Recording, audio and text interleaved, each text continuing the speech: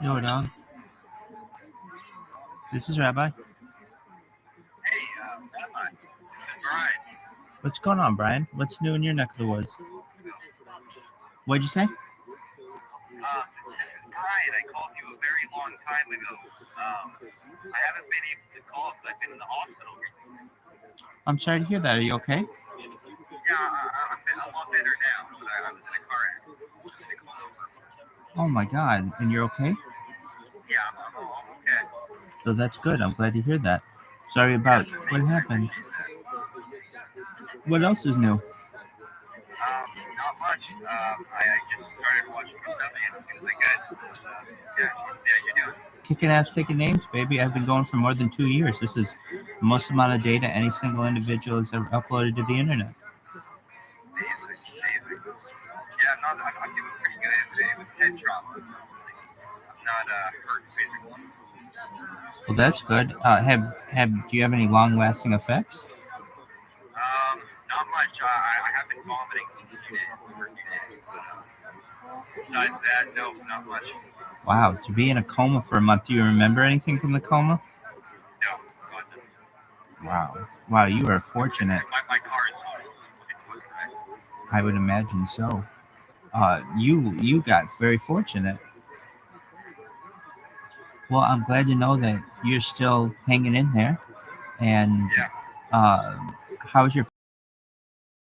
Pretty good. Have they been able to care for you? No, I'm out of state.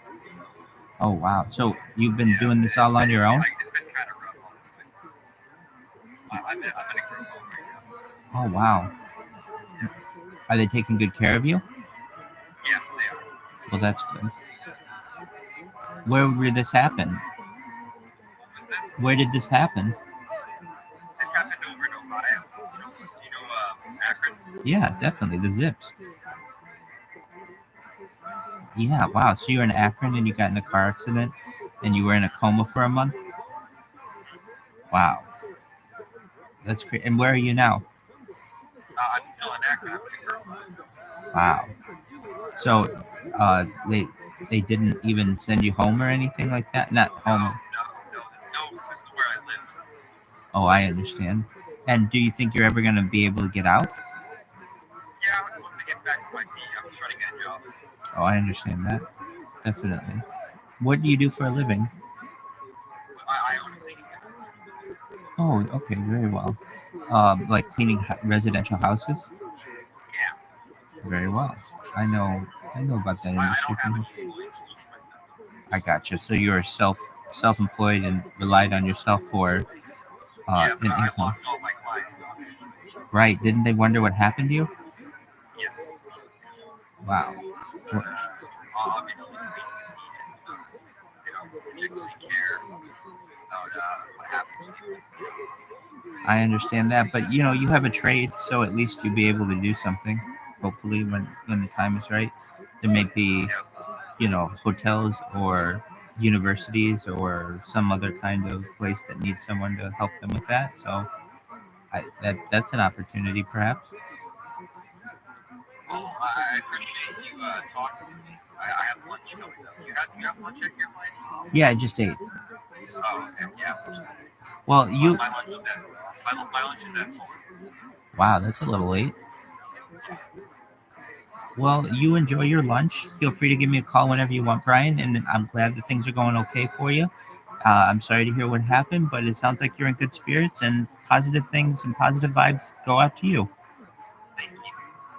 You too. Take care, Brian.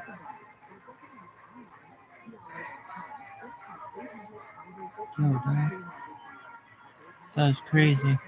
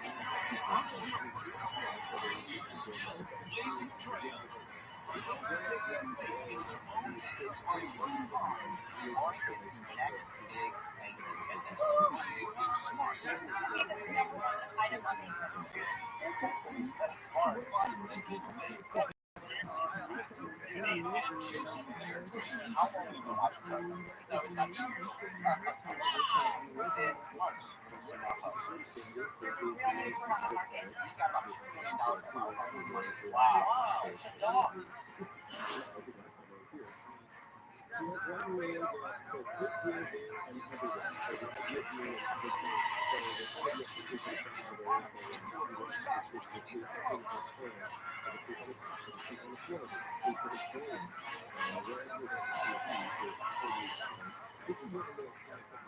Sharks, my name is Zach Brown. My name is Alyssa Brown. We are from Bloomington, Connecticut. We're seeking $150,000 in exchange for 5% of our company. We'll be doorstep. Sharks, I'm here, 5 feet tall. I've always been vertically gym. But most of the time, it doesn't seem to hold me back. I mean, being short even has some perks, like being in the champ at limbo, or getting that one prime front row spot in group photos. Plus, I never hit my head on anything, unlike Zach. This is true. There's one thing Alyssa has always struggled with. We are an outdoor electric couple. Most weekends start with us, when we're kayak, or skis, we'll find an adventure. Alyssa has never been able to easily secure the gear and hook up a car. Anyone that has holding us back, us, has looking out all over struggle, much like us. Struggle no more, because we've invented the Moki Doorstep. The Moki Doorstep is a vehicle rooftop assistance device. This gives you that quick and easy step up to the top of your car. Let me show you guys how it works. This hooks on in 1 second to the striker of the vehicle, which is standard on most cars. And I'm up just as quick. That's smart. It unhooks just as quick without any hassle. So, whether you are running a mountain bike, securing your family's Christmas tree, or repairing a furnace alarm from that last smoke, Moki Doors up to you with the boost you need. So Sharks, who wants to step up to your next adventure with Moki Doorstep? Which short shark wants to come give it a try? We've got a sample for you. I'm a short But I'm in you. Hey, it's a good challenge. Right, we'll see. Can I do it in heels? That's right. Someone else say you can. Wow, it's solid. So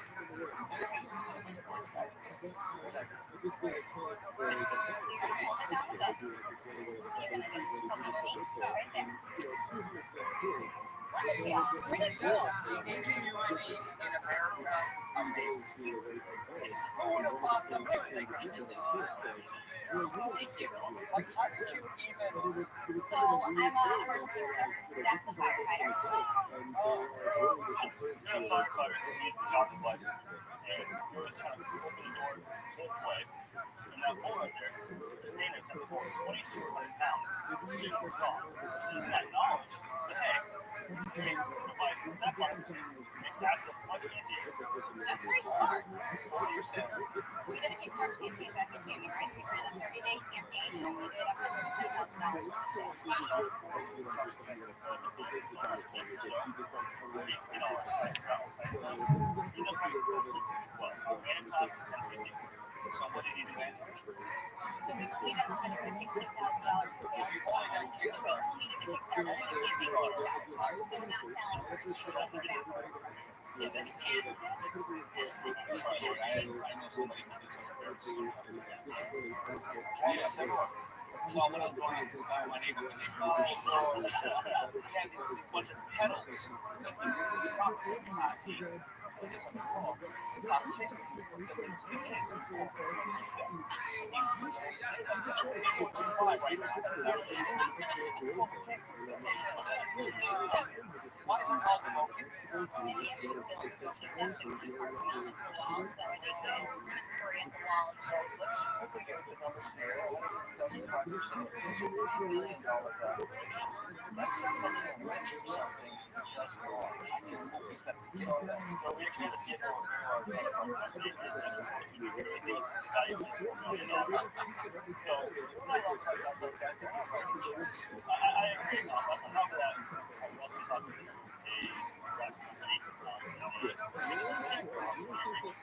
a last company.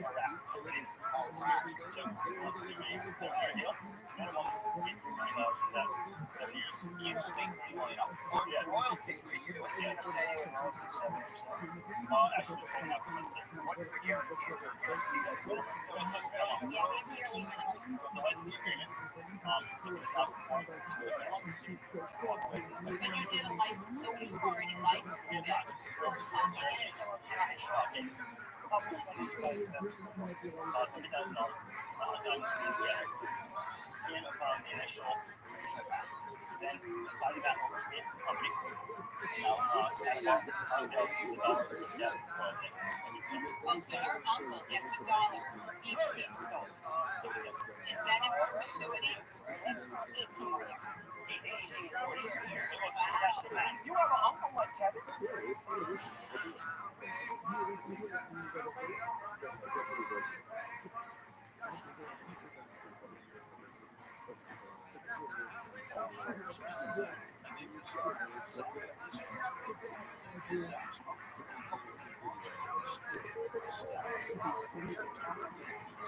It's for 18 more years.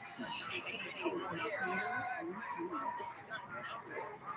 Is that what you offer selling? So that deal would just be a North American deal. The rest of the world's still out there. I wouldn't pay $50 for this. I would pay $5 less within months of seeing my health service. You should be trying to figure out how to make it for less. Someone else is doing it. Zach, I think you should take a distribution deal. There's no risk to you. You're guaranteed money. If they fall a little bit short, take the profit back. You know, I mean, why wouldn't you do that? So here's what we're doing. In the world, there's no million commercial vehicles. Only 4 of those in the United States. We want to ship outside the United States. You want to take this deal and work with us to get it home. Right. Well, I'm interested in that. Approximately motors. I'll give you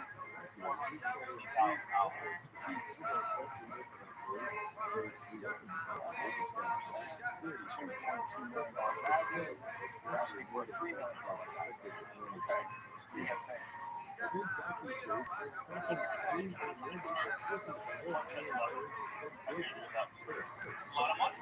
understand that, but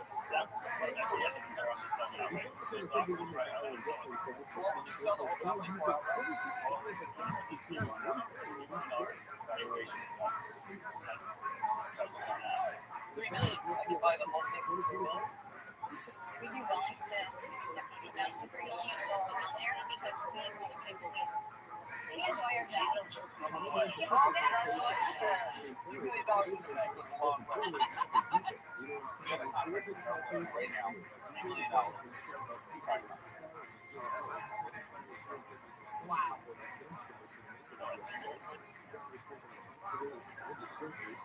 And you'll handle the dollar royalty to everyone. Yes. Wow.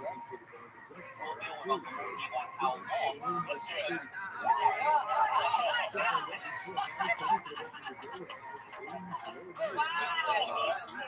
Try it out, Jamie. Try it out. Melissa, how does it feel to be a millionaire? Ride all the way to the bank?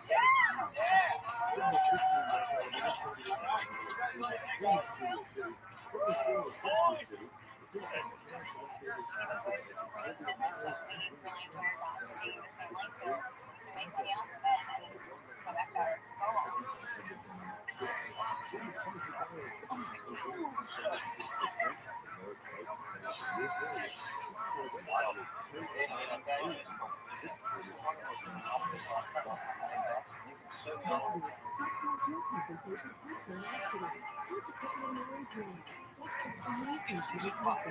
Francois made a deal with Mark to record his hands-free panoramic photo app, ROTHSCHILD. Let's see what he's up to now. I made a music on Shark Tank that has not been researched. Meaning now of airing, self-driving became #1 in the App Store worldwide, and my sales went up to $1.5 million.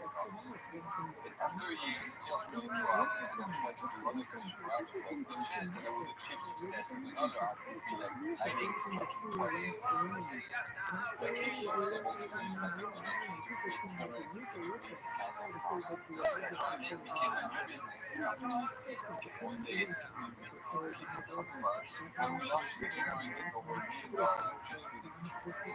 I like that. When I met Bernie Garcia, CEO of TRUMAN, on the as of the user was perfectly aligned, he made me an offer immediately. Ramana has just acquired TRUMAN for $22 million cash and stock. What's up, guys? Came on 5 years ago with ROTHSCHILD. I thought it was boring. It just our little iPhone app. But these advanced technology that can go places to take any features you want. So we can use 3D models and capability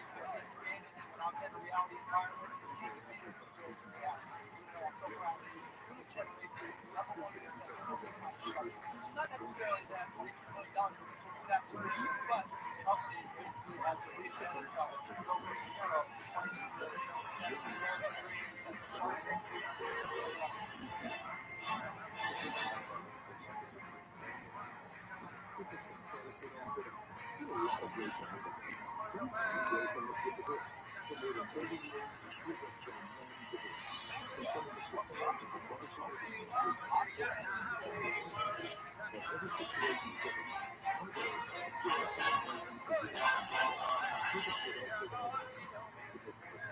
Hi, Sharks. My name is Paul Toback. I'm Steve Ladder, and our company is Drawing Fitness. We're from Chicago, Illinois, and we're seeking a $500 million investment for an 8% stake in our company. Sharks, running remains the most popular form of cardio workout. But 85% of runners injured every year. As runners ourselves, we need to ask, what are we doing wrong? The short answer is we're running the wrong way. And spoiler alert, training is a big part of the problem. Everybody that runs has to fall forward. But in the case of the treadmill, ground scooting and linking make it virtually impossible to fall forward. Instead, the treadmill causes you to lay down the head of your body on your heel, pounding your knees, your hips, your back, your ankles. This is the #1 cause of injury in runners. We knew there had to be a better way, so we reinvented the treadmill. Introducing Spark, the first running machine in almost 100 years. Spark replaces the treadmill's hardwood deck with a soft, impact-absorbing air cushion and lets you feel like you're running on the beach. Our rear pedal system allows you to fall forward and simulate real running. No more dangerous rebounds.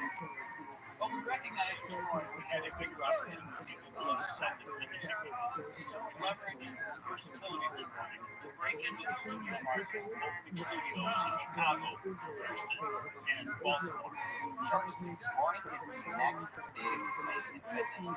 Now everybody can train hard and land soft.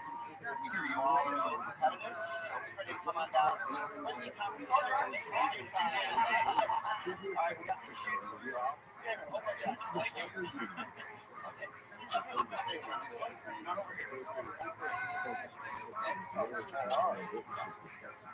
I love water thinner. Okay, video. Again, ready? We're going to do it like real fast run intervals. Let's start running now. Jog out. 10, 9, going in 5, 4, 3, 2, 1. All right, stop. There you go.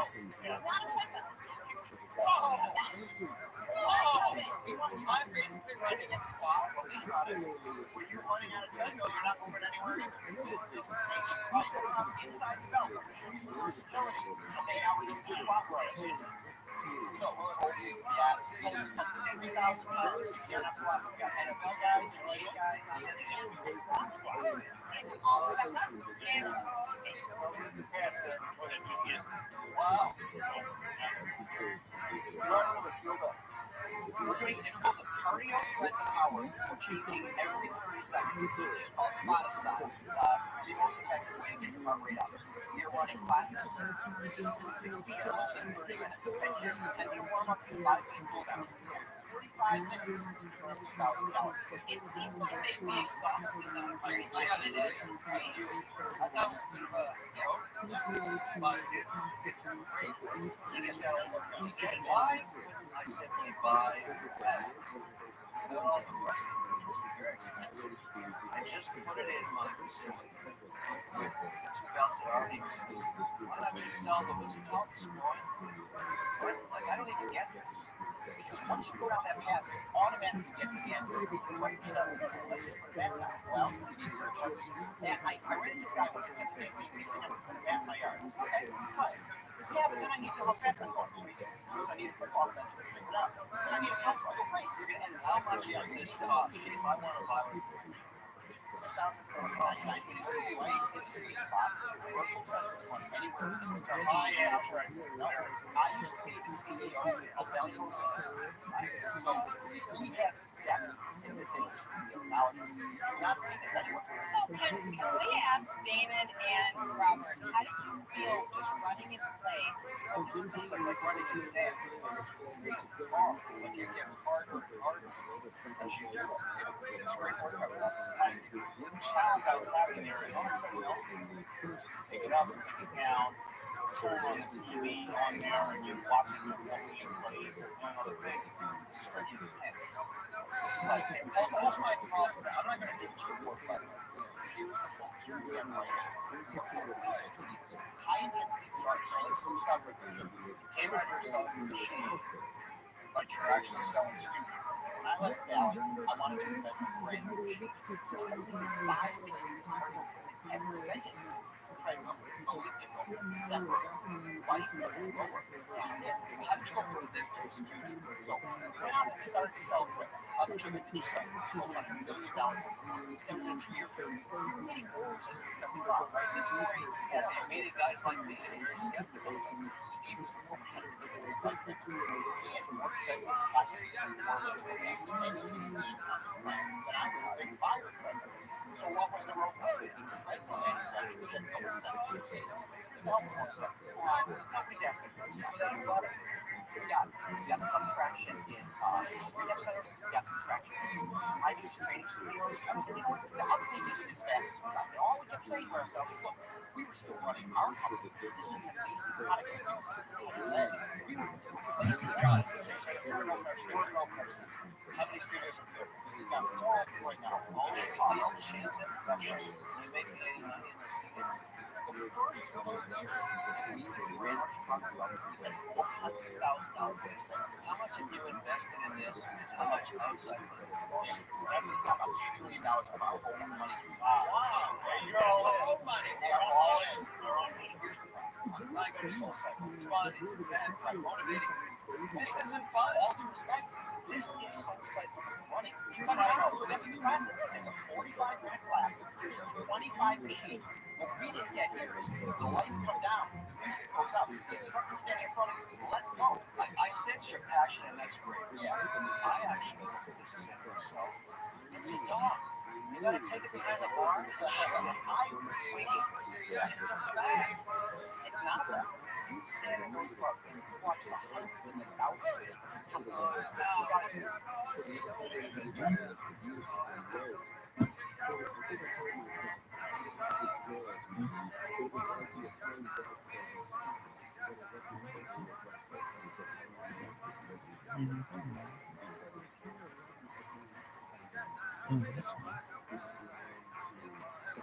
Look at this one goes.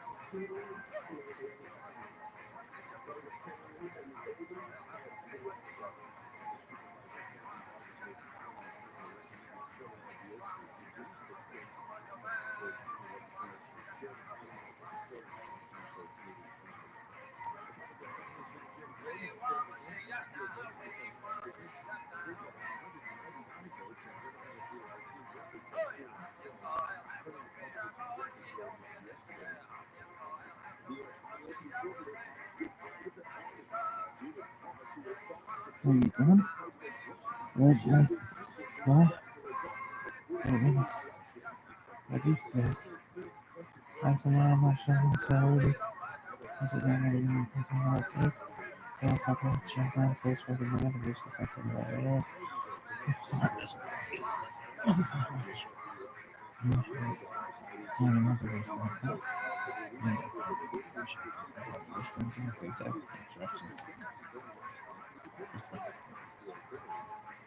I would take this mess. When I go to Chicago, I'll check it out. It's great. The challenge to all you go like this, and then everybody gets bored, and then they move to the next thing. You know, just like Soul Cycle has Mary's Boot Camp, Rise Nation, right? Some people stay longer, right? Because you're so appropriate driven, it's really hard for you to adapt and change in the future as people's expectations change. I appreciate that. Story. I would just say this: we had amazing results. I get what you're trying to do, but I like consumer products. I like it to be broader. It's not You're not too long. Like the guy who ran the top retail and then you realize it worked over 6 million. I'm gonna tell you why. It's $6 million because they're both connected experts. They've seen everything. They put in $2 million of capital, and so they are saying that there's next largest they could be. I'm just telling you my opinion. Just so here's my point. There's a lot of information that's going to have to make people aware of this type of workout. I would be able to help you. You're the only one who can have experience and money in there to do this yourself. You built a studio because you had nowhere else to sell your machine. I don't want to do that business. I want to be a part of it. I'm sure this is that's a lot. This is what we do. If you didn't convince me today, you didn't convince me. I'm still working on it. I'm out. I'm a numbers guy. It's very simple. It's a dog. The reason that they call me Mr. Wonderful is I tell the truth. And I always make this offer once a year. What if this is it this year? Go to my cellar, pick any bottle you want, somewhere with $6,000. Together we drink it. Grab this thing, grab the bar, and we share it. Because you're wasting your time with this. What are you going to do? Oh, did I say I'm out? No, where's the time? Here you go. I'm out.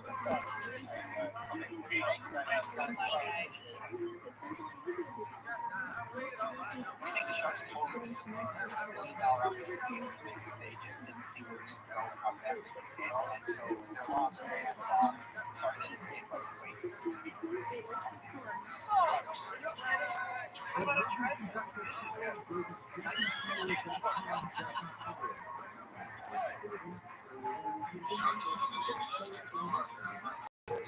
Information, obvious advocate for quality, long-term strength and confidence in the boys with here. Here's to 200 episodes and a decade of dreams.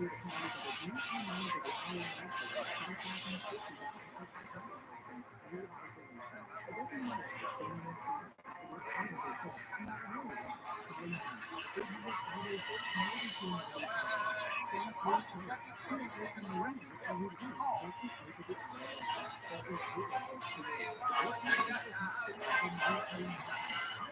Hi, Sharks. My name is Max Weaver. I'm from Detroit, Michigan, and I'm seeking $50,000 for 25% of my company.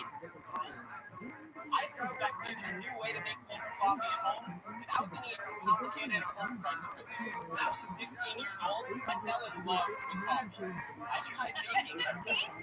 I tried making it, roasting it. I did everything I could to learn more about it. One day, I stumbled across cold brew coffee. I was dying to try it. If you're not familiar with cold brew, it's a type of coffee that's made in cold water instead of hot water. This doesn't extract the acidity out of your coffee bean, so it's smoother and sweeter. It's something you find that it's easier on your stomachs. After watching countless videos online, I found that people use mason jars to make it themselves at home all the time. So that's what I tried. I took ground coffee, cold water, and put it in a jar to let it sit in the fridge for 24 hours. Then I tried to filter it. I used a cheesecloth, pour-over, paper towels. It just went everywhere. It was a whole mess all over my counter. My parents were mad. I didn't have my coffee, and I wasn't about to spend hundreds of dollars on a complicated coffee maker. I knew there had to be a better way. So I ran into my garage, I ripped the screen door off the wall, I grabbed a hot glue on some mason jar lids, and after some trial and error, the first prototype was born. Obviously, it was on the long way since then. So let me show you how it works. First, you take some ground coffee and cold water, and you combine it in a standard mason jar. So I'm just going to fill it all the way to the top with the water. Just a little bit of coffee to bottom really all you need. Now I'm going to put it in my fridge to let it sit overnight. So now to take the double-sided proof filter, you can put it straw side down into the mason jar with coffee. Then take an empty jar and secure it to the top. Now, just flip and watch as your coffee drips from the top jar through the filter into the bottom jar, getting you some delicious golden coffee. People love how simple this method is. The sharks, I am sure how to take it to the next level. So if you want to jump on board, you can really great. Or just examples.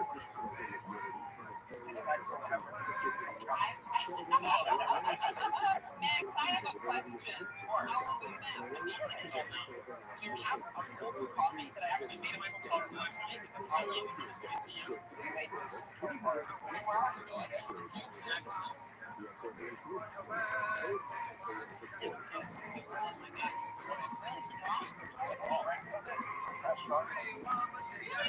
So the benefit of this system is because it's just a mason jar, you can use as much or including coffee as you want. I did it the way I like it, and I don't like it down like flowers.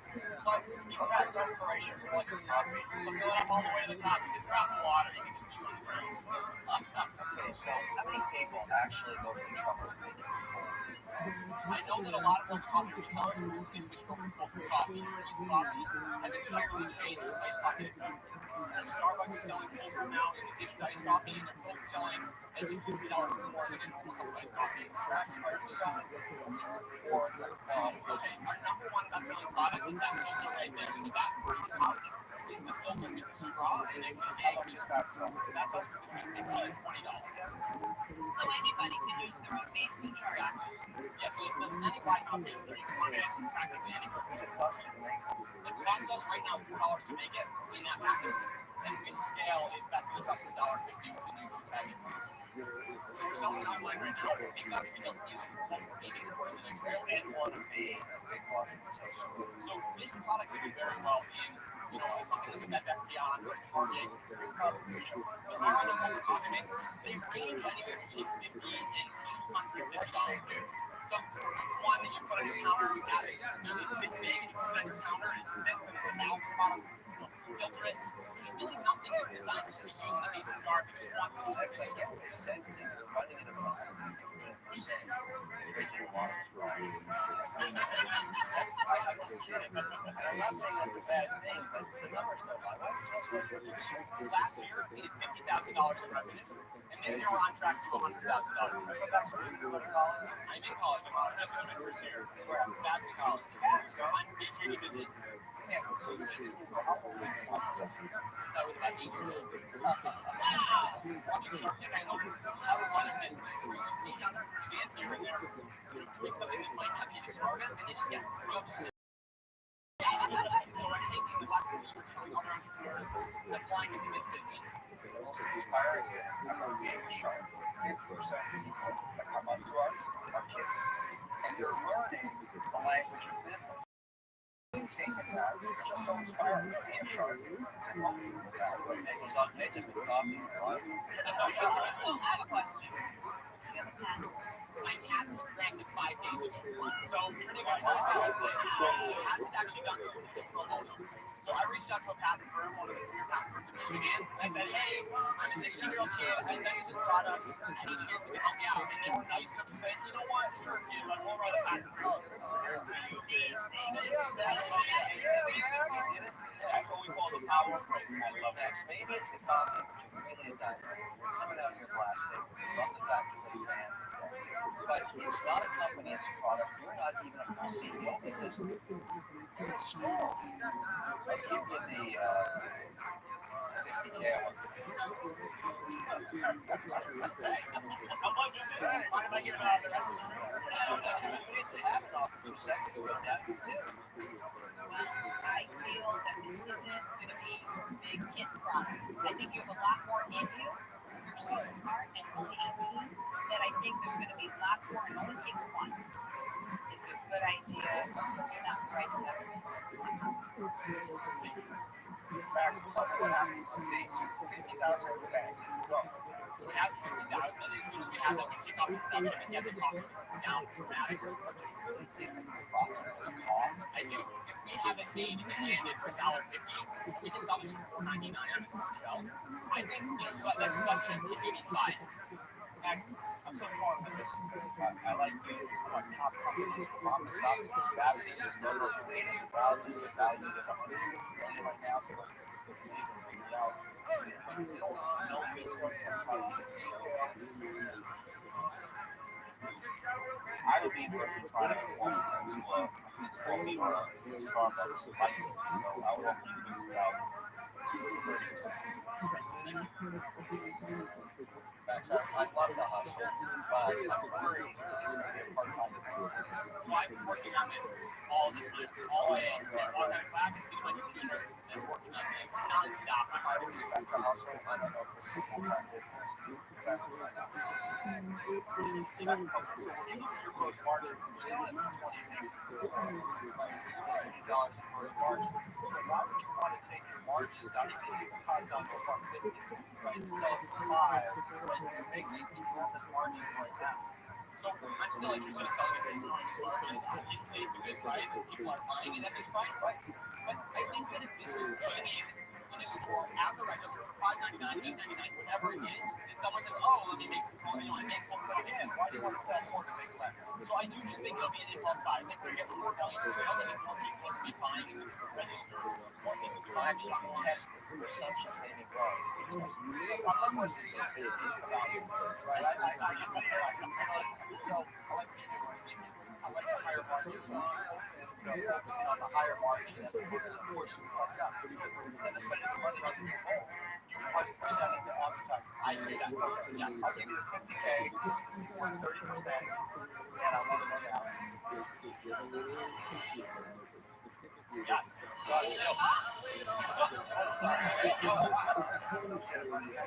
Guys, it's the coolest thing ever. Thank you so much. I got it down. I've been watching Shark Tank since I was 8 years old. And now to finally have a deal with one of the sharks I've been watching since I was a little kid and aspiring to is just fun. And so it's a dream come true. This is the most incredible experience that I've ever had. It's exactly why we do the show. Entrepreneurship, every dream is a lot of way.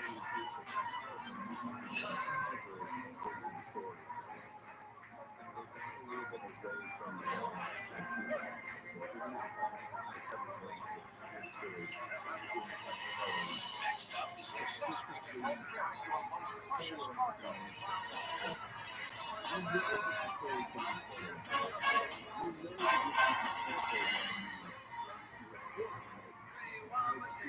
Hi Sharks, my name is Tammy Grant and I'm from the suburbs of Northern California. And I'm here to today save $200,000 for 10% of my company, Tush Baby. I've created the simplest and most comfortable way to carry your kids. Because life's hard enough, carrying your kids shouldn't be. I'm a mother of 2 and as you can see I've got another on the way. Which means I've got a kid attached to my hip majority of the time. I found myself sticking out my hips carrying them, which quickly got uncomfortable and came on my back and arms. Trying to leave the house with them and a diaper bag? Decided I'd rather stay home. So I went out looking for something to help me, and all I could find was a company. Hot, rolling, strapped baby gear, and it's often more of a hassle than it's worth. That's when I created Tush Baby. Tush Baby is a simple seat that sits right on your hip. It's just one buckle with 2 safeguards. As you can see, it only takes seconds to put on.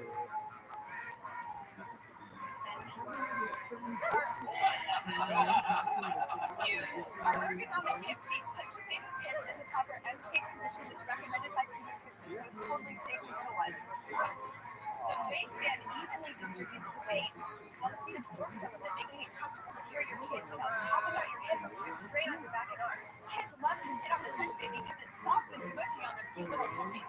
And it's free to hang out, like you. Tush Baby has 4 storage pockets, which means you can leave your purse, diaper bag, and stroller in a minivan.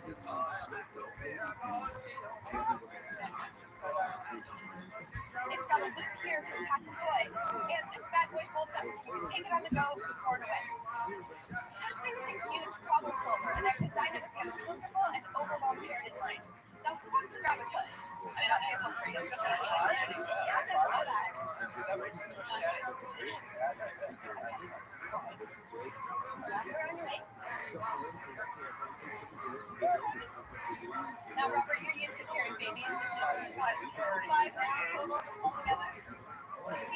He is, right?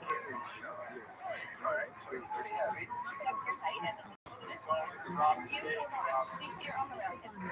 here. Yeah. That's not bad. Okay. Yeah, it's about to fall off. Yeah, you have to wear it higher. Yeah, you got it a little low, so I found it. That's my fault.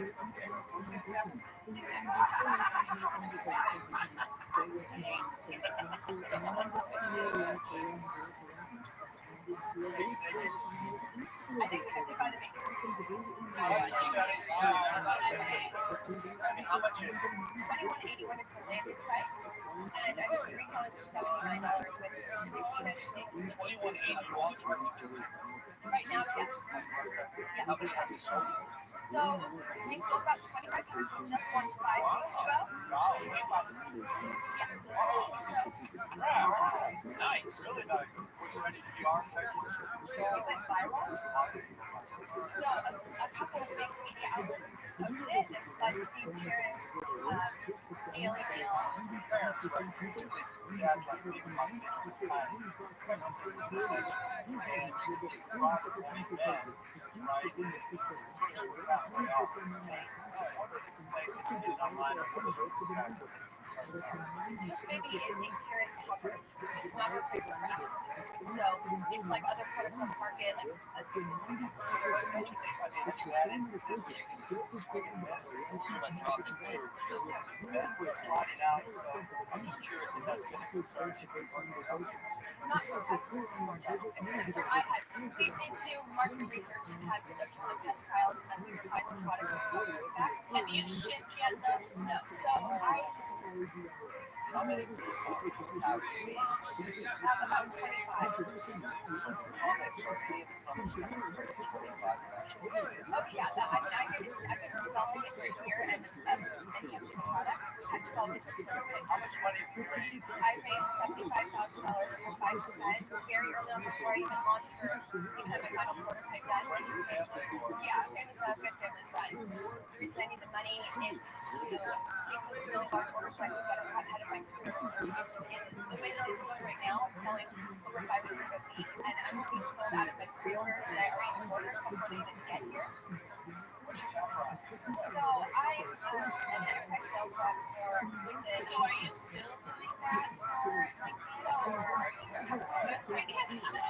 a couple more months I'm going to be at LinkedIn still, and then after that, 100% running this? I wake up every morning at 5 a.m., work on Touch Baby, go to LinkedIn, come home, take my kids for a couple hours, come to bed till midnight, and then I do plan on expanding for October when the baby's due. I'm going to have an assistant start. T-Baby is one of the ways still working at the company. Why did another company start it? Work hard for it. So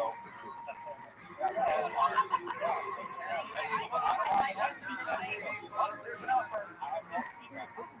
10,000 for 10%. One thing off. Later says you may have other offers. You may lose this one. That's okay. Tammy, let me clear things up. You're incredibly impressive. I think it's a great product. My concern is it's a singular product as opposed to a total product line. And you haven't actually. So to me, it just seems risky. I'm not saying you can't do it. It's just not something to do. Thank you for your consideration. I have an offer for you. I'll offer you 200,000 So, what's the idea? See, I still have a baby with the guy, but you don't have a partner. I recently brought another baby by so now I'm just working on social media. Anybody that's working in a child this way, use these products on social media. You'll start to notice now when you're out more often that there's parents carrying their babies like this all the time. There's no solution. Tammy, you have two workers.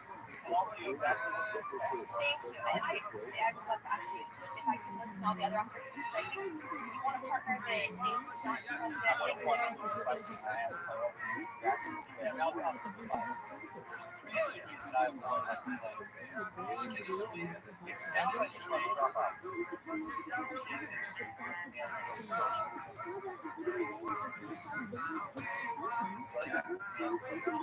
it's sacrificed to drop out. And I avoid like the plague. Music industry is sacrificed to drop out. Kids industry and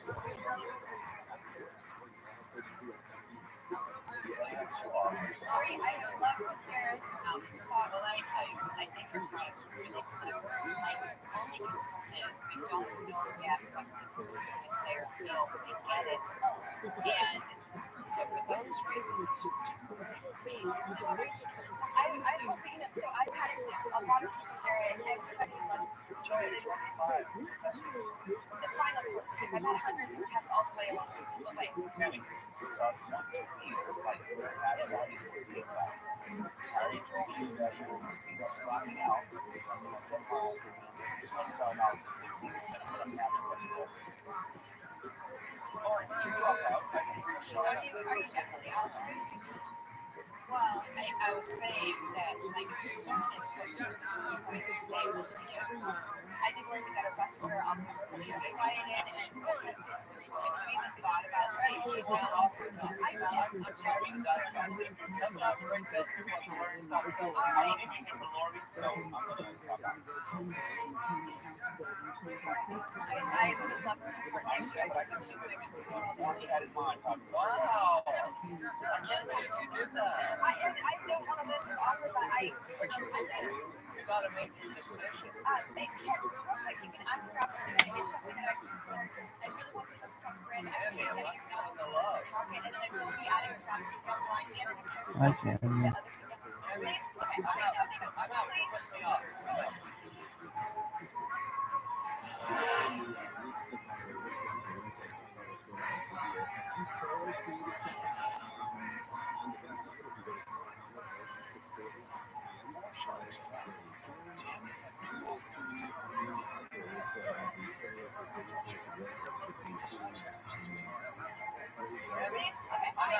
I'm out. Piss me off. I'm out. You don't sell someone else. I'm not there for you. And there's only one Mr. Wonderful. You better talk over the deal. You want that with nothing. I've done it once. You better give her a deal. I'm out. And this is going to be the number one item on the registration. It's a perfect partner for me. I would love to work with you. My concern is the risk of putting something in. Consider it tomorrow. This is your big moment. She's standing on I think she just blew her big one. No, she didn't. She came in for Lori. She has a shot. They do. They love it. I've got a shot too by Kids, nutritionists, the users who love it. It's something that it's a really funny product. I know from Kodaska, the quality of the partner that I really like. The product is really smart, but because of the risk, I would be most comfortable between 200,000 and 20%.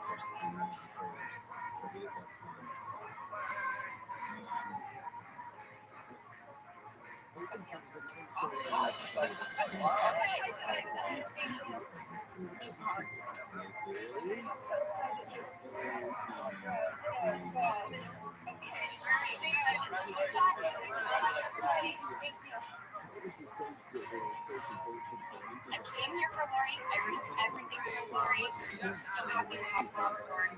She is the shark that I wanted all along, and I was willing to give up other offers, better valuations to have Lori on my team. I'm so excited to work with her. When I say someone that's indecisive, I don't know. She was indecisive. I think she gave indecisive. She was scrambled. You know, didn't you try for sales? Stop talking. Stop looking.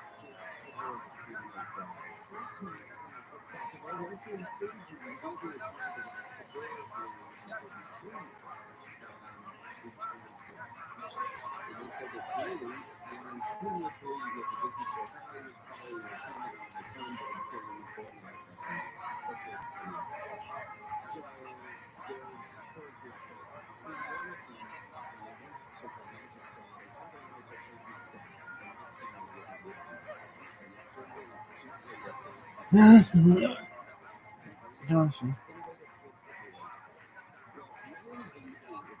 No.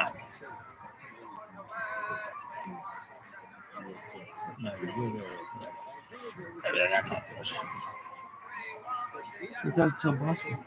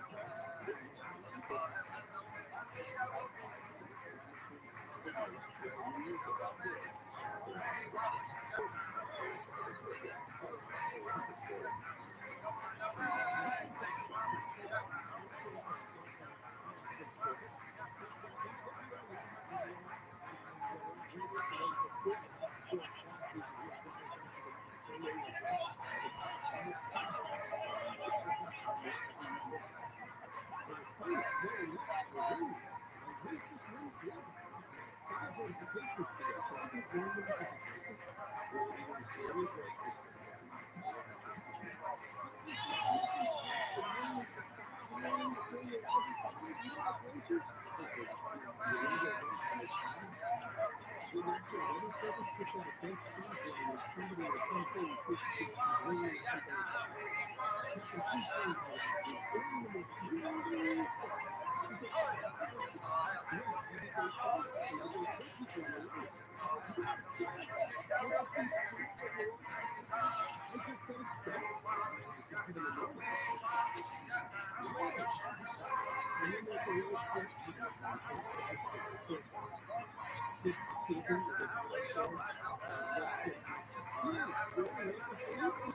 just the week after Trump take Roman $1,000 in sales, he sold out immediately and had to make an emergency order just to keep up with demand. But Michael Bailey negotiated all the terms and conditions for $100. Maybe that's where the real star was.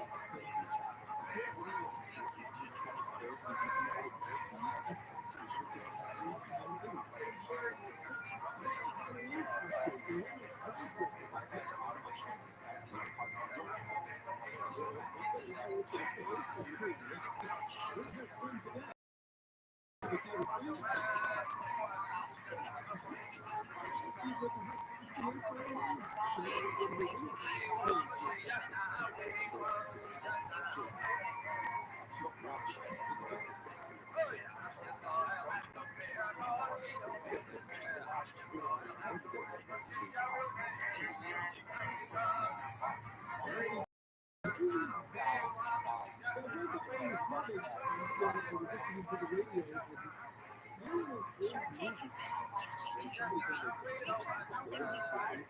We've turned something we love into a thriving business, and we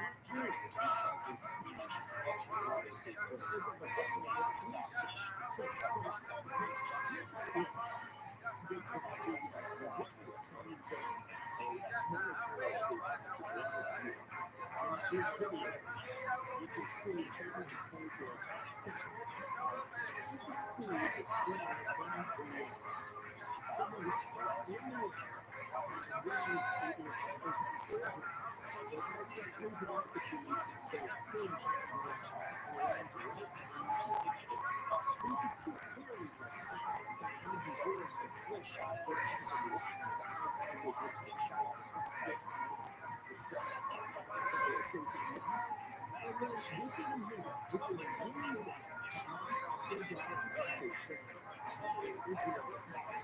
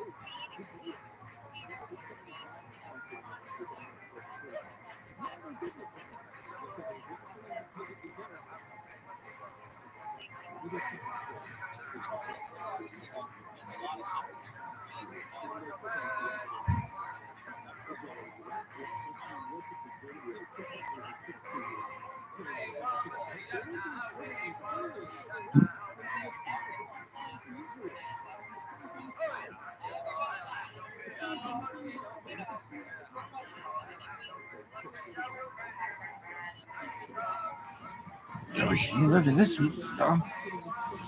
No.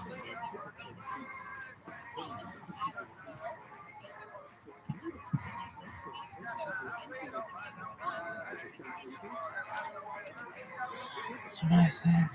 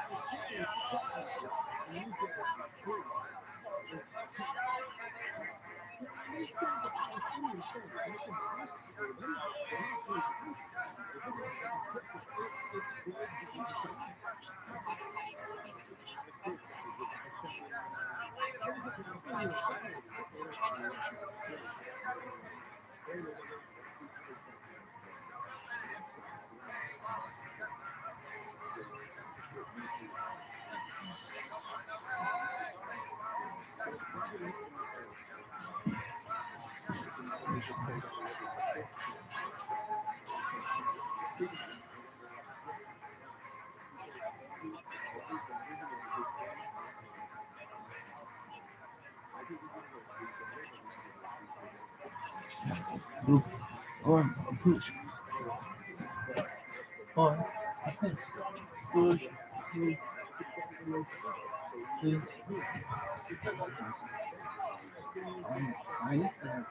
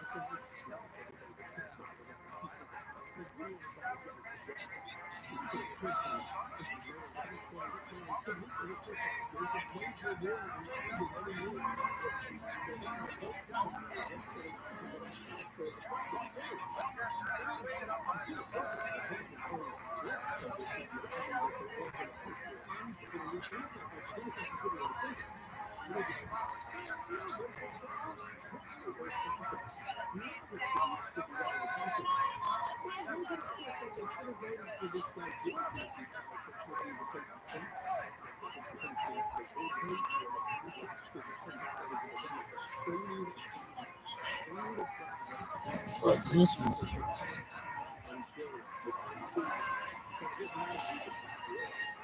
Okay.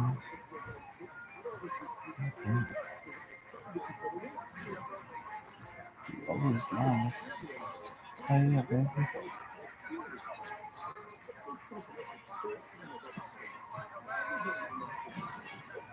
Yes.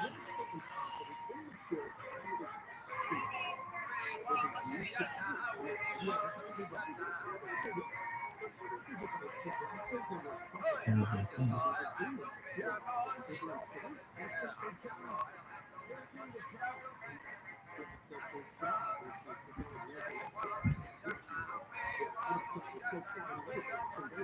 That's nice.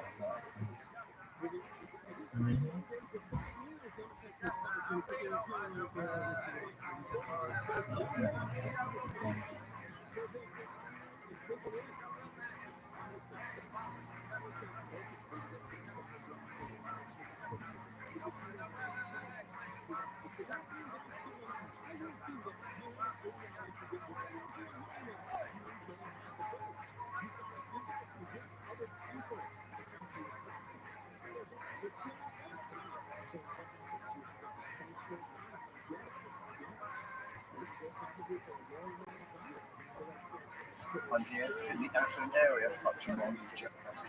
Everything's in fucking New Jersey. A family-run Italian restaurant started 6 months ago by a mother of 5 and retired police officer. My husband and I got involved with our 3 sons and so business. I was a police officer in Louisville for 26 years and I retired as a police lieutenant. My husband's late uncle was a chef for many years. Everybody agreed that it would be a really great idea to pay respect to him. Yo, look at this one. This one. That's other something. You'd be like, no, I don't have to I'm understand. here in the affluent area of TRUMAN, New Jersey. A family-run Italian restaurant started 6 months ago by a mother of 5 and retired police officer. My husband and I got involved with our 3 sons and so business. I was a police officer in Louisville for 26 years and I retired as a police lieutenant. My husband's late uncle was a chef for many years. Everybody agreed that it would be a really great idea to pay respect to him and open up a restaurant together. Usually, Applesauce? that's a great question. Right, applesauce? I don't know anything about restaurants. And so, The person that's keeping this business afloat is Antonio. He became the pizza guy, so he learned how to make pizza on his own. Before that, I worked construction. It was my dream to open up a restaurant. I'm right here. I'm going to wait in the box and I got it. He also is the manager of two kitchens. If it wasn't for him, it probably would stay afloat. I got you. I'm here. Just me and my mother. Let's get through it like we always do. I can't let my family down, so I got to carry that up. All right, now so let me know how I can make it up to you. I wish I could. No good? Something wrong with this. I don't know what the hell she's doing tonight, but she's having an off night. Can you guys tell me what the one at table 17? To work with her, the lady said that this is blame. No, throw everything on the box because I'm not gonna start. I went to culinary school in Sicily. Now my place is in New Jersey all the time. Okay. I'm working in this business for 21 years. But Melissa and Antonio don't know nothing about restaurants. Okay, the papaya just come out now after 40 minutes. The kitchen isn't fully working properly here. She told me what I thought was wrong. She won't allow me to look at any ticket. When it comes to communication, it's definitely not the best. Help. It was supposed to be me, Antonio, Vito, Vincent, all kind of working together. But really, Vito and Vincent, forget about it. Wait, because Antonio's stressed out. Hold on. Right. I'm Vito. I'm Vincent. No, absolutely not. Instead of being here, I do social media. We're in there like swimwear. The rest of my day just watch movies, relax. And that's why I'm come in. How about you guys help me out? Anything. Make pizza. Stay over. You know what?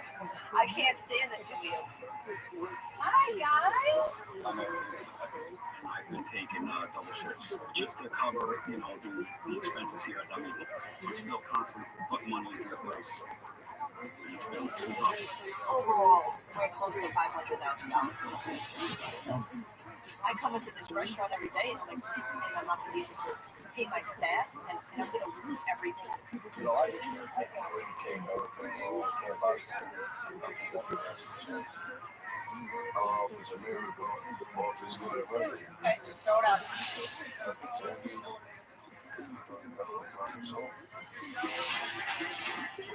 This place is like sex. What can't help you? Can't help yourself. Oh, this is bad. Something else.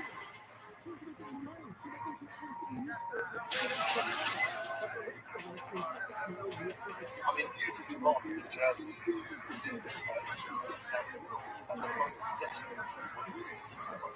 that's how you find out.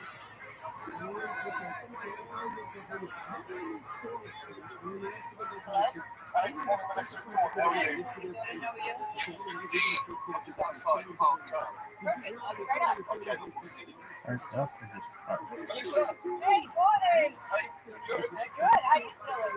You been in here? Yes. This definitely money up here. Yeah. Well, I wish you just come my way for sure. You got this restaurant to tell me about. It was supposed to be a family restaurant with like 3 older ones. We're like, don't worry, we're gonna do this, we're gonna do that. Antonio's the oldest, he's 22. Antonio taught himself how to make the pizza. Then we couldn't find the manager. So Antonio doubles his book. But I feel like Antonio was so stressed that he couldn't Vito and Vincent, they literally just come in to cause chaos, and that puts a lot of stress on Antonio, but stress on me. They're on social media. Vincent has got 6 million followers on social media. So I'm gonna help him. I want them to take over Danino's social media, and they won't even do that. I'm in charge of stuff that I've never done before, right? And people don't come. I don't have any money. I've been paying payroll for the past 2.5 to 3 weeks out of my pocket. Overall, we're close to $500,000. It hurts me because I'm a fixer. I don't have That's why I'm here with you, crying my eyes out, asking you your expertise. I'm here to help, but it's not going to be a small job. I'm willing to listen. I'm willing to learn. I need to see what. All right. I'm going back in. That's right up unexpected. She can't make me a something sandbag.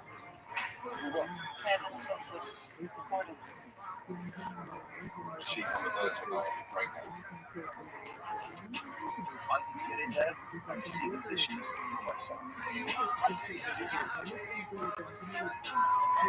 what monstrosity. The boys want to make it a little bit more social media friendly. Yeah. Oh, God.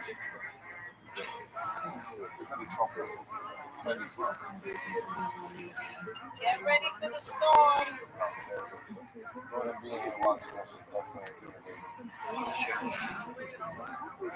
This is supposed to be an Italian restaurant. To tell you things simple, high quality ingredients. No, I think so. Very good. I just like people Italian server. So I make people enjoy themselves and take the ice and make them feel comfortable and come to home. Just like Yes.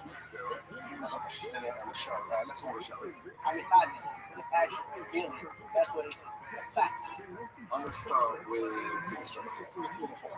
Make horses. So pizza, let's get food lower. And then I'll try the calamari. Yes.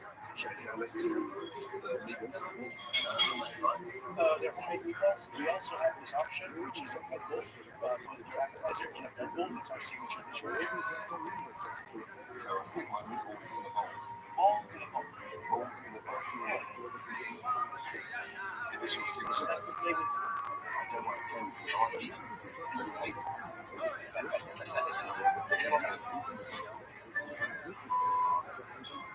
Meatballs with bread. What did Gordon A lot of things. Okay. We make it, I'm gonna show him how scratch. Okay, have Antonio hold up on the pizza. He wants a soup first. You make it from scratch. Yes. Is that what I'm hearing? Yes. Just put this all together, guys. Babe, hold off on the pizza because Francesca's making a little short soup fresh. We're gonna bring them out. She'll let you know when to go with it, okay? Francesca it's her way to hide. Alright, Francia, I told Antonio to hold off on the pizza until you give him the go ahead, okay?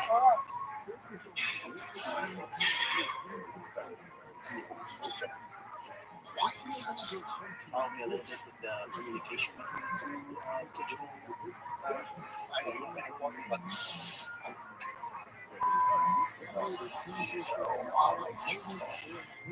Don't make it see it all again. It's a kiss from December.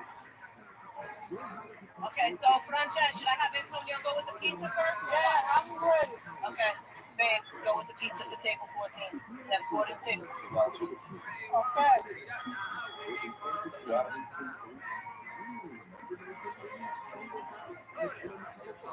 Let's see. I'll tell you, you'll see, but thank you.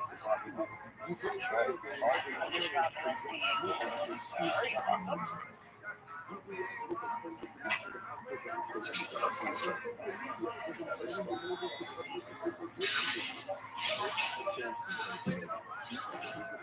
The mozzarella tastes terrible. It's not something simple to take. Just like mozzarella tastes good. It's fresh mozzarella. It's to where I'll go to the pizza falls and I have some water paste. The other thing about Italian cuisine is all about the investment at the beginning. You've got to start off with really good, strong ingredients. Here, some Italian just came through the motions. Did he like the taste of it or he didn't like it? you gotta buy. Okay, throw it out. Okay, guys. Calamari Guanzetto, table 14 too. Calamari al pozzetto. Yes. Thank you so much.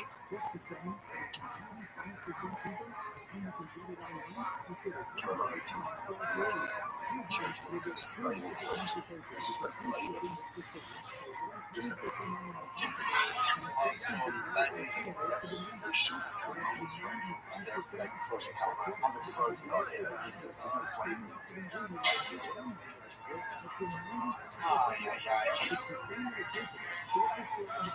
What else is Gordon waiting on? I need a still the bread. Okay. Anton, yeah, I'm ready. Just one. All right, give me the meatballs. Yeah.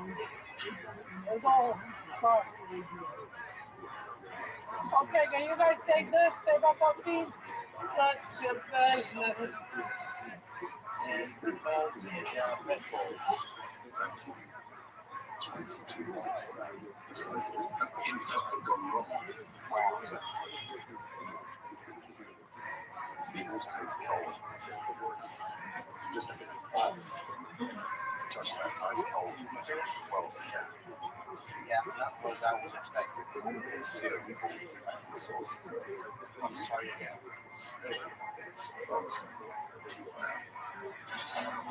So the meatballs are cold inside. I put my finger in it and they're actually cold. The meatball is cold? Yeah. I'm embarrassed. Finish it, whatever. Good job. I'm so upset right now. Everything around is frozen. I want a more high quality of the food. And this is not happening. I need you to just get through it. I know your food is good. It's not good because we don't have any good ingredients. So it's not really good. I just need you to tell me that you're going to get through this together. Can you do it?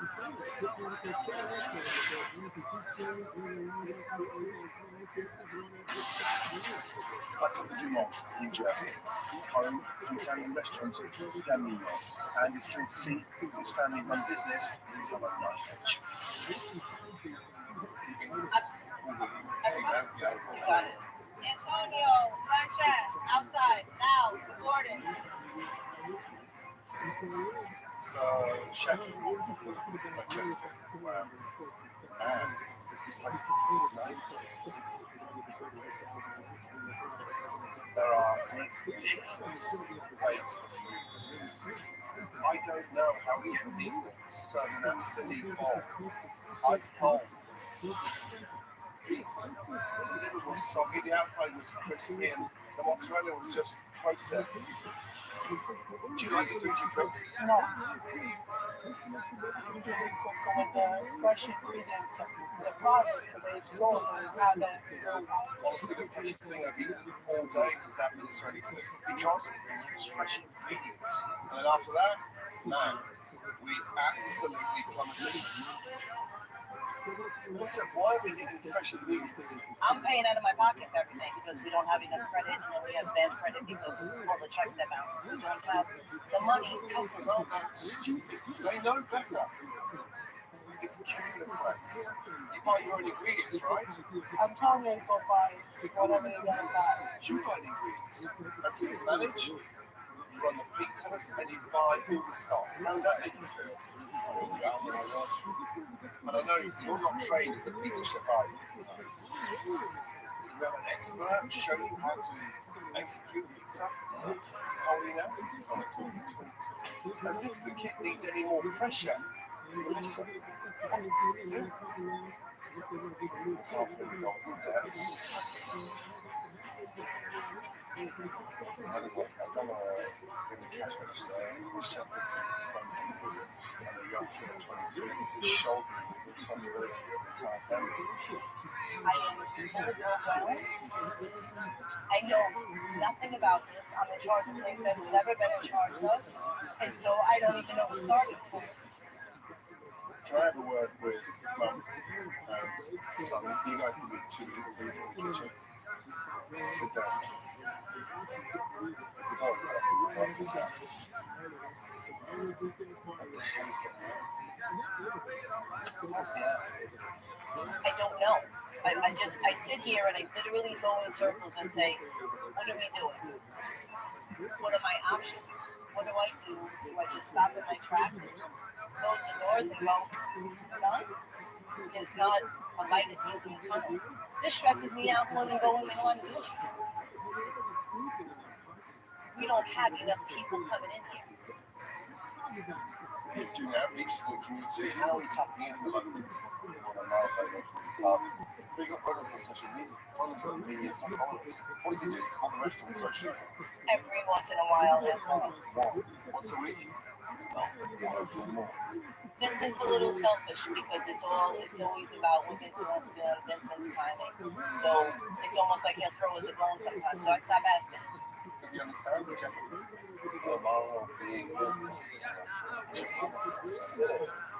Vito and Vincent. I want to meet them later. Okay. Number two. Always nice having you.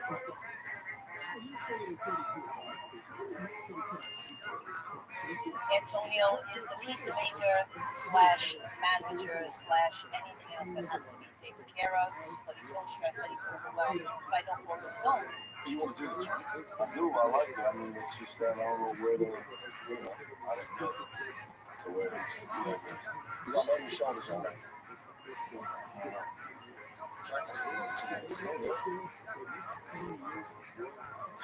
I didn't know. Because I'm like that in agriculture. It's not your pizza, it's your science. 2010. You're doing it.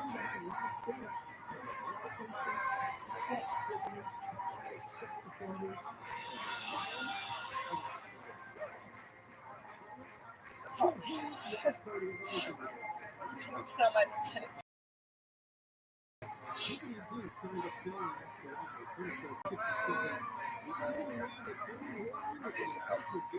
Police work, I can fix it. In the middle of chaos, I am able to fix it. Here, it's fair. I need to see whether it can. I need to see how this place functions. Right now, Melissa's got the weight of a family and this business on her shoulders. And so she's just. Let's dig deep.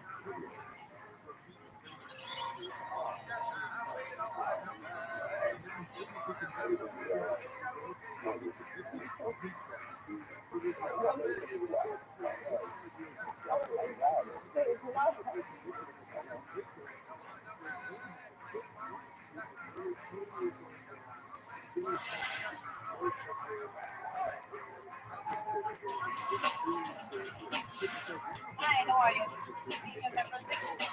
I'm back at them anymore. You guys reach out to see what I can do to help. I need to see how this restaurant goes in rush hour. So I'm just waiting for some locals to come on board. Thanks for coming in. You're welcome. We have one more time and then outside. Table 7. Let's go with the pizza. You ready? Get that pizza as quick as you can. Let's go. Vince, are you Latino? Or are you just making your way to the restaurant? Okay, so what you do is you don't go to the mall now, you stop being a moron, and you come here, understand? You know, Vincent, it's a pain in the ass. And everything is like pulling teeth to get them to come in here and help. Your brothers are coming. But it's like the boy wants him to be up there, so they're going to meet the big guy because he's going to save for them.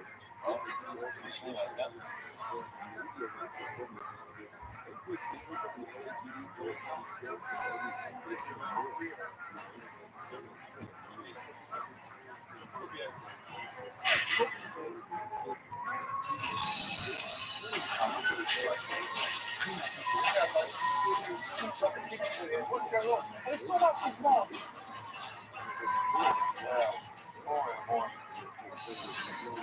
Table 12. Come out for right now. Oh my God. Come on, guys. You're always like this. What's going on in here? I need table 15. Bathroom book. What is that? You had it? Oh, that's for that. Okay, let's say the name of how you pick it up. After that, we go with it ready. Chef, talk to me. Because of that sugar over here. Oh my God. It's kind of tough to have a dog and walking around because full of like you put me a little bit down, but I know what I can do. Oh my God. Better late than never. Melissa's other two sons, Vito and Vincent, arrived mid-service. So, we're here maybe about 2 weeks. Both around. They can cook when it's back.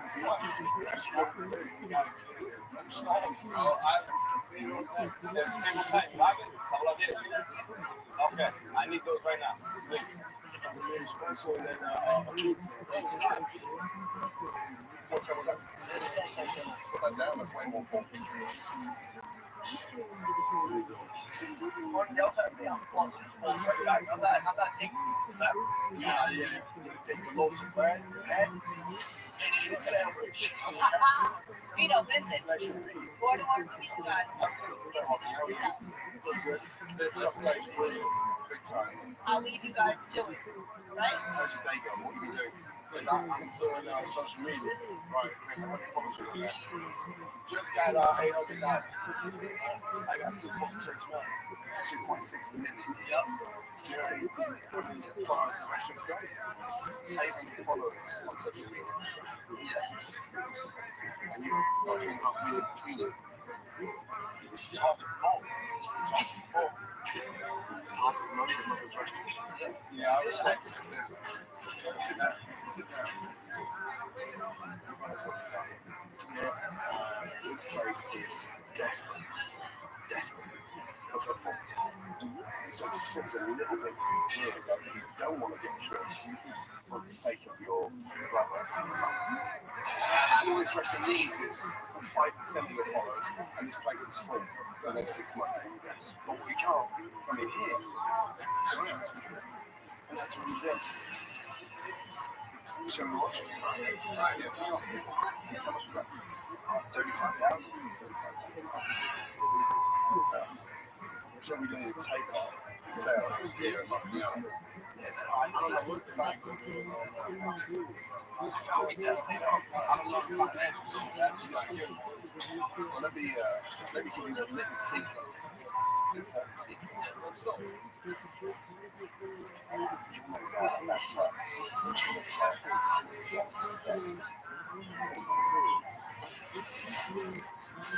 let that something to say.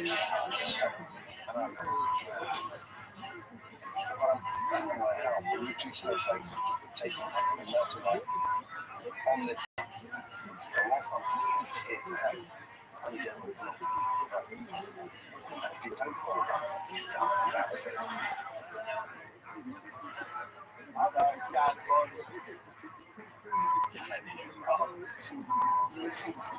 I just don't know. What else can I really do? Okay, let's go with the chicken. Take a seat.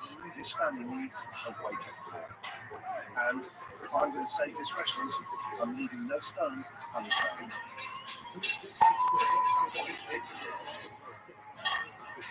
My God. What are these 50s talking about? Yeah, we do everything. Every time. When muscles float, what does that mean? Exactly. Yeah. How often is this cleaned? We do everything. Every day. Give me this. Yeah. What in the is going on here? Don't run away. How do we leave this stuff down here? How's this stuff not washed? Just touch that. Touch that. Do you have any idea how long that is in the fridge? Weeks. We are talking weeks. What the fuck is this? That's the smell. How long have these been in there? Oh my God. How long have they been in there? Smell it. Did you smell that today? No. It's slimy. What happens when mussels are floating? What does it mean? They're dead. They're open and they're dead. They're dead. With vegetables that are absolutely chocolate. Why? I guess it's been a couple of days. This is not days. This is weeks. What has set in? We're lazy. I honestly, I've never seen a new business so dysfunctional so early.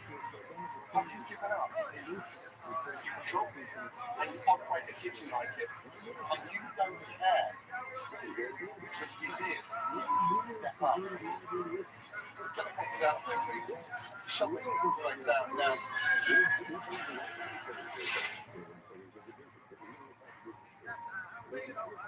Dumont, New Jersey, Italian restaurant El Nino is on the brink of closure. What has set in? Get the cost down there, please. Shut the place down now. And there's so much at stake right now. I need to get this family to turn things around before it's too late. That was embarrassing. And boys, just wipe the smoke off your faces. I just want you two to get real quick. 5 minutes. Yeah? Right now? We're on course for an absolute pinch. Just any idea, basically, because I'm not that I honestly had no idea. I thought that was under control. Can you not see the pain on her face?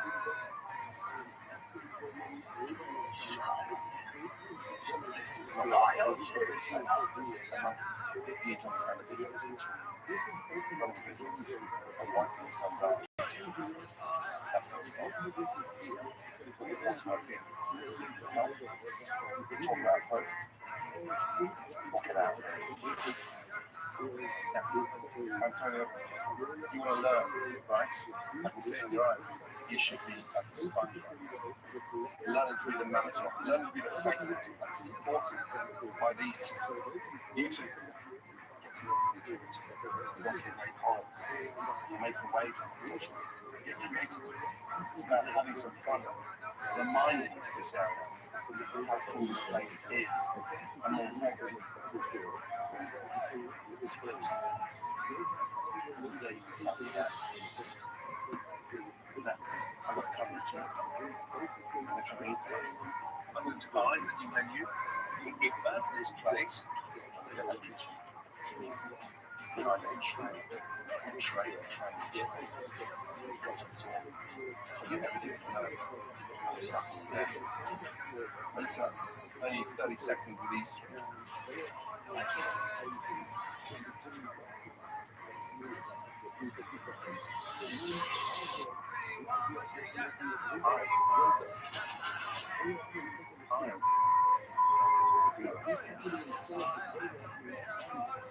This has got so real that we are in trouble.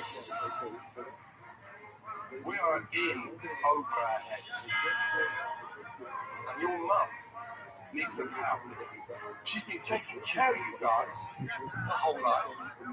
We're in the guys. Not totally yata. They don't even inform me about what's even going on. It's deep. I grew up watching my man in 3 jobs. He killed me. What did he do? Give me work ethic. A work ethic like no other. He loved you, man, right? Oh. Is this what makes you laugh at night when you see us talking like this? No, absolutely not. I don't even want her stressed out, to be honest with you. Then he's stressed out. We're in the... I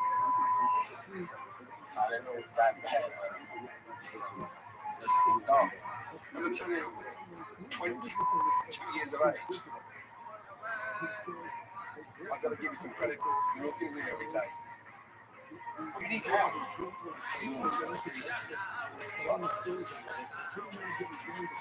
Now, I just need a change of attitude. All in pulling on the road. Have you got that? I'm not going to ask you, I'm telling you. Send my mom card when we get home. Just to see how much stress she's going through. You never been nice for her. We didn't know what was going on, though, to be honest.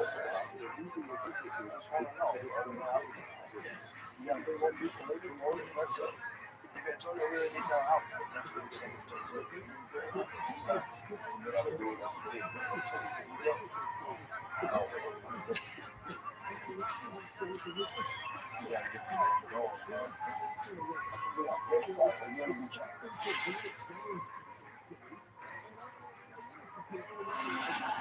After last night's town dinner service at family-run Italian restaurant down in the north, I'm bringing owner Antonio and assistant Tyler to meet one of the country's best pizza makers, down at Chicago.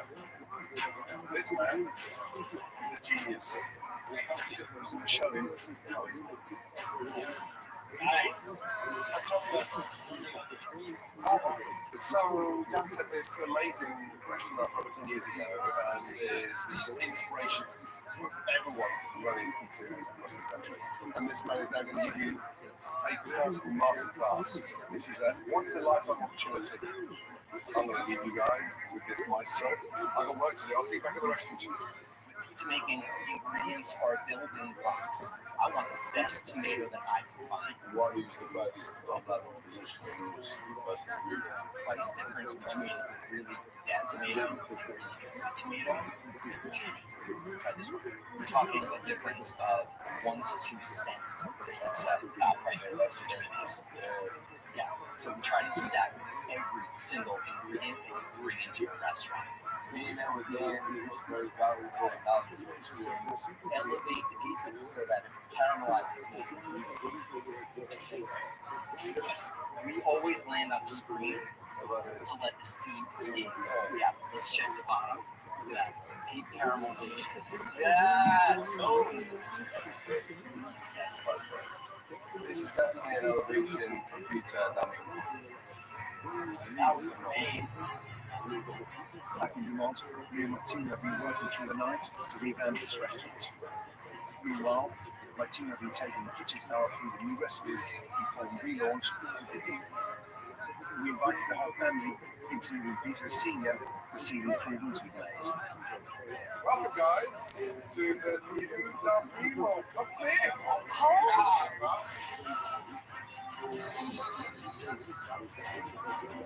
Good cooking. Got it. I want to cry. I want to celebrate because I'm so excited about it. This is amazing. Oh, I got to say goodbye to the pizza. Not only have we improved this restaurant and made it so much more inviting, we have a completely new menu that we brought to you tonight. Take a look at that food. The position of our right here, Lack of fresh ingredients. I've seen them the menu in favour of quality ingredients over quantity of dishes. We'll start with the antipasti. It's the table goods. And then we've got a beautiful orange. Pizza has just had one of the most amazing masterclasses. The ingredients need to shine. Chicken amazing. Again, with the earlier tomato, fresh mozzarella salad. And that's what tomatoes should be looking at tasting like. This is so amazing. I'm good. Thank you. And then I want to have a couple minutes with you guys. I want you to use your skills and create a fun post. Okay? And help get customers through those calls. Dig in, get a taste. Right? Because Maybe you're going to come eat here now instead of just going like, yeah, I'm busy. That's the true meaning of family style. My family is back, and now I feel like I got some money to make, and I have my boys, I have my husband.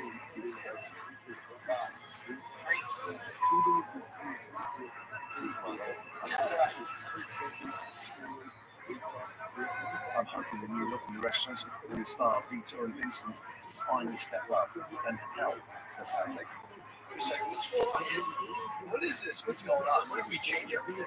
We got them going over there. What are they doing to make it pizza like now? Look at this thing.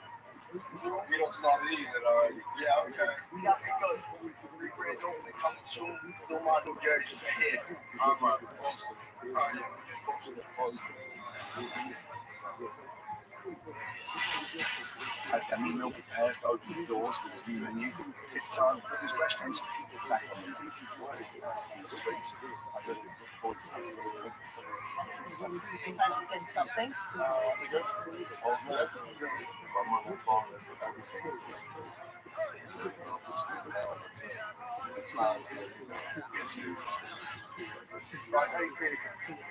Additional spirits, yes? Tonight, I want to hear your voice. Okay. You don't make things happen. Like cold names. Let's go. Time. Strong one tonight from you. Hello, welcome to Danilo. Let's go. It looks like Vito and Vincent's social media shout out has done the trick. People are flooding in. And I've even persuaded some former customers to give it another try. Nice to meet you, Melissa. Nice to meet you. All right, first the tickets on the line. Aaron, 2 minutes away. Let's go. Let's do it. First one out. Let's go 14. Place it down. Tell them what it is. Pizza's good. Okay, so 7-Eleven, ready to go. Make sure the pizza's ready. And no, you have table 11? Okay. It's working properly. Good system. Very good. Everybody's on the egg.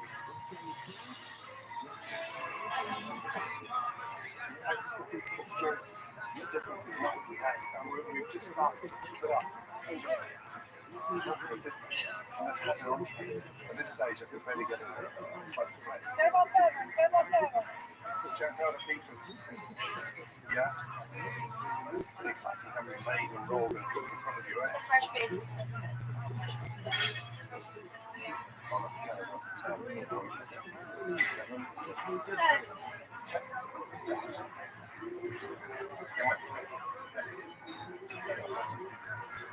The whole thing, the whole atmosphere is just, it's a few things. Well done. Sure. Okay, what is table 11 waiting on? We're waiting out 10 minutes. What do you guys want? I need somebody here. Nobody's around. They're supposed to come and run away. What's coming next, please? You have to control the situation. Okay. Just at least talk. Okay. Go outside, put the tickets and sort it out. Let's go, like a proper chef. You gotta listen to me. Over here, this one is close to the car. Yes. It's already done. Just listen to what Francesca's saying. We don't listen. We don't listen.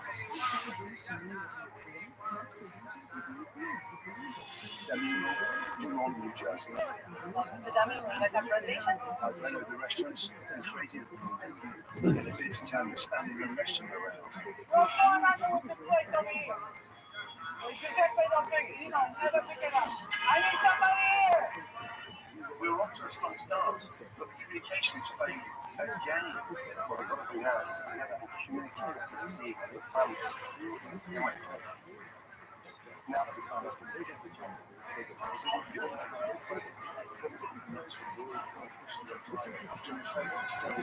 go behind the How we going back? Good? Yeah, we're ready. Okay, table 12 is ready, guys. You said that table 12? Bueno, Pepito, tell it out until you come out. Antonio really stepped up to the plate. Let me know when you guys are almost ready. Table 3. I got you. And also, Gordon taught me how to do something that never in my wildest dreams thought that I could do. How was everything? Good, good. You want any dessert to go? I could be a restaurant owner now. We're doing good. So far, we turned over a few tables. Let's keep it going. I can understand what I'm actually saying to words, not just regurgitating them. Now I know what I'm talking about.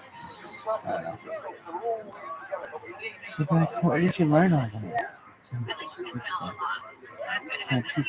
Yeah.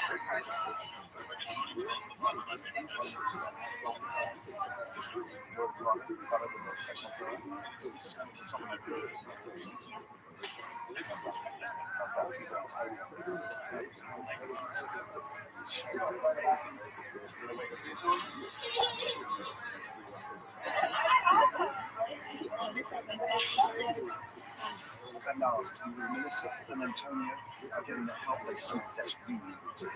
Yes, excellent. Yes, a great place there. Well done. And made a massive difference. You're aware that there's a line outside the door, so thank you. You don't need to. Stop it. Mostly, just help me out with it. Stuff. Thank you. Bye-bye. Have a good night. Daniel finally reaching his full potential. If I believe to say goodbye. I will miss you. We're ready to drop the business back. I feel validated and refreshing. What's understand? When I first met you, it's fair. The response to the parents from the community is off the charts. It saved me, my restaurant, and my family. That doesn't happen every day, and I'm ready for a little journey.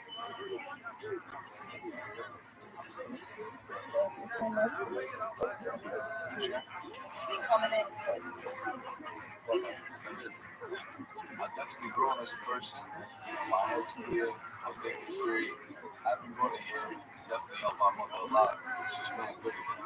It's okay. Thank you. So much. You did it, babe. Wow, what a turnaround. Also, when I first got here, I found a restaurant that's key to the known one. The confidence that they're running it. Hashtag is that. The community at the back of them. They were on the brink of closure, and Melissa and Antonio were out of their depth. But I promise you, if Antonio can use the lessons I've taught him, and his brothers commit to supporting him, then maybe Remo can turn things around and start making a profit. Three brothers. Or a threesome. 2 months later, the community retaliated at Nemo. The restaurant is busier than ever. Antonio is growing into his role as a leader, and his brothers are doing their part to bring new customers through. Giving Melissa more time to be with her younger sons. Next time on Kitchen Nightmares. You took over Juicy Rocks, everything started going down. There's some shots going, because I need a shot right now.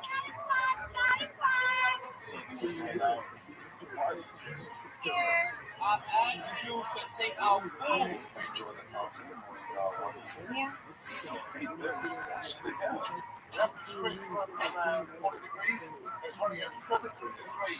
This is a joke. You two should be embarrassed.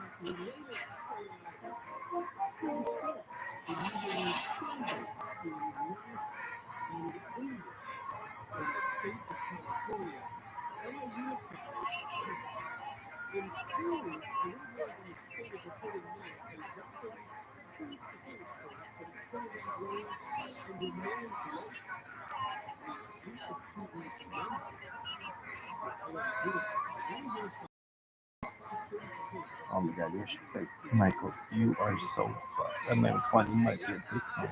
You have 2 months. You for 24 months, nothing's happened. More than 20. Not a single peep. No one likes you. It's not like you've got like 100 fucking followers. You'd be like, dude, if this were a soccer game, they could tell you to just give up sports. This is such an ass kicker. You'd be like, I know. I was talking about food that I like. Man, I fucking love food. I like beef juice. Now, what foods don't you like? I was trying to think of foods I don't like. Or maybe I just haven't had because it kind of gross me out. Like what? Chitlins? I don't even know what that is. Liver? Maybe liver and onion. Grits? I bet that would go to maple syrup. But like anything made quality, I think I would maybe enjoy. But it's like, if I've ever been to a place that had like, I don't know. I bet I'd like black eyed peas, but I don't think I've ever had them. And same with collard greens. You know, I think I might have had collard greens at points. Really, yeah. But you know what I really like is fucking spinach. What else do you like?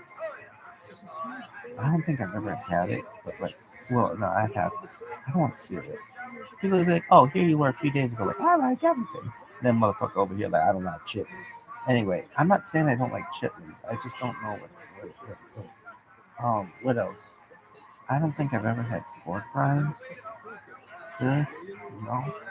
I like cheese puffs, but I've never had cheese curds. There's another. Oh, what would be big? Tater tots would be big. However, I think I've had them. It's just it's about quality. I mean, we never had that at home, but I think maybe at the university or some shit, that shit or something. I don't know. I like French fries. I'm a French fry connoisseur. Who's got the best French fries in all the restaurants? Um, Reggie, I would say we go with Arby's 45. But, but I could fucking eat. I could eat like allegedly. I'm telling you, like easily, I could eat a Pyrex full without ketchup. Easily, ketchup. Okay. And ketchup, they have this interesting ketchup. They have fancy ketchup. I don't. I still to this day, we never had a friend of our family work at McDonald's. I've known like 3 people who work at McDonald's. Uh, Caroline, well, 4 people. She's now the vice president of the university. Very big. She had a sustainable impact. I mean, all the people I know who worked at McDonald's are very successful. But that was always a joke. Like, oh, you're gonna end up working at McDonald's. It's like, those people became very successful. Maria Fatia, I don't know what she's doing now. Frank Fatia, he's like head of like something with the city of Pawnee. He's cool. Really? Yeah. I like Frank Fatia. And what about Maria Fatia? You know what? When I was talking about all the people in my class, I didn't talk about Maria Fatia. Really? Yeah, I'd be like, oh, I'm so sorry, Maria Fatia. She'd be like, why didn't you talk about me? I'd be like, honestly, we didn't go to kindergarten together. She came with Evan Elwood, which was like in 3rd grade or something like that. So, um, and they were at our school, but they were just like a grade ahead of us. Anyway, so I just remembered that. I've talked about it at other points today. So what about Maria Fatia? What do you like about Maria Fatia? Did Maria Fatia know Spanish? Not to my knowledge, I never speak Spanish. But yeah. Did Frank Fatia speak that? Not to my knowledge, I never speak Spanish. I remember Maria Fatia though. She had, her parents were older, and her dad, I think, was in a wheelchair or something, and they had an elevator in their house, which would be kind of pretty standard in a lot of houses, at least in kind of lift or something. Really? Yeah. An elevator? Yeah. And what else do you remember about Maria Fatia? I think she was maybe, I don't know if she was a cheerleader, but she hung out with Sarah Meredith, Kalen Wilson, Cheryl Shaker. Shaker? Shaker. Not Shaker, but I carpool with Shaker. Anyway, what else do you remember about her? Um, she had a great laugh. Really? Yeah. Anything else you remember about her? She's pretty good at basketball. Really? Yep. Anything else you remember about her? Um, no, I just feel badly that I didn't remember her. I remember that girl named at the startup, Jessica was her name. Really? Yeah. And Jessica was nice. I mean, she could be a total bitch too. Everybody could be. But she was cool, and I really felt bad that a friend died. We get that from her. Anything else? No, it's just like, since I didn't hire her and she'd actually been there longer than I had, or at least previously, I was less reluctant. I was more reluctant to. I mean, she was always on time. I can tell you that. Really? Yeah, she rode her bike from someplace and sometimes she'd get a donut on the way. She was really into I don't want to say really in the fitness, but she was somewhere in the fitness a little bit. The donut, I'm like, I don't know. What was that place? Granny's Donuts or some shit? Winchell's Donuts, I think. She get coffee over there sometimes. But she was there. She would ride her bike, and she'd be there very early. And do you remember anything else about her? Um, for how long did you work with her? Like, I don't know, 6 months, a year, or something like that. Anything else you remember about her? Well, the other guy was named Robert. He was cool. He did work with her. What did you like about Jessica? She and I empathized with each other just because like I would be such an asshole. But she understood him. Like, you either got him or you didn't. And that would determine whether you'd be there for a while or not. Anyway. Oh, another food. So cereal. Let's talk about that. Oh, porridge. I don't know if I've ever had porridge. I used to have oatmeal. Oatmeal would be really big. I've told the story before like a million times. And then Sally Struthers would come on TV and they'd have some kid eating nasty ass fucking mush. And it was on, I'd be watching cartoons in the morning before school, and I'd be eating my oatmeal. I used to eat oatmeal almost every day. Like cinnamon oatmeal or something like that. Apple cinnamon or something. And I'd be like eating it, and they had this fucking kid who was eating the same shit that I was. There's like a fly that would go on and go up his nose. I'd be like, oh, this is disgusting. And I just stopped eating anything that was like in a bowl in the morning. Because whenever I did, it just made me think of these fucking kids in Africa on the Sally Struthers commercial. What was that? Child Child Network or something like that. I don't know. They had some guy at the beginning who looked like fucking.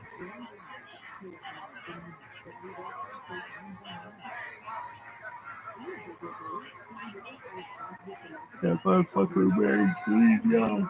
That's not him, but it's just kind of like that guy. Kind of looks like. I understand what not anyway. So then what happened? I would eat this. I ate cereal when I was a little kid. I eat light cereal, and I liked it. And like everybody was like, "Mike, you likes it?" It was like that fucking commercial. Hey, Mike, you like it? And my nickname is Mikey, so that made sense. Would you drink? I would eat it dry, but and then I would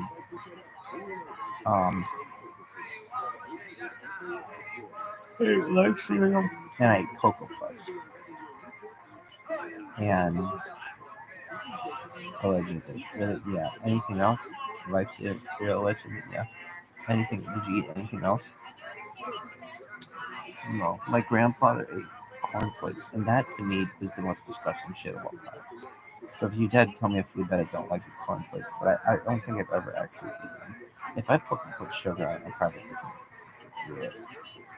But I don't know. It just always seemed disgusting to me. What else? Raisin bran would really be really big. My dad like that. Like Rabbi like that. Really, yeah. They just don't put enough raisins in the commercial. It looks like they got 2 fucking scoops in there. And you look, and people actually like do it. It'll be like no. They're like, oh, that's horseshit. Anyway, I don't know, bran and shit. That's not my thing. Really, that kind of gross to me. Cornflakes and stuff. Cornflakes. Anyway, what else did you eat? Tricks, allegedly. Kicks, but like only the berry ones. Club Card had Reese's Pop Puffs or something like that. Which was like then serious. Like they had cereals that were just like desserts that were like cookie crisp and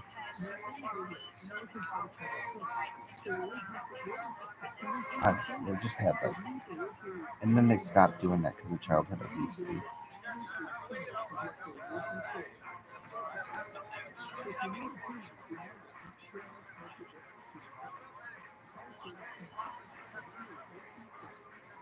What else? What else did you do?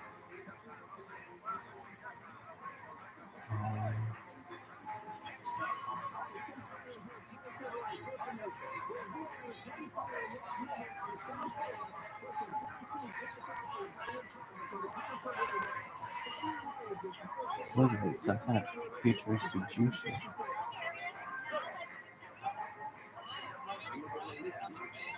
Oh, they're not going to show it anymore.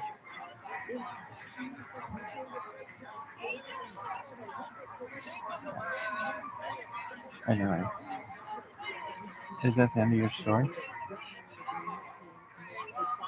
No.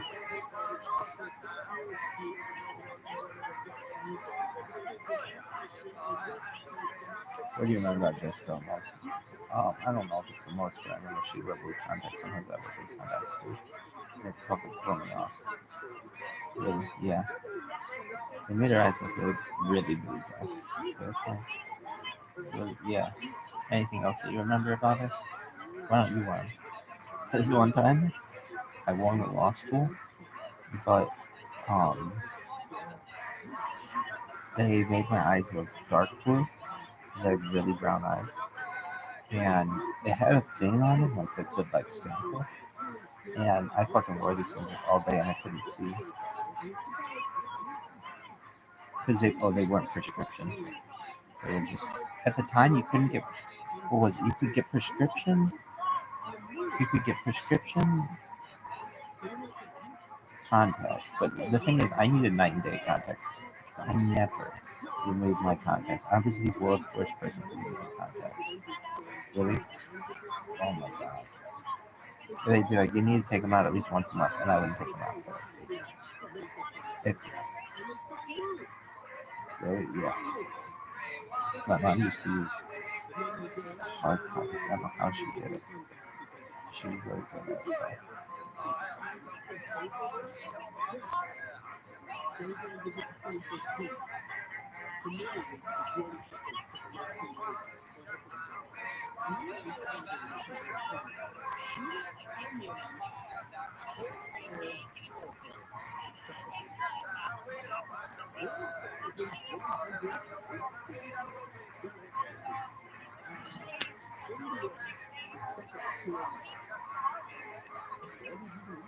What else? Who else?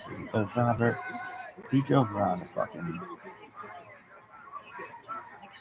a Land Rover, but it was like an old Land Rover. What would happen with these people? It'd be like they wouldn't produce for a certain couple weeks or something, and then they'd be gone, and we'd have to hire someone else. And I felt very badly for Adrian and Eric. They're always training new people. Eric put a lot of time into training Carla, and she did not. I don't want to say she didn't get it. That just wasn't a position for her. She was much better at customer service. Really. And I, to this day, am so glad that we were able to get her back.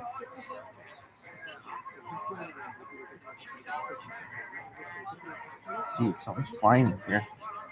I'm just like fucking sick of killing shit anymore. There was this fucking cricket that was in the sink last night. It was huge. It was like this big.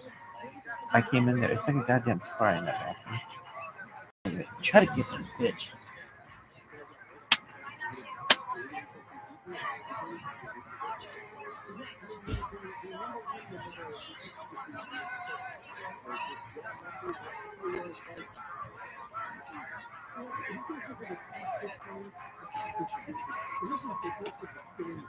How you doing?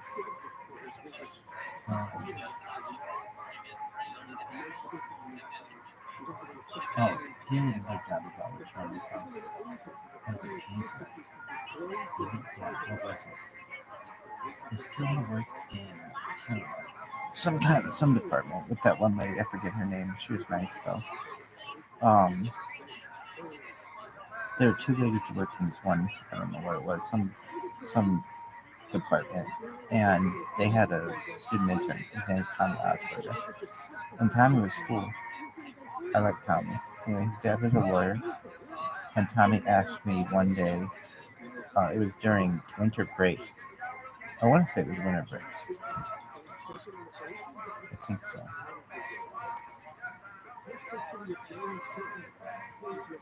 Would I be? I don't know. I don't know if it's winter break because I thought it was the summer actually. Maybe I met him over winter break or something. I don't know. Anyway, he asked me, "Hey, would you be interested in doing some painting?" I was like, "Sure, I'll fucking do anything." And he's like, "My dad will pay $10 an hour, which is a lot." And I was like, "Okay." He's like, "Well, my dad bought this piece of property on 23. You know where that is?" I'm like, "Yeah." He's like, "Okay, it's the old animal hospital." Okay. So I go there. I meet Mr. Osberger. He's really nice. He's bought all the paint. He's bought all the rollers. He's bought all the primer. He's bought everything that you need. And I'd be like, "Mr. Osberger, your fucking practice would be huge someday." But as I talk about all this stuff, I had just learned. I think that's summer, so something like that. What the cannabis was, and I fucking loved it. And I forgot from whom I got cannabis. But I would do this cannabis, and it would put me on another fucking planet. I would want to get all artsy and like really into stuff. Anyway, so the paint was cool. Anyway, I remember going into this animal hospital, former animal hospital that he was turning into a law practice, and this weird feeling came over me. Like, I remember I was in this, what was the surgery room where they put down all the animals, and I could like sense the animal death in there.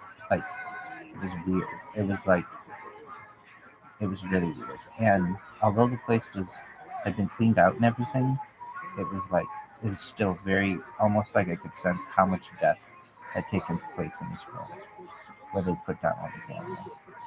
It was very, it was just like I could almost sense their souls. Like it was just this weird connection I had, and I don't normally have that kind of connection at a place. But anyway, so Mr. Osberger's like, "Okay, I'll pay you $10 an hour, and you do this. Like, okay, great. He's like, "All right, well, I'm gonna get going." I'm like, the second that this guy's like, once he's gone, I'm gonna go out back, and I didn't have anything out of which to use cannabis, so I would use all kinds of weird shit. My big thing was taking a water bottle, a fucking pen, and a socket. I would take one of my dad's old sockets, but I was too poor to like get screens. I didn't know you could buy screens. I didn't know you could buy rolling paper in places. I just didn't know that. I was very naive to it all. Anyway, and I fucking do that, and I would just be on cloud 10. And I would do it behind this like dumpster that they had back there, and I would just like off the walls. Because when you haven't done it and then you start to do it, it's like you get super. You're like, "Oh, fucking Pluto." Anyway, so I remember, like I he told me like, "Okay, so here's what you do. You have to tape off all the spots, and then you put down primer, and then you put down paint." Well, on a couple of walls, I would forget to put down primer because I'd be so excited to get the painting done, and he'd be like, "Wow, you really moved quickly in this room. Like, did you put down primer?" I'm like, "Oh yeah, I put down primer." Like, "You sure?" I'm like, "Oh yeah, no problem." Anyway, so it was getting to the point where I wasn't the only person he had working there at a certain point. Why? Because um, I remember I did the big room, and then I did the kitchen. I did some other area. It wasn't a kitchen. It was a kitchen, but they moved, changed it. It was like a lab room or something. They changed it into like maybe a kitchen or something. I don't know. And then Tommy was going to do some with his friend, and his sister was going to be doing it. So I couldn't always do cannabis there. But man, when I did, holy fuck. It was it was wild. I remember just looking at the stars, just being like, wow, we are all like on this fucking planet. Like, here I am on fucking 23. Yeah, what's 23? It's known as Southern Highway or something, Southern Avenue. Southern Avenue. Anyway, it's at the corner of 23 and Iron, which is like a major fucking intersection. 23 and Iron is like a giant. That's where Martin's is. That's where the first Starbucks in town was. Really, yeah, it was giant. They didn't have a Starbucks, like an outdoor Starbucks. Where was the first Starbucks that they had in town? 'Cause I remember my cousin Kelly. She always knew about cooler stuff than we did. She's from Chicago, so they always had cooler stuff. Like, what they have? Like, we go to Boya Jeans with her allegedly. Really? I don't think it's. I don't think they did anything there because my mom didn't let me have coffee. But we go there. Like, that was at the mall. That was at, and then they had like Cinnabon. My cousin's like, you know what Cinnabon? Like, no, sorry, we don't have fucking. What was it called? There were two major malls that I remember that they to which they go. Journey Mills was one of them, but that was like a just a huge mall by. What would they call it? We'd always call it Six Flags. They always call it Great America. Or Great America. Have you ever been to Great America? Yeah. What is Great America? It's a Six Flags. It's just like, what's the one here? What the hell is the one here called? I used to drive there all the time to get fucking Sunkist. Six Flags. Whatever. I don't know. I can't think of it. Six Flags would be huge. That guy who does it da da da da da da da da da da da da da na na na na na na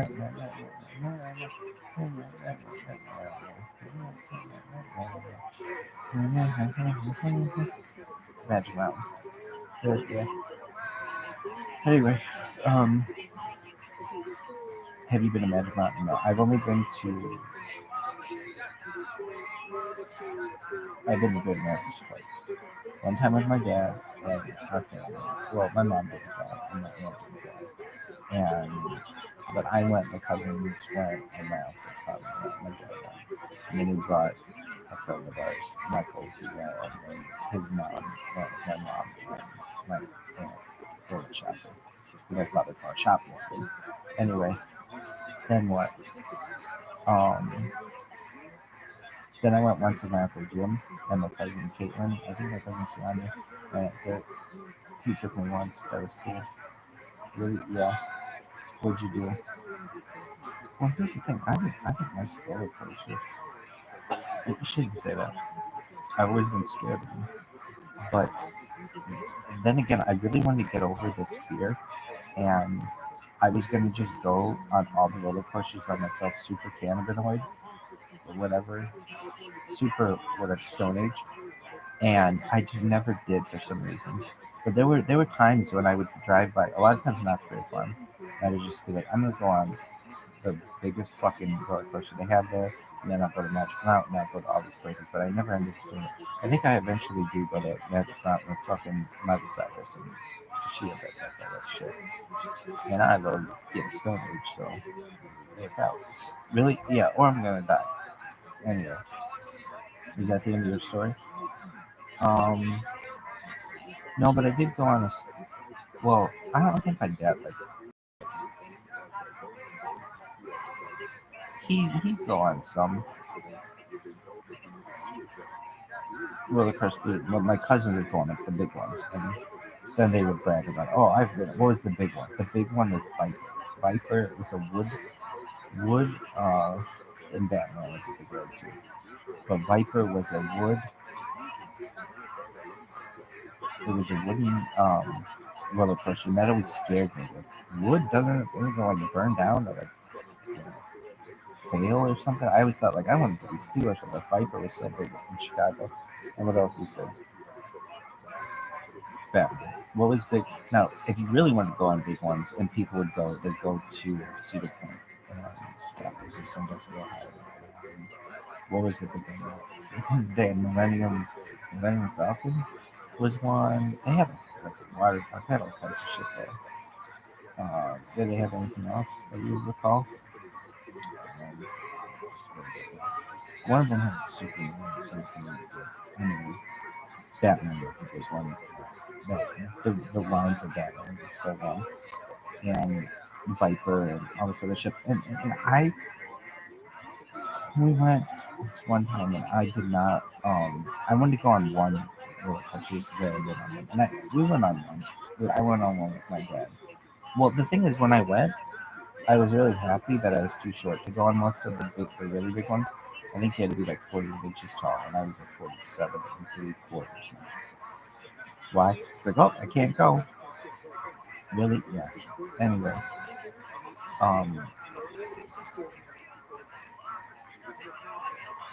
why? Because I was afraid. I thought like all kinds of people died and stuff. You'd hear about one person dying on a fucking roller coaster. Like, oh my god, not knowing that like it's way more dangerous to be in a car. Well, and I shouldn't say that. I got caught on a roller coaster once. So this is justified.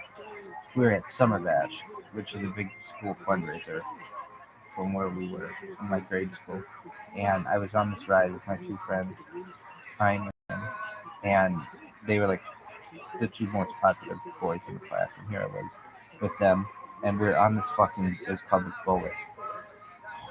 I fucking back in. Anyway, we're on the Bullet, and it would be this thing where it was like, how do I describe it? It was like it would go like this.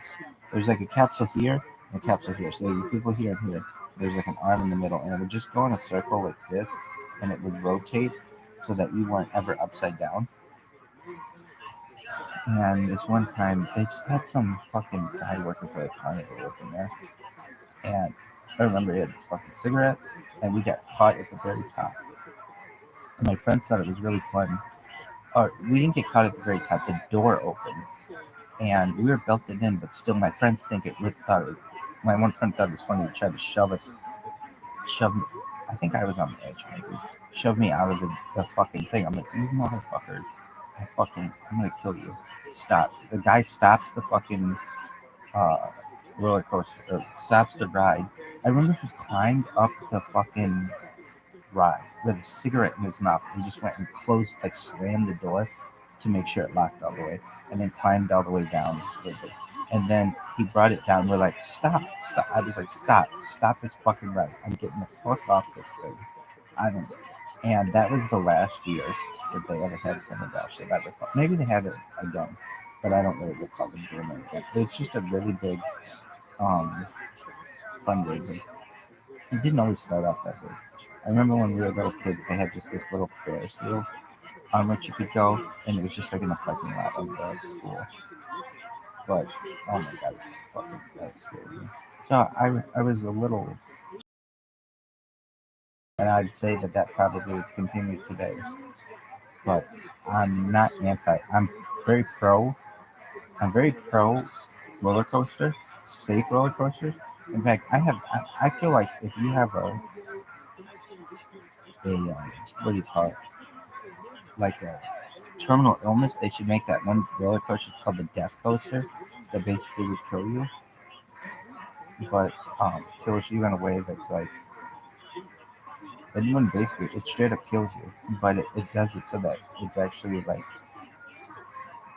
it's a pretty quick death and it's really exciting to die the way that you're gonna die, and then it gets like one big loop and then another loop and another loop and like the G forces kill you or something like that.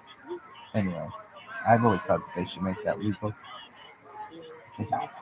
Anyway, for like people with terminal illnesses and off the battlefield shit. Anyway, is that the end of your story?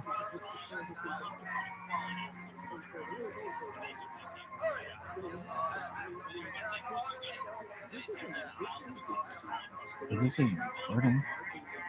Anyway, what's the dude? There's another thing flying in there.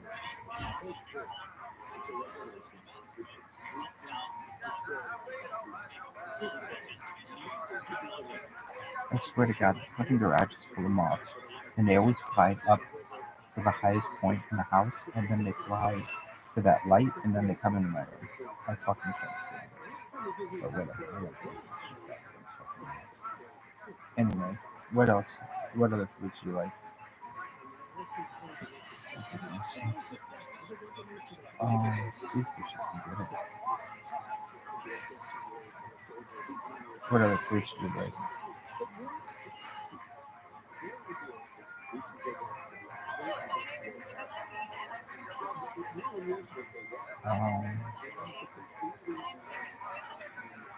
What other fruits do you like? Well, I don't really like a lot of foods. I like donuts, donut holes, brownie, cookie. I like all desserts basically. Creme brulee, whipped cream, sundaes, ice cream. You know what? I've never had. I don't think it's gelato. If I had gelato, I've had gelato. I always get gelato confused with what's that fucking cold soup. I would say that cold soups were never my thing because I've never had them. So I've always been kind of anti cold soup. But what the hell is that shit called? Gazpacho. Gazpacho. I've never had gazpacho, but I bet I'd like it. I like soups a lot. What kind of soups don't you like? I've never had clam chowder, and I don't fucking love it. Lobster bisque. Um, what what what haven't you ever had? I don't recall ever having mussels. I think I've ever had scallops, maybe in something, but I don't think I've had anyway. Clams, have you ever had clams? Oysters? No, I've worked at an oyster bar. Oysters aquaphor would be really good. Have you ever had clams? No.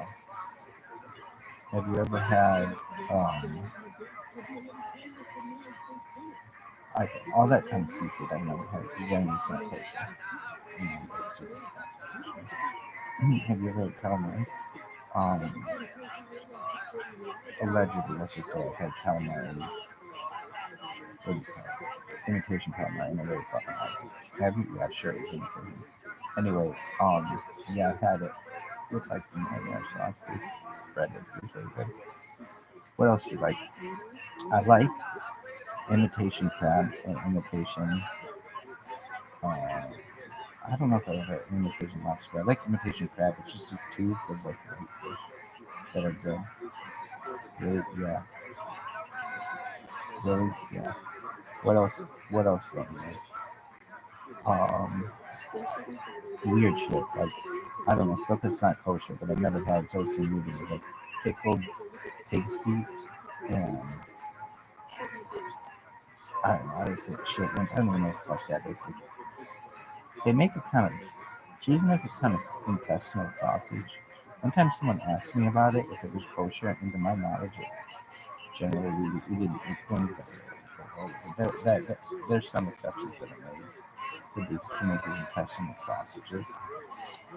Anyway, what else do you like? What else do you like?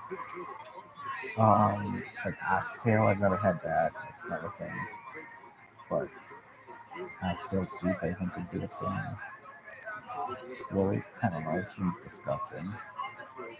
What else? Gizzards. I don't know what the fucking gizzard is, but I think it's like bird or something that's not my thing. What else don't you like? What else don't you like?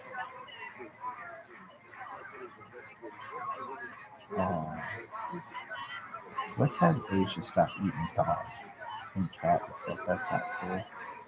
What do you eat? Dogs are nice. They can be fun. Don't use dogs. Have you ever had dogs? Fuck them. I couldn't use dogs. What other things do you like? What's a fruit you don't like?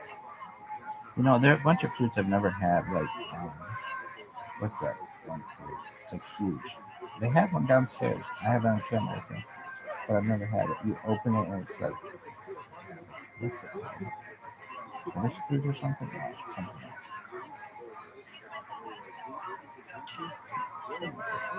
If you eat it, it looks like bananas inside. I like bananas. I like lady fingers. I fucking love eclairs.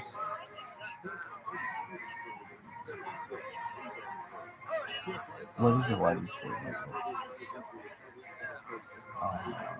Jackfruit. Why did you think of it? Of course, it's like jackfruit. Have you ever had a horse? As far as kosher?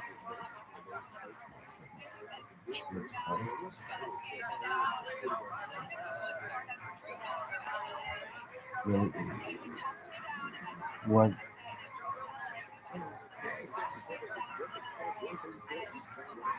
Okay, is that the end of your story about painting? Oh, yeah, so, I mean, it was just wild to me to just stare at the stars, and I really got into Candleers. Not that time, but like, I would just be like, blowing out of my fucking mind. Like, I couldn't even function. Anyway,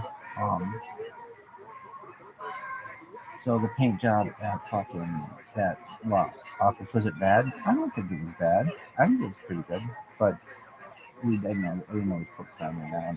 And did you get paid? Yeah, $10 an hour. So I'd work for 8 hours a day at the university, and then I'd work another like 6 hours a night. I was working a lot that summer. Is that the end of your story? What else happened to you? Crickets? That's fucking not bullshit. There's this big ass cricket. It was like this fucking big in the sink yesterday. I played that bad one with a safari. You never know what you're gonna see. There's spiders. I've seen huge ass spiders in there. Crickets. We always have silverfish in there. There's always like flies in there. Moths in there. That thing is wild. Anyway, is that the end of your story? No, but then I heard a cricket downstairs in the house or something. And there's a cricket in the house. Oh my god, it can get so fucking annoying. Really? Why? Is it just like, it's like a mating call. You know what they don't have here are fireflies. I miss fireflies. I get some fireflies all city. Anyway, I haven't had like weird shit that's not kosher. Like armadillo. And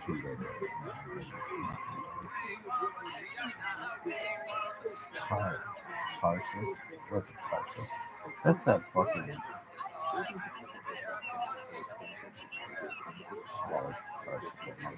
that's a city.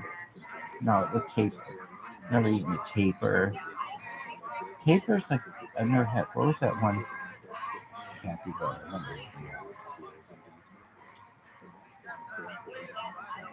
It's like I've never had one. Fucking giraffe is kosher, which is really expensive, but I think eating giraffe is just not Rothschild giraffe. Mandy a giraffe, not the big color. Is it not?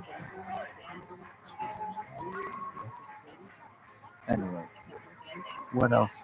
What else have you don't like? Conflicts and shit. That's disgusting. Right? Yeah. Anyway, so I'm sure that'd be good. So there are some. What do you like? I don't know. Dippin' Dots, if that's kosher, is it? Ice cream in the future. I think that's tight. Lemon ice. I really like lemon ice. Lemon freezes, sorbets and shit.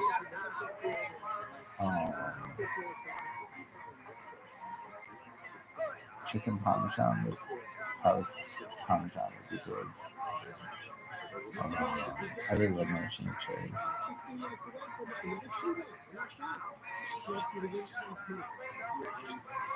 I like chocolate.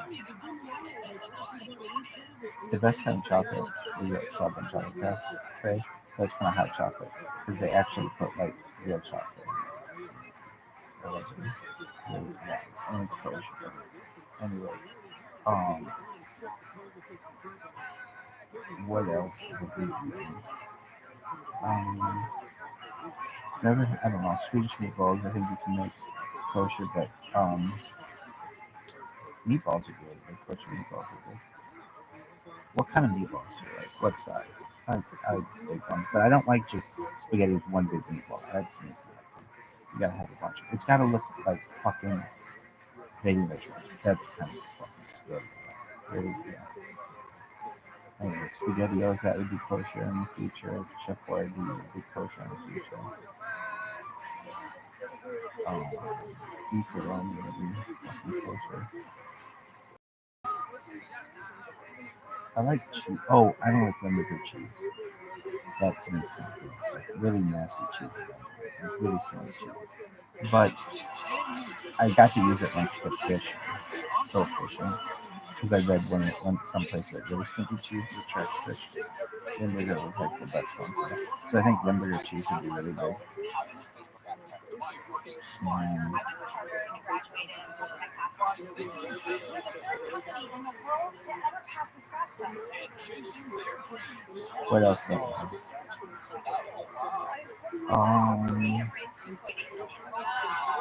I don't know. I know my dad had it, but I'm sure I'd like swordfish and stuff. He would say it tastes like steak. Do you like salmon? I remember the first place I had salmon. Was, yeah, virtually, allegedly, a few years before I had this, I had that. Allegedly. Anyway. Do you like salmon? Yeah. Salmon would be like lobster in the future. Yeah. And I'm Carolyn Schuthel from Coeur d'Alene, Idaho, and these are our spokesmooches. Coeur d'Alene, Idaho would be huge. We're looking for This bitch would be good. Yeah, $100,000 bitch would for be 10% good. of the super. I find this bitch. We are revolutionizing the way pets shop. As dog owners, we love to take our dogs everywhere with us. But having your dog sit in your lap, loose in the backseat, That's or in an dangerous. unsecure carrier or crate can be dangerous in an accident. Right, yeah. In this crash test, I remember one these time are products that have failed I was driving on with the Lucky market and for I crash simulation. slammed on the brakes and he went right up against the fucking dashboard. And after that, and he would always climb into my arms and grab, which I didn't mind too much. It was probably pretty dangerous. But then he did the same thing with my dad. My dad, he loved to sit on someone's lap. Oh, that's cute.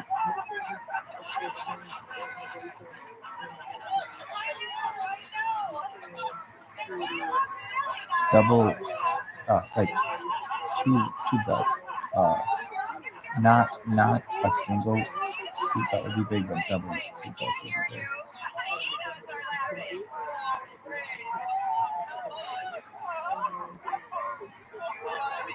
I know it looks silly, guys, but trust us, the Rocketeer Pack is the only way to go. We're going to let you lay demonstrate how it works. Yes. What else? What did you guys do? We didn't have that. But we had this thing. There's like a crate that you put in the car. It was like a soft crate. And then you put a leash around their collar. So at least it stopped them from forward momentum, but it wasn't perfect. Or we would use it on harness. How could it possibly be happy like that? What's the alternative? What are you talking about? You adjust the straps and you're in. So you guys are probably thinking, why is he suspended a couple inches? You don't want to. Ideal positioning to protect the spine. My mom was always worried with the dog in the car with the window open, because my mom's friend had a dog once that jumped out of the window when that happened, and the dog died. Passing with perfect scores. But that's not all. The Rocketeer Pack comes with front and That's back cute. adjustments. So when you reach your destination, you and your food can navigate those busy streets together. It's like a baby carrier. That's a great idea. There must be other products that do this, right? No, this is one of the main pack. Nobody knows this. I've seen people strapping on dogs with legs. Oh yeah, they do, but they're not crash tests and they're not safety approved. How much does it cost? It costs $160. That's not bad. That's not bad for a dog. It costs $36 to make. Oh, that's a huge margin. So what are your sales? Right now our sales is $180,000 and we just launched it in November. Where are you selling them? We're selling only on our website. So how are you driving traffic? Alright, was that the end of your story? How did you come up with this? You told a story I about actually painting. developed this in orchid utility patent on it. The reason why I started this is because I have a dog who has hip and knee injuries, so I wanted to be able Alright, to you're travel fine. with Go him fuck safely. yourself. And I couldn't find anything on the market. I actually licensed the Rocketeer Pack off of her. I really believe in her product. How much money did you put into Carol? Altogether, I put in $200,000. We went into crash tests and production, so here we have $200,000 worth of inventory. Who does the day in, day out running of the business? I do. What does Carolyn do? She does all the fulfillment in her garage. Really and truly. Do you know what the data is in terms of number of dogs that have car accidents? I don't know that number. I do know that in the United Kingdom, if you are in an accident and your dog is unsecured, it voids your auto insurance. So they are actually putting those laws into place. Do you sell these in the UK? Yes, we do. We sell in 40 different countries. You sell one in each country. Cute. You haven't sold that. I love that. You're so cute. We're the third company in the world to ever pass this crash test. No other company. This is an $80 billion industry, guys. I have twins of mine, and my life right now is about simplifying. Like anything that takes time, put in, click in, I don't want anything to do with it. There's no way. You do that for your children. I do. Listen, what makes the difference from your children from your dogs? There's no way in the world I would do this. It just takes too long. I think that It would save me time. yeah. So I do And have it would save me time. I would. I think it's too early for me. To me, it's not an estimate. It certainly isn't worth $100. No, enough. I love products that make our loved ones safer. The problem for me, I think that this looks complicated. I think that you need to go back to the drawing board and make it simpler to use because it's just not ready yet right now. Following Jules, I love writing down and protecting and I didn't even think about the dangers that I could say of the impact. So that's what I love about tuning into the show. I learn the most people like you, and myself, and the public about what's going on. But right now, it seems like everybody's figured out this product. Just yet, I think people are going to figure it out, but I think it's just a little too early. So, I can tell you where your challenge is going to be. Your marketing isn't good because you're not really even addressing what the problem is. That's why I asked the question of how many dogs die in car accidents because you haven't done anything that makes you real. There isn't any statistics on that. We have searched everywhere for those statistics. Right? The point is, you're selling cute. You should be selling against fear. And I think you really have to take your marketing to the next level before I could even consider it. So for those reasons, I feel so much behind. thank you. Well, Josh, congrats on your success. Thank you. I am really disappointed that we didn't get a deal today. The Sharks gave us some really good advice in there. They encouraged us to just work harder and just get our stuff in order, and we're going to do it. We're going to kill it. Okay? you're going to stick out here from season 8. Since the Air got Shark Tank, we've done over $15 million in sales. We've launched a whole lot of eco-friendly products. We now have the biggest ambassador program in the world. And we've been able to donate over $100,000 to various nonprofits who specialize in marine conservation. So thank you for everything.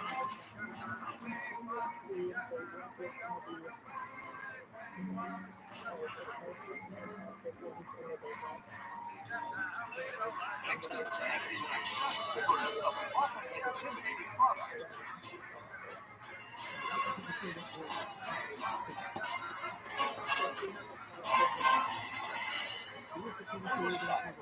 My name is Rabbi, and I'm the founder of Igers Wines.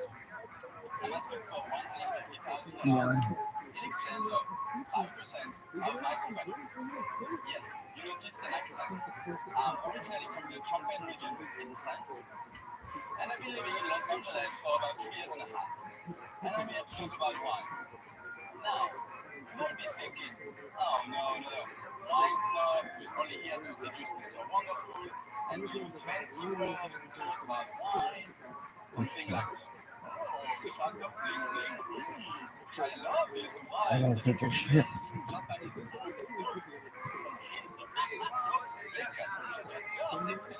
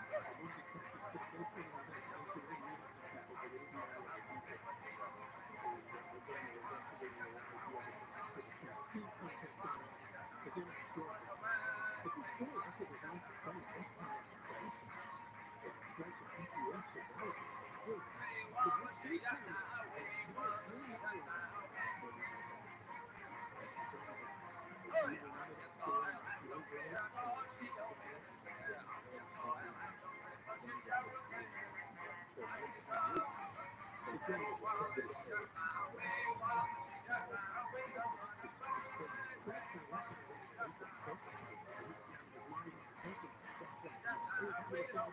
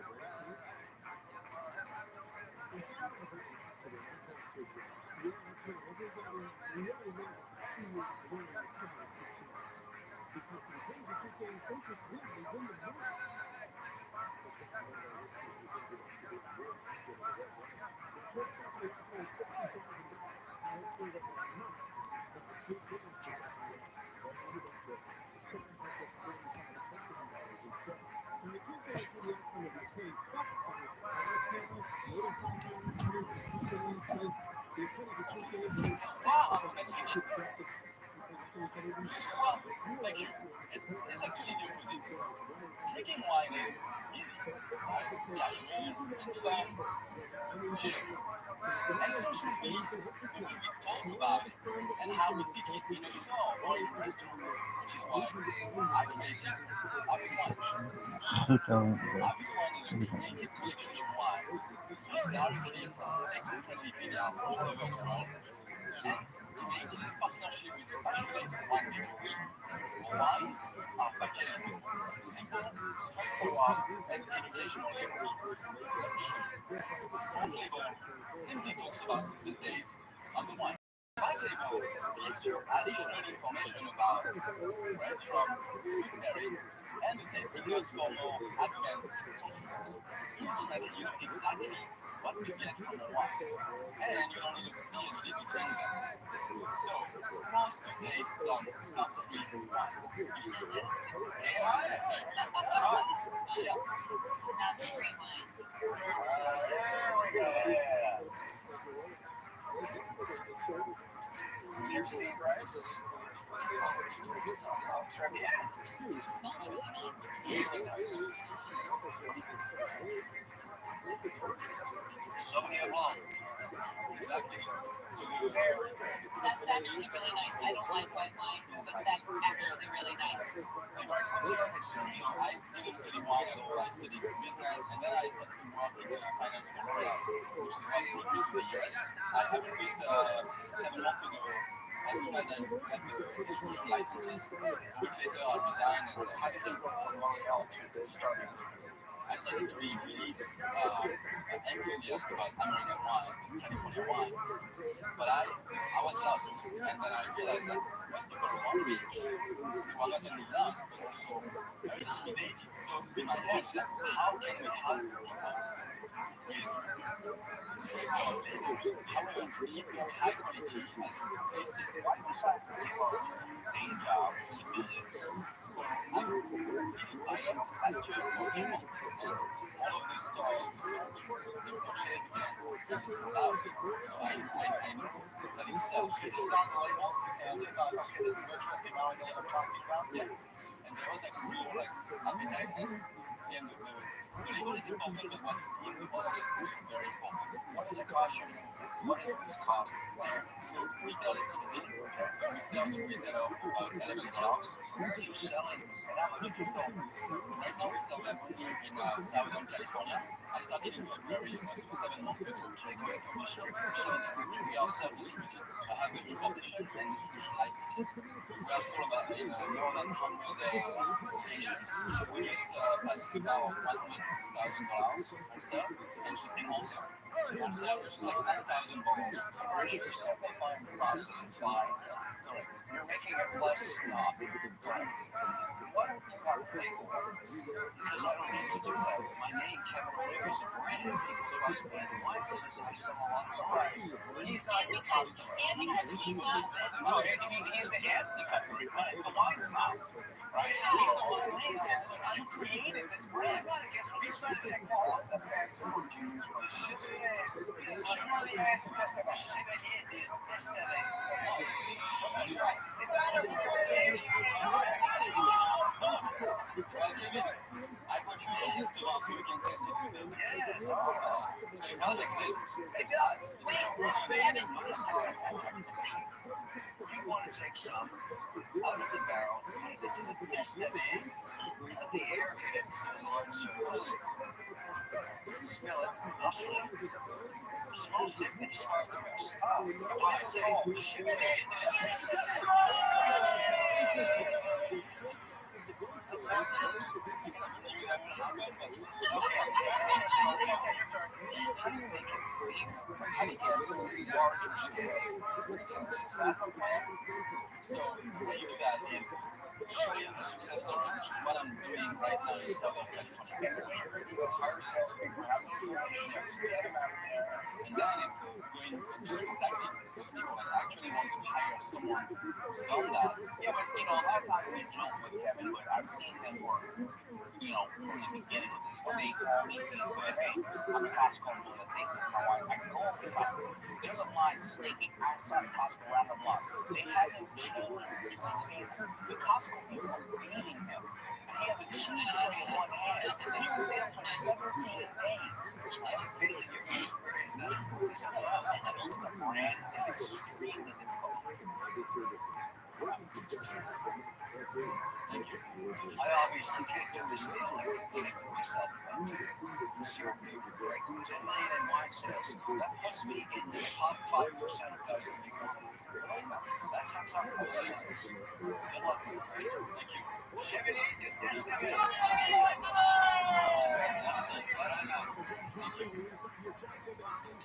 I have a rule. I do not invest in any Shark Tank companies that bring out of money. For that reason, I'm not using it.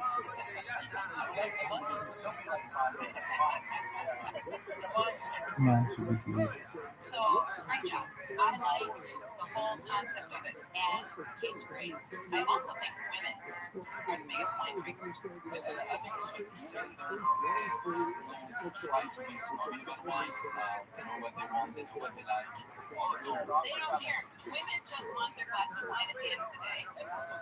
And they want something good. So, I'm going to hit off.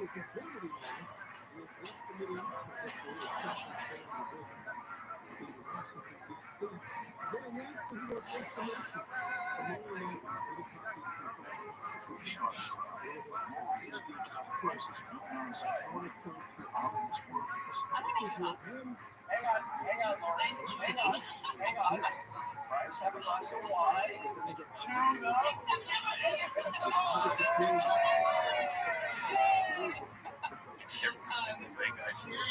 Just starting, right? So I'm willing to take the journey with you. I arrived first. I arrived first day. But I'm going to ask I sit in the makeup chair, they put makeup on, and they give me literally 60 seconds. George and Michael own this bar, they're ready to kill each other, they've lost their house, their mountains, their car, they're in debt 400,000, they're losing 10,000 a month, and they're making 2 more months. That's all I know. And then go in and do recon. I don't know what's going to happen. You know I have an army of women that are I look at what's in the area, I look at the demographics, I look at the right then. How real are the puppies at 20%. Valuation of those that I raised.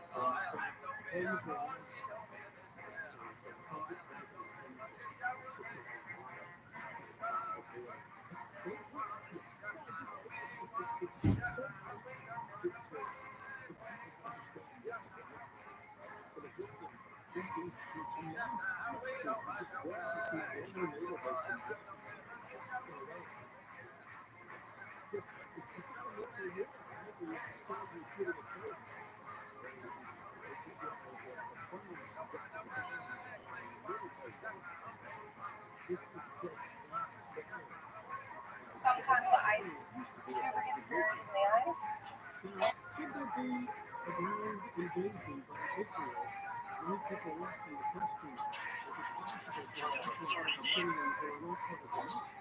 I'm saying, I'm tall. Ron's buying loyalty and protecting his staff. This caused him to overlook. Thousands of bars have closed already, and more are going to close. Americans built on small businesses. I want to fight to keep as many bars open as I possibly can. So now, John's not only rescuing struggling business.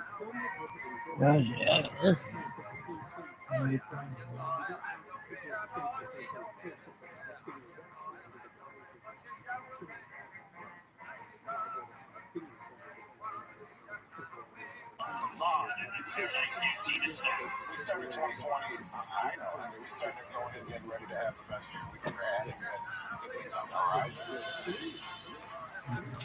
However, when the COVID-19 pandemic hit Las Vegas, Ron's hope for a successful year quickly evaporated. We're getting ready to expand, open up 2 more locations in this area. I mean, you talk about from a high to a low, extremely quick. Without question, Ron put the needs of the staff and the bar before himself. Until we shut down, the next day he was texting me, listen, we'll get through it. We got a job to come back to and do whatever it takes to keep this place open and keep you guys warm. And now, Ron is in over $750,000 in debt and lost his life savings. I'm not so much that I don't even have I think I lost over $1 million this year. I mean, I don't even know. Literally, actually, I'm staying in a hotel right now. Last 6 weeks. Ron's blind loyalty in protecting his staff has caused him to overlook what's going on behind the bar. Yeah, if somebody wants to buy us a shot, something like that, yeah, we're allowed to do a shot.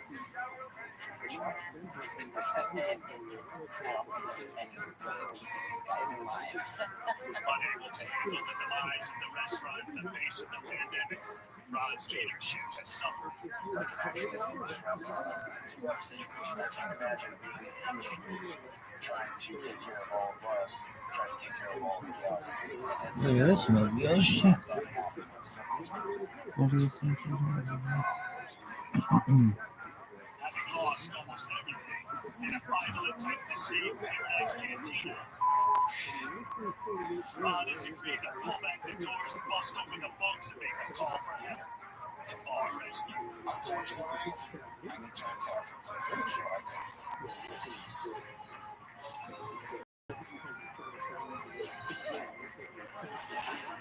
I'm going to a place called Paradise Outside, I love this human consciousness. just a mile and a half east of the Las Vegas Strip and right next door to UNLV. This bar is really unique. It's a hotspot for hospitality workers who never see most of it. College kids next door. And tourists are here for party parties and for a night out on the town. There's also a place where the essential workers like to come and get off their shifts. This bar is the quintessential local spot, and I need to find out if they're suffering because of the pandemic or because of the choices management. Tell me I will. For the bar, John brings in skilled mixologist Derek Turner. For the kitchen, John brings in Anthony Lewis, a 3-time James Beard nominee. Paradise Cantina. This bar is owned by a guy Ron won this bar 2 years ago, and after he won, he's lost More time on, man. and now the pandemic is starting to open up a little, so there's a chance for this poor guy to make money and come out of this. The problem is he's blaming his failure on the pandemic, and his revenues were down 35% before the pandemic. So let's call him out on the free NBC. I don't want this guy to have a free ride and blame all of this on the pandemic. John's experts enter Paradise Cantina, a 2,000 square foot space with a U-shaped bar and a pass-through window to a kitchen in the back. Stakes are higher than they've ever been. So I've asked my team to create an enhanced command center with video monitors and screens everywhere, so I can see much more than I did in my SUV. I can't miss anything that might be the reason for their failure. The fact of the matter is, I have very little time, and they don't have another chance. It's amazing. I can see more of you than I can see myself.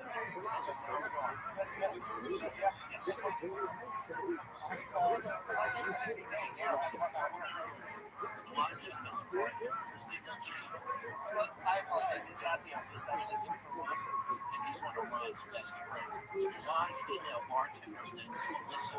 She's been here for a couple of years. The male behind the bar with the dark hair, his name is Jared. He's a bartender.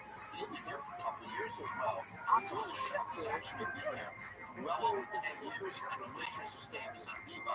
She's been here for a couple years as well, and she's now training people.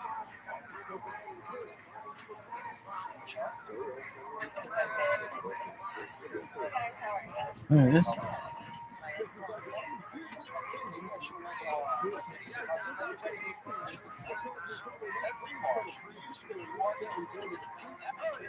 We actually have our margaritas on here. This year it's all bottles and cans. We don't have any draft. I'm feeling a little paradise. How about a mojito?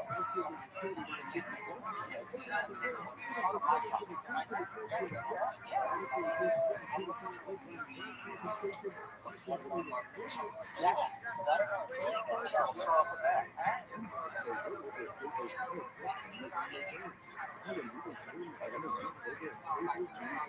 Oh, sorry, no, no. Oh, okay. It's Robert. Of course, less alcohol. Gives you 35%, right? What? That's not a first. So Ron knows it's a problem. He's letting it happen.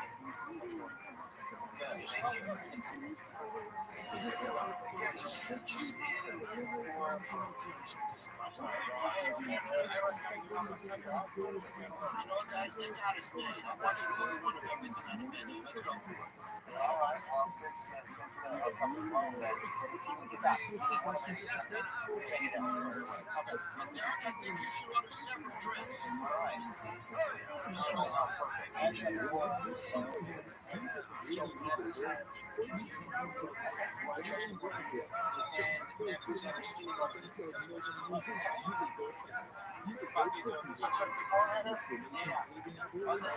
Yes.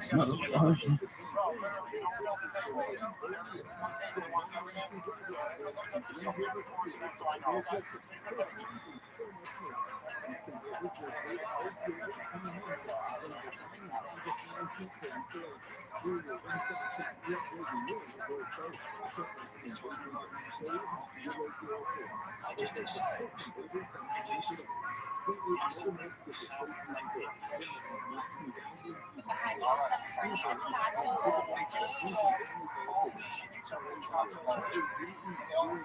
This is the El Dorado margarita. This should be a classic margarita, and I'm not sure what this is. Do they taste the same? They taste terrible. Okay. The next lesson is like it's very highly consistent. There's no variation in cocktail, little cocktail you guys do.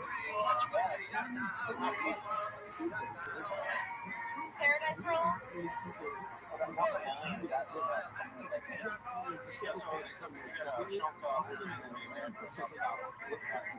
So it's not homemade. See how it looks a little dark? It's just, I think I'll make fun. No flavor, some people are textures. Yeah, I've seen everything I need to see. This is filled with excuses. I want to call him out and to spit myself.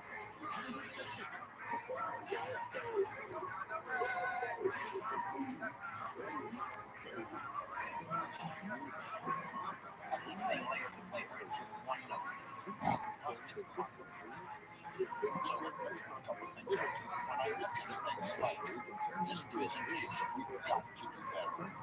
You've got to do better. I'm going to go surrounding. So if you don't want to do guys, what do you do? Well, you talk to Ryan from them. So I'm asking you a question, so you don't have to. Half a census, guys, and that's the night thing. I'm going to buy that.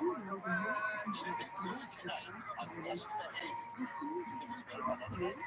You want to twice the course of the show. That's your point. So are they drinking? Are they getting measures? The alcohol.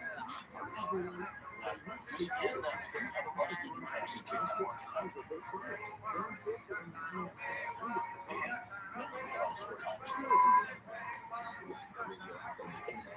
And I just want to be straight with you. sometimes, you know, you treat them like family, but there is something that should be concerned about doing. I mean, try to live it up to what they are. If they're broken the right thing, you step up for them. Now's the time for them to step up for you. Fair? So what are you doing? I want you to tell them what I told you.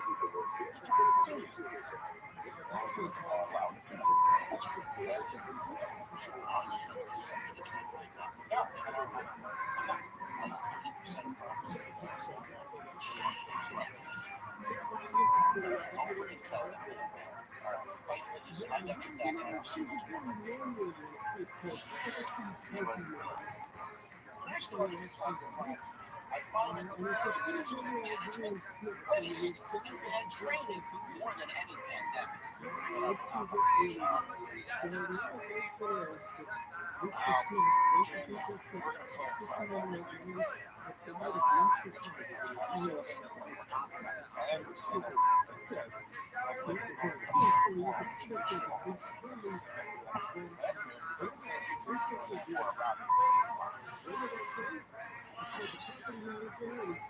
What's going to happen?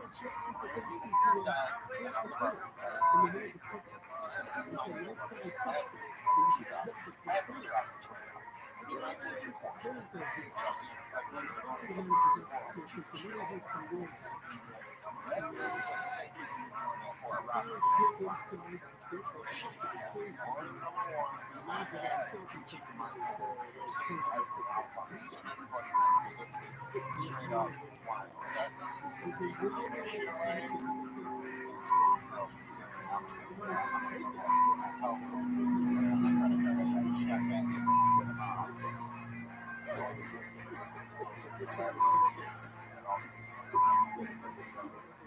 Well, basically, one thing we get at least admit is the consistency.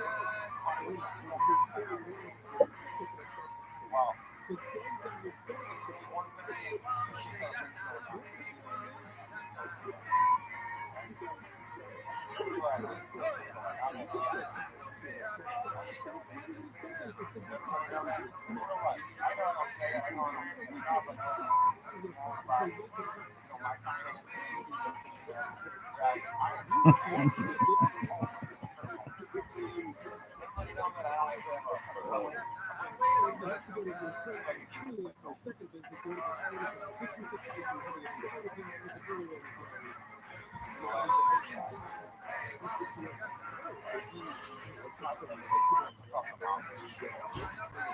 What Ronnie said was accurate about consistency being off. I definitely don't think we are failing. There should be a shift in priorities and what we take more seriously, but definitely not failure though.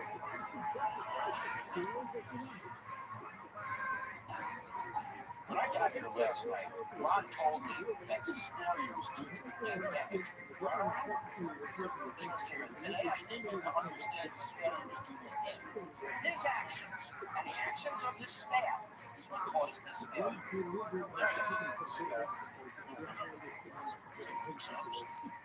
Nobody thought we could come in. I could just see everything about it. That's not.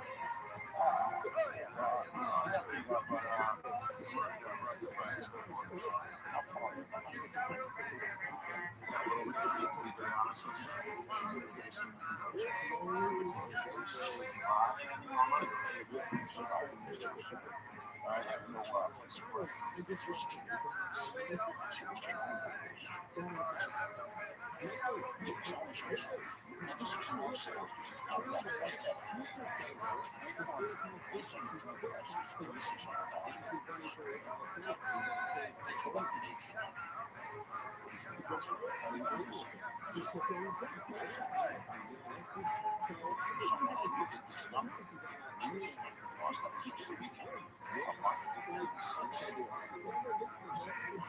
Jesus Christ, this straight from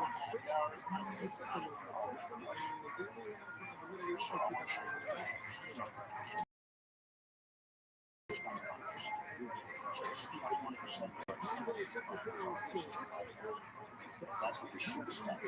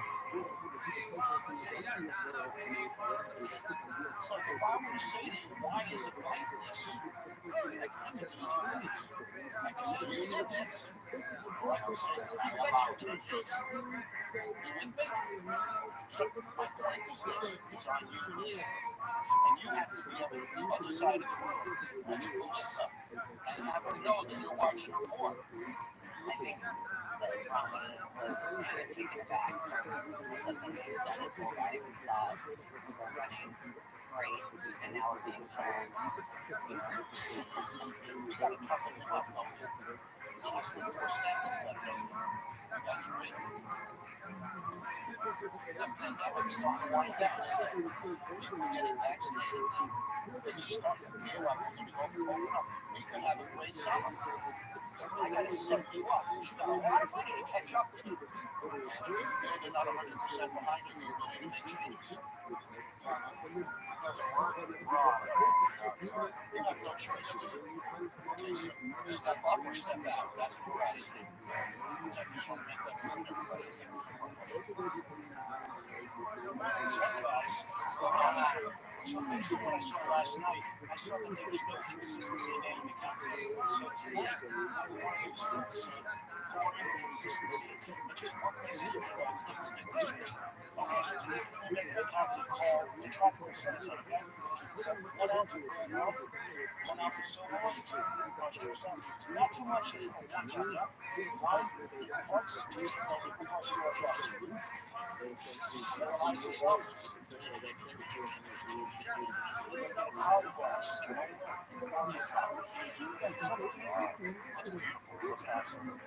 It's color, it's presentation, it's who we know what's that, it's cool. I want to tell Jay, Melissa, and you get back to the head-to-head competition. That's what I'm telling you.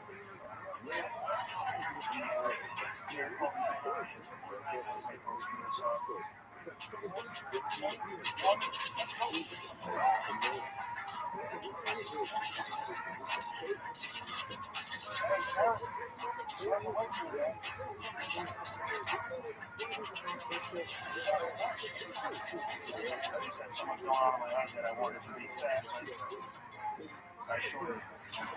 So John is fast, progress is inconsistent. If you make this job, you can go into residence. Yeah, something I said.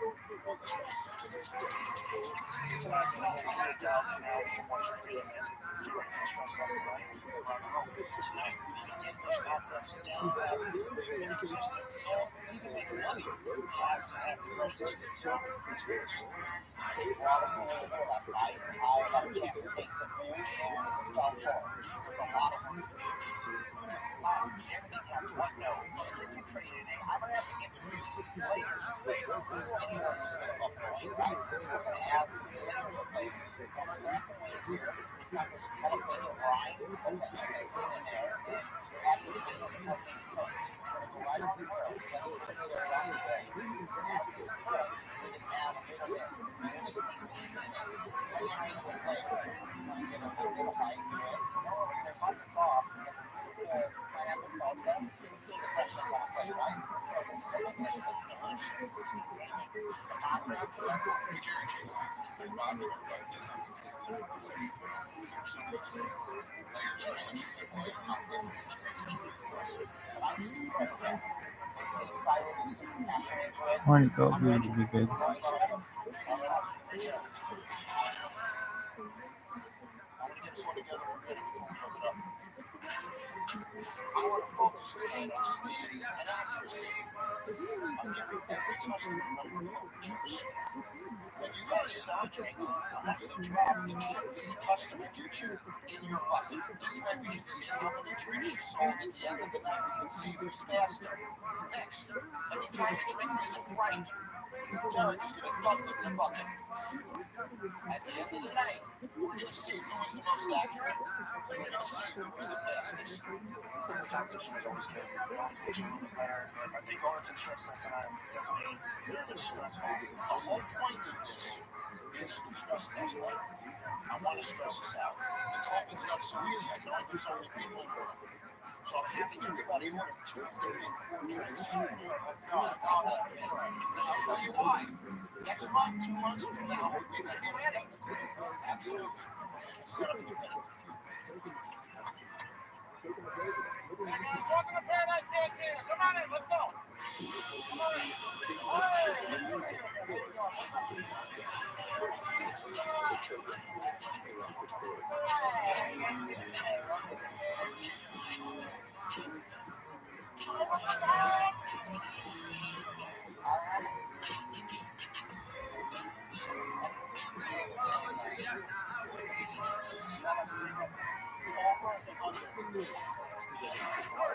Get that in. Right back, okay?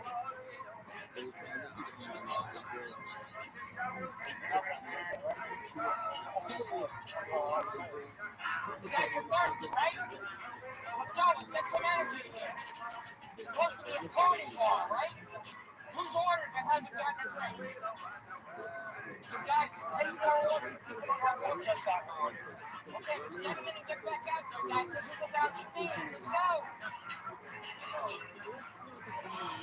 All right, so guys, we're having the weeds. We're hanging in there, the weeds. So I'm about to get the point out. The weeds are taking longer. And so is that what I'm issues with that? Trying to work these. So partial orders went, but no weeds have gone out with any of them. Everyone's trying to put a code out. You can't get those with it. So you see what I'm telling you, you know exactly what you're doing. This is right. It's so good money, right? So have the others. And we actually just got that car right now. This is not to run another stuff. It's all in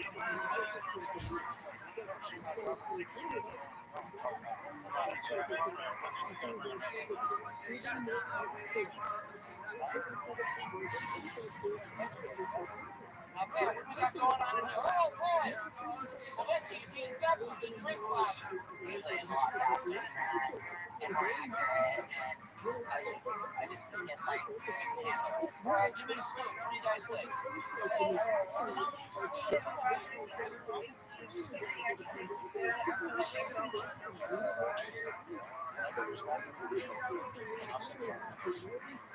We got more chicken going out.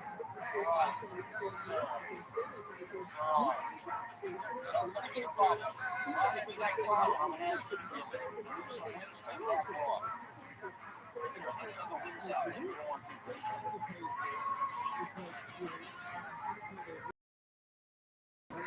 Ronnie, we got a problem. I'm going to ask you to give it. So we're going to straight back off. Any other wings out there you don't want people eating. I'm not sure from the kitchen. Half orders going out today. We'll see half people get it, half people don't. A lot of the food is cold because it sits up there too long waiting for the rest of the food. Obviously, we didn't cook things for the weeks. We have big issues in the kitchen to get things off. Jerry was strong behind the bar. Melissa was not. I've seen what I need to see. Now I need to close this place. Folks, I thank everybody for coming. We've seen what we need to see tonight. We know what we need to work on. But I think you guys can probably tell us what we need to work on too. We're going to shut down so we can go to work remodeling this place. Hey, our bartenders were not particularly fast, and Melissa was totally ignorant. So I'm just going to go back inside, have a staff meeting. I want to see exactly how much we wasted compared to how much we sold. I have a special surprise for guest employee of the night. I'm going to have them do something that nobody gets to do. Okay, so how many glasses of ice do we have over there? We have 5, so okay, Jerry's got about 24, 25.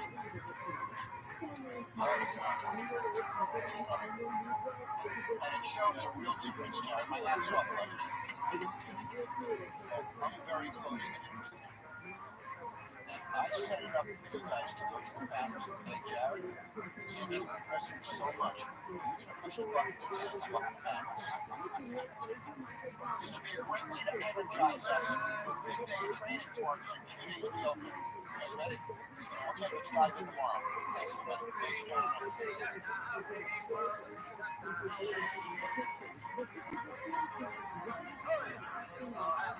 very much.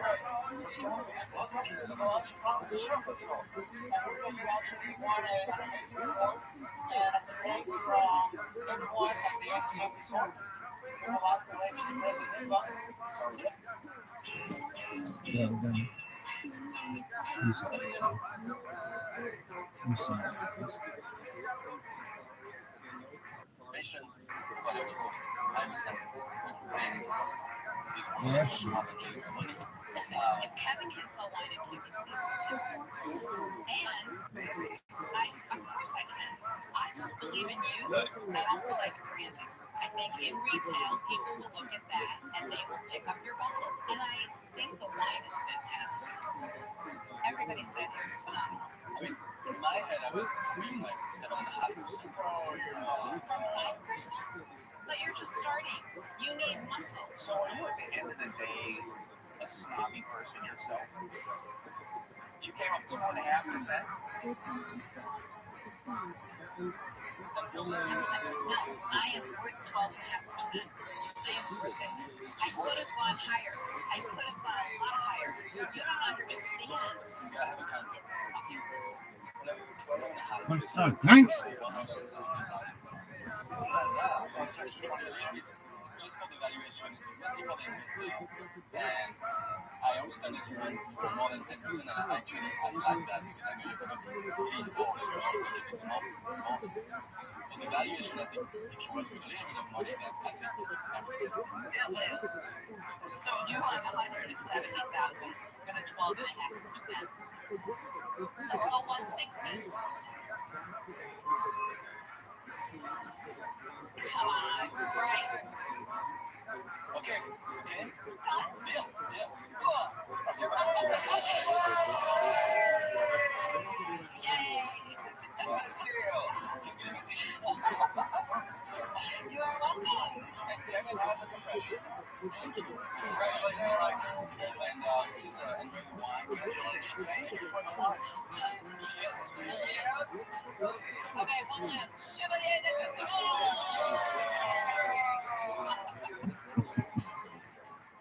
That's ridiculous.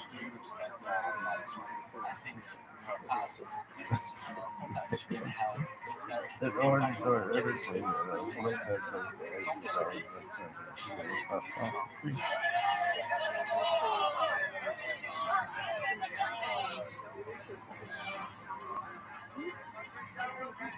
Season 9, Andrea and Marquez Fernandez struck a deal with Robert Cornwell and Protein Donut Company in Doha. You got a deal? Yeah! I'm seeing they're up to now. Today we're at the Olympia Fitness and Performance Expo in Las Vegas. When people see our booth and they learn that we're selling donuts, protein donuts, they go crazy. And the new flavors that we're getting ready to launch, We've used Barbara's investment to create our brand new cake gluten-free donut. Barbara had the idea to host a focus group and help us move forward in rolling out these new products. I want to tell you what your job here is today. Tell your listeners.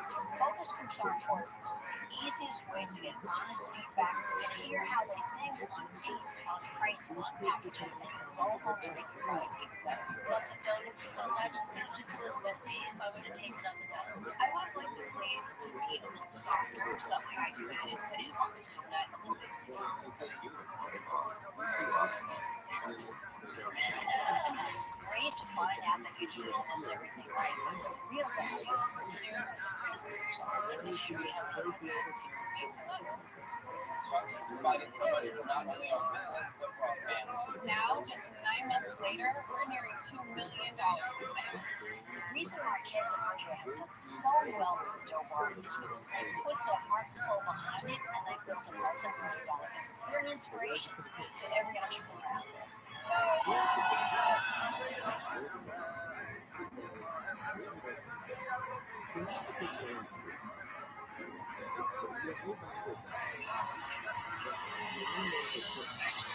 Is a solution to a common cooking issue.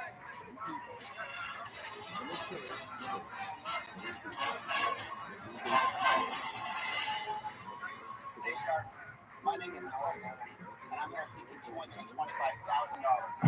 If it's getting sell stake in my company, Twisted Up Cones. Twisted Up Cones allows people with Afrocentric hair to wake up and embrace their natural twist. Now, if you don't have Afrocentric hair, you may not realize that hundreds of millions of people struggle with this every day. But not anymore. Twisted Up Cones are help you style and profile with no harmful chemicals, with no tiresome maintenance routine. And most of all, you can finally say bye-bye to the people struggling with picking out our hair. Twisted Up Cones, man, tell that I was dead. Sharks, I don't think you really understand just how wonderful this comb is. The comb is compact enough that when you go to a bar, you just pull the comb out your pocket and you're ready to meet your future wife or husband. Now, Sharks, without further ado, DJ, take it back. Drop that beat. Yo, you're fucked. I know. talk about the other jobs you've had. Well, after I left the startup, I told them I was sick and I left. And it took me a week to move here into this room right here. Really? Well, I got a U-Haul. I rented a van from U-Haul and packed up all my stuff in one day. And then drove it here. And Alex was nice enough to buy me a bed and a refrigerator and a microwave. And it was super nice of him. And the guy who had lived here, I think, died in this room or something like that. I don't know. He's an old man, apparently. There's a little Apple sticker on the mirror. I remember that. And that was basically all thing that was here. I didn't have nearly as much shit when I first moved in. Not even close. Anyway, but once I started working from home, that's when I got all the monitors and all that stuff. I didn't have a computer. I only had a Chromebook that was like half broken. I didn't even have a computer when I first came here. The only reason why I got a computer, kids, was to pass a test, pass the project management professional exam. I still wouldn't have a computer to this day, I don't think. And okay, so then what happened? Well, I needed a job, and I applied to a bunch of places. That's when I think Rosie called me for to do something. Um, I forget. It was like going door to door or something, door to door sales or something. And I was like, I don't know if this is for me. She's like, yeah, well, I don't think it's for you either. But I just thought, you applied for it, so I decided I'd give you a call. It's okay. I sound like you like Rosie.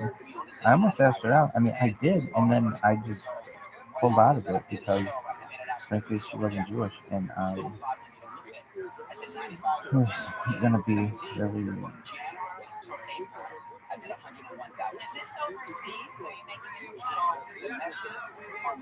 really gonna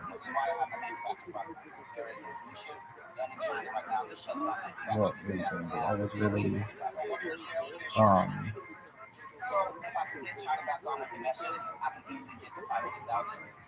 what's the word?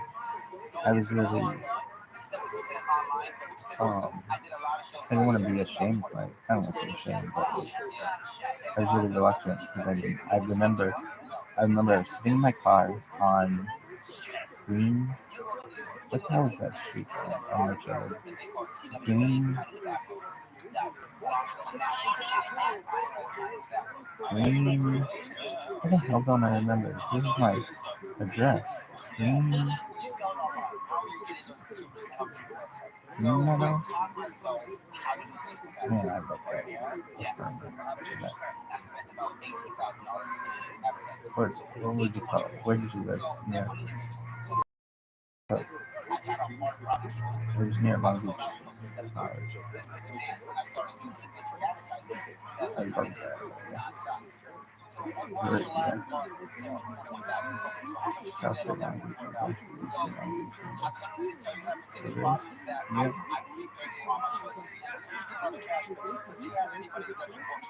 Everywhere kid. Applewood is good. You know them on Applewood now? Oh, they call them Lakewood Apartments now. Do they?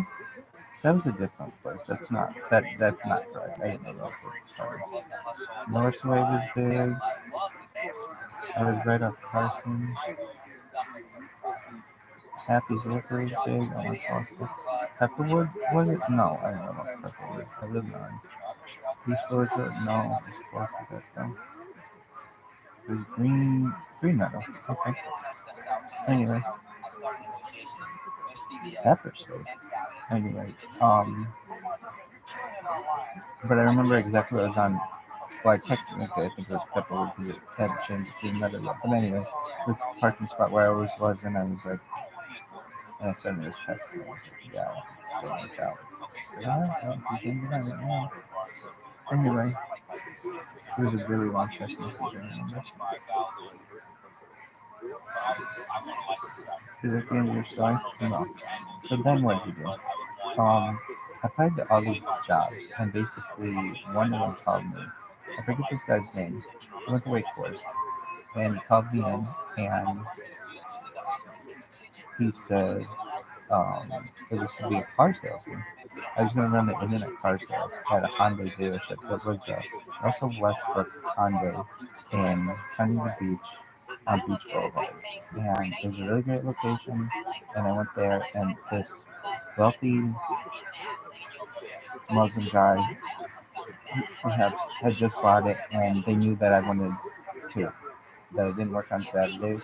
And I explained to them one time I had gone to a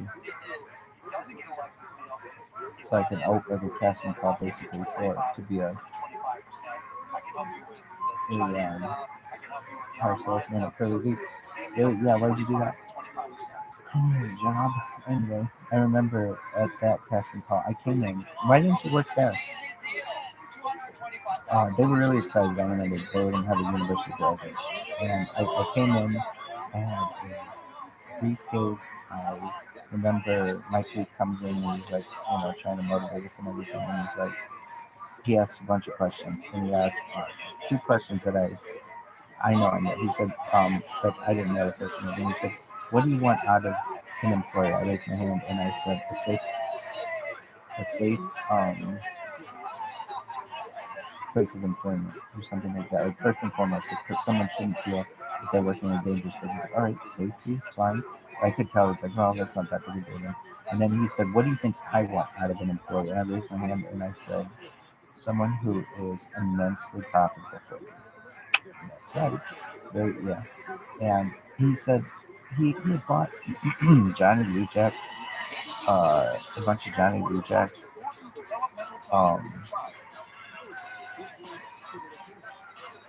car dealerships in like Iowa or some shit. Anyway, he put all the different cars that he sold. He didn't sell Toyotas, and I remember asking him, and it's like, oh, it's just we sell him a Johnny Blue Jack Toyota, but not here. Okay, fine. He's like, what kind of car do you have? So, anyway, those are the two things there. Oh, but honestly, that was supposed to be 1 hour. I remember he came in and he's like, yeah, we're gonna be here 1 hour, and my mom is actually waiting to pick me up. And she knew it was gonna be an hour, and it was going on an hour and 45 minutes, and I just remember being like, yeah, I'm done here. And I got up in the middle of it and left. I don't normally do that kind of stuff, but I was like, yeah, I'm done. And I remember as I was walking, anyway, so I've never sold cars, but I always kind of wanted to. I think I'd be really good at it. But the thing is, I remember learning from Mike Leaf was he asked, like, on what day do you think you sell the most on a car? Somebody like Monday. And at least in Pawnee, car dealerships are not open on Sunday for whatever reason. So he's like, you're going to sell 90 to 95% of all your cars on Saturday. And I remember that. And so when I was at the Honda dealership at Russell Westbrook Honda, I remember being like, and so they like licensed Russell Westbrook's name for this. So he'd be involved in it. And not that I definitely told him, but I'd make sure that they were really good. Anyway, I go and I meet the guy interview. He thinks I'm a nice guy, but I remember saying to him, I'm Jewish and I don't work on Saturdays. Is this something that we could still work out? And he's like, yeah, but what you've heard in the past is correct. Like 90% of all of your sales are going to be on Saturday. So I was like, well, so will I make an hourly rate? And he's like, yeah, but it's going to be like minimum wage. And you're going to bring in all kinds of people, but you won't be here to close the deal with them on Saturdays, which is when we would basically need you. He's like, but they were still really cool about it. They were like, you can still work here if you want. And they offered me a position. I had to pass a drug test and a background check. And I told them, I took both, but I told them,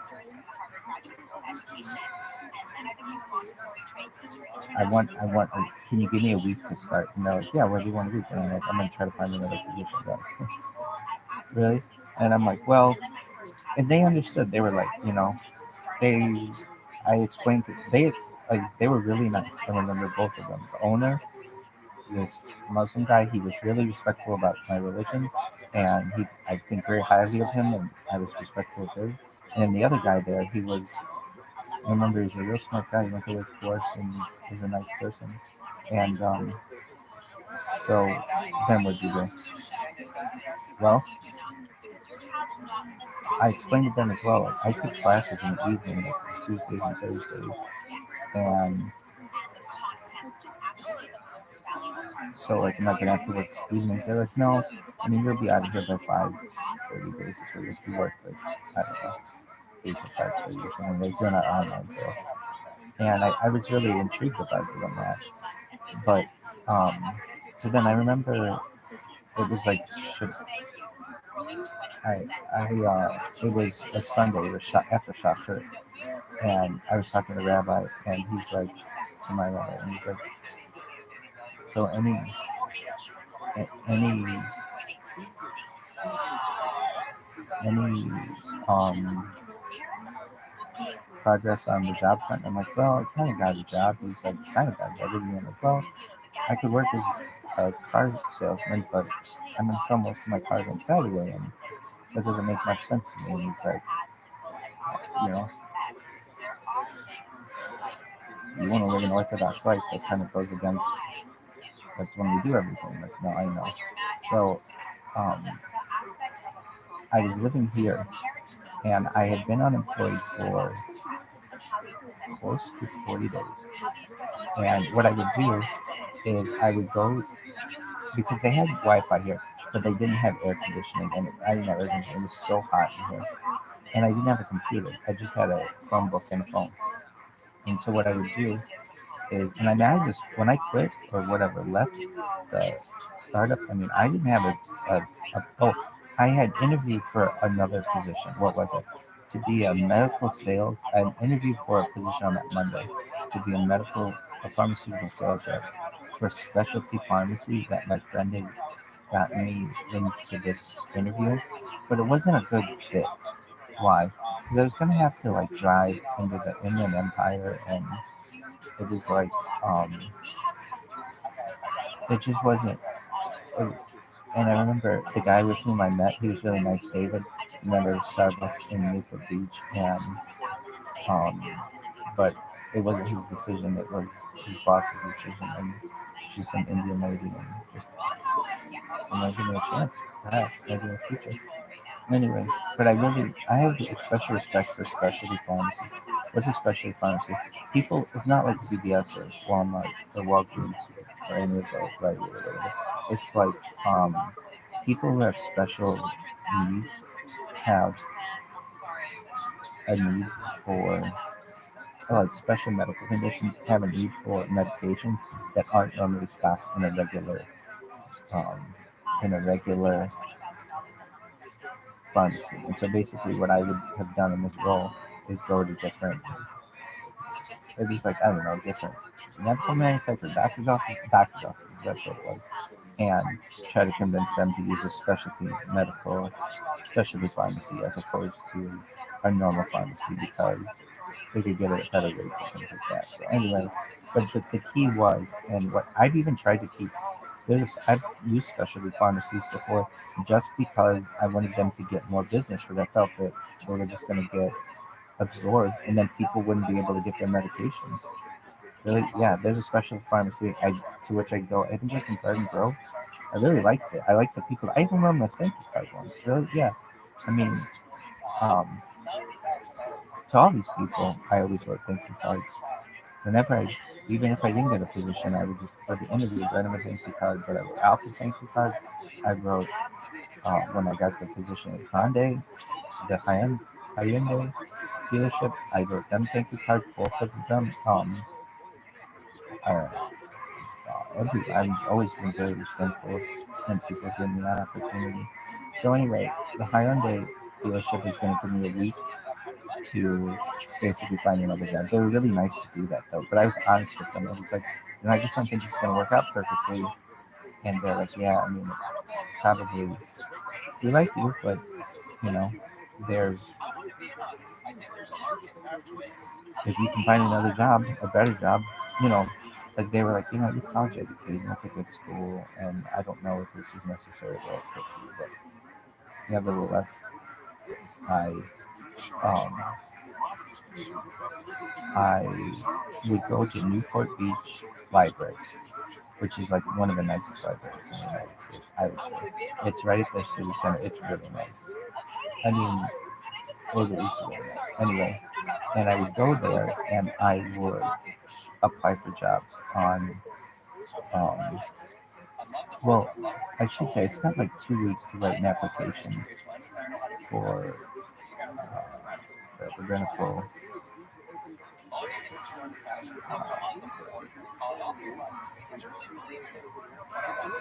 the RCC, the Resident Council of California. And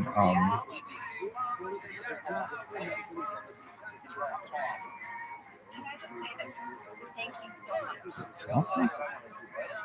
It's RCC5.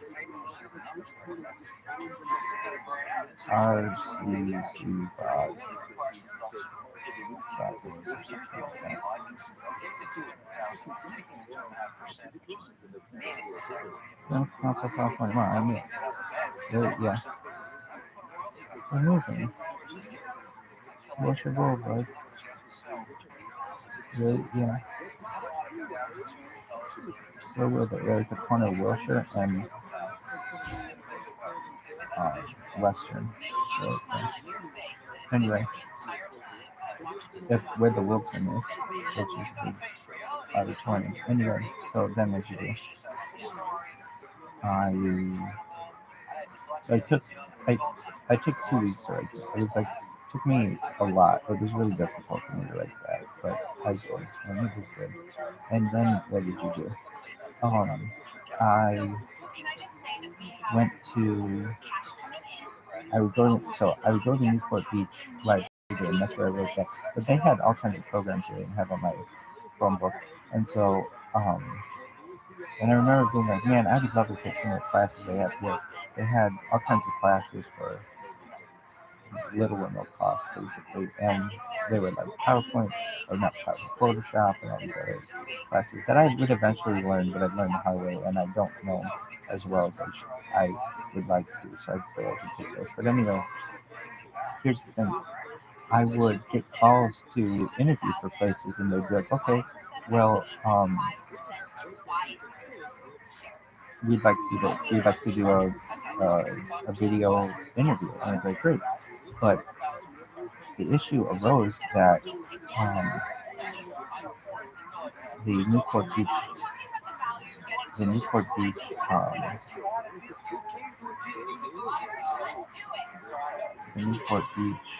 I come in the suit and tie every day, but the Newport Beach, it was on Avocado Street. But we've never had a fucking street in California called Avocado Street. It's really nice. It's right off of PCH, and it's right by where Irvine Company is really this place. Anyway, I would go there though, and the librarians didn't like me, especially this one librarian. She's hot, but she didn't like me. Why? Because I would get, they would, someone would say to me, like, in fact, I had an opportunity to be, what would I do? To actually repair Chromebooks for like a school district or something. And I was going to have this opportunity to work for this company, and I even got a callback or something, but I had to interview, and they didn't have the ability to, they had these private rooms, but you had to have 2 people or more in the room, and I didn't have another person, and I needed to do an interview in there. And I couldn't just do an interview in the middle of the library, like out in the open, because you have to be quiet in the library. So I would reserve one of these rooms, and they'd be like, okay, well, you need to have 2 people. And I'd be like, well, all right, my other person's coming. And they're like, okay. And then this one time I went in to one of them, which is the library, and she's like, where's the other person? I'm like, oh, they haven't shown up yet. And she's like, well, this is for 2 or more people. You can't be in here. Fuck. So I actually had to interview for this position outside out like where I could get Wi-Fi signal, and um, and I passed the first interview. The second interview, though, the Wi-Fi signal was coming in and out, and I didn't because I was outside. Anyway, like I understand why they don't want individuals in a room like that because they'll live in the room, but also they'll like, probably look at bad things. And, I don't know, whatever. But if you're trying to find a job and you go to a library, like you need a private area sometimes to interview. They should have like a private room or something where you can do for like I don't know an hour. You could rent it out or something to do, or maybe 2 hours. Sometimes you might need for an interview space or something. But because if not, you have to go to like a Starbucks or something. Which I had another job too. Okay, talk about that one. So when I first moved here, I got a job. This was before I was working on one that Honda dealership. There was just somebody who put a position online that they wanted to start an app on Craigslist in Irvine, and I was like, okay. So I meet this guy at Starbucks, right, like on Michelson, and I forget the guy's name and everything, but he's like, all right, so what do you know about starting an app? I'm like, I've launched apps on the App Store and Google Play. I know a lot about it, and he didn't know that much about it. He thought it was like not that expensive and things like that. And he had a pretty good idea, which I think we would run with one day. What was it? Basically, he wanted to have like an Uber for nursing, like an ask a nurse, not ask a nurse is a telephone number in which you could call if your child is sick and then answer questions. But anyway, my mom would call that sometimes. But this was um, when it was basically to have a healthcare provider come to your house, like a what do you call it, like a nursing assistant, and provide you with aid, like anywhere you want in the United States or whatever.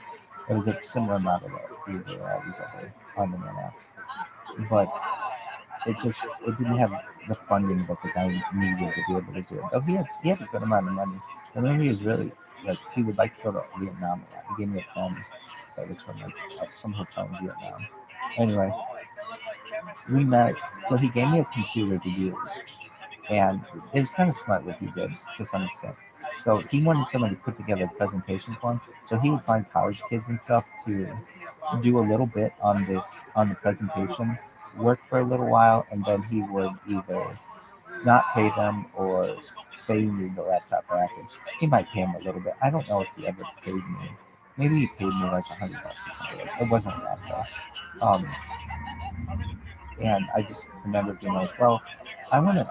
He's like, you can work from home. I was like, okay, that's cool, but I actually kind of wanted an office in which to work. Like, I didn't want to have to work from here, frankly, because I didn't have an air conditioner at the time. And he was like, so he's like, well, I can get you a place in Newport, but, and he was right. He's like, look, he's like, how much do you want an hour? I was like, I don't know, you can start me at $20 an hour. I just want to make something. And he said, okay, I have you at $20 an hour, and then I have to then rent an office for you out of which to work, and that's going to be like I don't know, $20, $30 an hour perhaps sometimes. So now I've got somebody at $50 an hour, and we were right by this gym, and he's like, I could go. He was obsessed with girl women. That was just a pussy hound. He's like, or I could just go up to that girl and say, look, I want you to do the same thing and just pay her $50 an hour, and she'll do this from her house. I was like, well, I understand that. Um, but I'm just telling you, like, she's never launched an app. She doesn't know how to do it. He's like, yeah, but I get to stare at her all day. I'm like, okay, well, you're kind of a creep too. Anyway, um, then what happened? So then I did a little bit of work for him on this PowerPoint presentation, but I just remember being like, um, I wanted a permanent position, or at least something that was like 40 hours a week, and this was just working for a guy. And so I was like, all right, well, this has been fun. And so I didn't, I worked for him for like a week or two. So I spent like 2 weeks writing this application. I spent a week working for him. I spent a week with Hyundai. I didn't work for them actually though. And so that's what, 20 days or something like that. And so, I mean, I remember I would go into Shabbat every week. Like, they wanted to ask me how life was going and if I had found a job and things, but they weren't. But I hadn't yet. And I had one friend of mine who we were having lunch on Shabbat, and he's like, "Oh, congratulations on a new job!" And I wanted to tell him I don't have a new job. Well, yeah. Anyway, but I was like, "Oh, thanks," and it was just kind of awkward.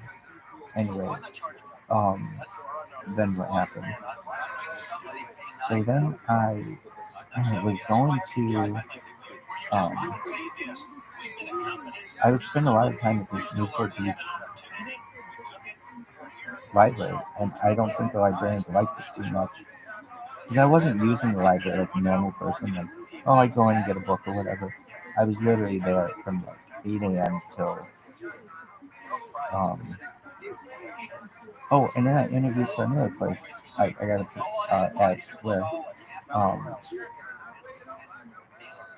Fletcher Jones Mercedes Benz, and I interviewed with Fletcher Jones' assistant. She's one of the best assistants for which you could ever ask. She's been with him for a long time, and um, she was like, I was like, any job that I do, I can't work Saturdays. It's the only thing. I need religious days off. And she's like, okay, well, we can work something out. Maybe you could work. She liked me. She was really nice. She's like, we have a call center. And you could talk to your boss there and see if you could not work the weekends, but they're supposed to work like one Saturday a month or something like that. And I remember I was really excited to go there. I mean, Fletcher Jones campus is really nice, and I can't say enough nice things that about Fletcher Jones' assistant. But then I went in to interview for this call center, which was a job that my friend had in a similar way, but he worked on Shabbat, and I was refusing to do that. Anyway, um, I went in. I was very black tie and black hat, I should say, and I met with the person for whom I was going to work, and this interview lasted about 7 minutes. It really was a total waste, and because I told her I can't work Saturdays, she said, "Well, we need somebody to work Saturdays." Or whatever. And I remember it didn't even humor me. She didn't even humor me. Like, okay, well, we're done here. And I called Fletcher Jones's, or emailed Fletcher Jones's, maybe I called her assistant. And I said, you know what? Thank you for the opportunity. I really thought you were a nice person in the interview, but when I went over there, the person did not even ask me about my experience. They didn't want to know. She didn't want to know, anything about my motivations or anything. She just found out that I couldn't work Saturdays, and she was done with me. And I just said, that to me wasn't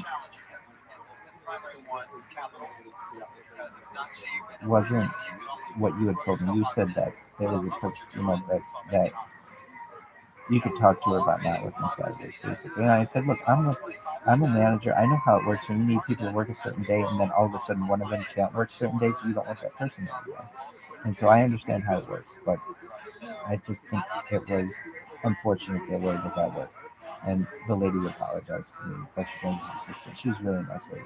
There's some major assistants in this. Fletcher Jones' assistant, Father Hesper's assistant, Father Jenkins' assistant, and well, her husband, she's really good. But then who else? David Rockefeller's assistant. All those people are really good. They're like the best assistants of all time. Really, yeah. Anyway, so then what? I then I had another interview at Kia here in Irvine, and I was really excited for this interview. I couldn't believe I was interviewing this beautiful campus, beautiful building. I went, I met with the girl, and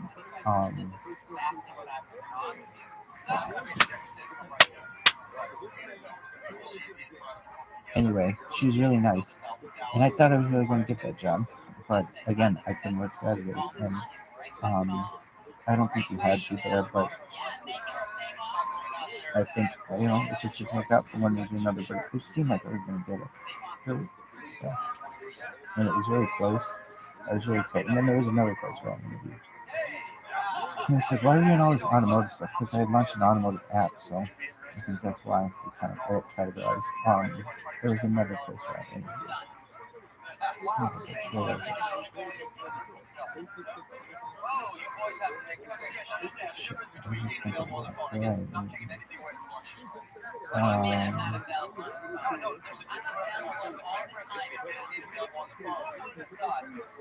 Yeah, I kind of forget, or I do forget. Where else?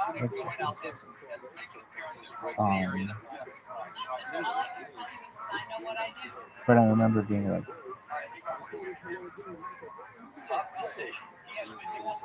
feeling guilty about working at Fletcher Jones because there's a German car company. Or like they sold German cars and stuff like that. You know, there are just some things as an Orthodox Jew you're not supposed to do.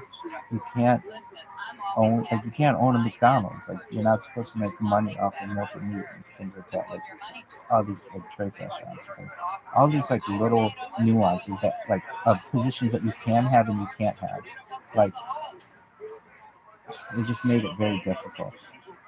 And the big thing was not what it said. It was huge. So then there's another place where I interviewed. I can't think of it off the top of my head. So I remember it was a Tuesday morning, and I was running low on money because I'd gone now like 33 days without a job or something like that, and I had only had like a certain amount.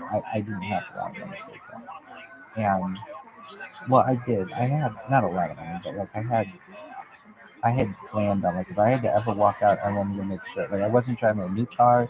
I didn't have the nicest of anything, but I had a little bit of savings in case it was like a rainy day fund, basically. And I just moved in here. Where the hell else do I want to be? Get your ass in bed, Blunt. Look at some beauty rest. Giving you the freedom to wax anytime, any place. Oh, well, I went to some temporary places that I would interview. Where Apple One was a big one. So I interviewed at the Newport Beach one, and I interviewed at the Mission Viejo one, and those were cool. I mean, but basically, like I didn't have I had a very diverse skill set, but I wasn't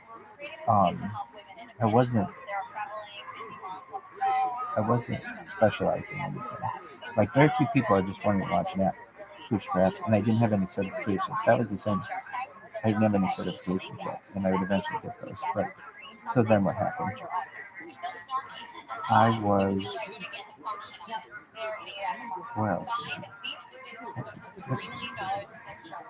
I always send out to different celebrities and influencers mystery boxes, and I thought, why not coordinate all of our products into silk? Exactly. I work with Dress for Success. They help women to get jobs, so I thought this would be a great thing to bring over to them. So let's go over there and surprise them with some of these boxes. Let's do it. You know how hard this is? Dress for Success is a non-profit organization. They provide development tools and professional attire to help women thrive. We all have been struggling, broke female entrepreneurs that have succeeded. To give back to an organization like Dress for Success is on brand. And we're really excited to announce that we'll be donating a portion of proceeds from your products to Dress for Success. Women from Snarky Tea and Novo had a dream, and they went for it. I totally relate to that. And I want to show women all around the world you can achieve the impossible.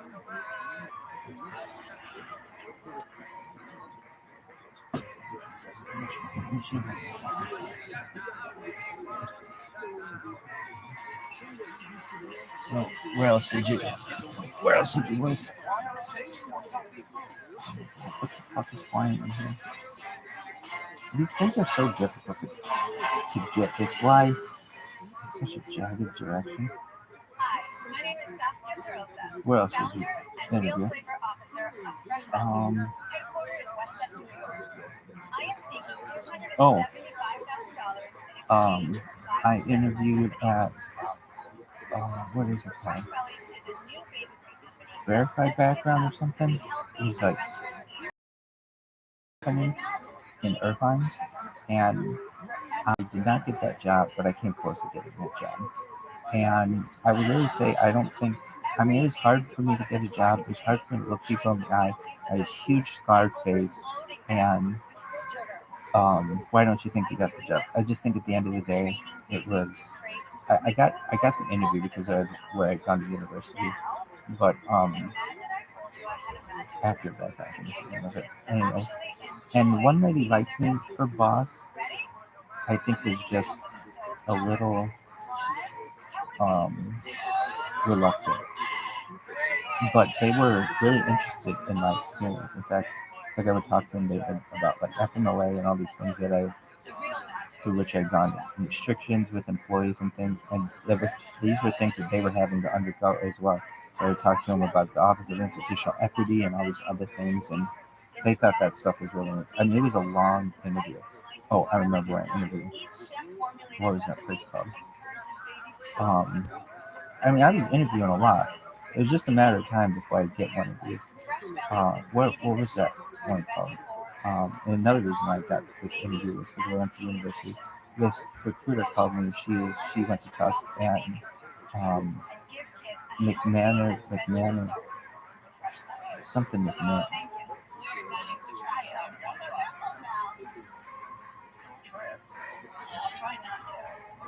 It's like Granger. McMaster car, which it has its own like it's in Santa Fe Springs. It's like it has its own basic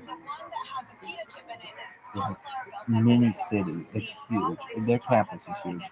So anyway, I went in. Well, so I mean, I was like, look, I'm going black hat. I'm going with seat. I'm going as orthodox as I can, because that's the kind of life that I'm gonna live. And I go in and I meet with the girl who recruited me. She's really nice. And then I met with her boss. Her boss went to Berkeley. Boss, I thought they were both really attractive, really good. Anyway, I'm gonna fuck this boss against the wall, just slam up against the wall. Anyway, and so they're like, okay, well, we've got some tests for you to take. And I was like, okay. Oh, first I had to sit with someone, and I remember I kind of smelled. Why? Because I wasn't wearing cologne and it was really hot. Oh, and I was in my car, and my air conditioning didn't work that well, and I. Oh wait, that was not when this happened. That was not when this happened. What was that? Well, I'll talk about this. This actually happened after I got another job. I went on this interview. It was a one basic interview that I went to for a while. Anyway, what did you do? I so there was I got an interview to work for this company. Anyway, I'll say how I got the interview another time, but I had to go to the bathroom, and so I went to a McDonald's. It was the first time I'd ever been to a McDonald's. It was the first time it's the last time I went to a McDonald's, and of course I didn't eat there. But I used the restroom, and it was like I hadn't been in a McDonald's in a long time, perhaps ever. Anyway, and it was on the corner of like Norwalk and Imperial Highway. Anyway, there's a CIA building right there too. It's like this big glass building that it doesn't say Central Intelligence Agency on the outside, but I knew someone who worked for the CIA. I met her at a bar across the street, and that lady could be really cool. Anyway, she was something like she retired from the CIA actually, which you don't really do. She wasn't like an agent. She was like like kind of in some kind of office or something. Anyway, then what happened? So I had this job in this interview at McMastercard. I meet with the lady from Tusk. I meet with the lady from Berkeley. I go and I shadow some people, and then like, okay, you're gonna write a sample email to a customer. And I remember using their computer system, and there was like some kind of glitch in their computer system. And they're like, "Are you done?" I'm like, "No, I'm not. I'm still trying to get through this. The computer's not working." They gave me a little extra time, but it was like I failed their exam. and because I took too much time. And then I met with that girl from Berkeley, and she's like, all right, well, we'll let you know. And then they called me like a week later and said, for the position or something. Anyway, but that was a position I didn't really want, to be honest with you, because I remember interviewing for it, and I'm like, I can't work Fridays, or I can't work Saturdays. I need to leave early on Fridays. And this was in Santa Fe Springs, and they were like, well, you're gonna work from like sometimes like 10 a.m. till 6 p.m. Is that something you can do, or 7 p.m.? And I'm like, well, in the summer it's really difficult for me to do that. And they're like, well, those are our hours. That's what you're gonna have to work. I don't know if I'm gonna be able to do that. Or I should say in the winter, I don't think I would be able to do that. Anyway, so, and I remember right off the 5, and it's like, oh my god, the 5 is just, it's so much worse than the 4 or 5. And I was just like, I don't know if this is gonna work out for me. And so it's for the better. Then what did you do?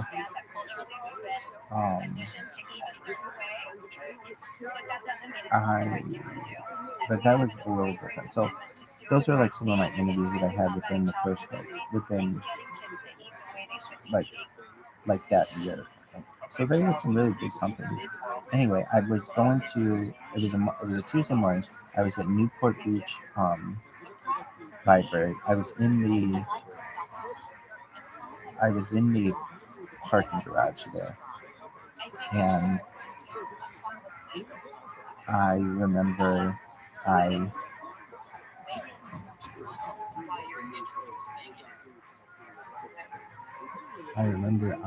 this was so weird that I had done this. I'm like, well, I didn't really know how to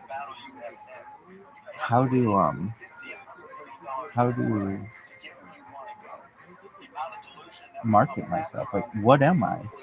Really? I mean, I don't know. I mean, I was like, there aren't just going to be apps out there that when you be managing director of them, there aren't going to be just like, like people a lot of times don't want, maybe sometimes they hire for a supervisor or something like that, but those are usually in-house hires. And I knew a little bit about technology. I knew a little bit about accounting because I had managed the finances of the startup. So I thought, okay, well, and I remember this. I was like in my car and just kind of like really depressed at the fact that I wasn't getting hired, or I hadn't gotten hired yet, and I was having to keep this tough schedule of not working on Saturdays. And it was like a lot of places, every once in a while, they want you to work the weekend or something like that, or do something, or like. And I was too upfront with it. Future, I would make sure I didn't have to work on Saturday. But once they give you the offer, you tell them, all right, I will work, but I need all religious days off. That's when you do it. You don't do it. I mean, it's much more difficult going into the position because it's easy to dismiss you when that happens. It's much more difficult to dismiss you if they already like you and they're already going to hire you, and they basically got that hand extended. I mean, I know more about getting hired as an Orthodox Jew than I think anyone on earth. I've done it in really difficult situations with no money, much less money than any normal Orthodox Jew can have to do it. And I can tell you the best day to start applying for a new position is the day after Shavuot. I can tell you because that's when you have the most amount of sun until the holidays. I can tell you when you're supposed to make the request. I really think I'll write a book on this someday. Anyway, so then what happened?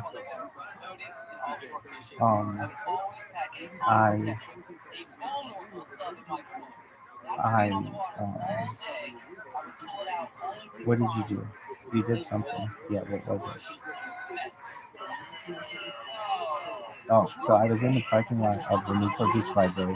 Again, I'm like, God, this fucking librarian's gonna be all on my shit for being like, why is this fucking guy here with this fucking black hat looking like a goddamn Undertaker in here? And I was trying to use the group rooms for individual rooms so we could do an interview with someone. So why did you go to the Newport Beach library, not Irvine library. I didn't want anyone to meet Irvine knowing what I was trying to do. So, and the Newport Beach Library, I figured, hey, it's gonna be, I hope it's pretty nice. It's super nice. They had an escalator, bathrooms are nice. They have a really nice computer lab and stuff, and so, and they had a hot librarian. So, yeah.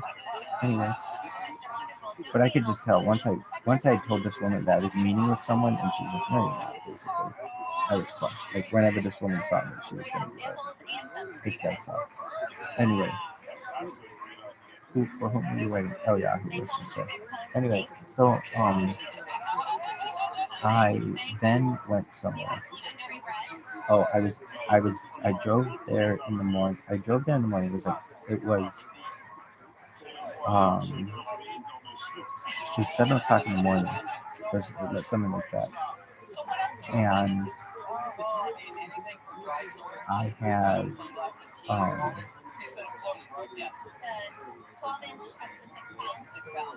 it was like 7 o'clock in the morning, and it was 7:30 in the morning, I think. And I remember being like, well, I wonder what it would be to, like, there were all these things about QuickBooks. You want to be an accountant, like a bookkeeper, you need to know QuickBooks, and I did not know QuickBooks. So I'm like, I'm sure I can learn a computer program. So I remember watching 3, maybe at max, QuickBooks YouTube videos. The first one was like the basics of QuickBooks. You had 10 minutes. The next one was the differences between QuickBooks Desktop and QuickBooks Online. The third was how to transition QuickBooks Desktop to QuickBooks Online. Those were the 3 that I watched. If that, maybe they were 6 minutes long. They were not long. And I go on Craigslist just trying to find a job. And I'm like, I'm really starting to need a job ASAP. However, I had a job lined up, but that was the Hyundai dealership. And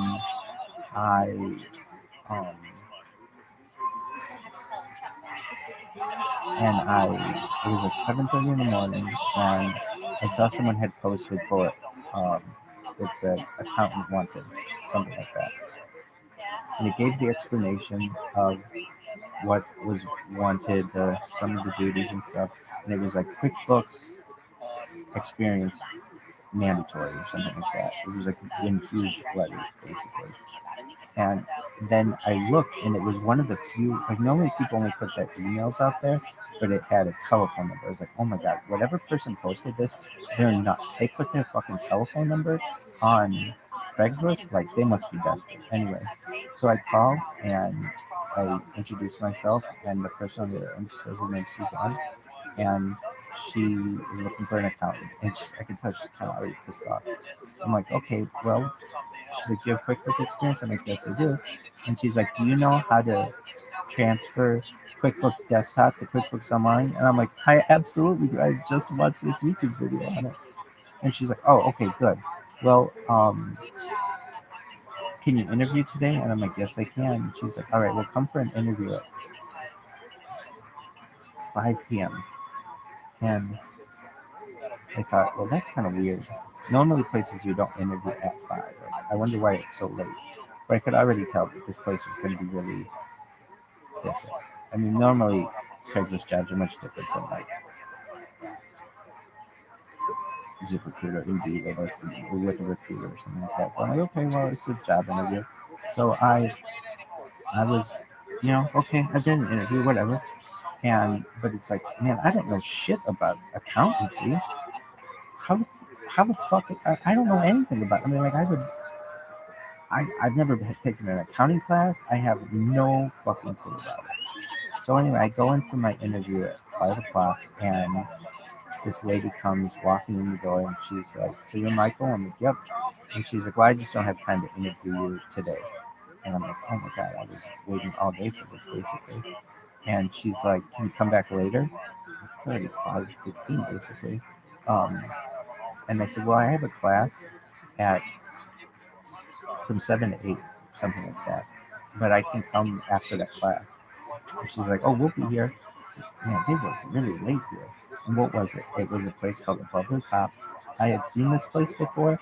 It was on Warner Avenue, and it was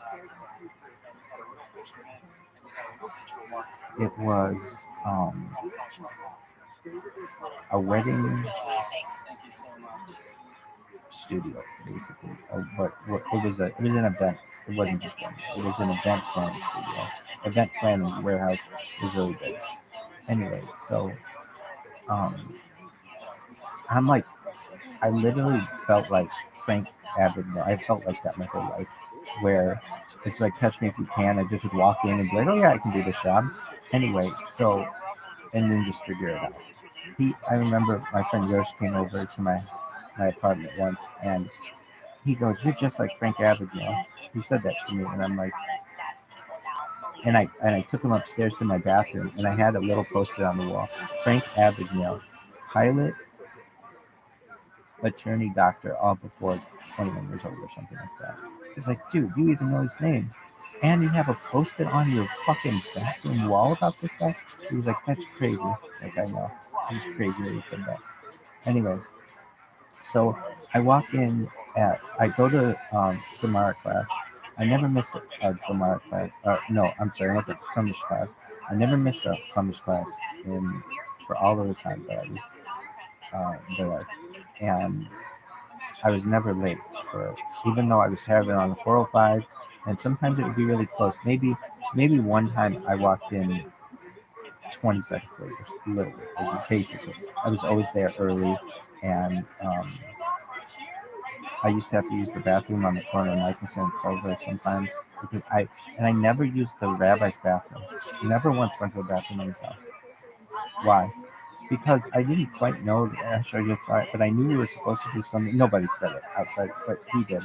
And I knew I didn't want to anything incorrectly at his house, basically. So I went to that class, and then oh no, oh yeah, I went to that class, and then normally I would have had Hebrew class afterward, but for some reason my Hebrew guide and I were not meeting just that one time. For some reason. Is that true? No, I think I had. Yeah, I think that's true. Anyway, so then what happened? So then I went to Above the Top, and I went and I rang the doorbell, and like nobody came to the doorbell, and I called the number that I had, and Suzanne's like, "Oh yeah, we'll let somebody down." Somebody comes and lets me up. I think I could be wrong, but I think it was a guy named JC who's in Jose Casanova or something like that. Anyway, and I go up the stairs. I remember being like, "This is a weird office situation. It's like a wooden stairs, and I go up there, and it's a really cool like office that they have, which is like really, I don't know what's the word. There's a word that they always use in the wedding industry. Very rustic. It was like very rustic, and it had like all these lamps. It was like a tree house basically. And I went in, and there was like a wall dividing the two people. And Suzanne's like, she was in a bad mood when we said that. And I was like, is it from the interview? And she's like, yeah.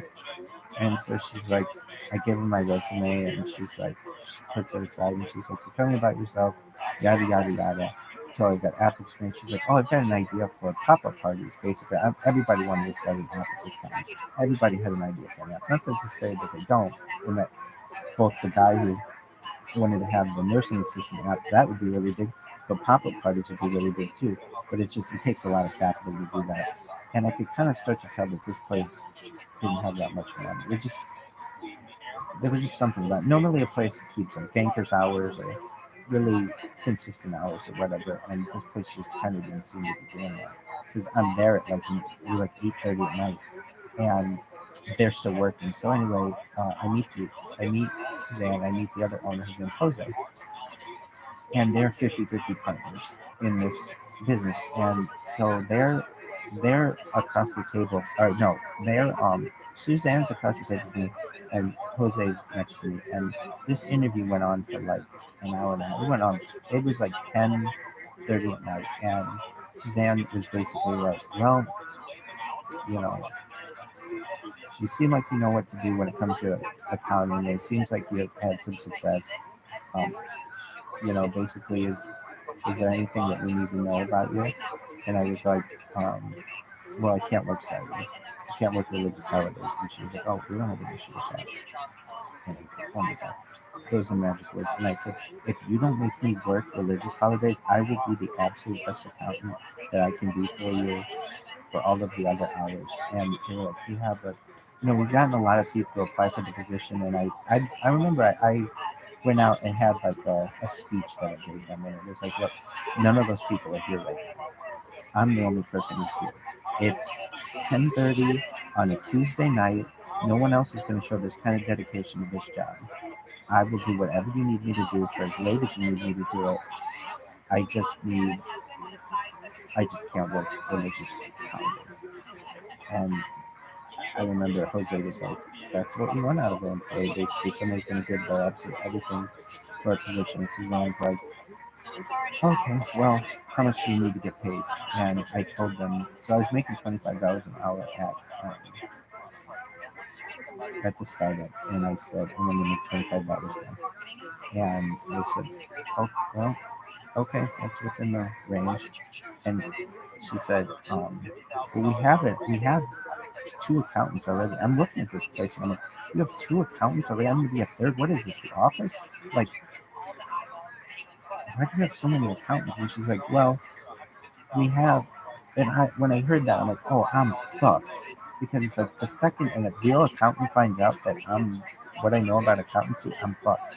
And then Suzanne's like, she majored in accountancy at the University of California, and I'm like, oh my God, I have no chance. This is like, I'm gonna be the emperor with no clothes on. Basically, they're gonna see right through that I don't know anything about accountancy. I can manage money, and I've worked in financial institutions, but I don't know the terminology of accountancy. I know basics, but nothing that I thought I thought it was.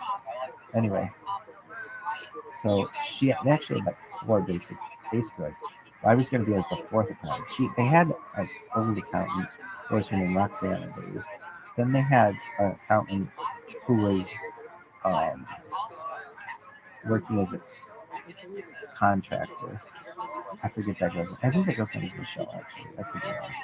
She looked like that girl, Michelle. And then they had another accountant named Guadalupe. Lupe is what they called her. And I'm like, okay, so they're like, Lupe's leaving, and the contractor will be there to help you for whatever you need. And then Roxanne, she works at another business, but if we ever have questions about what happened in the past, we could go to her. So, okay, well, there's maybe some support. So they're like, all right, well, come in tomorrow, and tomorrow's your first day, and you start there. So it was already like 11 o'clock by the time I got out of it, when I got hired. And I remember just being like really happy about that. So I come in, then, and I mean this was my favorite. I loved working as a project management professional. I was working from home. I liked that a lot. But the internet made it almost unusable. It just made the job very difficult and very frustrating. And you'll see that's all on camera. So I could say I loved my job then. But the happiest I ever was when I did this job for a year as an accountant. And when they saw that I would come in a suit and tie every day, and I had a briefcase, they liked that. They thought I was a very serious person. They always liked that.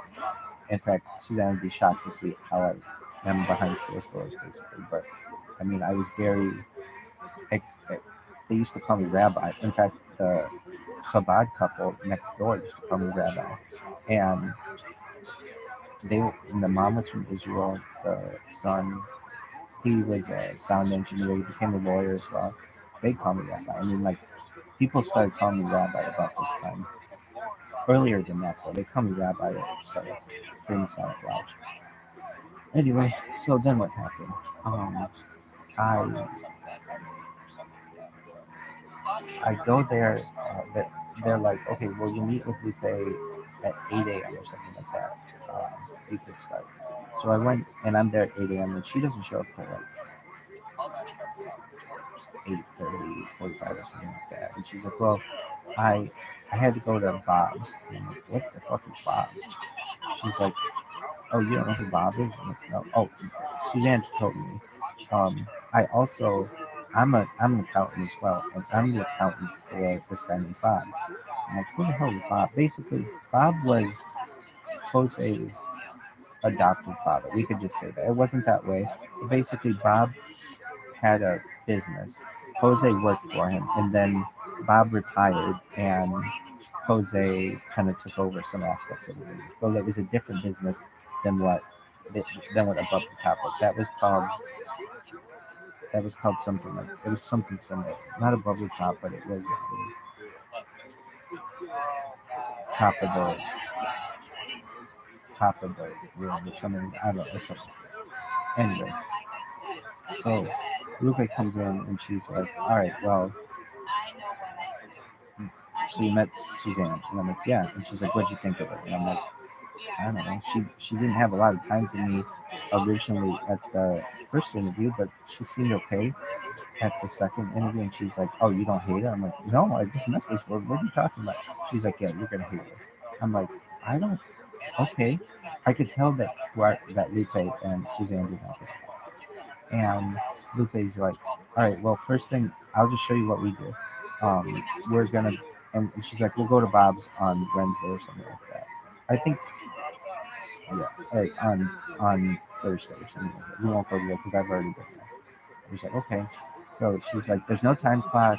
There are no benefits. It's just basically we're really, as they would say, this is like the barrio."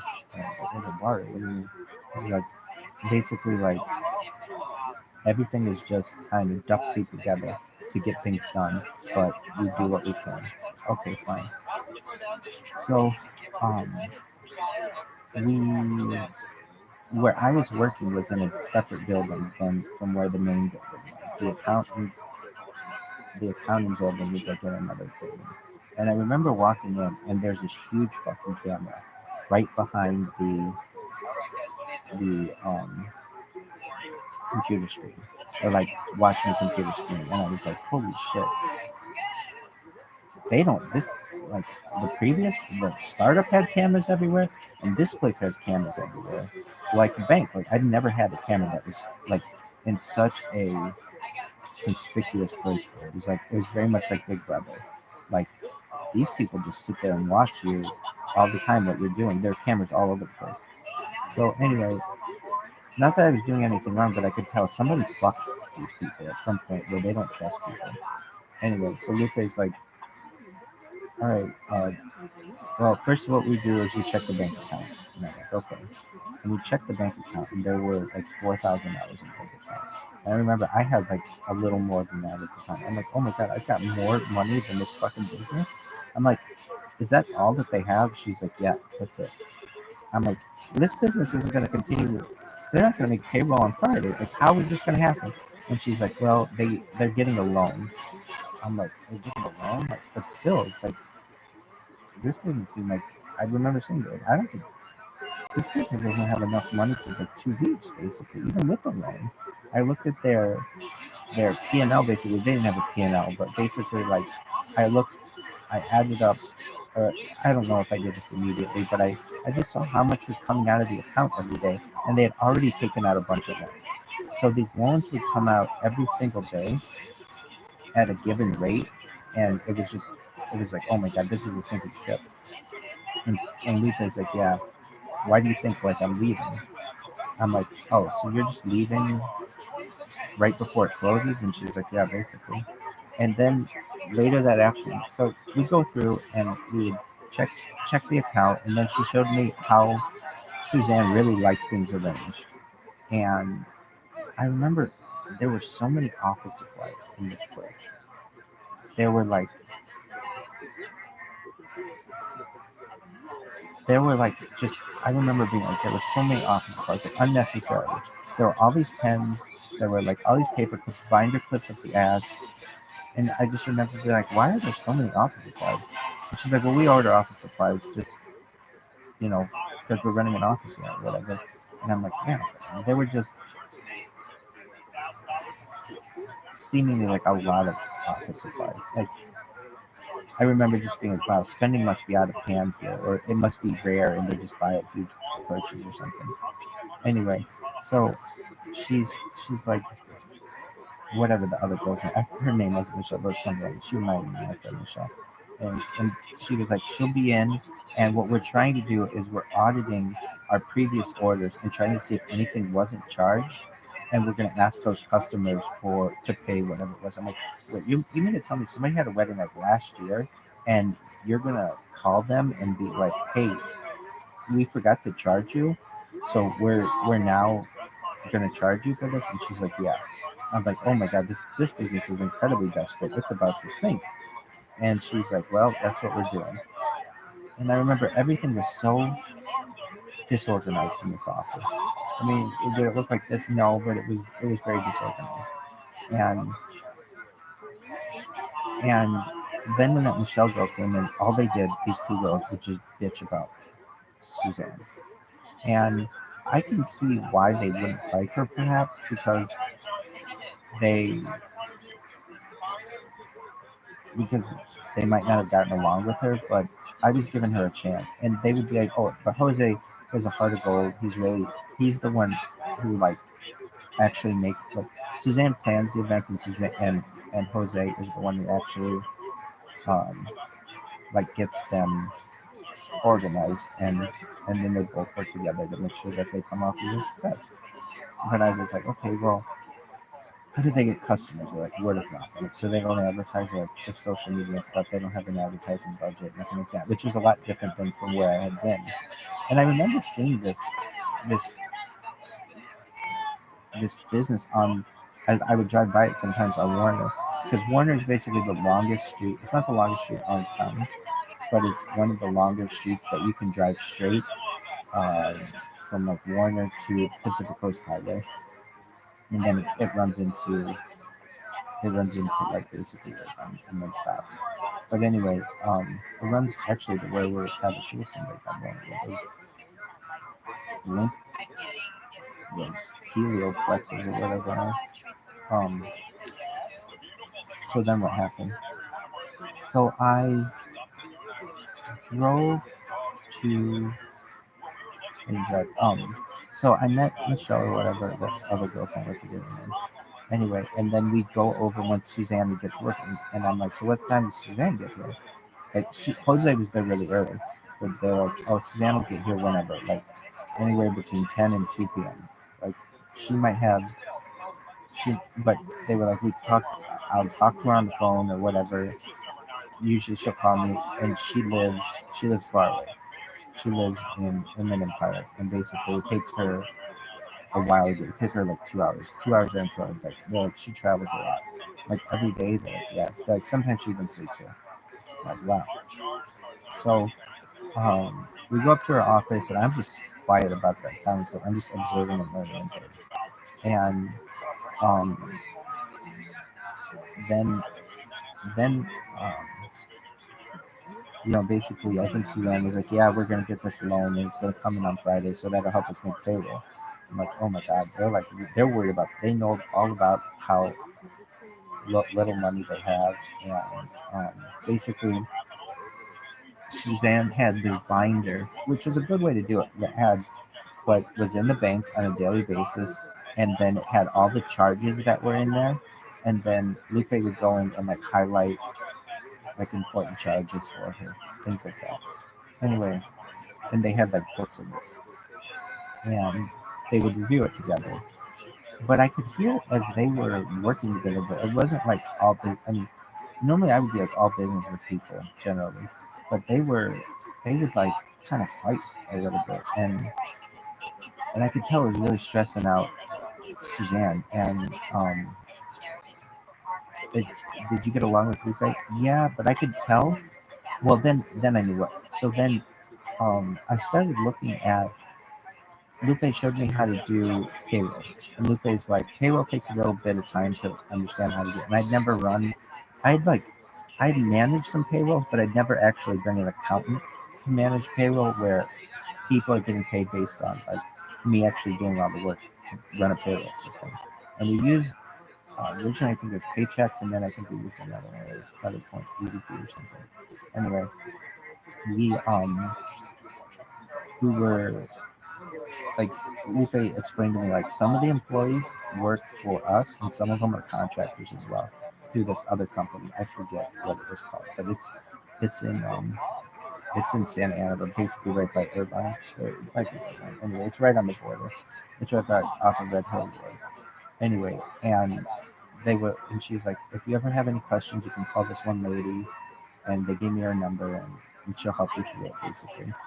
But she's like, Lupe's like, I'm gonna run payroll for tomorrow because you don't know how to do it yet. And then she's like, I work next week, and then I'm done here.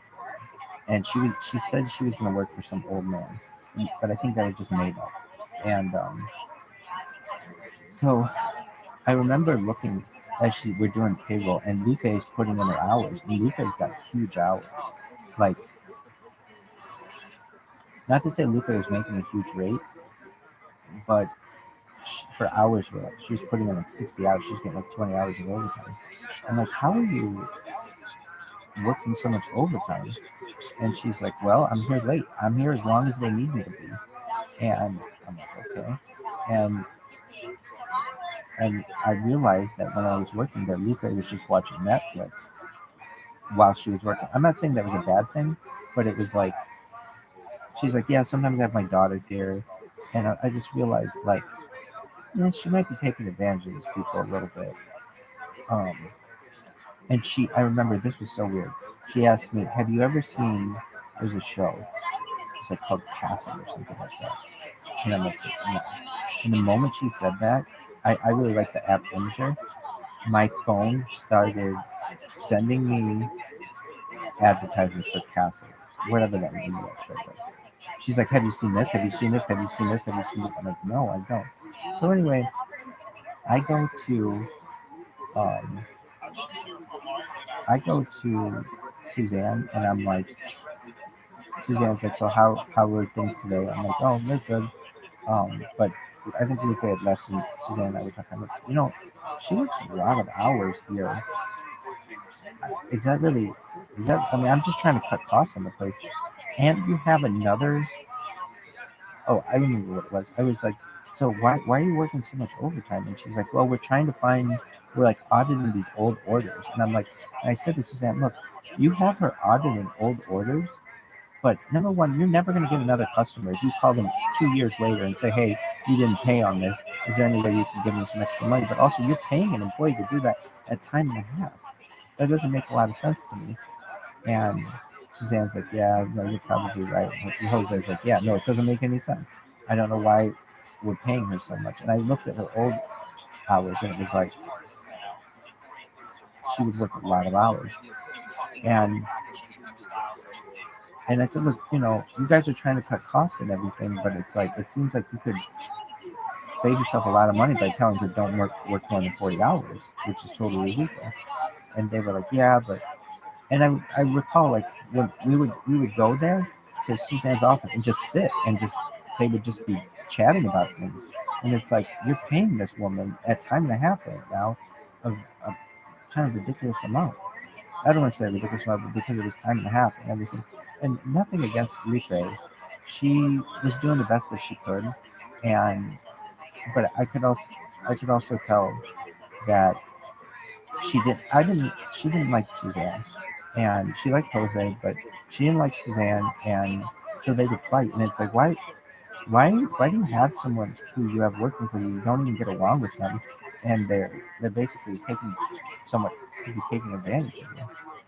Anyway, so and I knew Suzanne knew that Luca wasn't working that hardly because she was watching Netflix and stuff, and I was like, okay, well, whatever. That's not my business too much. Anyway, And I thought, well, maybe that's an arrangement that they have that she can watch Netflix.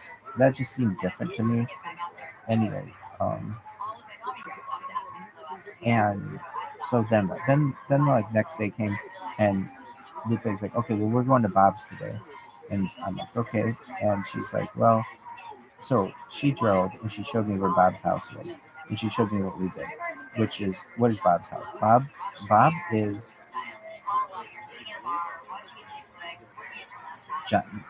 was Johnny Carson's bartender,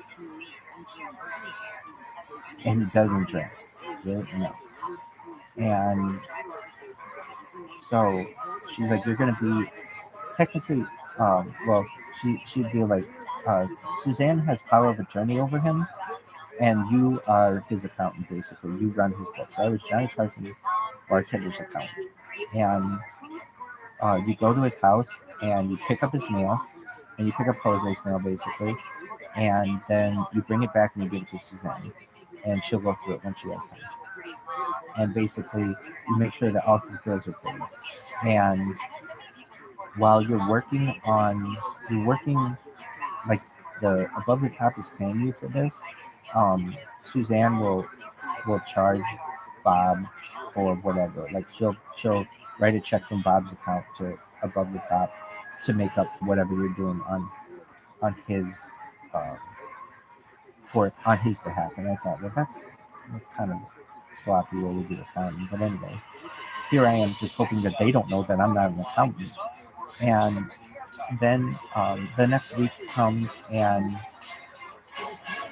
it's like, all right, well,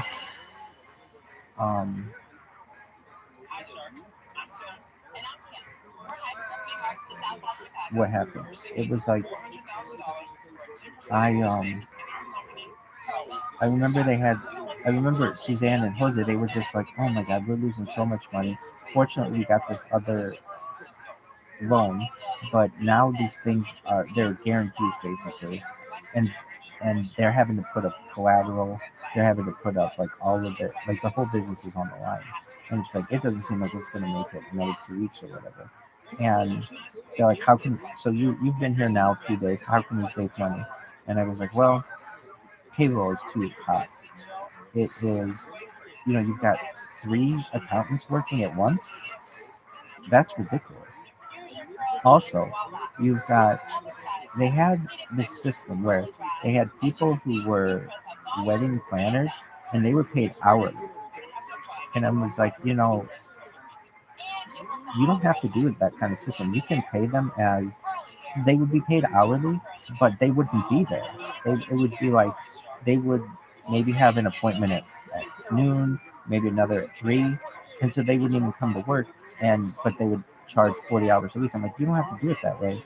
You can pay them as independent contractors, and that right there, they had like 3 or 4 wedding planners who they quickly got off the payroll into independent contractor status. And it was like, and they were already working on that kind of a program, but we prioritized it because the business couldn't take the payroll. And then what else? Well, those were 2 big things. Like, you don't need 3 accountants, and you need basically 1 bookkeeper. And they're like, well, you're not an accountant, you're not a bookkeeper, you're the controller. Like, oh my God, what the fuck is a controller? Anyway, so that was my role. They're like, yeah, you're not our accountant. You're more than that. You know all this stuff about our business already, way more than we've learned from the other accountants. You're the controller. So that was my new fucking role. Holy shit, I don't even know what that is. Anyway, so I would walk into Suzanne's office and I always had a briefcase, and I kept it really organized, but man, Suzanne loved this fucking briefcase because it made her feel like she had like an attorney with her basically. But I was just like this very dark figure, but like with my rabbi hat, umbilical hat, and I would with my seat and everything. I looked very redemptive. Anyway, so it was like Lupe's last week, and Lupe was like,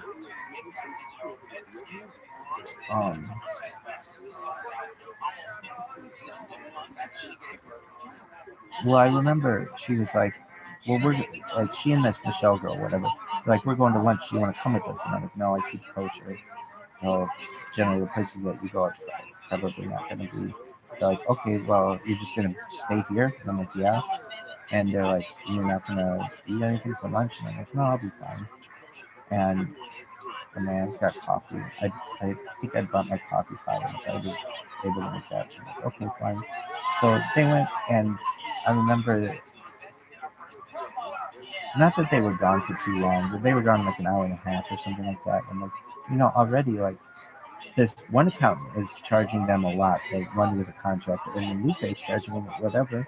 And but it was her last week. It was like whatever. So then, um, it was like, and then I started to understand. I honestly, I believe Lupe. Started to understand that it wasn't always things that you could do to control the business, and so there was downtime, and so I understand why she watched Netflix. I just thought it was unique, like why this was just a unique situation. So I understand why she did, and I don't think badly about her. It may sound like I'm ripping on her or whatever, but no, I just remember I didn't like that she didn't get along with Suzanne, and I understand how she didn't. But Suzanne to me just seemed like a really stressed woman who was on the brink of closing her business that she loved, um, and when a business is like that, I don't think you should be charging up extra overtime on it, things like that. But I understand where Lupe was coming from. She might not have a job next week, basically, so she's getting out everything that she could. So anyway, Suzanne made arrangements to switch things up, and what? So she took my advice and she got rid of the wedding planners being full-time employees, and they didn't want to be full-time employees anyway, even though they were making like uh, a an hourly wage. It was, I would say that they didn't know employment law, or not the employees, the bosses that Suzanne and Jose, they didn't really know employment law. They would just be like, okay, well, how many hours did you work this week, or whatever. But it wasn't necessarily like they were working on their own projects as well, so it wasn't like just for the business. So anyway, um, it took us like a week, but we got everybody arranged so that they would all of the wedding planners would be independent contractors, and that was going to save the business a lot of money, thousands of dollars a week. And it was like, okay, they had just gotten this loan, so we'll see how it goes. Anyway, so who are the people who work there? Well, Lupe worked there, and did you like Lupe? Yeah, she wasn't mean. She helped me. She taught me what to do. I just thought I was protective of Suzanne and the business, but I understand. Like when I walked in, Lupe was like, "All right." I remember she's like, "Why do you want to work here?" And I'm like, "It's a job, you know." I mean, and she's like, "Okay, well, you're a little too professional for how we do things here."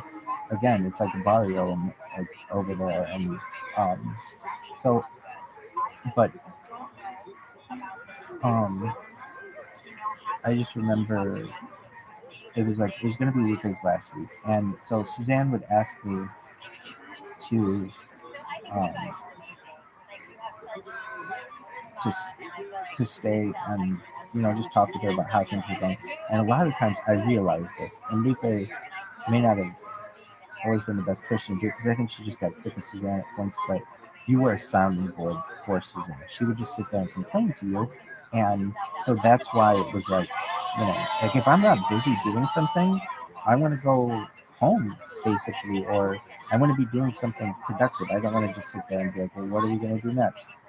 So one of the things that Suzanne wanted to do was come out with an employee manual, and it was like this thing had been pushed off and was never going to get done. And they had a competitor one of their manuals, and so and they also had this. They had all these contractors working home. They had this human resources contractor. What was her name?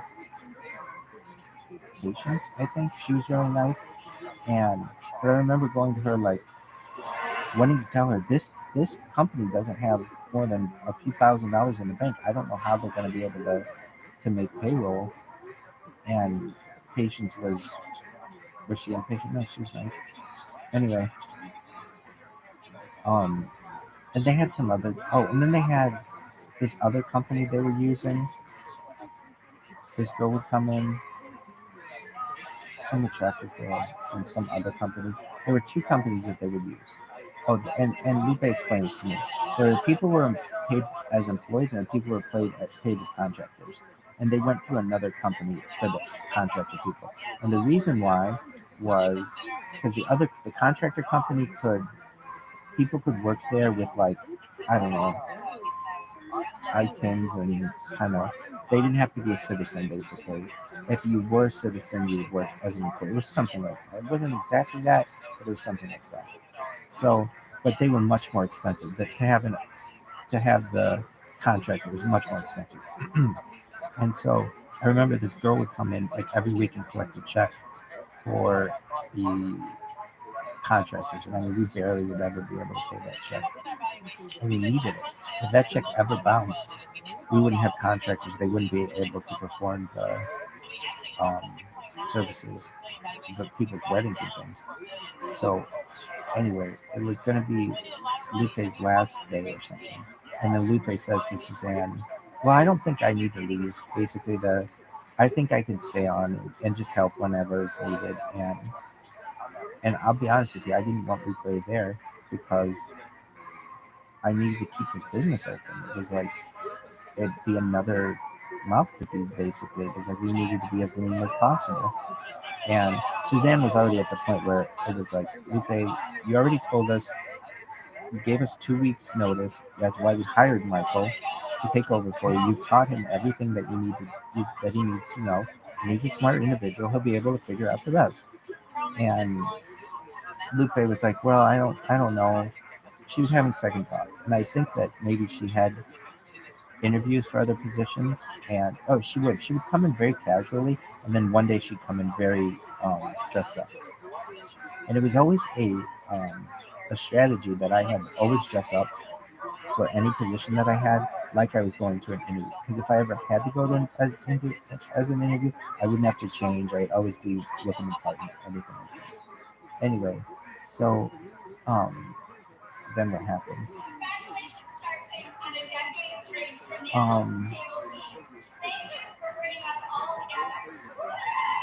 So we had gotten rid of the other accountant, and I remember there was only one time where I got a little too big for my britches when it came to the accountancy language I was using. And what did you say? I remember there was something you could do on Google Sheets that I thought was really nice. It would basically like create pivot tables for you or something like that. But automatically, it was like there was this way for Google to use a little bit of AI and do like smart graphs or something for you. And I remember not knowing the words to use, and it could kind of sense, I think, that I didn't know what I was about. I mean, it's not like I used it inappropriately, but I was just like, oh, did you guys know that there's this button here? And Google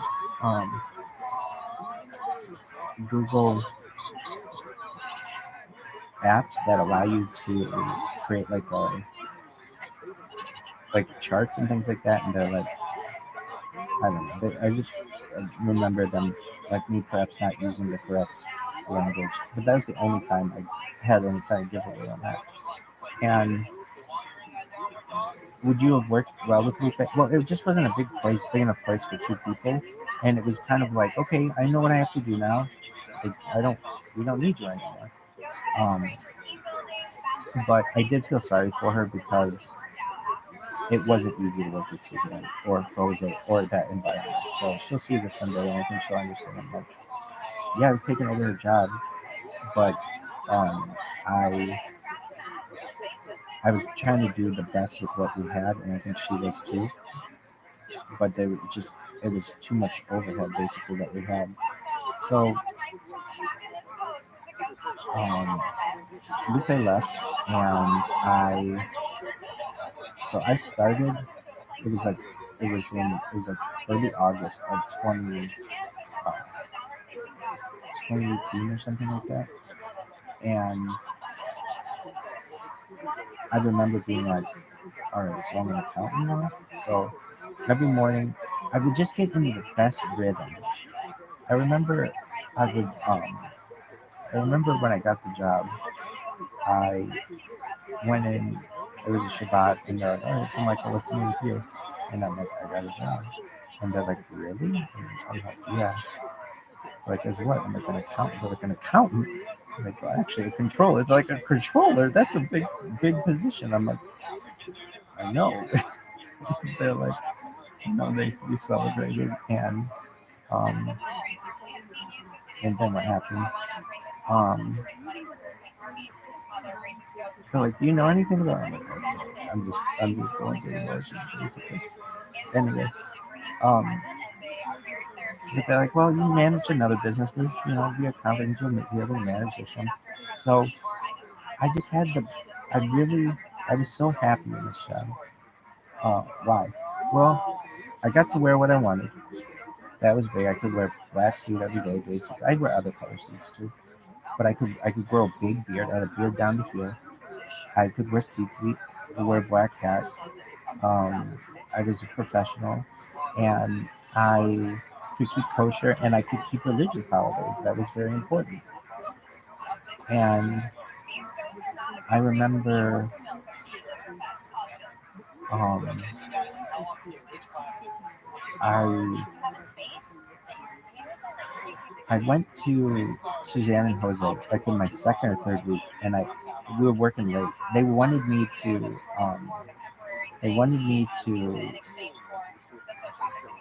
put together a human resources manual for them, and so I had the one from the other organization. And all I had to do was basically a word replace of the other organization's words and put our company's name in there, and it was like 85 pages, a long fucking human resources manual. But then I was able to give that to them, and they were like, oh my god, we have a human resources manual.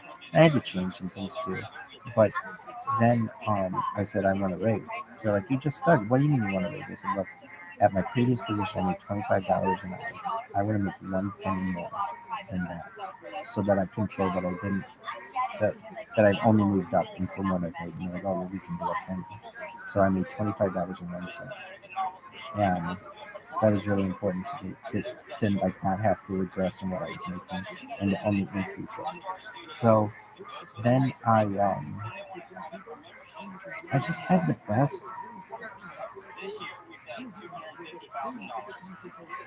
best routine. I remember, so I would talk to my rabbi after like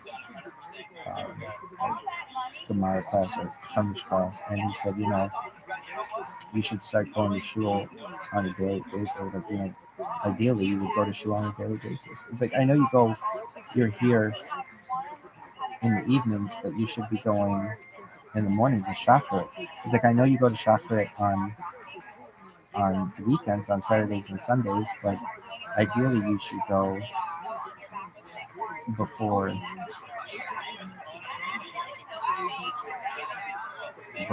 work.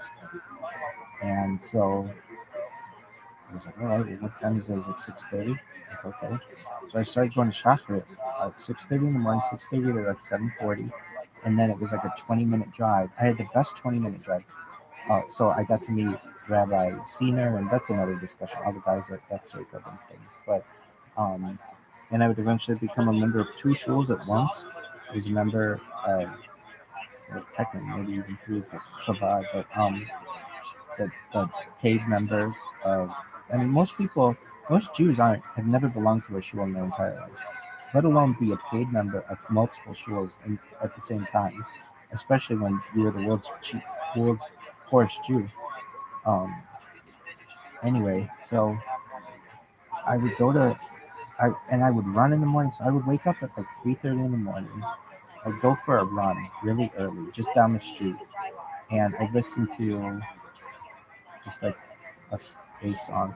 I remember when I lived um, in Long Beach, I would listen to Maroon 5, the song Sugar. It's like about a wedding, but like it's not about a wedding, but like I really like the video. It's like them driving around Los Angeles, and they just go to people's weddings and surprise them. Some of them are fake, or some of them are not fake. Some of them are scripted, but others were like real surprises where there's like they just go and they play at people's weddings. I love that video. I love that song, and I would just go on this run and listen to that song, and then Nice for What Drake's Nice for What came out, and I go for a run to that song, and it wouldn't take me that long to run a mile or something. I mean, it's like, less than 10 minutes or something like that. By far, I'm not running like 4-minute miles, but nevertheless, it wouldn't take me that long, huge perhaps. So then, I would be here, and I would run to whatever song.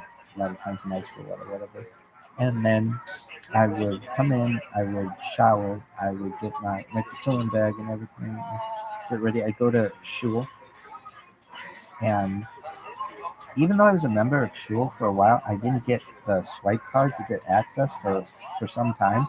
So I would have to drive into the shul. I'd have to wait for someone to go through the gate, and I would have to drive in like the Dukes of Hazzard. I mean, my fucking Hondas.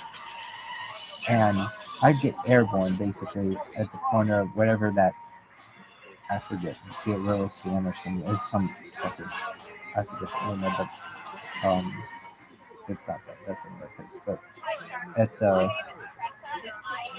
at the um, at the apartment complex that's across the street, I would like, I'd have to go on like a Dukes of Hazzard. I really mean it. They could watch, and I would barely make it through the gate on time. But then I dive in for at least an hour every day, push perhaps, and then in suit and tie every single day. I was the best dressed motherfucker at that place, and then I would go to work. And there were two routes I could go to work. There was a 13-minute route, which was just taking the 405, and there was like a 25-minute route. And I would normally take the 25-minute route, and I loved this route. I fucking loved it. I would take like Michelson to Van Carmen. Van Carmen becomes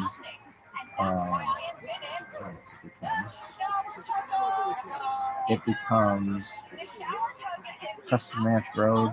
I'd make a left on basically Warner, and then that's the street on which my work was. And there were all these kids in Santa Ana getting ready for school. The Warner in the morning is ridiculously busy, but I just liked it, and I would listen to country music, which is very unique for me. Ask anyone who knows me, they know I don't like country music, but I was really getting into country music for some weird reason, and I was really into country music, like modern country music, like all kinds of country music, and I think it had to do with, in the other position at the startup, I'd listen to like hip hop and pop and all those songs, but it was like, I don't know, there was just something more moral about some of the country music to which I was listening. And so I would listen to, like, I really like the song Danish's Tequila, and then this one song To a T, I think, and this like Working the Night Shift. I really like that song by John Party or something like that. And I really like this other guy. What the hell is that song? Selfish by this one guy. There were like all these songs that I really liked, and I would listen to them. And I would get to work. I want to say, were you ever late to work? I don't think so. Only on a couple occasions it would be Thanksgiving. So I would work Thanksgiving, and because I needed the money, I didn't ever work a day off basically, unless it was a religious holiday. But I would work December 25th.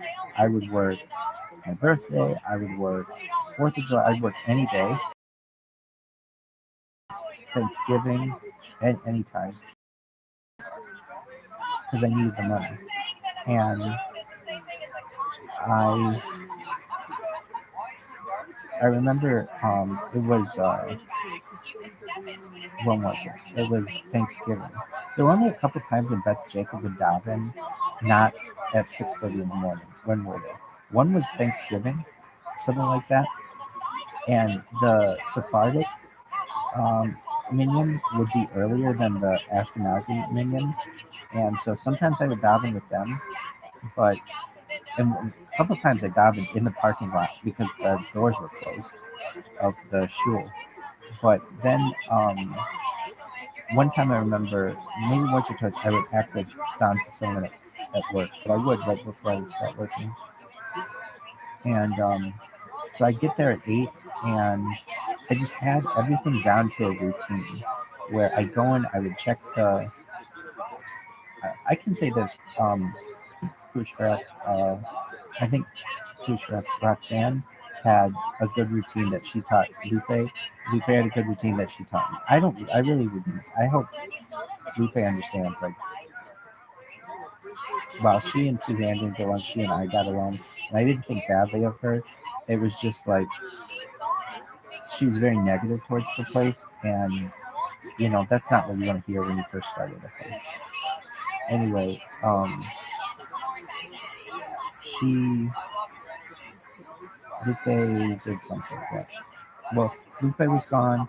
The other accountant was gone. I remember the other accountant was going to the Santa Ana Zoo or Santa Ana Fairgrounds, one kind of fairgrounds or something. She lived right around there. She was going to see Toto. Really, yeah, because she liked Toto. She was going to see, they had the Africa songs and other songs. She was really excited to see Toto.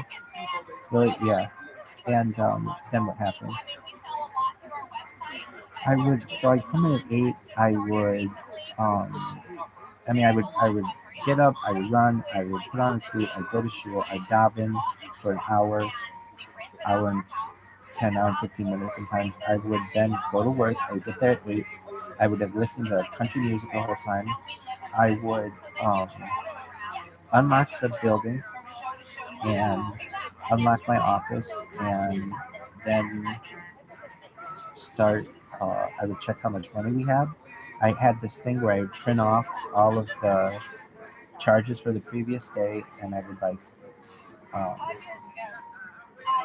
print what this little packet that Suzanne wanted every day. I would 3-hole punch it, and I put it in my briefcase. That would take all of that would take maybe to do everything I had to do in the morning, maybe like 30 minutes to 45 minutes. And then I remember saying to Suzanne, another way that you could save money is you have Lupe going to Bob's every single day.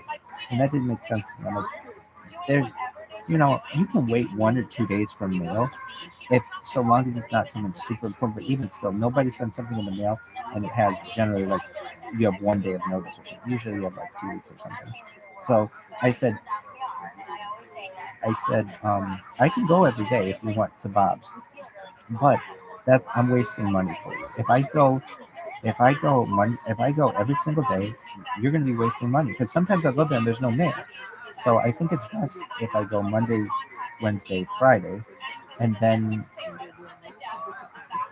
because if not, sometimes I'll make a whole trip across town and for nothing, there won't be any mail. And if you wait 2 days, then you'll know that there'll be mail. And she's like, yeah, that's another way we can save money.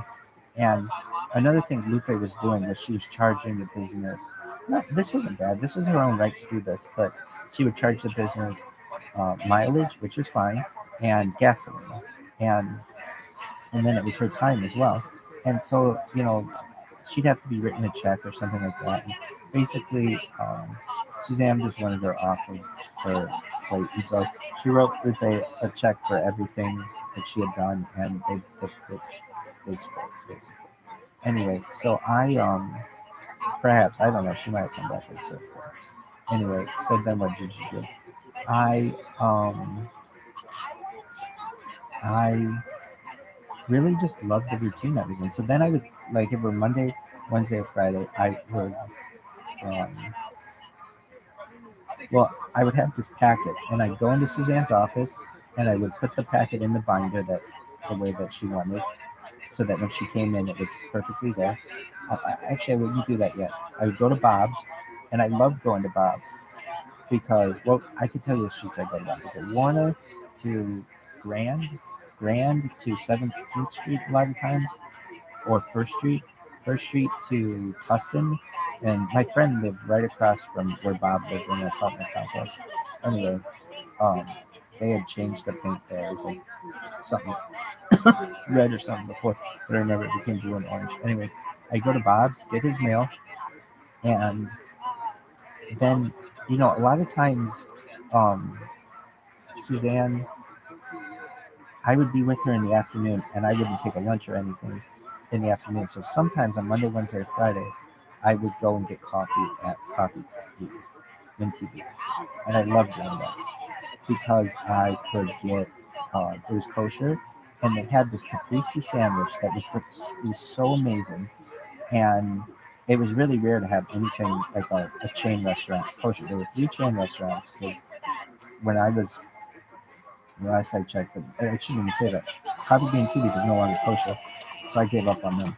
But there's Coffee Bean and Tea Leaf, Baskin Robbins, and Krispy Kreme. All 3 of those always will have a special place in my heart and within Judaism. Anyway, so then I would go to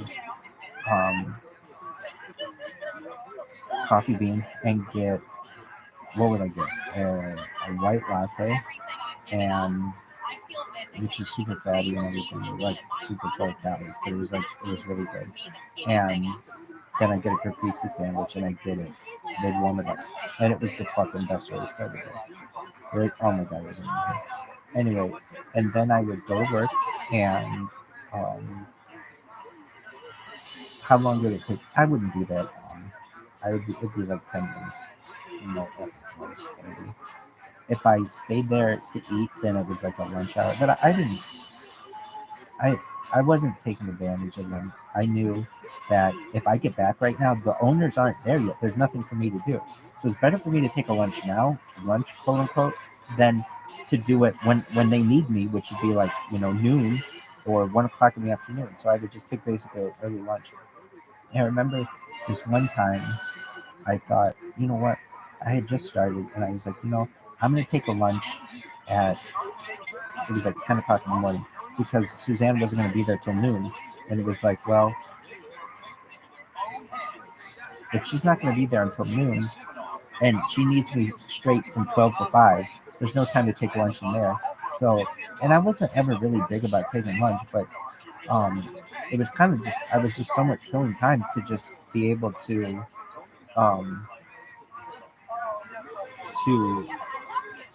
until I had someone there with me. Now there was other stuff to do, and I would do it, but I was still entitled to a lunch hour. So I remember one time I went to OC Kosher, which was in Tustin, but I went there, and my relatives are kind of I was there. She looked very nice. It was a Monday that I went, and I just started at this business, and I didn't even know. I kind of knew where to order, but I was playing dumb, and I was like, "Oh wait, how are you?" She's like, "Oh, awesome, good to see you." And I was like, "Hey, you know where you order?" And she's like, "That's good." I mean, I would be the king of that place at a certain point, but I'd only been there one other time, and I expected when I went there to be this huge fucking market. It was just a very small place. It would eventually be like a Kroger or like a Ralph's or something huge, but it wasn't that big. It would be like a Zion market, which I thought a lot of people think was Jewish, but it's not. It's Korean or something. Anyway, so then what would you do? I would. That was only one time that I did that. Anyway, one other time I went there on my lunch hour, I think, and that was, and Suzanne knew this, and I took a long lunch because my cousin was in town from Florida, and he wanted to take me to lunch, so we went there. Really, shout out to Scott for doing all this time. Anyway, and then what happened? We went to. I just remember I would listen to country music, and sometimes we would have there would be a route that I would sometimes take on the way home. Tustin, I think, is a beautiful city, and sometimes. Oh, so a lot of times with this job, I had to drive in my own car to the post office and do all kinds of errands for this place, and go to the bank every single day. And so every day I had to go to the bank and make a deposit of some sort with checks. And so I had to stamp the checks, and I had to basically get them cashed, put them in the account. So there was a lot to do, but there was a lot of driving that I was allowed to do. and um, so there was a lot of freedom to the job, I would say, and until the bosses got there. But when the bosses were there, it was an expectation that you would spend like 3, 4, 5 hours with them sometimes, and so um,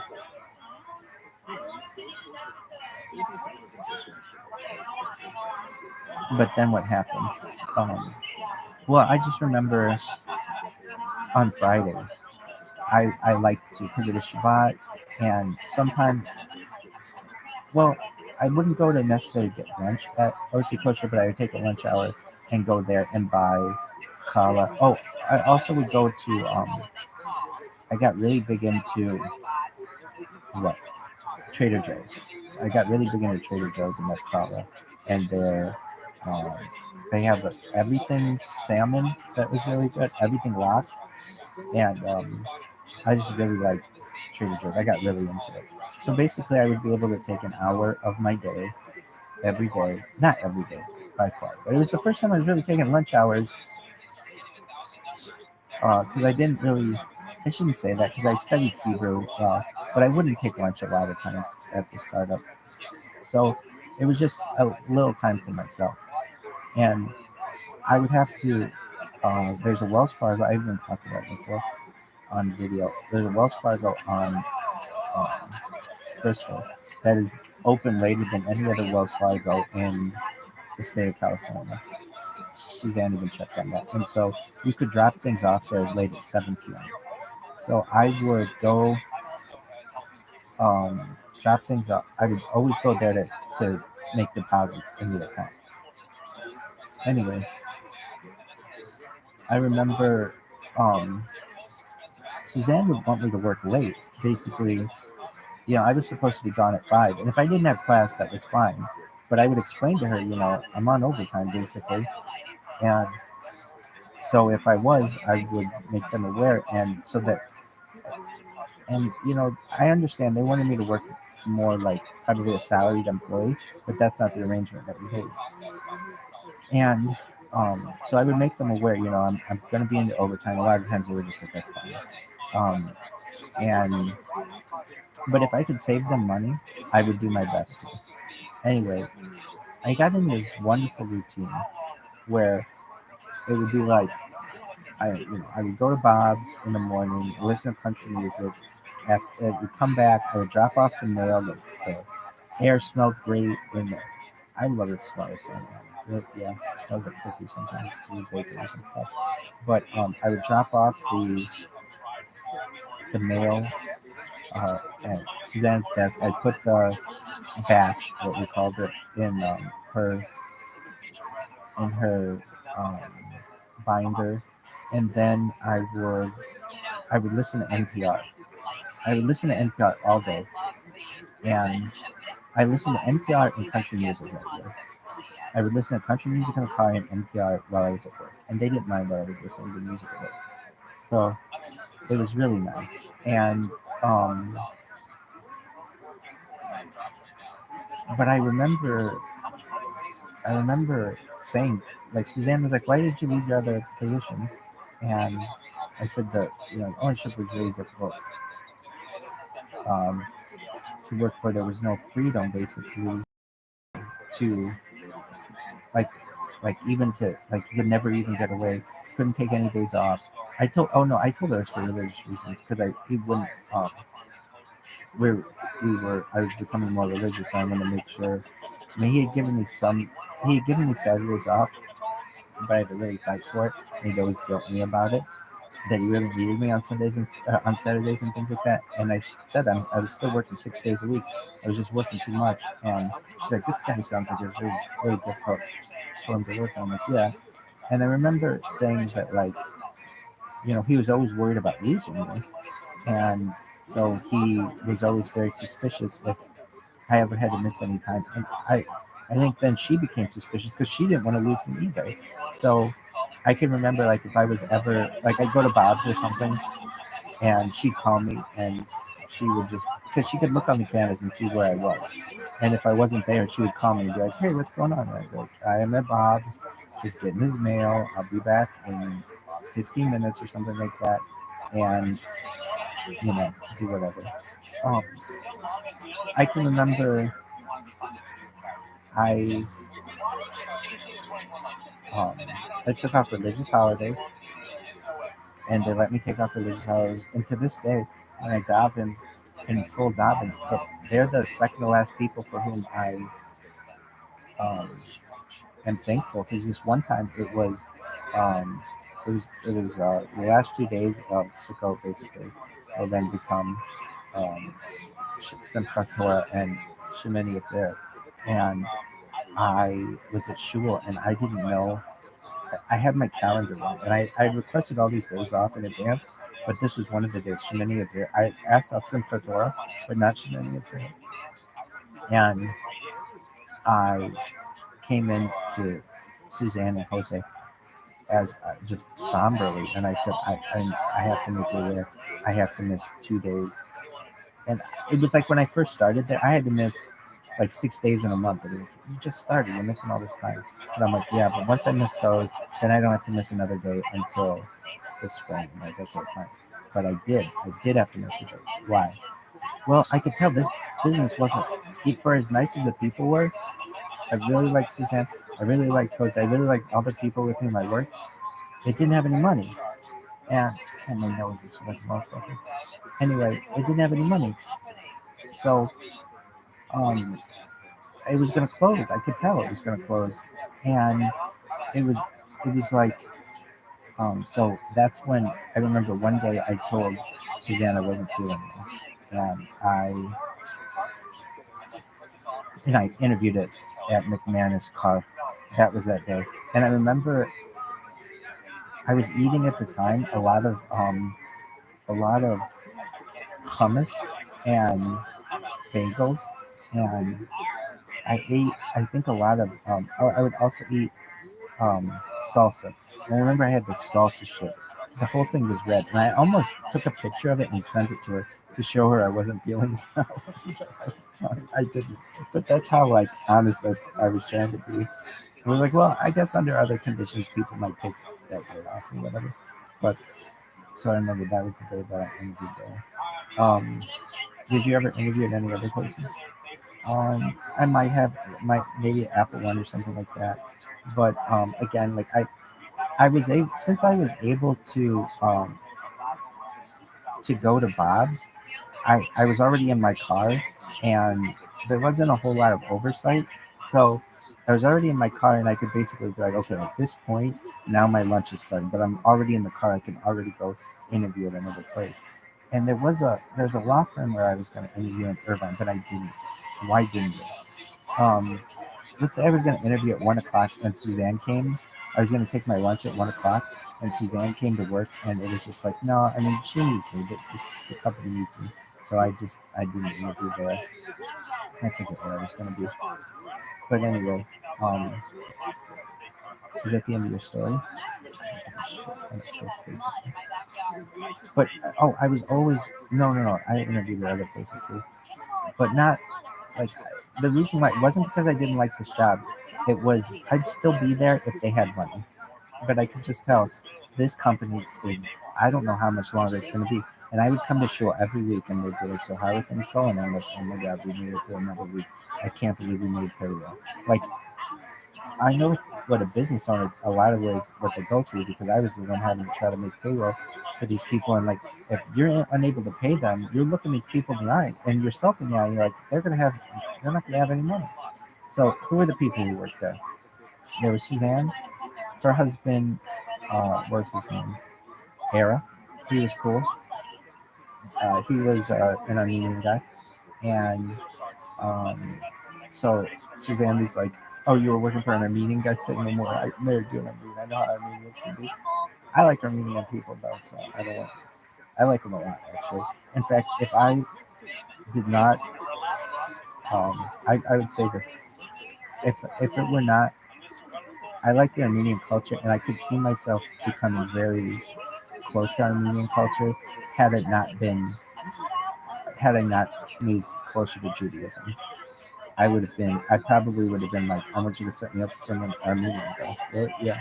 But I don't know, they're pretty and I like the culture and everything. They seem like they had some traditional values and somewhat similar to Judaism. Anyway, um, then what did you do? There was Suzanne's daughter was Alexandra, and she had dealt with some illness, but she was very smart, and she worked. She went to school at UC San Diego, and Suzanne, after Suzanne, as I said, was an accountant. Suzanne was smart, and Suzanne's dad. I never met him, but I got to speak with him on the phone, and he owned an insurance company or some kind of insurance, which I forget the name of it now, but um, he was cool, and he liked me. He thought I was a good influence on the business, like having a professional person there. Not saying Lupe was not, but I think Suzanne would complain to her dad about Lupe, and so he already had a skewed um, idea of what she was like. And I have to go back and say, I liked Lupe. It was just, it was like we were going to close if we continued to have her there. And I can see how she racked up a whole bunch of overtime there. I just don't know if she was always so honest with the company to tell them as I was like, hey, I'm in overtime now, or whatever. Like, you know, but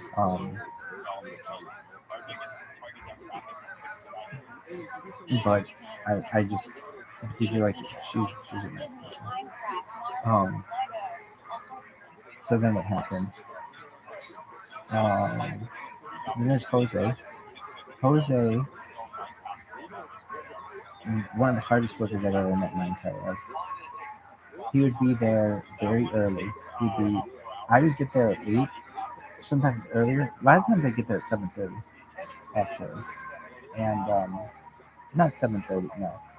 I shouldn't say that because Shul went to 7:30. But a lot of times I get there at 7:45. If traffic wasn't bad, it was a holiday, or I took the 405. Anyway, um, he was one of the hardest workers I've ever met. He had a lot of kids. I don't remember all of them.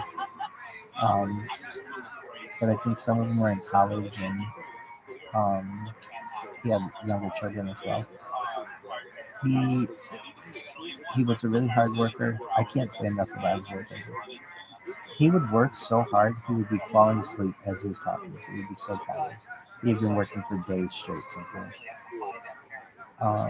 He lived in Bob's complex, so I'd be getting his mail as well. Um, would you? Yeah, I think something like that. I don't know what it's called, but basically something like that. Anyway, who else worked there? There were two managers in the place, Martine and Raimundo, and I liked them a lot. Everybody liked them. They were hard workers themselves, and I would go. I had this like little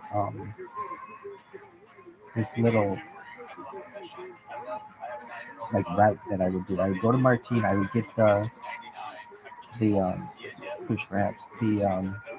They had receipts for their gas and things like that. I would always get that stuff from them, and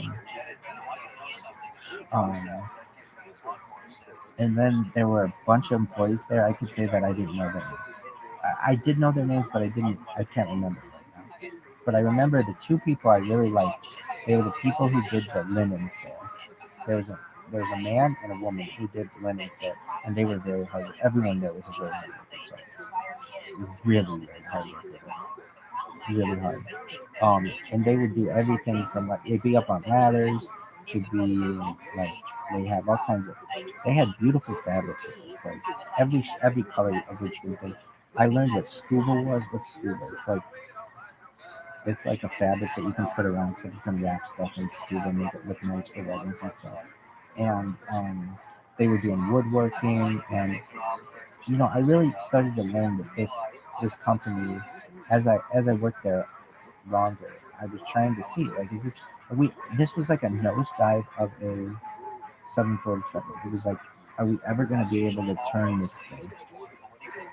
And the answer was no. Why? Because they had so many loans that would come out every single day that even if the place was breaking even, these loans would just eat into them with the interest and everything. But then they'd have to get another loan and another loan. And at times they had 2 or 3 loans coming out on a given day, and it was far too much. They were basically being, and the interest rates of these loans were like, they were 25, 30%. Huge. I mean, these were really, but they had nowhere else to turn. They couldn't get a small business loan. They couldn't get like a whole bunch of things. So anyway, um, with QuickBooks, so the big thing was for the business to transition from QuickBooks Desktop to QuickBooks Online. However, what had happened was Roxanne did QuickBooks Desktop up until a certain point, and then Lupe didn't do it. I'm not saying it was her fault. It was just other things came up, and so it wasn't done for a huge period of time. And then I was able to convince. Did I get this thing? I was able to convince Suzanne that they needed QuickBooks Online, and that was something that Lupe never was able to convince her of doing. And it wasn't that expensive. It was like, I don't know, $19.99 a month or $9.99 a month or something. But and I understand Suzanne's point on this. Like, I don't want to have to pay for software every month. I just want to pay for it once, and that's what you could do with QuickBooks Desktop. But anyway, I was able to get QuickBooks Online, and I said, Suzanne, it doesn't make a lot of sense for us to import QuickBooks Desktop as into our QuickBooks Online because there's this huge gap of information. This hasn't been filled out for years. It was basically like taking very outdated information and putting it in there. And also, all our invoices were on they were on a previous system. So it was like, look, it's better, in my opinion, to just start anew. And I was able to convince them of that, and we did. And so I would go through QuickBooks every single day, and then I wanted to make it so that we got a lot of people who would say, I don't want to have to pay with maybe we had a Clover system. I remember when I first started there, they're like, you know what a Clover is, right? And I didn't. But that wasn't something I didn't know. Like, you're an accountant, you don't know. They didn't say that. But it's more of a retail thing, like a retail point of service terminal, point of sale terminal. Anyway, what else was there? So I got QuickBooks Online, but in order to accept credit cards, they had to do a credit check. And so I remember I was just clicking through, and I remember it saying like it's going to check the credit of the person on the account, which was Suzanne. And I was like, okay, well, we're going to do it. And I did it. And Suzanne called me almost like the next day, I think, and she was like, yeah, I got a call from LifeLock, whatever, and they told me that somebody had gone into my credit. Do you know anything about this? And I was like, oh, I did that for QuickBooks. And she's like, oh, well. I'm like, if not, we can't accept. We can't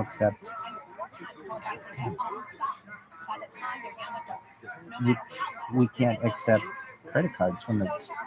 And people want to be able to pay and not have to come in with their credit card. They want to be able to just give you a credit card over the phone and be done with it. And this is a way we can do that. So he was like, okay. So I was able to get the company with QuickBooks Online, and then that's how we did our taxes. And but what ended up happening, since it was my first year of being an accountant, I didn't realize that there were deadlines for 1040 for like for independent contractors, and so the deadline is January 30th, and there are penalties if you surpass that. And I wasn't realizing that. I would hear things on like the radio, but that was how I was learning how to be an accountant, basically. Anyway, so it was like it was like February 2nd or something, and Suzanne's like, did you send out the 1040 for the contractors? And I was like, and she's like, why didn't you do this for 2 days ago? And it wasn't necessarily all my fault. What was it? Well, I don't want to say I just started, but we had this transition between, I should say this. It wasn't my fault. I remember I was going to have to do it, but Suzanne said before you send out 1030, I'm going to look at it all. And it was like 2 weeks of time where Suzanne was like, I just don't have time to do it. I don't have time to do that. And so it became like February 2nd. I'm like, if we pass the deadline, we have to send these things to the club. So I really set them out. And then I said to her, oh, I remember my question. I didn't know who all of our contractors were. I knew there was $600 threshold, but I didn't know who all the contractors were because I would go through the checkbook and be like, is this a contractor or is this just like a past bill? I didn't know. Or was it like was it an expense or was it a contract? And so we had to go through it. So I didn't want to send out the information. I don't know why I didn't know but anyway. So I was able to send those out. Who worked there? So Martin and I really like to remember them. And I like to start teaching. I like them. But I wonder what I would say. You got any money for me? You got any money for me? Because he thought you can't do something. Yeah, he wouldn't want to do something. Oh, this person, I don't know. This business has no money. I've said this before. It's kind of like I'm moving now. But basically, there's a meme of it, or a cartoon or something like someone who's on a train and they're taking the train track that they just passed and put it on the forward train track so that they can continue going whilst the train is going right up the top. So they're basically taking it and then like this in the train track. And that's exactly what it was like. It was like we couldn't plan this business because it could have closed at any time. And that was really are you done? So Tanya, the problem is it's so outside of what I do. Sorry. Jamie, are you sure? Maybe Amazon can sign up to give all of its employees as an employee benefit, right? Thank you. Right.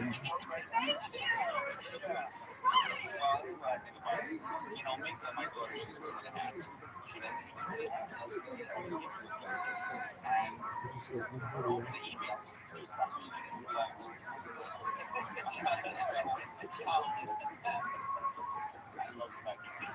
And it is a fact. I just want to Okay, well, thank you. But what we have seen when we have done testing for the younger kids, they have so much stuff that mom is tired of answering the calls like, what should I get? What should I get? Because unfortunately, it makes perfect sense. You just said it's hard to remember bank account for your kids. Yeah. Because they don't know everything. That's an easy business. You complicated this to no end. I actually don't think, Mark, this is complicated to know. I think it's actually super simple. I appreciate what you're trying to accomplish, but Mark, you gotta come back in. Let me finish Stop. Look, all these banks you're talking about, one thing I'll tell you, it takes a long time to go through the process of approval of the platform. I'll make you an offer, but it's going to be aggressive because I actually know what it works like, and I can bring a lot of value by just putting my name on it. I'll give you the $200,000 on 25%.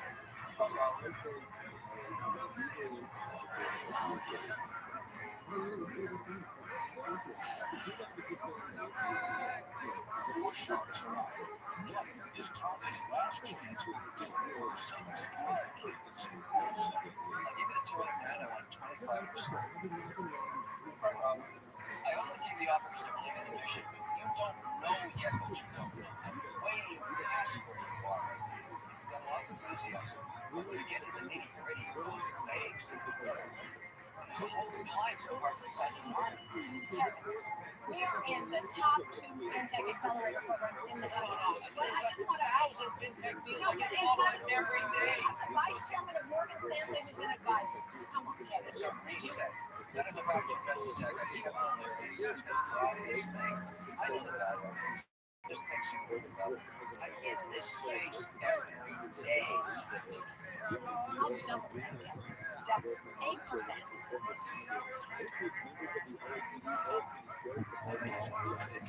I'll spend 9%. 200,000.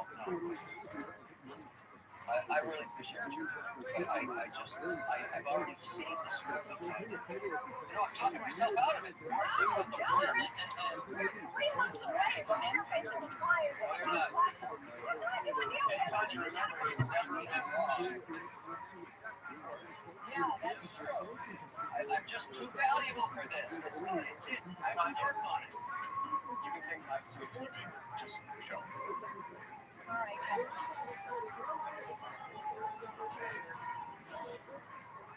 Sorry, but you're out. Also, Tanya. Thank you, Tanya. Thank you. I love it. I wish I could swing better. That couldn't help it. It's just a nightmare. Hearing Jamie say, hey, Kevin wrong, you could come up here and have my seat. I'm going to take Jamie up on that offer. I'm going to be occupying his seat in 4 more years.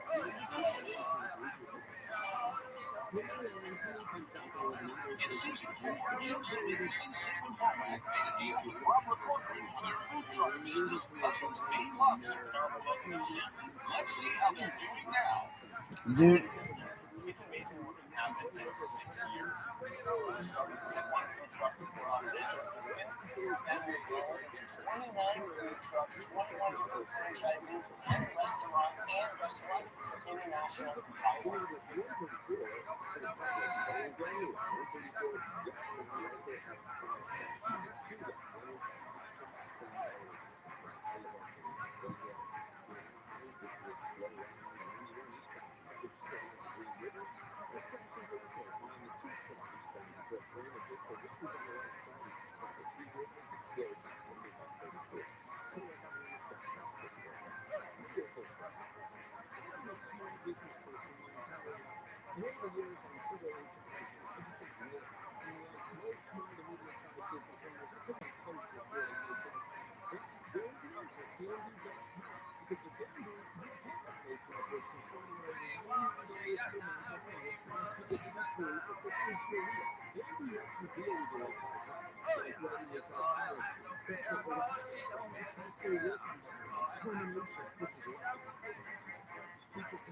Serena Stewart or JJ?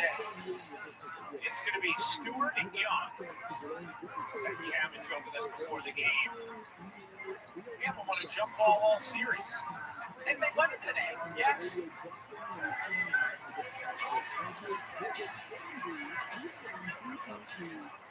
And that's Becky Hammond's going to jump ball plays. She said, absolutely, this is something we work on. Check the movement around the perimeter of it. And that is going to be a violation. And then they really can't pay any attention to that. See if they want to win it or not. They should get your defense. That's right. Keila George on the bench now. He's 11 points tonight. Had 2 total postseason points.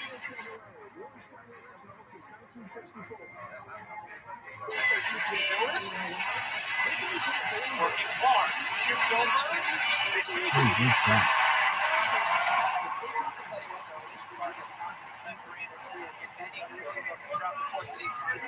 But a nice job on Stewart this season in general.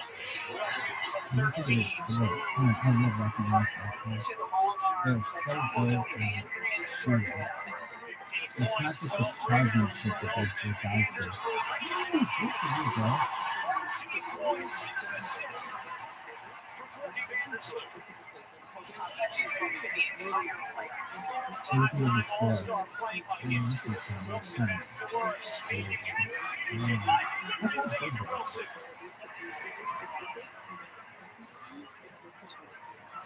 Vandersloot with the hit. Wilson the rebounder, 13. Opportunity for Vegas, down 5. Wilson. Olsen trying to get it to her. Wilson into the lane and gets the foul call. And Kiernan has been begging for it. The call is made. He's doing such a good job here in the third quarter, attacking the basket, hitting tough shots. With a spin, strong left hand, and then here gets the foul call as she attacks the basket. Oh, that looked like it should have been a jump ball, no? Jump ball Jones. Stan Wilson goes to the line.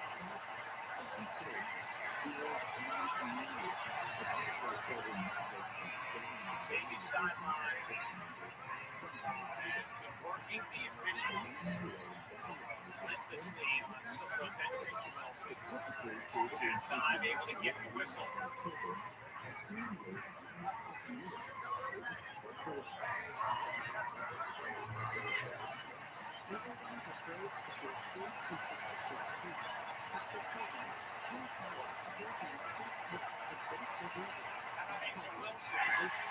This is the second free throw. He scored the last 9 biggest points here in this third. Stewart, good look. Short. 3 for 13 from the floor. Long. Off the mark. Into the lane. Clark plays it. It's a one-possession game.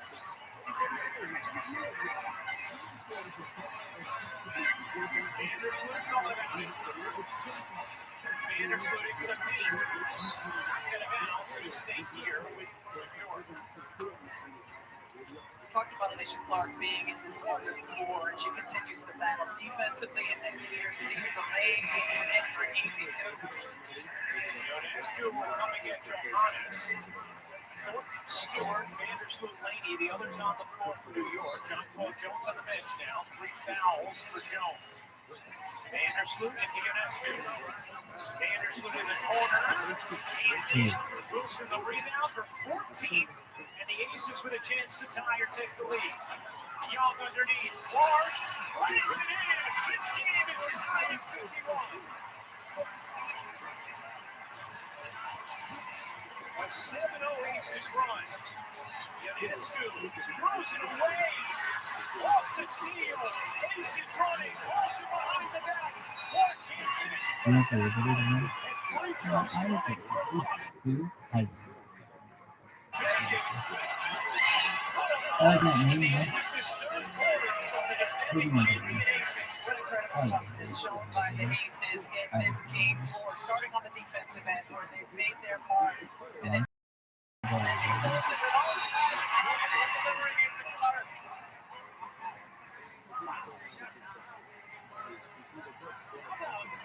Not being a part of the rotation. Thrust into this game because of injuries. I mean, you're confident enough to make a pass like that in a tie game when you go over to the third quarter of the finals. As Clark gives Vegas its first lead since it was 9-8. And Colson's done an admirable job on the defensive end, fighting over screens multiple times each possession.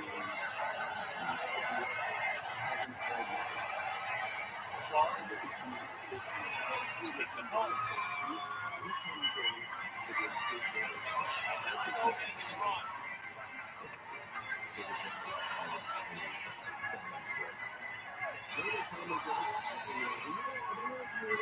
New York led by 12 earlier this quarter. 2 seconds left in it. She gets fouled by Colson. That will be her fifth. Impactful foul in this game. Cindy Colson, as we said, has been really good defensively, and the way she fights Ezekiel George is about to come back in. But Colson has given Vegas 3 minutes here in game 4. Obviously, a big difference between going small with Colson or big with George. Vegas not a foul to give there, so side out of bounds. 2.6 left in the third. Ionescu looking in. Goes cross court to Clark. She'll fire. No. And do it for the third. The Aces, the best third-quarter team in the league by far this season, outscored New York 23-12 in the frame and has a 2-point lead after 3. Courtney Vandersloot is with Holly Rupp. Included 14 points in that third quarter. What's the biggest challenge your offense is facing right now to have more flow? Not defending. You know, that's when we're at our best. Is when we're getting shots away out in transition and moving the ball.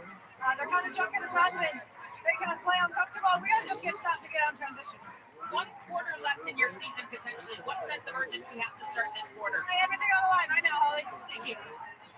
Courtney Vandersloot, 14 points, 6 assists, 4 rebounds. But what was a 12-point lead in the third has totally evaporated for New York. The grit of the Aces shining, the stardom of Wilson, and it's Las Vegas a quarter away from a title. There's something flying in here.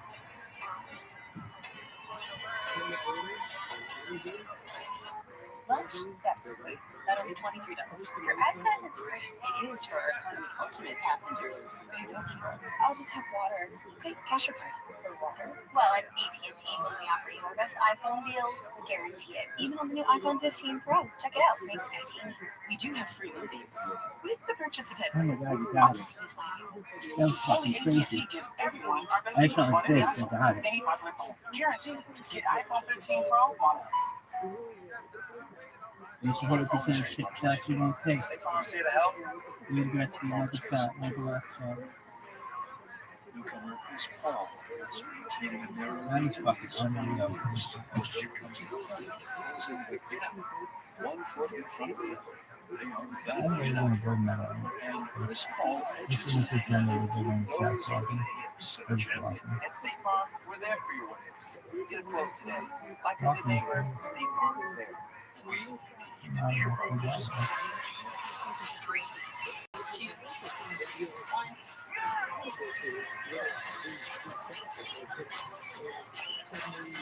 Yeah, there's something else that's flying in here.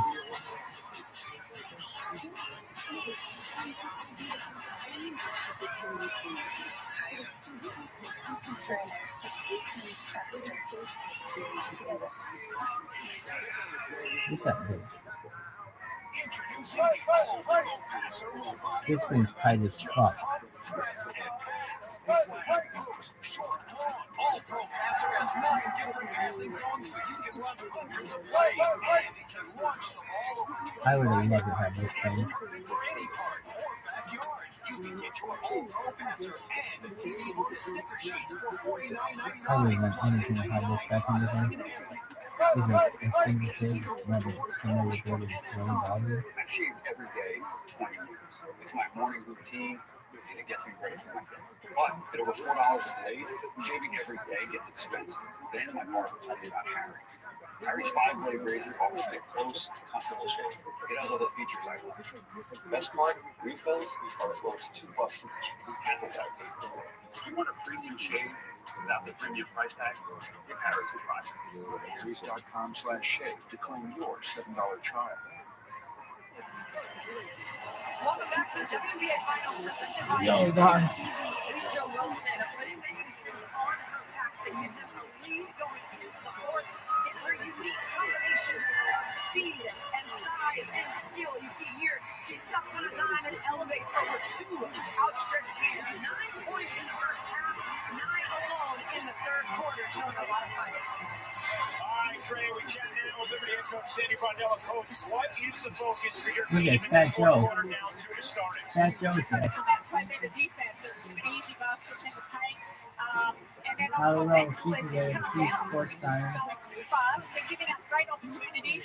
Missed a I lot saw of Fat shots, Joe obviously, but I think our defense is going to create our offense right now. All right, Coach, thanks a lot for the time. We appreciate it. Sandy Rondella, Becky Hammond, the first former players to coach against each other in the WNBA Finals. Sandy was Becky's coach in San Antonio for years. Those two have very good relationship and incredible respect for one another. Started the fourth quarter of game 4. Harassed by Lady, assists her way to the cup. He's trying to become the first team in 21 years to go back-to-back. New York looking to force a game 5 Friday night. Vegas has scored the last 11 Come points on, in this Will. game. I'm going to see if this part of it. I'll watch it. Still Right? I watched it tonight. Stewart. And Brianna Stewart will shoot two as we listen to the sound of the game with Aces and Coach Becky.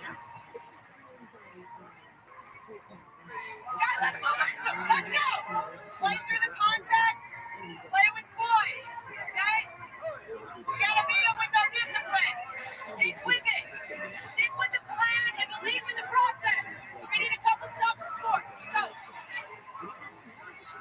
Becky Adams did such a terrific job. Her second year at the helm of these Aces led them to a title a season ago.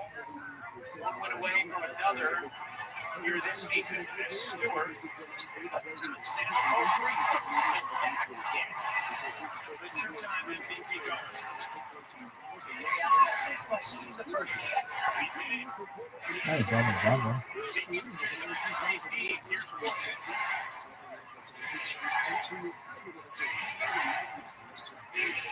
Young. Shoot into Wilson. Running inside. Wilson is unstoppable. 20 points in 14 minutes.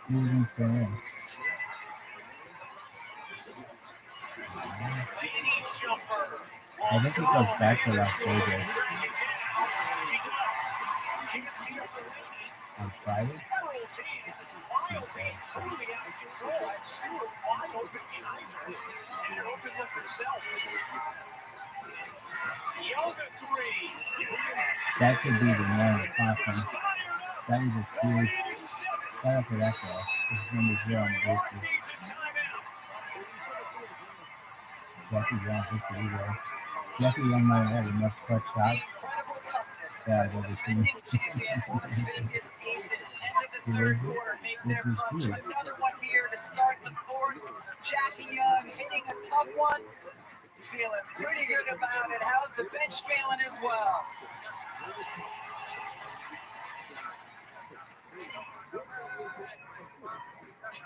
Are you guys watching? You're watching? Are you watching? Okay. Have a gear on bed, Hank. She has great presence. Spoiler, his father's half man, half side. Hey, I'm just happy we're watching a movie instead of a baking show. Hope you like plaid. I do. What's popcorn? Not it. not it. Pets aren't just pets. They're more. That's the best part. Get more of what your pet loves with everyday free prices. Fast free shipping and cheap. It is now time to take a look what fans are searching for. Brought to you by Google. New York Liberty home court is a breakout search in the U.S. It has been a dynamic home court in these playoffs. One of the most strongest atmospheres we have ever experienced covering this league. It's going to the start of the fourth. But it's getting his on an extended 6-2 to 2-1. Back to the end of the third, that is built a 7-point lead. Here's Stewart on the drop. Misses the layup. Charge is called. But Stewart has takes the foul. Does anyone know trying to get Brianna Stewart going downhill? Alicia Clark moving her feet. Stewie lowers her shoulder.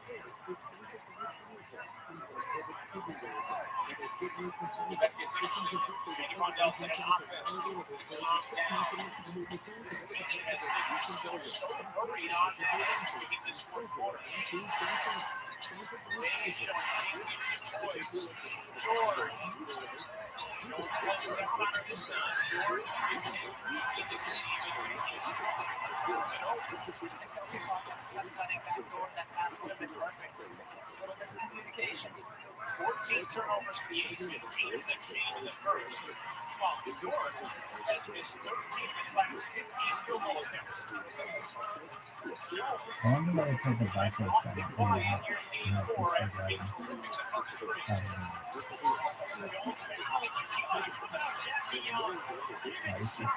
Fighting off Jones for the steal. And again, you broke behind to force things. Clark, doesn't get the whistle. Oh, she hits it. Just go double.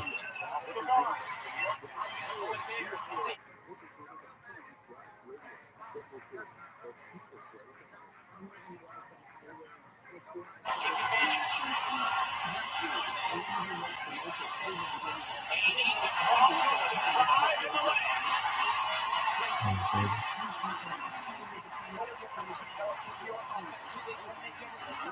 can try and push and transition with a little bit more flow. 5-point game under 7 minutes to go in game 4.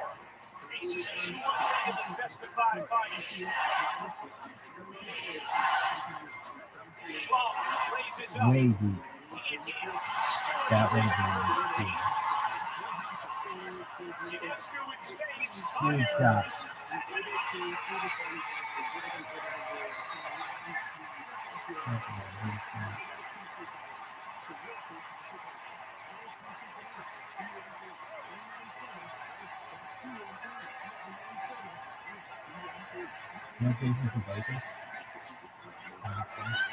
It's one with the crowd here in Brooklyn, more than Sabrina Ionescu,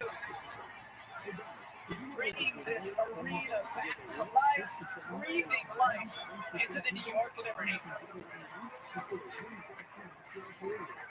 Every year, thousands of athletes disappear. Clutch moments fall in hydration. You should take a look at selfie tonight. I like that one. People like Shannon Sharp. Yeah, you let me down. They've been told how you feel yourself doesn't matter. That electrolytes the heart center. Just like There's that, something flying in here. get yourself back in the game. Get yourself a Gatorade. Could be the difference between dominate and disappear. Gatorade, hydrate, replenish, refuel. It's not just designed to look good. It's built to command attention. It's not just a comfortable interior. It's a quiet refuge. They're not just headlights. They're like life. The new fully electric Audi Q8 e-tron models. There she is. Jane Ross. Best CTO in the game. Her cyber defense is fire. Yeah, but Emily Foster? Corporate finance queen in Kansas City? Wait, hold up. Is that Lucy Carter? Oh, man, she just looked right at me. I love you, Lucy. You're such a great Q4. Can we take a selfie, please? Where'd you get that photo? Your LinkedIn profile. Can I have your coffee, please? Vagisil sensitive scent washes with freshness super strong. Look at this motion. Hypoallergenic scents. Clinically That was proven sick. gentle. Lactic acid for the optimal vulva pH. Vagisil sensitive scents. Tested, trusted, loved. Thank you, women scientists. The expectations are mile high in this Central Division matchup. He's the guy who built the franchise. Tom Bernard and the Blackhawks. Nathan McKinnon and the Avalanche. Thursday, 10:30 on ESPN. This copyrighted telecast of WNBA Enterprises may not be retransmitted, reproduced, rebroadcast, or otherwise used in any form without the express written consent of WNBA Enterprises. Little League World Series champions!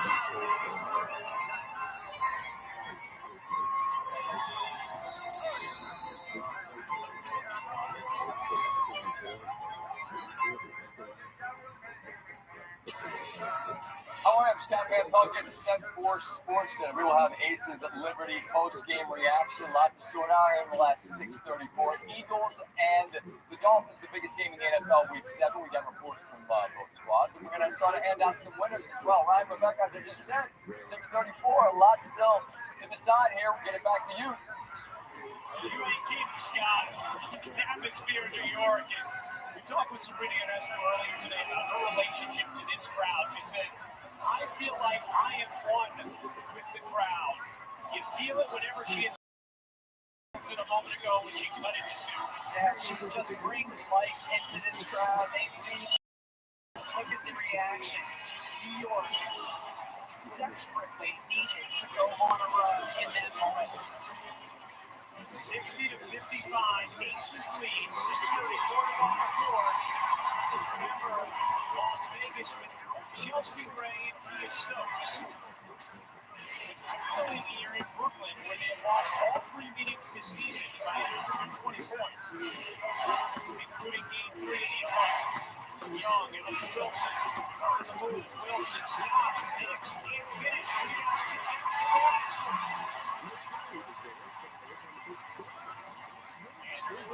to get it to Stewart.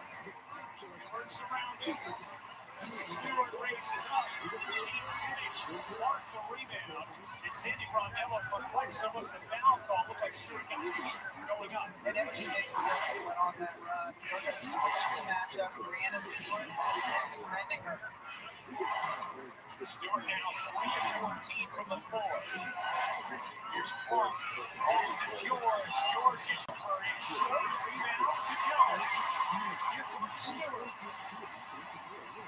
New York down 2. Gonna scoop into the lane. Tyler.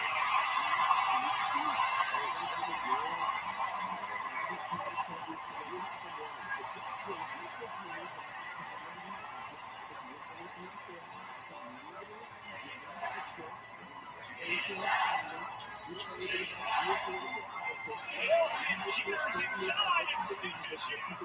Asia Wilson showing the right hand. 22 points, 15 rebounds. The woman who will be the finals MVP of this series. Wide open. Timeout Las Vegas. Too many timeouts in basketball. We should get like 3 timeouts. It's just crazy. I don't even know how many. 37 timeouts. 2 timeouts. WNBA Finals are presented by YouTube TV.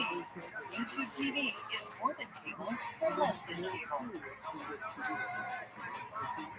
Vagisil Sensitive Scents washes and freshness superstars. Hypoallergenic scents, clinically proven gentle, with lactic acid with the optimal vulva pH. Vagisil Sensitive Scents, tested, trusted, loved. Thank you, women scientists.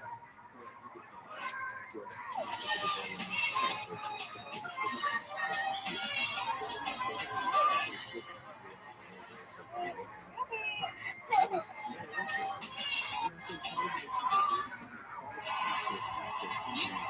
talk about nerves at a finals moment. Sabrina Ionesco, who just hit a big 3 and then came over the sideline and lost the contents of her stomach. She told me that she gets nervous before games, but she went right back out, went down her chin, and kept on playing. Everybody in the building right now feels a little bit like this. It is so tense out here, guys. I like that how he added that she went down her chin. That's a very important part of the process. Detailed play-by-play from Holly Rowe. 4:50 to go in the fourth. Ionescu out there, despite losing the contents of her stomach. Tied at 62. And the crowd spontaneously reacting. They've been showing one young girl on the scoreboard about this game, and she has become the apple of New York's eye. Casey Young's 3 missed it badly. First time in this series for a touchdown, which is a game under 5 minutes left in 5 points. Ionescu hands it off. Late at his Young denied the angle with the punch from behind. You heard Janae Wilke talking about it in the pregame show. Just Gray, one of the best ever to punch time, not on the floor for Vegas, of course. Gray, Stewart, the quick turn, throws it short.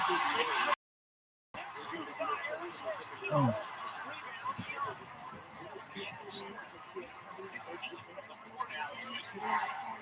So what we see this year, This is awesome.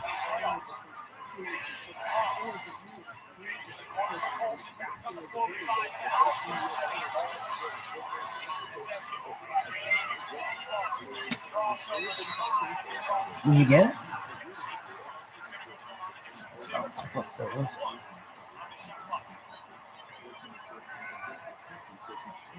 Take a look at the upcoming WNBA final schedule. If there is a game 5, it'll be Friday on ESPN 9 Eastern. For more on these games, please go to WNBA.com or visit the WNBA.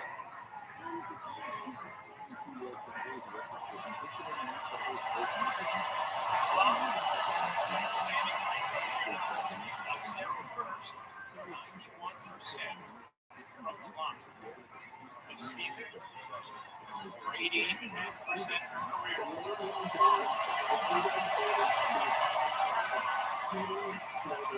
Davis up by 2. Waller. Kelsey walks on the ESPN tight end for your Wadescu. It's going to stay on is anyway. Get the 6th foul on Kelsey. She didn't looking for the call. She certainly saw the fire.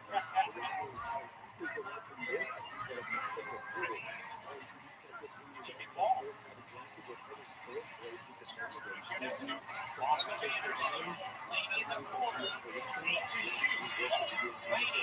Shoot the tray. Shoot it. Oh, good job. Ooh.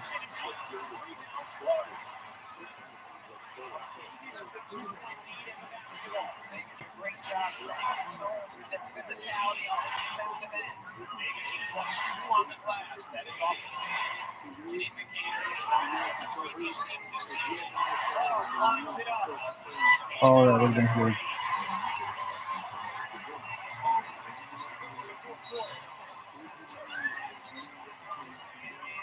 Foul ball against Clark. Runs all the way to the backcourt. And picking up her 3rd personal. We'll have a timeout on the floor. 2:57 to go in the 4th quarter of game 4 in the Aces. Leading by 2.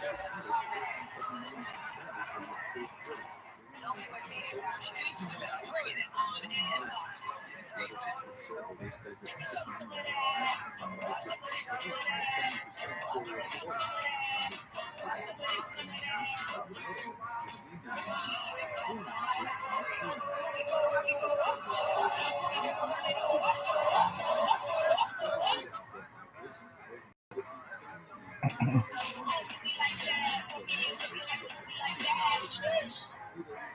YouTube TV is more than cable for less than cable. And more is an especially good thing to have if you love basketball. We just hope you can handle this much of it.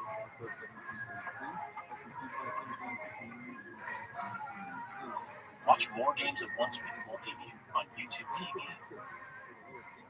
YouTube TV is more than cable for less than cable. Try it for free. You don't have to believe in free-throw superstition for it to work, because after this many orders of NBA game day, your local wing shop leaves enough for you to vote with you.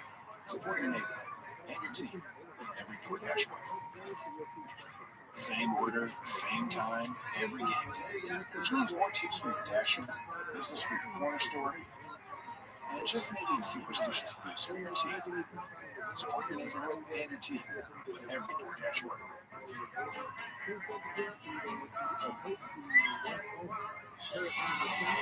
he is. He's right there.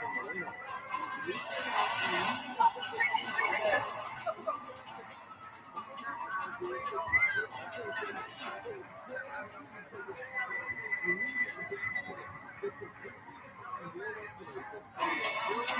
Cover more ground in the Kia Sportage Turbo Hybrid.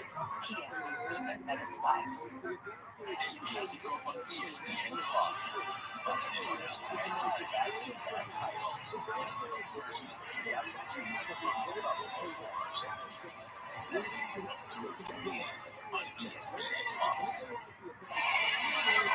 A pulsating atmosphere. Everyone's in the center with 2:57 to go. The 4th quarter of game 4. And the Aces a 2-point lead on the Liberty game. Looking forward to the start of game 5. Friday night, Ryan Russo alongside the Hall of Fame. Rebecca Lobo.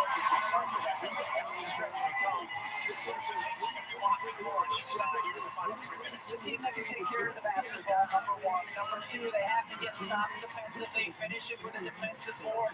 Both teams have been much better when they've been able to push, getting the flow, getting going from a defensive stop to a little bit easier offense. Here is Stewart. Off the Ionescu. Ionescu to Stewart. Off the ball. It's Charles Wilson. Jones there looking for an angle. But it's out. Again. 64 all. Fields, 22 points, 15 rebounds tonight. Pushes off Lady, gets away with it as she lays it in. Young using force to get to the hoop. Oh. Ionescu and Jones not on the same page. And New York turns it over. That was a huge turnover. Might have been the biggest turnover in WNBA history. Where is he? She isn't in, is he? Here's Young.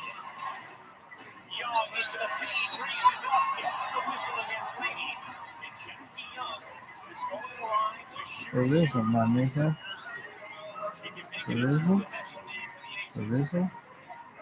There isn't one, is there? There's the foul on Lady.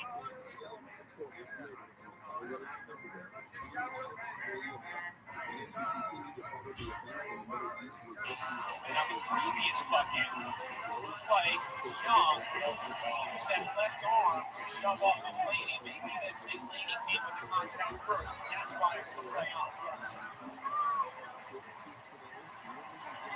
This doesn't work. That's Young. First free throw attempt of the night.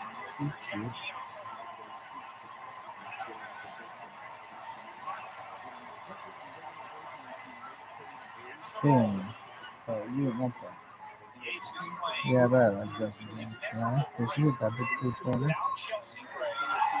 This is a big shot for her. Like for her, for anyone. That is giant. Dude, fucking, the Aces are gonna win this place. This is a big fucking. Who could say? Who could say? Oh, it's over. And it's still fucking gone. Sorry, Steve. You're fucked. If they make this, it's game over.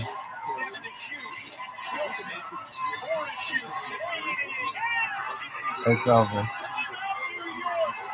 This game is over. We're going to see our first WNBA championship, kids. It's a 6-point Aces lead with 1:26 to go. You've talked about grit and toughness. How about this from Asia Wilson backing down, reverse pivot, hits it over the long arm.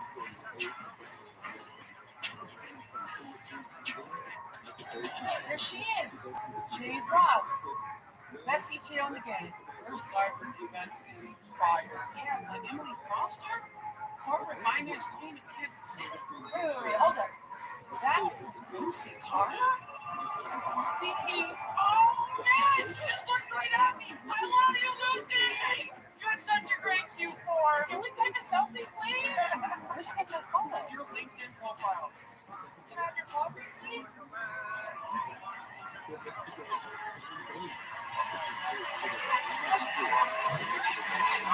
1:26 to go.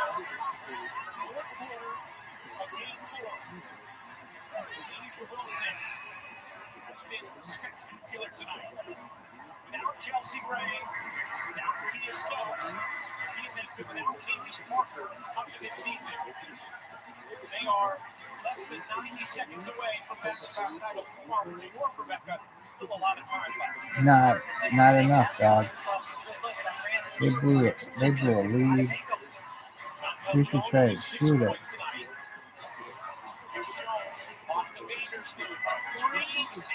Giant fucking shot. Vanderstreet. Huge. Huge.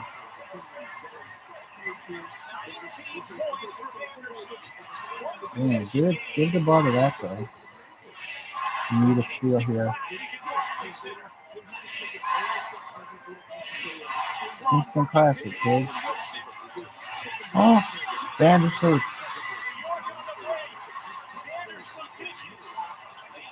Give it to that girl. Give it to that girl. That girl won it before. Damn, that was big. Huge, huge, huge, huge. Huge, huge, huge.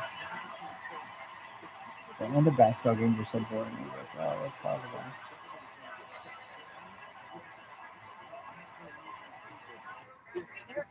hired for was for a job that was too good to be true.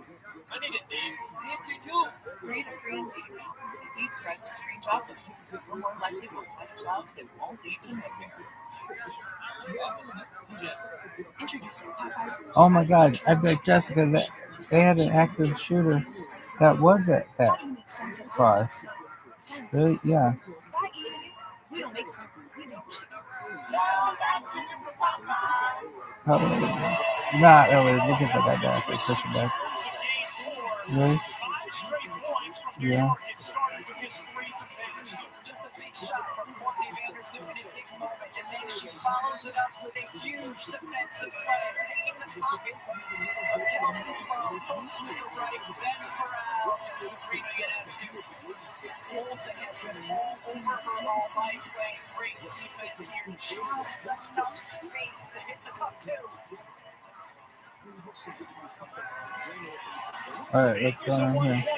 41.7 to go in game 4. Fowler. This is a 2-1 lead in these 55 miles. Young taking her time. Looking over to Becky Hammond. Now directing traffic. 10 on the shot clock. Young. Hit by Ionescu. Shoot to Trey Young. Young. I like this 6 to though. shoot. Off to Plum. 3 to shoot. Olsen and whistle. That's going to be a timeout taken by Vegas. Becky Hammond liked the way things were developing and took a timeout. They got the switch they wanted. They had Sydney Coles at second screen so they could get Sabrina Ionescu switched onto Jackie Young. We documented throughout the course of the finals how that has been a favorable matchup for Vegas. But New York helped defense comes. They did a great job of getting this late into the clock. But help defense comes. They did a great job of getting this late into the clock. But help defense comes. They did a great job of getting this late into the clock. But help defense comes. They did a great job of getting this late into the clock. But help defense comes. They did a great job of getting this late into the clock. But help defense comes. They did a great job of getting this late into the clock.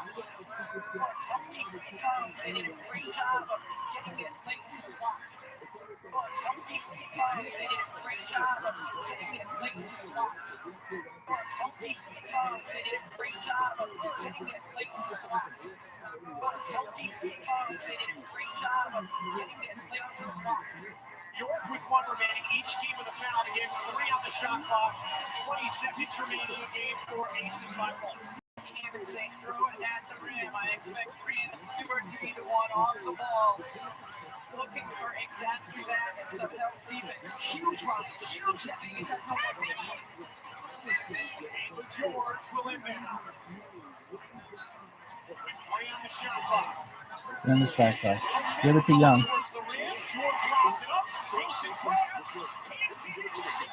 All right, here we go, girls. This is exciting as fun.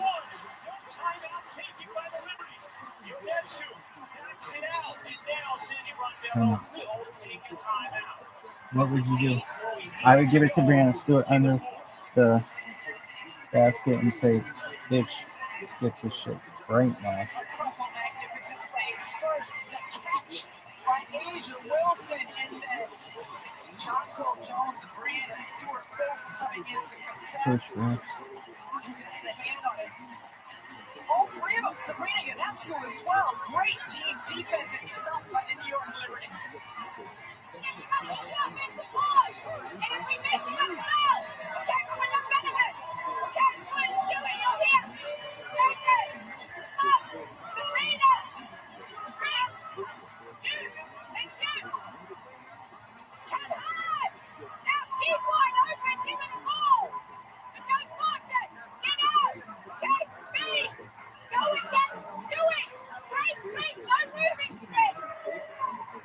You can get whatever you see, baby.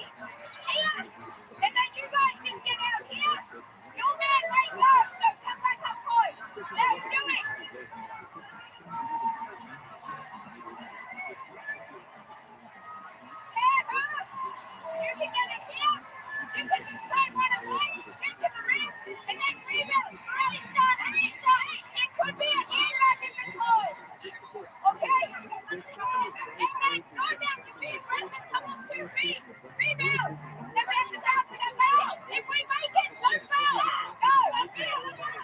New York late game likes to work on getting the ball to Brianna Stewart for dribble penetration going downhill.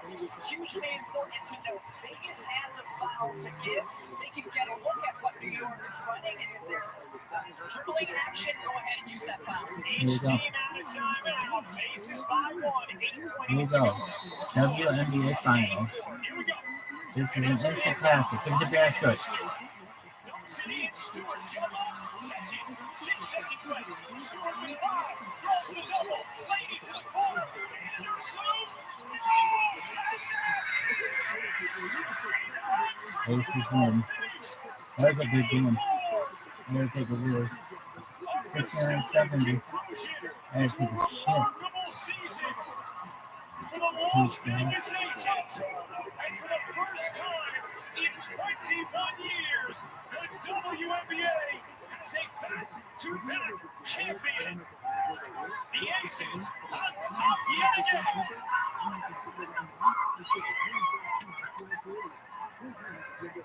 Chocolate gumbo.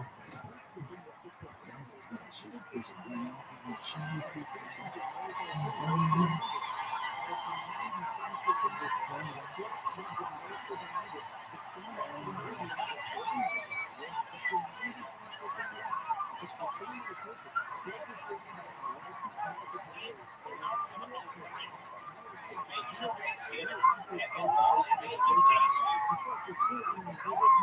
their floor general, new starting center. They beat the Liberty. They said 70-69 final. New York had a tough time even inbounding the basketball. But with the toughness shown here, Alicia Clark, Edgar Floyd, Jackie Choking, and then recovering out to the corner to contest the shot. Phenomenal team defense, Ryan. The Aces have talked all season about their synergy, how connected they are as a group on the floor and off it. You see it in the way they scrambled on that final defensive possession, and a second title for a young woman who is quickly becoming one of the greatest this game has ever seen. Where they give him the trophy? Alicia Clark steps into a starting role and delivers in a big way. She's with Holly Rowe. How are your sports science? Alicia, I want to start with the final play. You are defending one of the best players in the world, Brianna Stewart. How did you get the stop in the most crucial moment of your season? Just knowing what she likes to do. And just locking in and making sure I don't give that to her. Jackie had tremendous help that caused the rotation, and I'm so proud of this team. Oh, I'm so proud. It's been hard. You're without two starters. It's never happened in a finals game before. How did this team come together with all the adversity that you faced tonight in this moment? Oh, man. You know, we've been facing adversity all season, playing without different players. And the resiliency of this team, the character of the people on this team, I mean, it's bar none. Like, we have some fighters and some professional players, like, to weather the storm of everything we've been through, to show up every single day, to be in this moment right now and do this together, it just speaks to the volumes of us. Like, our chemistry, I know for you, this is a special moment. Because you had a loss this year. How do you dedicate this win to your dad? He's been with me all season. Hell yeah, he's been my sixth man. And I know he would be so happy right now. I'm just so happy. I know he's with me, and I wish he could be here. I wish I could call him. But this is for him. This entire season, I showed up every day because I know he loved watching me play. And I said, you know what? Every day, every game before the game, my prayers comes. I hope I make you proud. I hope you're sitting there joyous watching me play. That's my prayer every game. So that's how I show up on the floor. Thank you. Thank you, Holly. Incredible emotion from Alicia Clark. What a win for the Las Vegas Aces. Back-to-back champs. We'll be back with a championship trophy ceremony in a moment. Here's Scott Van Pelt, Sports Center.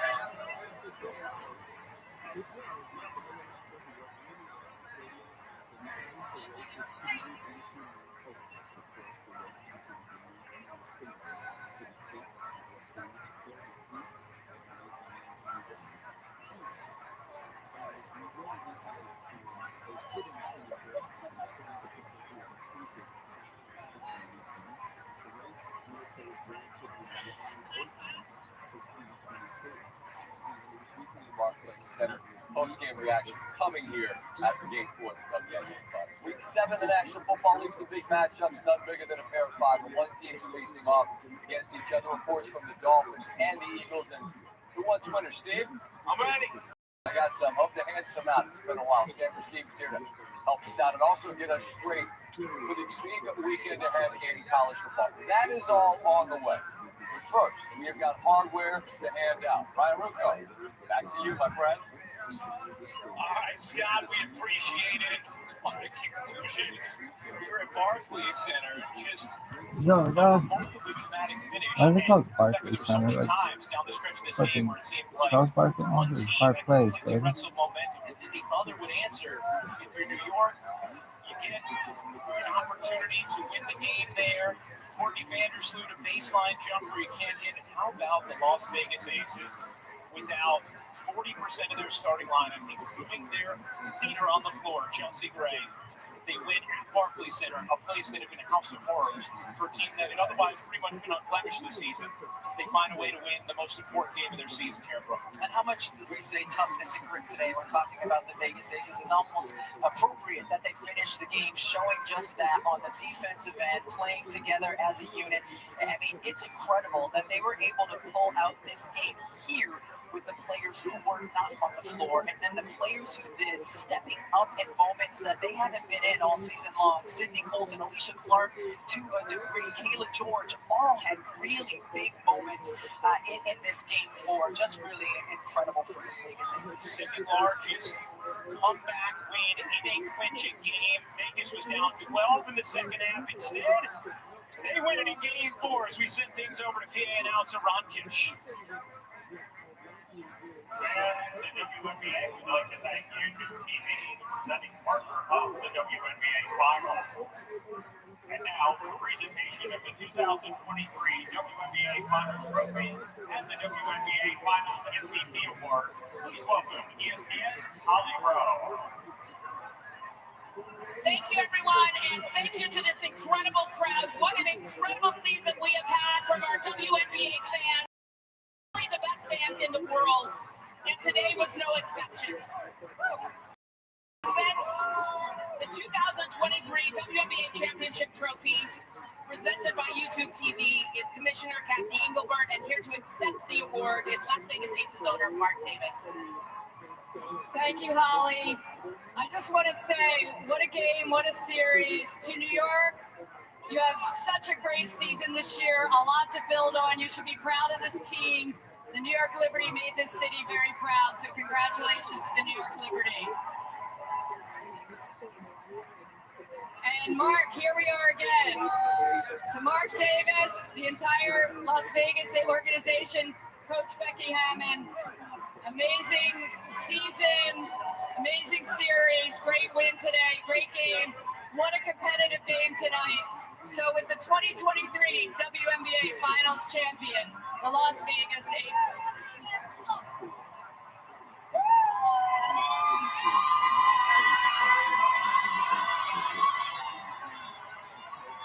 That's a cool trophy.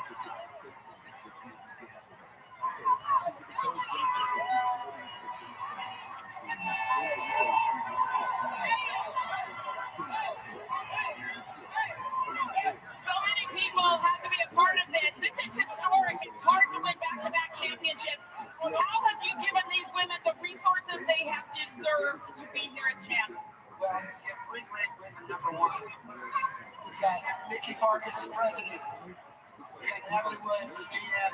And you got Becky Hammond, the greatest coach in the world. You get 12 wild women that also know how to play some basketball. And you got a team in Las Vegas. We are still world champions.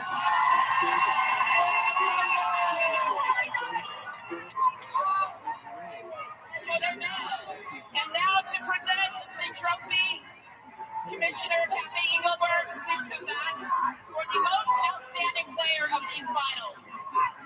All right, without further ado, with her 6th double-double of the postseason, averaging over 21 points and over 12 rebounds, your most valuable player for the 2023 WNBA Finals is A'ja Wilson.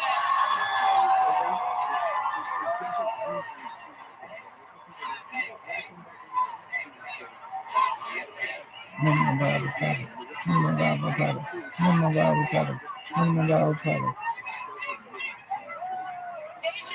see you've already got the champagne goggles ready, but we've got a conversation first.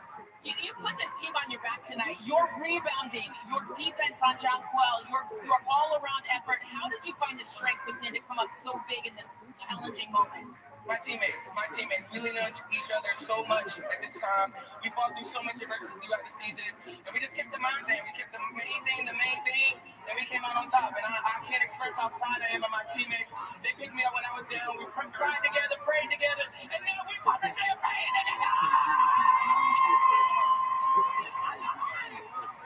It took a little bit of something from everyone. Players that haven't been in the rotation all playoffs long. How proud are you of people that had to step up and be ready for your team in this moment? Hey, they're professionals. I know a lot of people see us for the laughs and we have a good time, but they're professional basketball players at the end of the day, and they were ready when their name was called. And that's what it is. That's what our team, that's our identity and our culture. And like I said, I'm just so proud of my teammates right now. Thank you so much. I want to get to some of your teammates who deserve a lot of attention and a lot of love. Jackie Young. You have come alive in the most beautiful way this season. How did you come into your own and be at your very best in these WNBA finals? Yeah, I mean, I always got to give a shout out to my teammates, but especially to Tyler.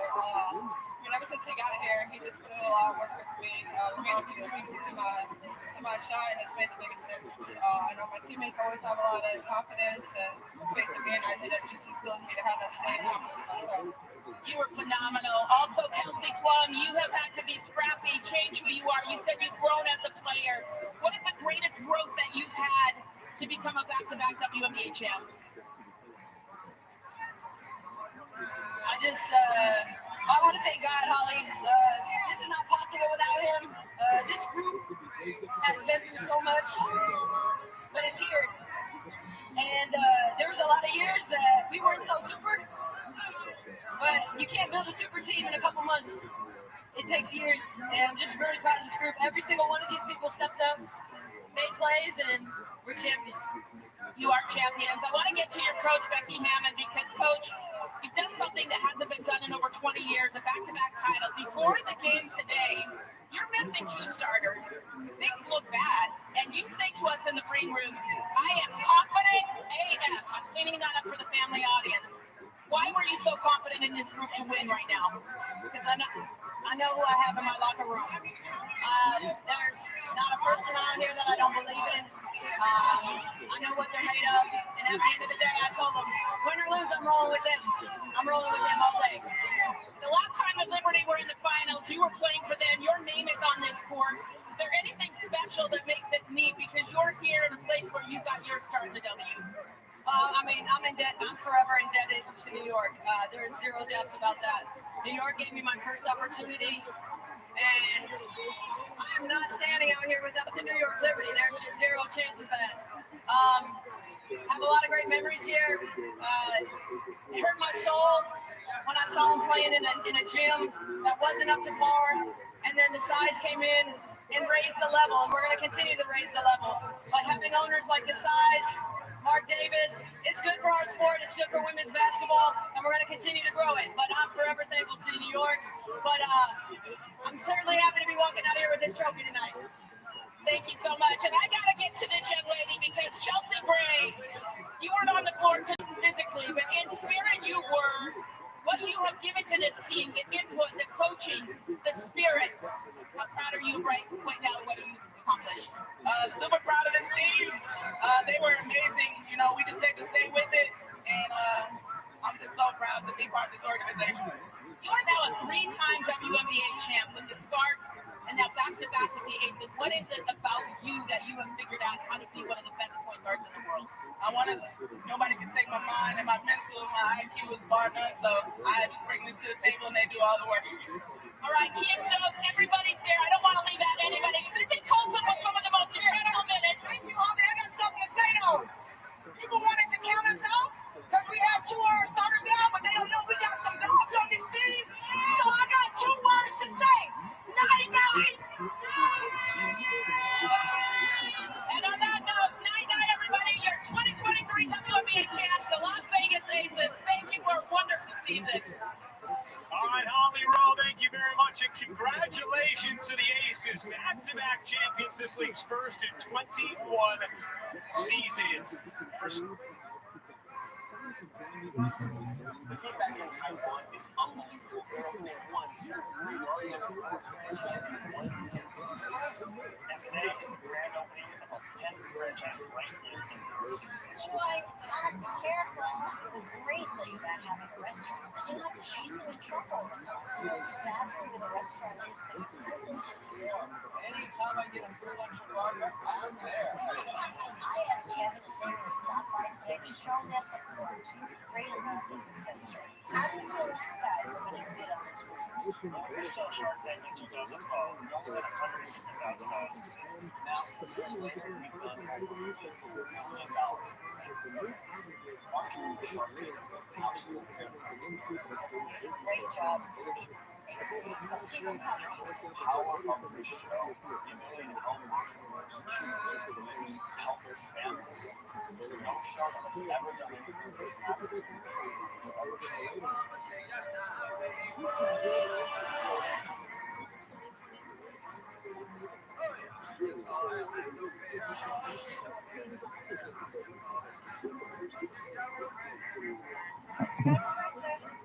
My name is Lucinda Clancy. I was born on a farm and raised on a farm, and I'm an 8th-generation farmer. When I was 11, my father died, and that's when I really started to understand how difficult farming really is. Family farms are struggling, and why? We feed everybody. Why is it that we put food on our table and we can't put food on our tables? I wanted to give farmers the opportunity to be financially independent outside of big agriculture. So I created my business, run by farmers, to benefit small family farms like mine. I'm very excited for the amazing things ahead. Here, to me, this is my way of life. This is my culture. This is my family. We have fought so hard to stay on this land, and we struggle. And so, yeah, it's very personal to me. Farmers don't want a handout. We want a level playing field. And with the power of the sharks, we're going to give them one.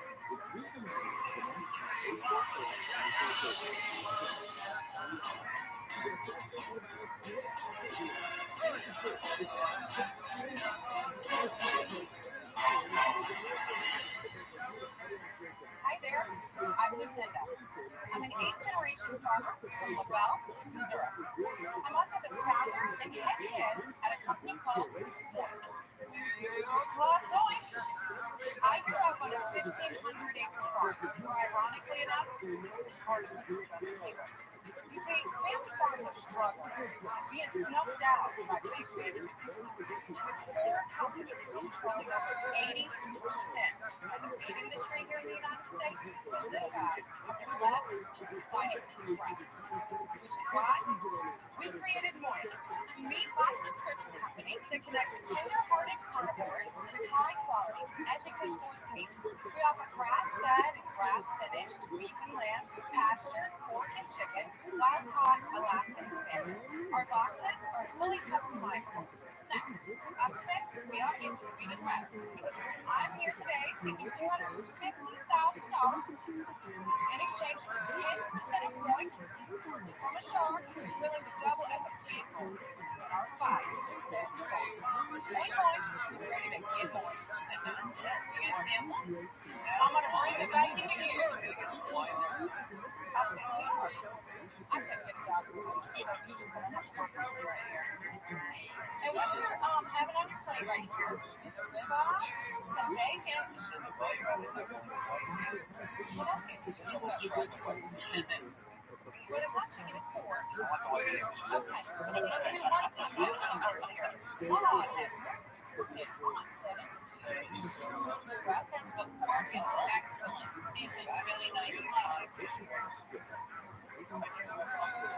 So earlier you heard me say that I grew up on a 1,500-acre farm. What I didn't expand on there is that when I was 11, my father took his own life. And so my mother was left with 6 mouths to feed and a farm she couldn't afford.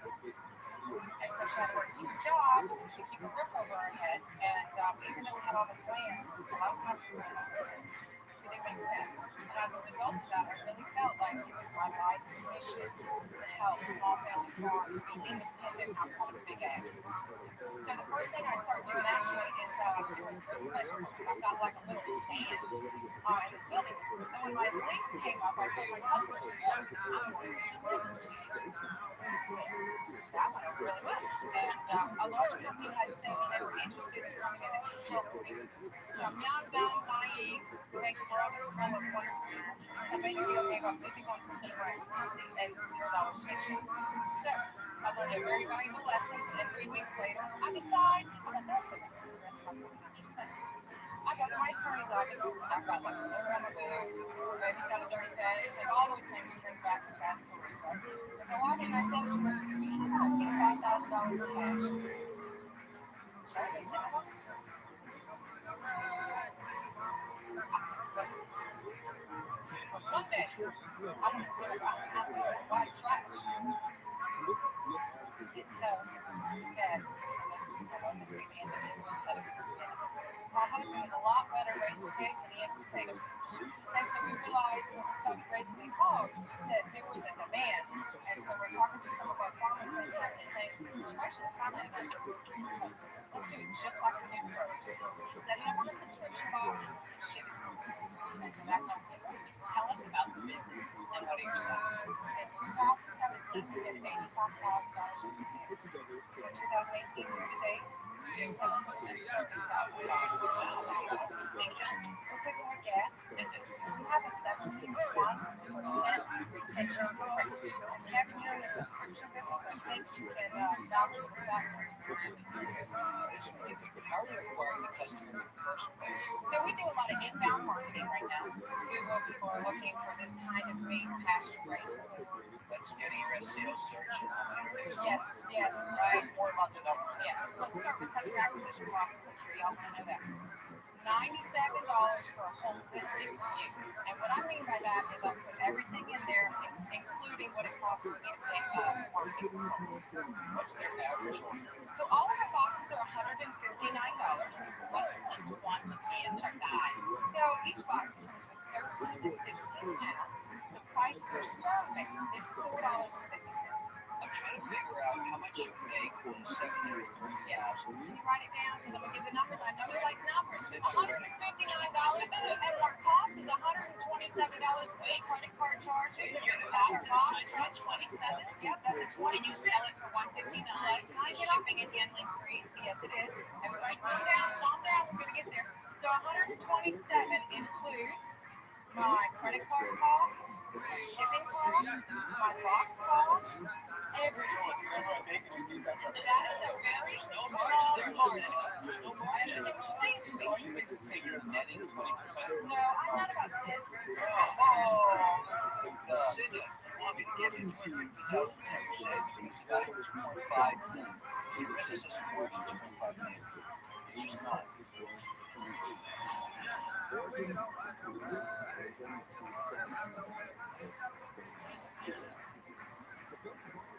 All sharks are still concerned about the small margins in UCB's ethical meat subscription box. Listen, I have no problem with what you're doing. It's actually a good story. You have perseverance, I get it. But your margins are much less than the other players in the direct protein market business. Omaha Steaks and all the people underneath are making twice what you're doing. If you look at what's in the box, they put in other stuff that's much lower cost, so their margins are much higher.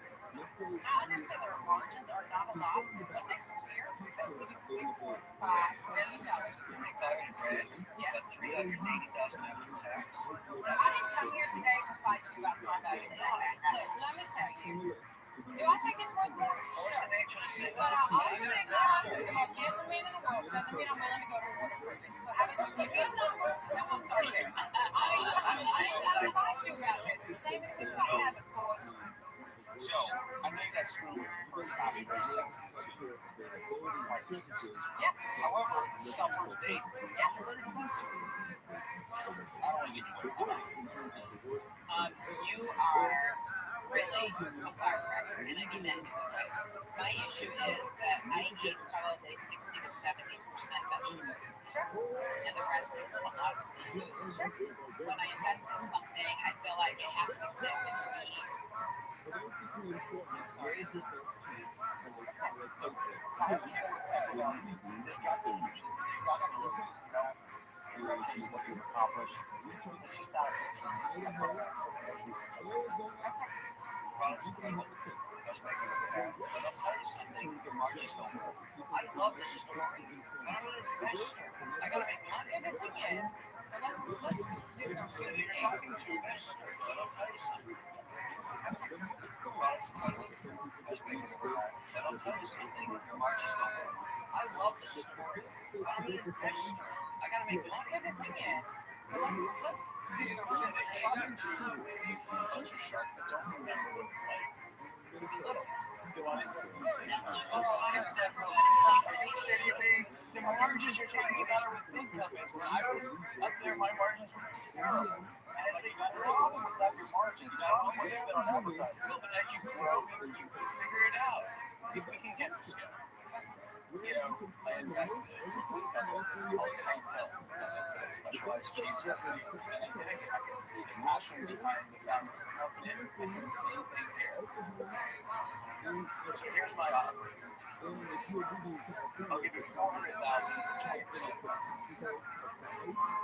He's giving you more than you asked for. I think you're actually asking for too little. I think we need to get this to scale faster to get those margins there. But can we talk So I don't think about that too long. Let her think for a minute. Can you just give me a minute? God. Okay, so everything in my business has been based on controlled growth. I hit numbers, and I say what I hit. I need to put more gas on something, I do.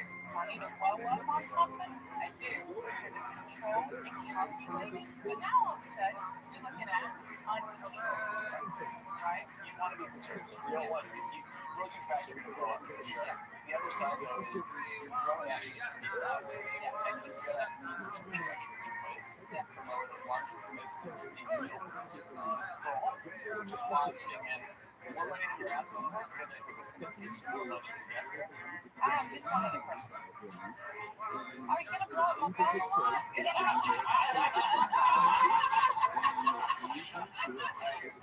loving you more and more by the minute. Okay. All right, let's get her time. Oh my God.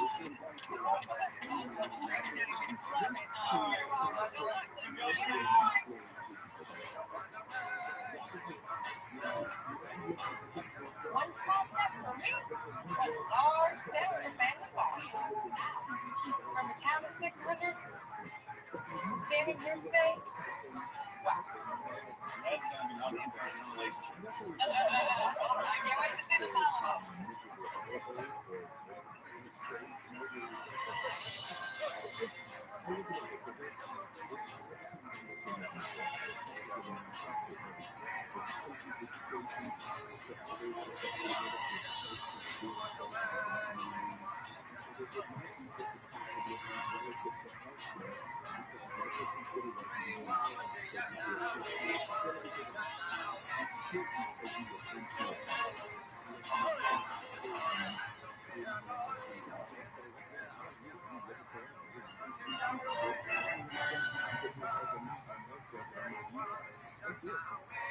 It's been 10 years since Shark Tank ignited America's entrepreneurial spirit, and we are still blazing a trail for those who take their fate into their own hands by working hard. Who wants to join our worldwide mission to make parenting easier? By working smart. I was fascinated by the idea of creating an entirely new type of pet. By thinking big. Welcome to the world of farming. And chasing their dreams. This entire product has been my life. I put this together on my own. And tonight, co-founder of RSD Ventures and vice chairman of Miami Dolphins, Pat Pickens, returns to the tank. You're getting trapped in this prison of an inflated valuation. And our evaluation is fair. You're ruining people. Throw me a bone, Daddy.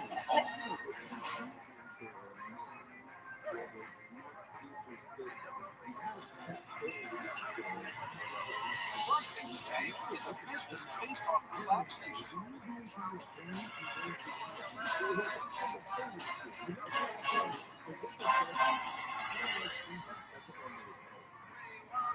My name's Scott Swarland, and I'm Joe Andre. We're from Seattle, Washington, and we're seeking $500,000 for 5% of our company, Urban Flames. Sharks, this is your escape pod. We'll take you away from the stresses and anxieties of life, giving you better focus, faster recovery, and reduce pain. All you need to do is get in this pod, and your life will improve. Welcome to the world of floating. Floating is a form of peaceful, weightless hydrotherapy where you step into this sensory-controlled environment and feel the calming effects on the mind and body. It's a trend that's exploding. We're leading the charge. Sharks just simply show up to one of our high-end float spas where you will check in your own private relaxation sanctuary. Where you will feel weightless in 200 gallons of water, equivalent like 1,200 pounds of Epsom salt. You'll leave all the stresses and annoyances of your life behind, and when you leave this pod, you will return to life renewed, refreshed, and revived. Better focus, faster recovery, less physical pain. Floating makes everything you do in life better. Sharks will see incredible success, and we would love your help to show the benefits of floating to everyone around the world. How many of you sharks want to swim, I should say float, with this brilliant team? So many years ago, they came out with float tanks, right? Great looking for short. This is much better looking. So I think the biggest difference between the old days and today, this is something that people look at and they want to get in, they want to experience this. There is music options, there's lighting options. You can really take this experience as far as you want to go with it. And on top of that, we build our centers to be very high-end, more spa-like. Does each person get a new salt bag, or is it the same salt bag the last time? What we do is the entire body of water goes through a filtration system, no less than 4 times when it's heated, treated, and with UV and sanitized, and then back into the water. That is the highest priority. First of all, I love the space. The dolphins are doing a ton of work now with recovery and how to get athletes back on their feet as soon as possible. Float tanks and meditation is a big part of it. I want to hear about this. Is this a Class 5 years in the box. So we opened up the largest one center in the United States in downtown Seattle, and about 2 years ago we got into franchising. Someone came to Mango and said, hey, we want to do this. She came back last month and got 4 more. Profits from her first store. Audited statements for our franchising, registered in every state. How did you guys fund all this? So we opened up our first store real big stuff, and we did that with friends and family. How much did you raise? $300,000. We've taken it on $1 million of our profits and opened up the additional stores. It's plus $300,000 location. It costs about $500,000 to $600,000. Beds in the 5 to 6. Including the equipment. How many beds in the 5 to 6? One typical store is 6. 6 beds. $500,000 and 6 beds plus the front office. Yes. This is brought from a company that makes them, so anybody can buy them. Yes. You didn't design it. Tell us about the customer. What's the model? Are you doing a membership or are you doing a one-time? Yeah, so we do have a range of offers to get people to float regularly. We have a single float session for $45 so you can try it out. Something like that. The first time, right? And then we ask people, really you've got to get this 3 tries. Like you can't just go to the gym and get ripped in one workout, right? You have to invest a little bit of time. Tell us what the membership fees are. Membership fees are unlimited. It's $150 a month. Yeah. This year, what is the local make stores and franchise fees? We'll do $2.5 million Pre-tax, bottom to bottom line. No. I care about cash flow. About $600,000 in cash flow. Price on this, $500,000, $10 million. It's not crazy. Oh, we were doing so bad. So, just about $1 million SBA management. Yeah. Guys, every 5 years, there's something new that athletes try first, and then it becomes popular. I mean, Labs, 10 years ago, started using crowd there. Jason Kidd and Dirk used crowd until they like it. Oh, it's great, it's great, it's great. How was that? there's just so many ifs. It just creates training sets for those reasons. You know, $1 million in debt is obviously a lot of money. I don't believe in your retail strategy. I don't think there's anything proprietary here. Well, listen, while I give you great kudos for look, design, concept, I don't want to step into the tank with that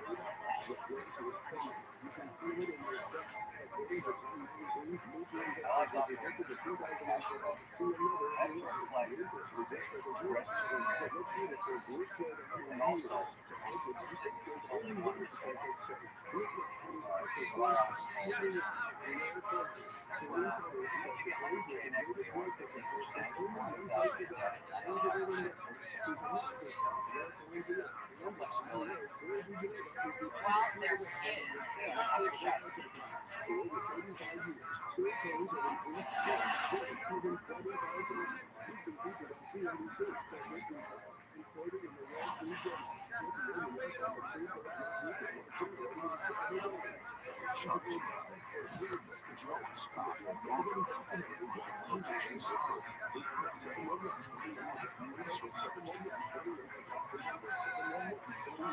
know that I can help you by helping you get more traction on those two streams. My partner, Steve Ross, is the owner of Equinox. So while I can't get you into Equinox, I can help you scale a lot faster than you can do. So I'd like to make you an offer. I'll give you $500,000 for 15% of the business. My offer is the same amount of money, it's just much more. We illustrate that deal. I gotta have some upside. The equity is really okay. Why is that? Well, how much equity are you offering? It would be, 2.5%. Now you're concerned a little bit. You're thinking small. I know what it takes to scale. I'm not going to roll up my sleeves with you. But the idea that you're focused too much on debt because you want to get that moving, and you get me on board to get a standing source of capital. But why would you want me to own such a fraction of the business? Okay, so consider 7.5%. Let's think about it like this. He's one of the top marketing and brand owners in the country. He probably paid one of his companies $1 million a year, right, to get this out. So why would they be only about the pennies instead of the value? Yeah. You consider 7.5%. I consider 15%. If you want me, you say 15%. You brought me in this business to do it. Somewhere we can do it. We can use photooftheday. How much more money you will be making? So much more. Between 5 and 15 instead. We do 10. I'll please do 10.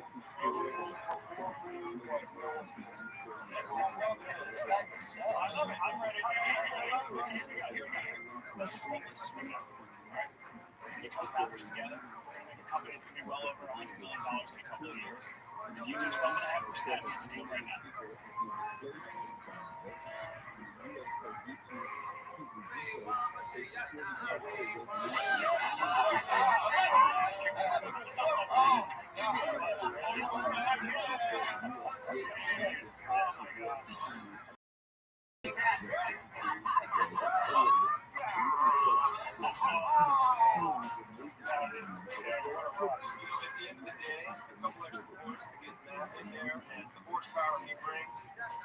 That's okay.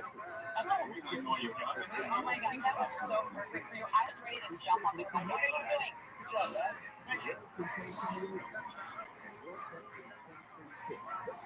Not some of our trades. Practically 100% have come from companies owned by women. A few months ago, I delivered a keynote address on Facebook about small businesses. I met Shelson, their chief operating officer. It turns out we both have the same objective, giving more women a chance in business. It got me thinking the Sharks should send some of our own female entrepreneurs for a workshop at their headquarters. And it's all happening today. The entrepreneurs are here to learn how to harness the power of social media to help them grow their businesses. Being Facebook today is a great opportunity. workshopping and learning from all the amazing and smart people that work here. Video is really start to master. So we're going to get into some things that you can do. We're going to talk about the auction delivery system, how to optimize ads based on business goals. Instagram Stories has 400 million daily active users, and it's definitely lowers the consumer time shift. So feed is not just advertising, it's actually how we connect with our customers and find out what they're interested in. The main thing to take away from it is how to compete on social media to create bigger and better content to reach more customers. I used to make this joke that men still want to grow, it's not going so well. I think we need more women in businesses, and I think that starts with Cheryl Sandberg is one of the most influential women in the world. And here we are, two moms with a little swimsuit company getting advice from her. It's incredible. I think we all come across the same thing where the female identity is tied to our appearance. How do you get men to think with you instead of about you? It's such an important question right in the era of YouTube and so many things that went on for so long and still happen. We need to change. Come in as a hard-headed businesswoman. If someone on the other side of the table doesn't treat you that way, turn around and walk in. Women in business are really no different from men, and yet there's this disparity. And I think for me personally, I have 3 young daughters at home, and I just want to show them that the sky's the limit. I'm just excited for women. You all are excited for women who are else. It inspired me today, and I'm sure it inspired you. So grateful to Shark Tank and Facebook for creating this opportunity for female entrepreneurs to come together and help us create a community. This is a great day for entrepreneurs. Getting together, supporting each other, and realizing they can win the game of business anywhere on earth, anytime.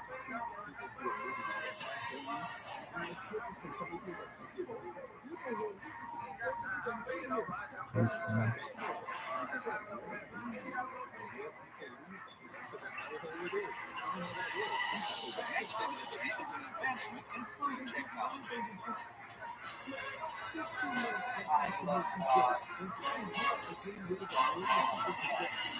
Most advanced. Hi, my name is Ryan Betancourt. I'm a biotech entrepreneur and CEO. I'm seeking $550,000 for 5% of my company, Wild Earth. Sharks, as an animal lover, I'm concerned about how we feed our pets, what's really in their food. With so many ingredients we can't even pronounce, and major pet food recalls happening frequently. In addition, pet obesity is a serious problem, with fillers and fats being added to conventional pet food, and there's another problem. It's really bad for the environment, polluting our water, soil, and air. As a biotech entrepreneur with a track record in selling agriculture, I was fascinated by the idea of creating an entirely new type of pet food. Introducing Wild Earth, cultured protein dog food made with free-grade koji. Koji is the secret sauce in miso, soy sauce, and sake. It's added to boost the umami flavor, created by billions worldwide. Koji is rich in protein and contains the 10 essential amino acids that dogs require in their food. And they love it. So I'll show you. So we got Freddie and Josie. So hey guys. So last time Freddie and Josie did it. This morning. So they are pets. Coops and Hoodie. So sharks, it's time to get serious with how we feed our pets more safely, sustainably, and ethically. I invite you to join the culture revolution. They want more. I mean, I think they'll nibble some as well. Essentially, we're forcing dogs into veganship over in What do dogs crave? Protein, right? And I have a dog in my life. Well, just ignore this. So I'm happy to take you on and I'm happy to discuss this because the thing is, if you talk to most pets,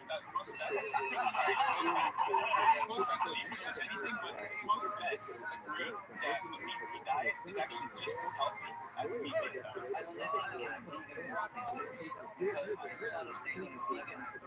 I gotta eat vegan on Tuesday. Welcome to the club. They take supplements like candy. Why do you take supplements? Women usually just tell the boyfriend what to do. Now they're telling the boyfriend and his father what to do. I want to see it. I gotta go eat vegan. I'm afraid to ask this question. Can I try it? What I have to say, and I will bring some like Tuesday. Seriously, over here. No, definitely not. Wait, I was saying we could actually taste. Alright. So this is made for dogs, but It's made in our facility, so it's made in a human grade kitchen. It's a flavor dogs love. Happy or unhappy. So it's koji, bacon flavored, non-animal based, and peanut butter. Dogs love it. It's got over 10% koji, so we actually make koji ourselves. So it's 10% enough protein. Not off the treats. You can't feed a dog off the treats. So treats, they're not treats. And this is our prototype kibble. So our treats are being Look at this movie. Look at this. What is this movie? Yeah, huge kid. You just said something really, really bad. $560,000 for 5%. That means you're saying your company's worth Yeah, you just said some words that I just released. Belongs to about to. So we're going to release it first in October. How much sales did you have anything to make this company worth $11 million? We did a lot of R&D. Good, are you just thinking it? It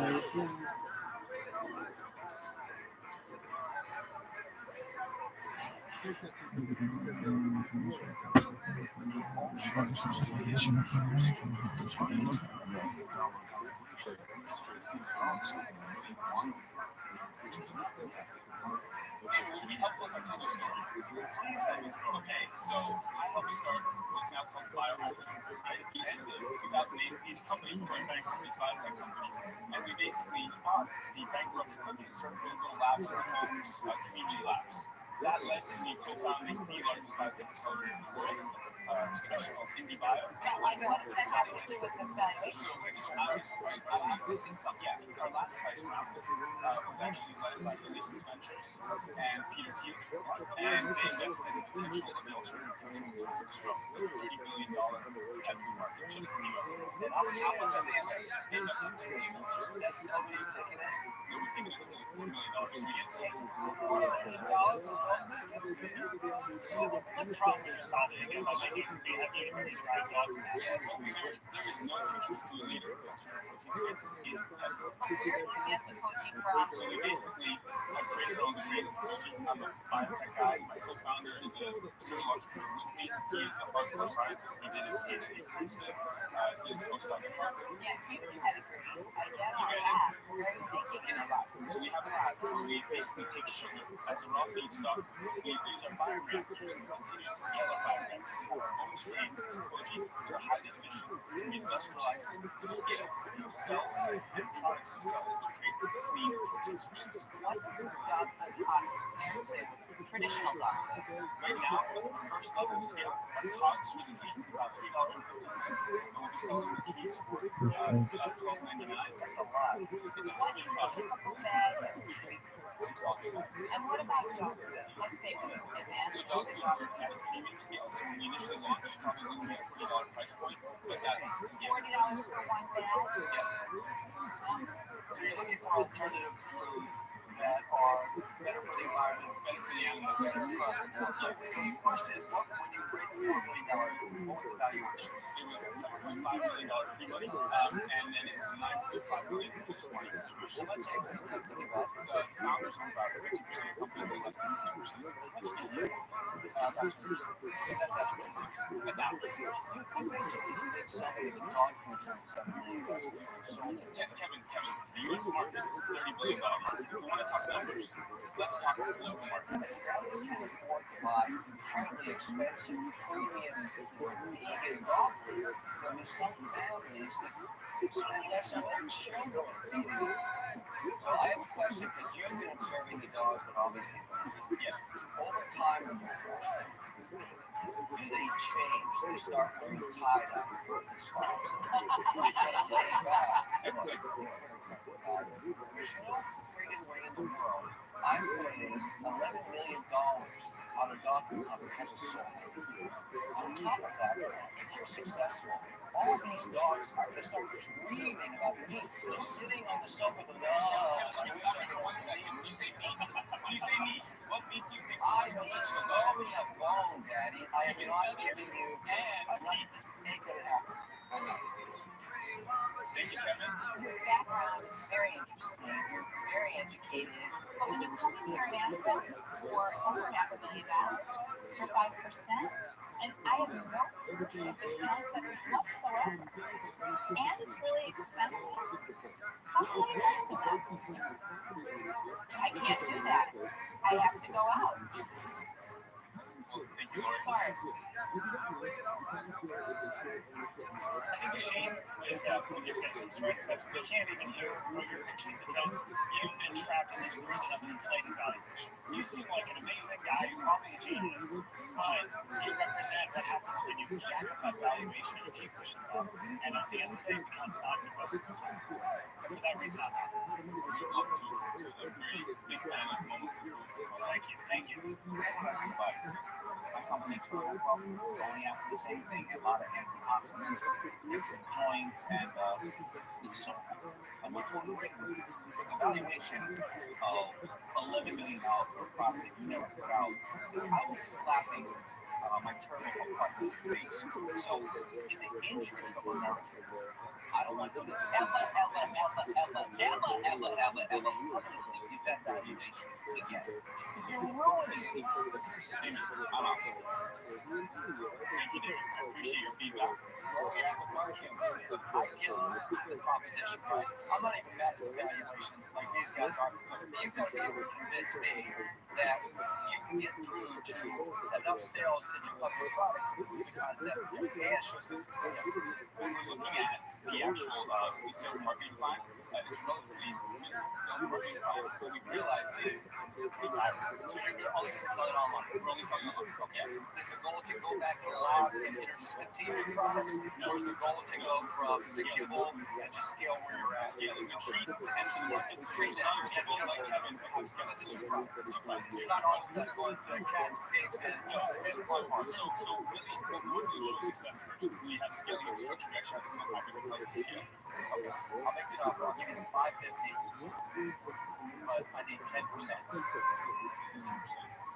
I know that puts pressure on your investors, yes, but I'm here for a reason. Yeah. I'll put that to you. So is there, I hear where you're coming from. No. So, whatsoever. No. So you have to have a lot of negotiating. You have to make a decision. So, at the $9.5 million valuation, that's where, my investors are at. Do you think your investors realize what you're part of here? It's not even about me, right? You knew when you said yes to be on Shark Tank that you were going to have to negotiate $550,000, 10% of the company, and then I'm willing to do that even if that has to come out here. Thank you, Mark.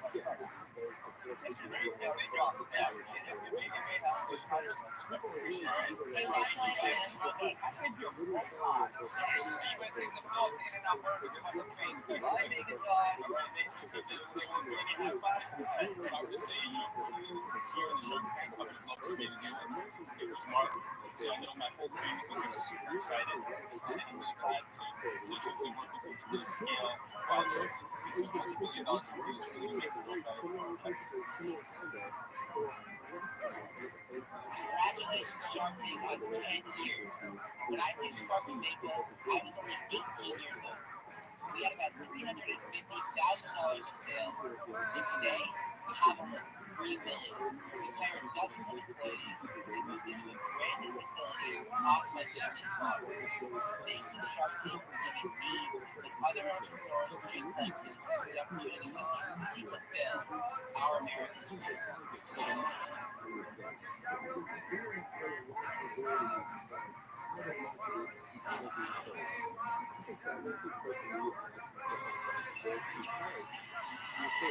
Next into the tank is a family business. I'm motivating kids.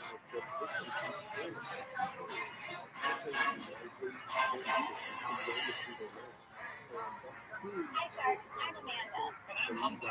And these are our three cohorts. We're the family from Shelton, Connecticut behind True Grants. We're seeking $150,000 for a 10% equity stake in our company, Sharks. Every day around the world, parents struggle with the same parenting challenges, like potty training, tantrums, and bedtime routines. To help, parents have used the sticker chart method for decades.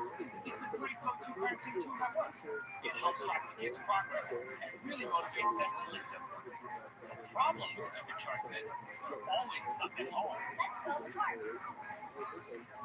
That's why we've invented Pluto Bands, a better sticker chart for your child's wrist. Now here's how Wait, Mom and Dad. We got this. It's time the kids explained it. Are you sure? Yeah, come on. We grew up on this show. Hey, guys, you right? We got this. Really hard. Okay. It's make children cry. Hopefully they don't make you cry. Hi, Sharks. I'm Kyle. I'm Ann. And this is Sophia. So here's how Kuda Bands works. Kuda Bands starts with a storybook where kids learn that listening is fun. At the end of the story, they get a cool band to wear and earn kudos for good listening. Now, Sophia already made her bed this morning and ate lunch without whining. So she's already earned herself 2 kudos. Third kudo you earn is a magic kudo. Hey, Mom and Dad, let's give Sophia her third kudo. Come swipe the Kuda Bands app, and it's super Damn, these cool. kids are really professional. Wow, so cool! And it unlocks a customizable wheel. Kids get rewarded for getting behavior, and kids pick their own rewards, like read an extra book at bedtime, How or old are our these kids? favorite family dance party.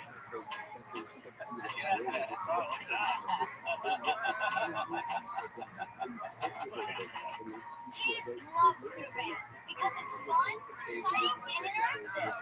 And parents love Kuda Bands because they finally have a parenting tool they can use wherever they are. So, Sharks, who wants to join our worldwide mission to make parenting easier? We have samples for each of you. Our starter kit, plus a special shark kudo just for you. For Matt, we chose the lemon shark for its curious and resilient nature.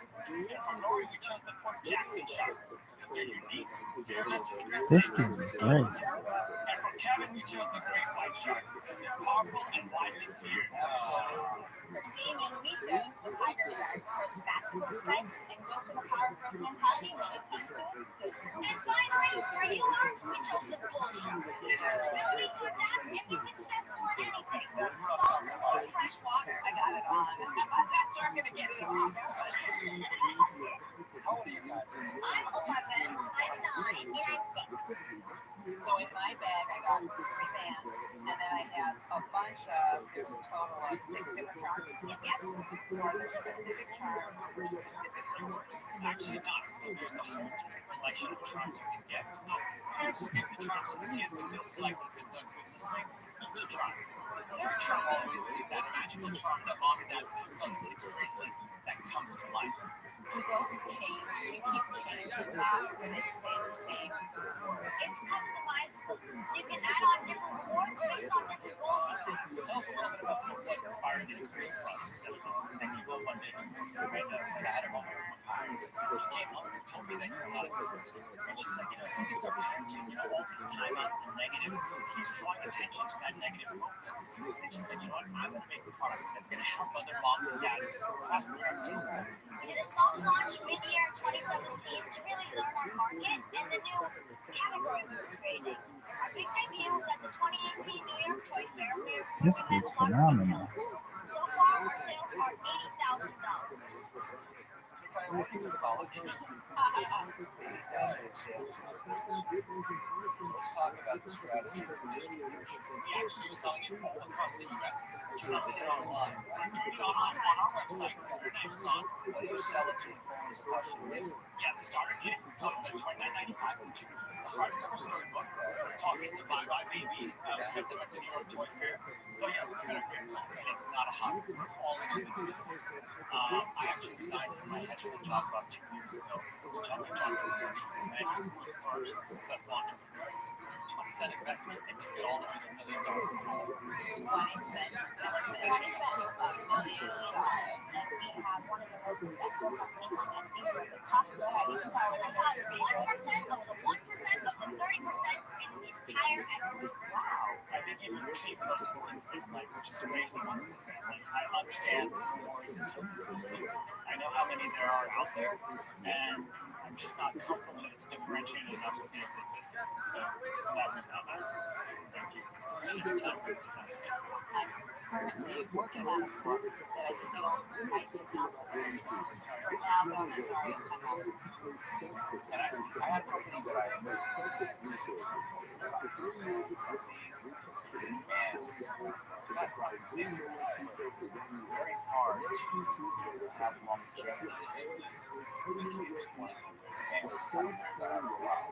So the fact that you have all these awards is tempting, but you're not worth $1.5 million. No one beats you up by evaluation. I'm going to take a $250,000 $1.5 million valuation. It's a lot of money for something that's irregular. Our margins are huge, though. We make the starter kit and potty kit for $4.98, and we sell it for $29.95. Here's your problem. With 80,000 in sales, you want a valuation of $1.5 million. There's no investor who can do that until there's no proof of concept. You're going to have to give up some enormous percentage of your company to just get the 150. But our valuation is fair. It is fair. It is fair. He's got you speechless. He's stumped. You can't say it. Our assets are very good. We have IP patents, many patents. You want to take my share? I can give you some reasons why it's not everyone. Look, I just think it's too early. I can't go down the path with you.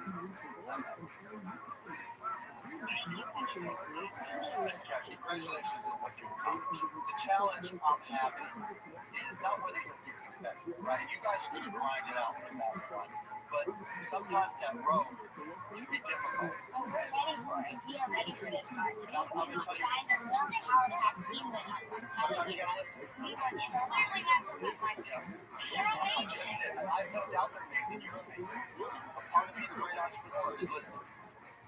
And you've got some immediate challenges. And you haven't really had the self-tools you can from what you've worked. I don't think you're quite there. You got some adjustments to make. So I think you're choosing some of these. Congratulations on what you've accomplished, guys. I really like the way they stood up for themselves. You're better than most of the adults. You are a good shark, so congratulations.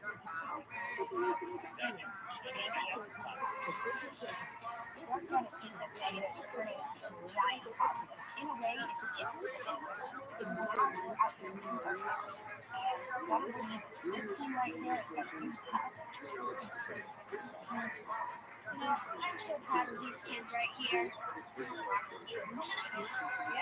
we took on the tank, and they're gonna regret this. They're definitely gonna regret this.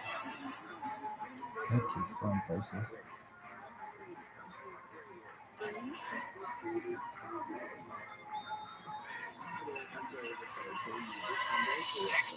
It's a product of your past. And we're ready.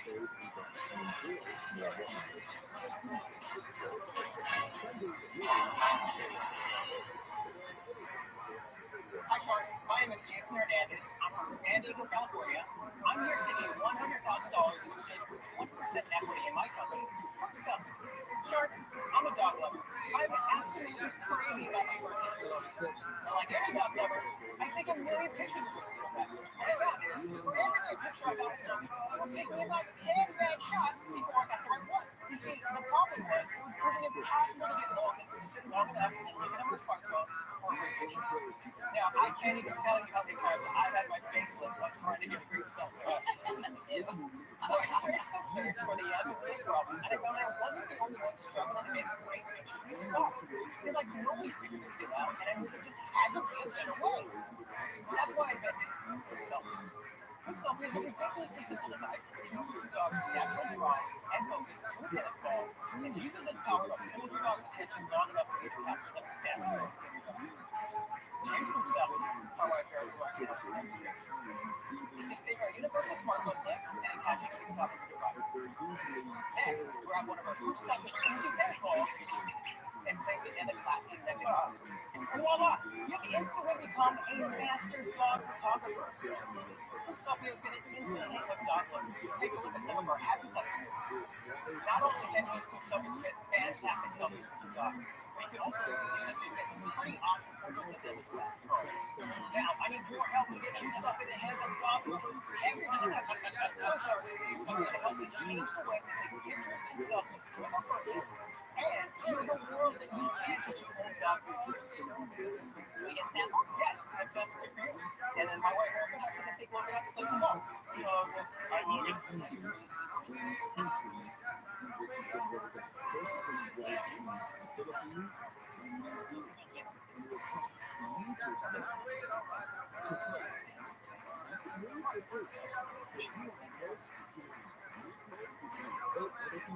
Hey, Jason, how many Boot Selfies have you sold?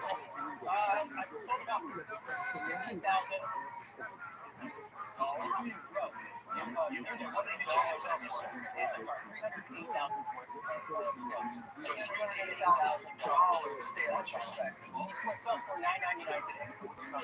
That's all we do. That's sitting in a warehouse in Dollar Tree. 380,000 in sales. How many units was that? Do you know how many units you sold? That's all right. Take a breath. Do you know? I'm going to put you right nervous right now. If you're all enough time, so take a breath and tell us what give us the whole picture.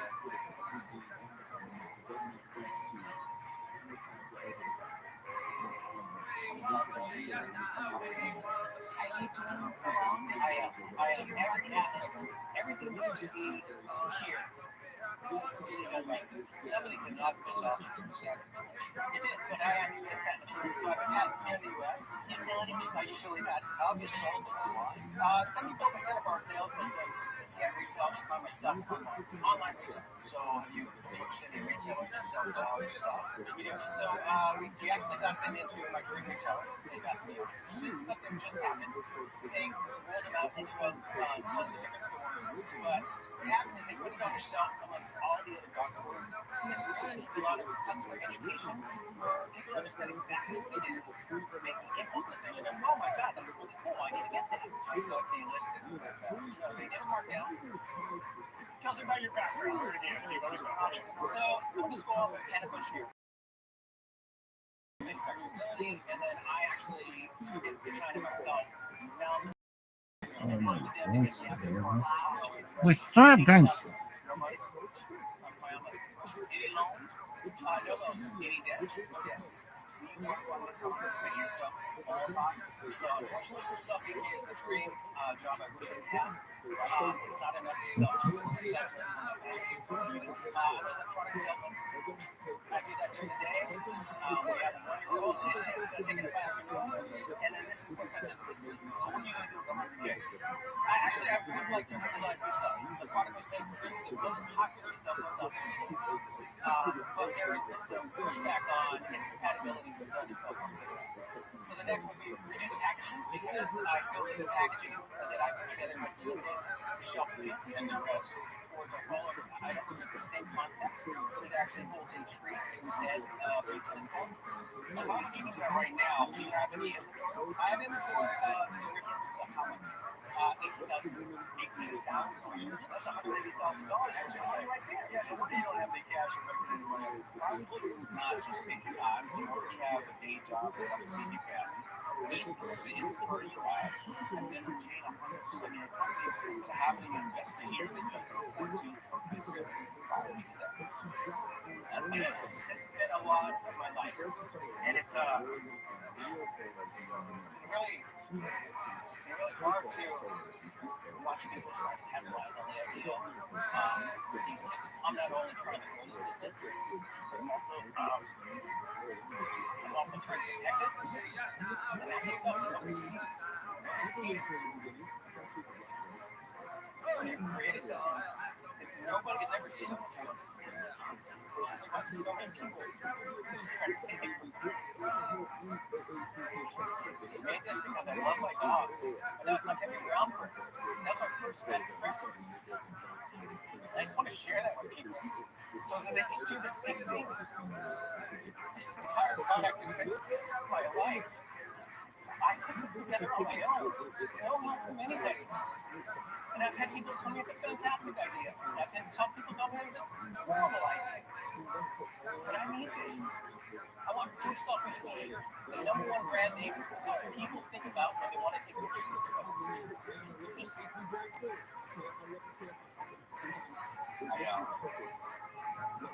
I look smart in this dog.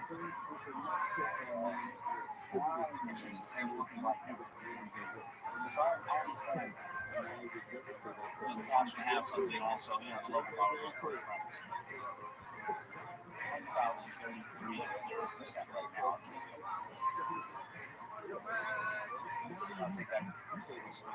Would you mind if I hear any other offers?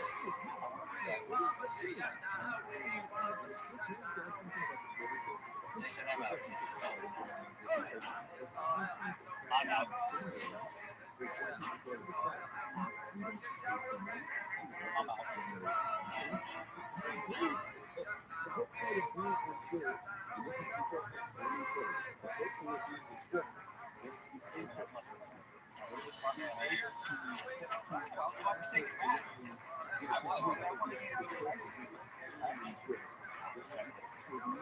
Congratulations, Jason. Great job. I watched this show. Now I can't believe I have a deal. The tank is not forgiving. But I put it all out there. I put all passion out there, and I'm very, very happy with it. When I was listening to that passionate presentation, I thought to myself, what kind of number? No.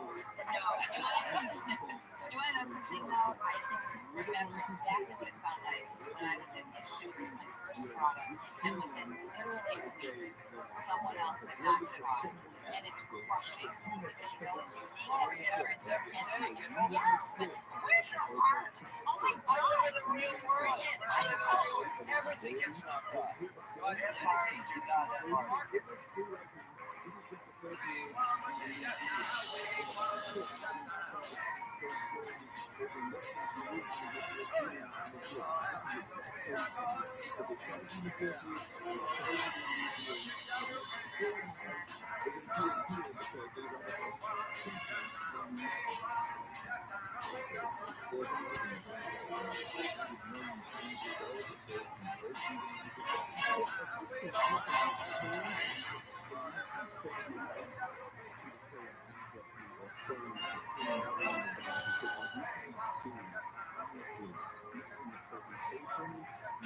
It's been 10 years since Shark Tank ignited America's entrepreneurial spirit, and we're still blazing a trail for those who take their fate into their own hands by working hard. Introducing your infinite closet. Oh my God. By working smart.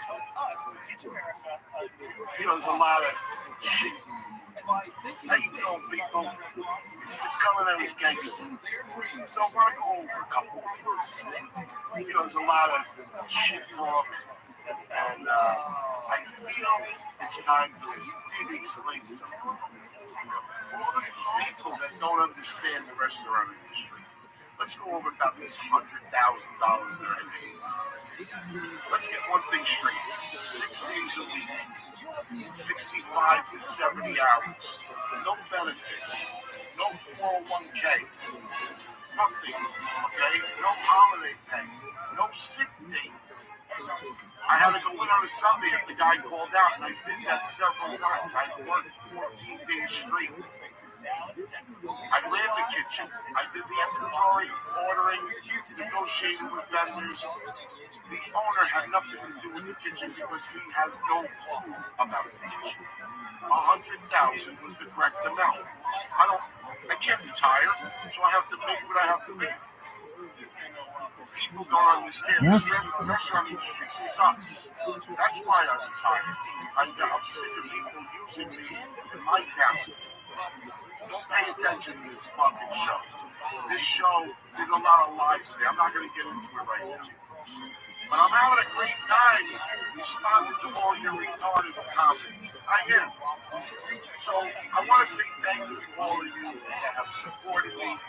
Thank you for those that don't, because I really don't give a shit. How you doing, people? Look, it's the culinary gangster. So I'm gonna go over. Our savory selections, like our best-selling chicken and waffles, or our Monte Cristo waffle sandwich. We have something special to give the apartment as possible all across America. So join our team of waffle enthusiasts and help us teach America how to make a waffle. He's hungry.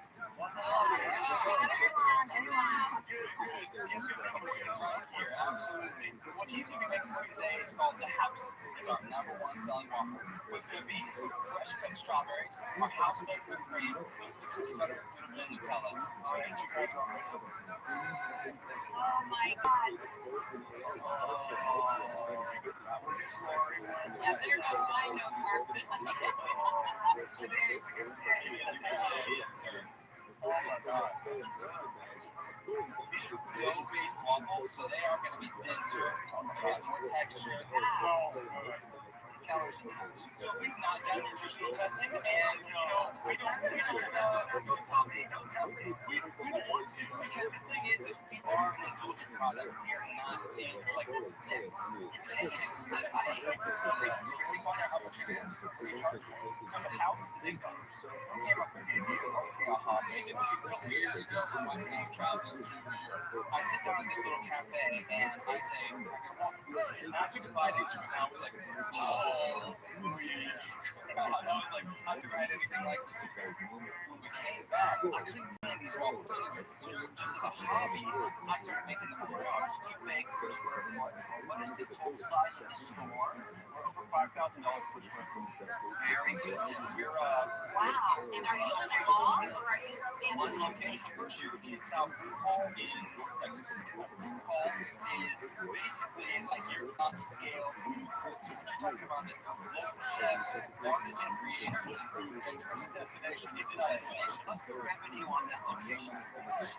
$900,000. So we have really good margins. We're operating about 15% profit margin. So where else is the next step? There's not a lot of those types of destinations. There are. Well, the whole segment, guys, is extremely easy.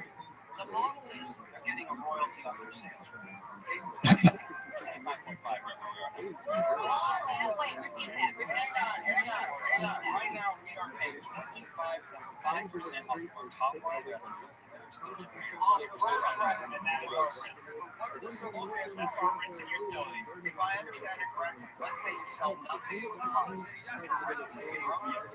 How do you know that you'll be able to take this concept and get into the rent? What is the locations? First of all, we already have 7 other food halls in place. Signed LOIs for leases. Franchises or you as company-owned stores? 25.5% is what we're paying now. We're not going to pay more than 20% anywhere, and most of them are 15%. Right? What does it cost you to build a new location? About $115,000 to $150,000. That's very cheap. The other locations have a similar deal that if you don't sell for a month, you have rent at zero. Yes, sir. That's why you can open up so many locations. Exactly. Hey guys, I like what you're doing. But 8% is the limit. I can help you. Obviously, in Dallas, I can help with and I'm with the financing as well. So what I'll offer you is $350,000, 20%. That's an awesome offer. Seriously, we would love to be able to hear the other stuff. I'd like to give you an offer. As a message, your numbers are identical. Every inch of it, because it's my mom's. They have 35 locations of sales right now. It's a $1 store. They have something very good. They did it so smartly, just like you. They're rock solid. They could have hired and opened maybe 500% more trucks with this smart enough to build it. So I'm going to give you a choice. I'll give you $200,000 for 15%, or I'll give you $400,000 for 30%. I don't think you should give up the 30. That's not true. I do. It's $100,000. What's up? I'll be there lending you for a real thing, and they'll do it for 3%. Interest rate would be 7 to 11%, depending on the amount of risk of each location. That's actually a very good offer. It's a good one. No, it's not. Giving up a third of He's his not money, taking that's crazy. 3%. I think that's excellent. He's only taking, no, I'm sorry, Barb, but that's just, I'm just being honest. It's 3% is all he's taking. So I'm sitting here thinking, how can I top that? I don't think I can. So I will politely go out. When you start a new business, sometimes it works, sometimes you plod along for years, and sometimes you just go, I think you're onto something. I like the idea of opening up all 6 locations. Step back, reassess. I'll give you the $600,000 for all 6 locations. Just trying to figure out what I'm thinking. Are you going to I want to bet on you. What is your offer? I'm going to give him $600,000. I don't know why. It's zero. Make me an offer. What am I thinking? Counter at zero.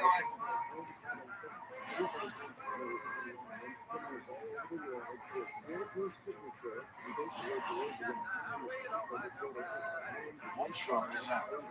Keep in mind, had 3 offers on the table for their multiple waffle business. Press waffle. The robber wants to know how much equity they're willing to offer if he gives them 3 times the money they're seeking.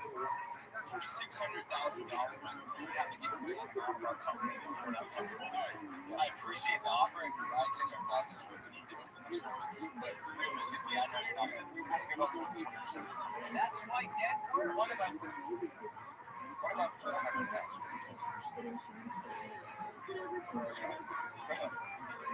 I have to think about it.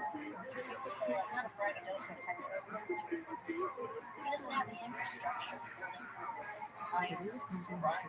She's right. Different. I don't. But you know what? I think we're going to figure it out. It's going to cost some more to figure it out. It's going to To be totally honest with you, we're here for somebody who has been there. Hey, guys, you know what? I'm not a talent. I really understand. The company's called SandCloud. Figure it out. $17 million. The only other reason that I'm hesitant about your offer is I think part of the issue is up more along Kevin's route than yours. Yes. I'll give up all my equity. Not with that deal, but just for being as big as we possibly can. We want this to be a company that still exists. Don't give up all your equity. But would you come down on your equity? Can we do 315? What's falling over that? Like the amount of money or the percentage? The percentage is what we're trying to protect. Obviously, the value is 250 with the percentage. That's not right. This waffle is talking to me and saying, don't give up 15%. It's Don't great do it, deal. kids. It's a fair deal. Don't do it. Ain't expensive. I do it. Yeah, that puts us at like 1.6. So over the next 12 months, we plan to do $3.5 million in sales, and of that, we plan to net about $500,000. Put a 75 times valuation. That's how we got super high. That's without cover. 315%. That makes it a $2 million valuation. Yes, I do. We're comfortable with that. All right, we have a deal. Congratulations, guys.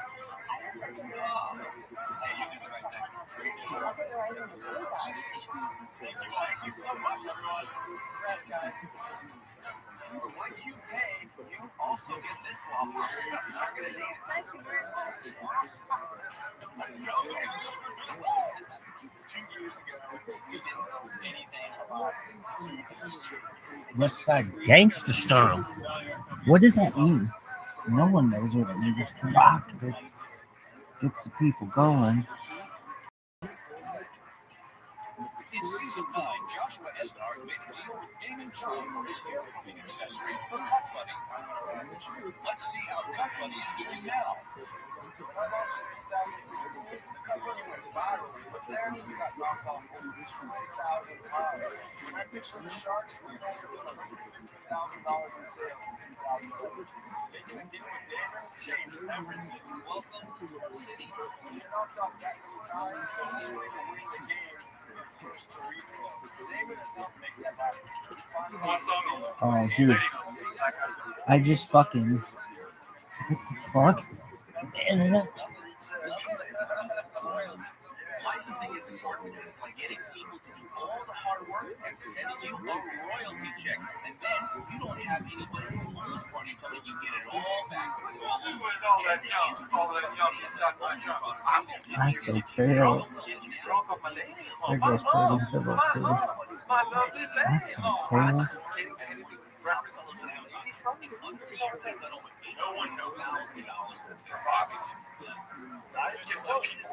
Listen.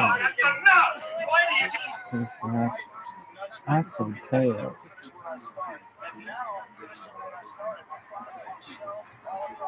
I'm so pale. Today's snow is crippling much of the Washington lowlands. 1 of 3 inches of snow fell in Seattle and other areas. As you can see, it created slippery conditions on the roads. Trucks were out dumping salt on the trouble spots. They'll have to do it all over again tomorrow. Forecasters are calling for more snow, thankfully. That's not us. In fact, it feels like spring weather. Kathy, what's the rest of the week looking like? Yeah, I mean, Seattle is the only place that's actually dealing with temperatures below where they normally should be. And we're dealing with temperatures well above normal, much like the whole United States. I know, I'm loving it. Yeah, it's pretty nice. I can't believe 4 out of 7 of those days we will be very close, if not above 70 degrees. Only Tuesday is the only cold afternoon we'll have to get to. Yeah, absolutely. Well, it's going to look like a beautiful day tomorrow. Well, that's our news for tonight. Thanks for watching. ABC Text over. That's so pale. I got one this one. For example, the average millennial wears an item that's so why do they also in our closets? That's because what you dress.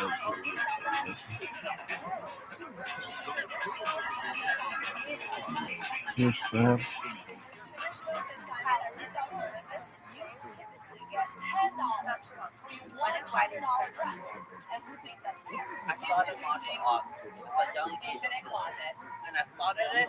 Silver is an exchange. That means points. Unused clothes and handbags in your closet. Well, we give you a point of points as what you initially paid, and then you use those points to shop for items at the same value on our site. Trading clothes on Silver is you get a prepaid trading kit in the mail. Stuff it with clothes, and you don't have to stop and drop it in your mail. Once your clothes enter our system, you earn points and browse our site to trade with other members of our community. You get fresh looks delivered to your door without paying back. Oh yeah, money. We are seeking $250,000 in exchange for 3%. Okay, 3%. Let's try us on our size. We have a database where we evaluate all the items. Initially, we look at the brand, the style. Over time, the evaluation database actually becomes dynamic and smart web algorithms that look at the supply and demand dynamics. And then the dresses and the shirts. Well, Actually, this is a white belt. so we look at Lori's dress and we say, So I think I have a long way to go. dresses from that brand, I think the end retail will be in this price fall, range. black belt, I think. Together. Okay, so let's take a look at Do you send it back? We don't. If there's a really high luxury brand that has any signs of wear and tear, That's so pale. I'm so pale. But what becomes cheap and safe when you receive it? Today's snow is crippling much of the Washington lowlands. 1 of 3 inches of snow fell in Seattle and other areas. As you can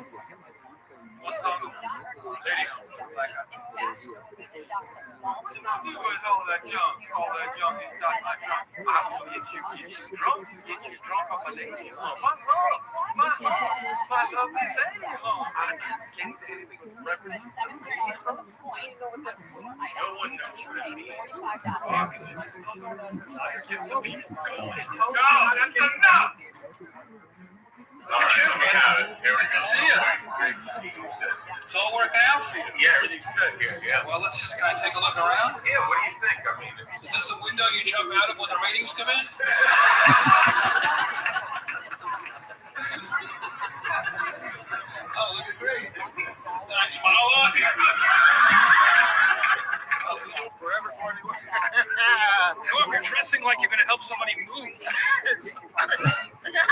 You're wearing sweatpants to the biggest show in YouTube history. This is the biggest show on the internet. You're dressed like you're going to paint the set. You can't help himself. I gotta ask you this though. Hey, I saw, by the way, on the computer, a show you do now called Morning Roast. Unbelievable. You wake up in the morning, you turn on your computer, there's Jeff Ross waking up himself, roasting somebody. How's that work? Well, whatever comes to my hungover head, I just start making fun of. And I put it up on my YouTube page. God damn, it's fun. Who should I roast this week? What about Chasm? It would be an honor if you could just do me. He's an A-Rab, if that helps. I only roast celebrities, Chasm, so you're off the hook. Thank you. What do you dress like? You're like Harry Potter's accountant. Well, I want to thank Jeff Ross for turning a mirror on me today. Back to you guys. Looks like the inventor of a cure of some disease we haven't thought of yet. Look at you, like Orville Redenbacher's fluffer. I don't know. You want to go? Howard Stern has been in radio so long he bought Robin at an auction. Oh! Hey, I'm not supposed to be roasted. Spice Girls, this is the Bland Girls.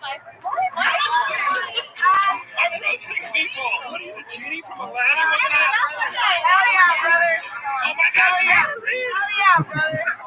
Thanks for having me. You know, I was so excited to be here, see Shaq and Emmett, hang out with all these comedians. I feel like I died and went to Harlem. This ain't a roast, it's a barbecue.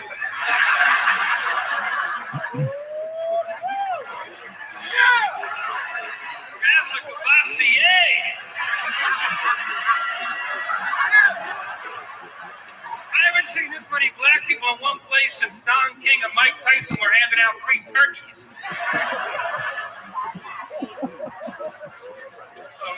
They got everybody but Slappy White in this motherfucker.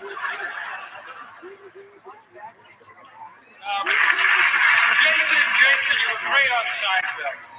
And I guess that's going to be about it, huh? As you can see, the rest of the cast of Seinfeld couldn't be here tonight. Apparently, they broke their backs carrying Jerry Seinfeld for 8 years. You look very lovely today. Thank you. You have black fruits and kunta kinte.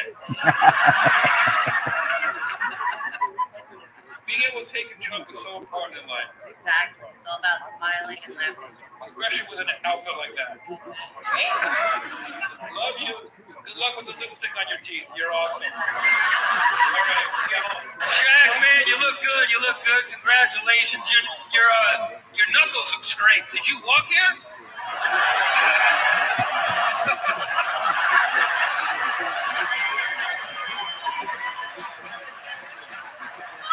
Come on. I'm not saying anything. I'm not saying Shaq is like a gorilla, but I saw him trying to peel a microphone. Is he laughing? No, I'm teasing you, Shaq. You know that. You were great in the Green Mile.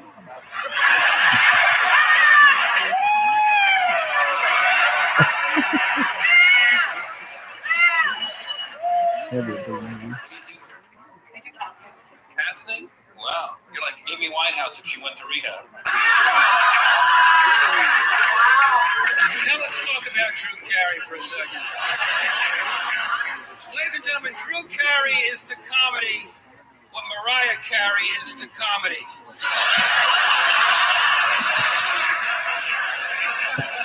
We all know Drew isn't two-faced, or else why would he wear that one?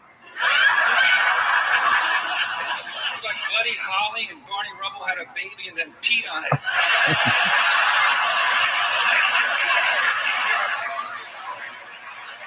You're like a stripper who hates money, so you work here. Those shorts are shorter than the amount of time you spent in high school. Look at this guy. You know this guy right here? You don't recognize him? He was on To Catch a Predator. But you know, we all can come up to the microphone and make fun, but the truth is every comic up here dreamed of one day being a Dallas Cowboy. And the only one who even came close was Monique.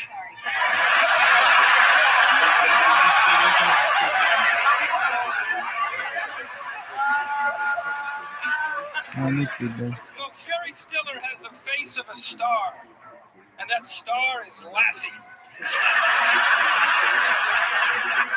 His Hebrew name is Yes.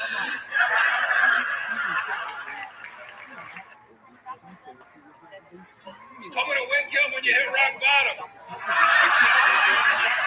How's that for you? What's the price for intercourse? Is there a price? Yeah. Really? It's like Ron Jeremy right now.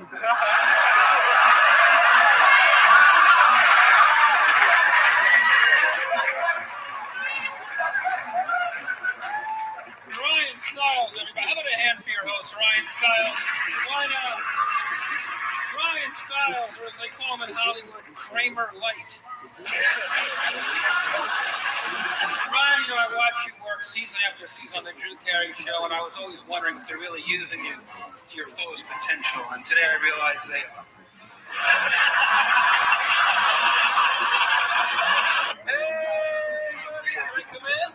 Yeah, go ahead. Come on in. I wanted to check out your office. Now, Sharks, I love summer days as much as the next guy. What's not to love, right? Laying backyard barbecues, picnic baseball games, I love it all. Sharks, there's one thing about summer that I just really don't. It's freaking hot. And if you've been stationed deep south like I have for the last 12 years, wow, it's like Trump built the wall around just you. Look at this, Abe Vigoda, Freddie Roman, Alan Kings. I've seen younger faces on cash.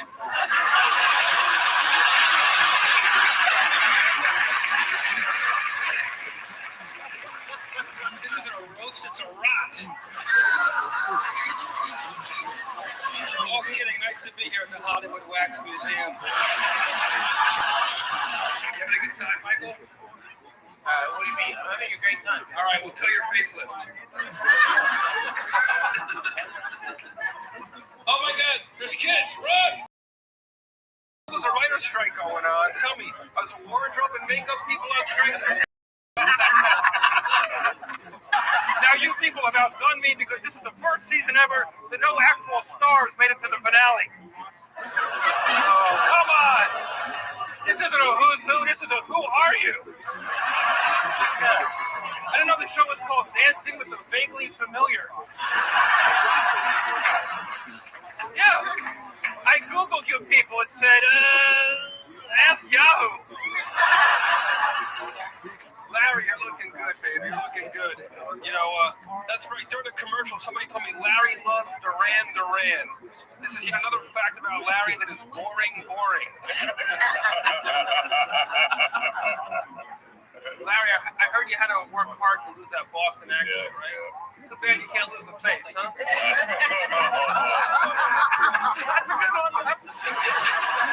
Look how beautiful Playmate Holly Madison looks tonight. Wow. Yeah. She didn't do very well on the show. Every time the director yelled action, she started taking her clothes off. Val, what can I say? You make traffic sexy. You really do. In fact, I think I feel some rubbernecking in my pants. All right. And speaking of traffic, Val, I think I see an accident on top of Robin's head. If you got anything you want to say to me. I love your suit. I didn't know you shop in Forever 41. You look great. Jeffrey Ross. I use your show as a nightlight every night. Thank you very much. Appreciate your stopping. Great. This is great. I've seen hostage videos with a bigger budget. Congratulations, buddy. Jeffrey Ross. Thank you so much. Sure, buddy. Good to see you. I appreciate it. Yeah. Ready for me already.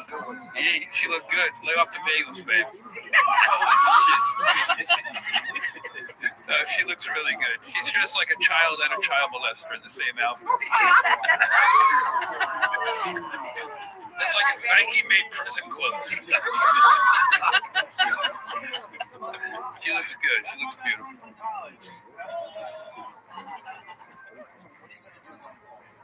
So, the reason I'm asking for money today, I want to rejuice my website and figure out how to drive traffic around it. My website right now, it looks nice, but I made it. I'm not a web developer, I'm new to all this stuff I do websites. I want to have a professional redo my website and some savings.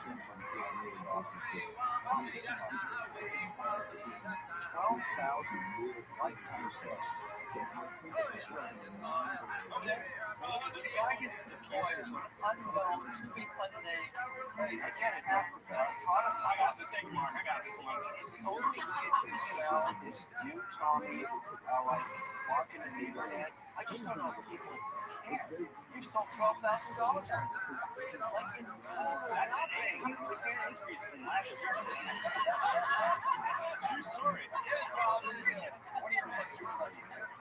Oh, they love it. I've brought it to on this presentation in the Middle East. We're still full-time. I'm here to build here for the next 8 years. There's no working bad times. So that's back to the question. My sister is the important one. Where's she based? She's here in Southern California. Can you get the price and the cost down there? Thank you for asking. You're welcome. I'm trying to save 100% made here. Part of the reason why it's so expensive, I want to make it for $25 right and sell it for $60. That's where I'm trying to get this. I think there's room to get that done a lot cheaper.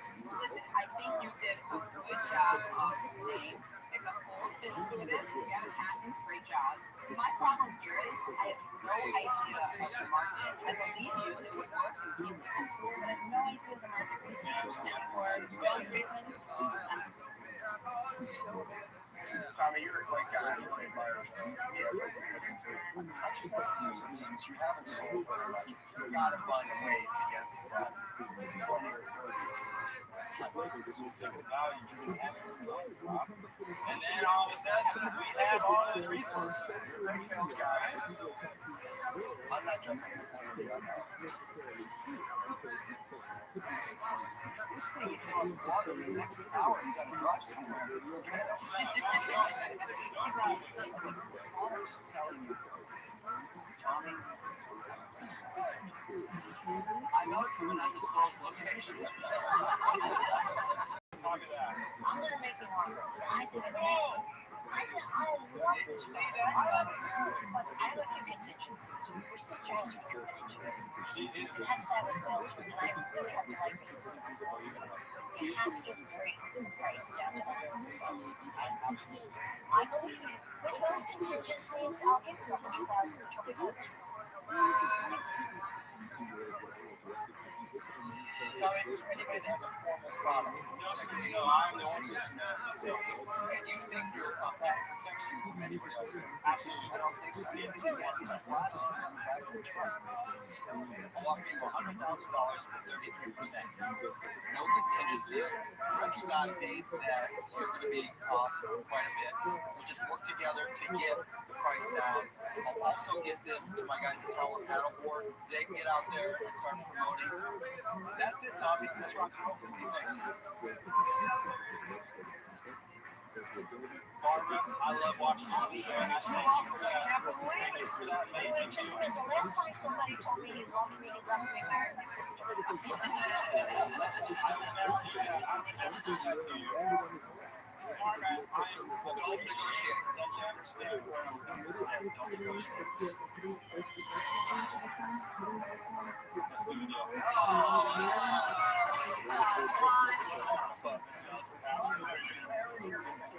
Yes, it is. That's what you do. I have no idea if the business is going to work, but it's a great thing. Great guy. Thank you for your service. Thanks, Tommy. Wow.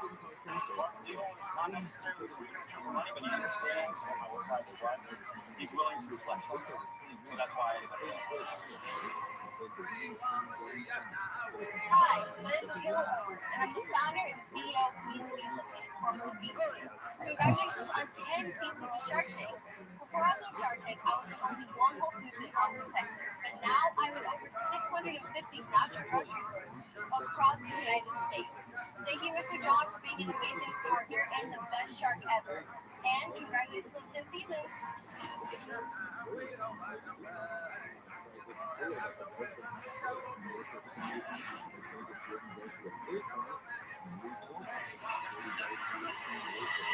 Next up is an accessory to help kids eat healthier snacks.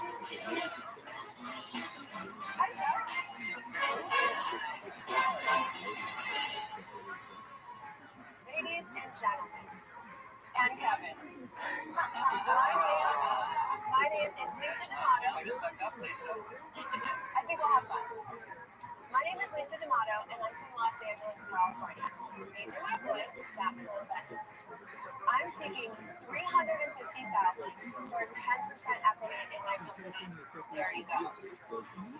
Being a mom is definitely one of my biggest accomplishments, but the reality of maintaining my busy lifestyle and work schedule while raising two rambunctious little boys is making me lose my mind. I needed something that would help me quickly feed my kids healthy meals, and that is when the light bulb went off.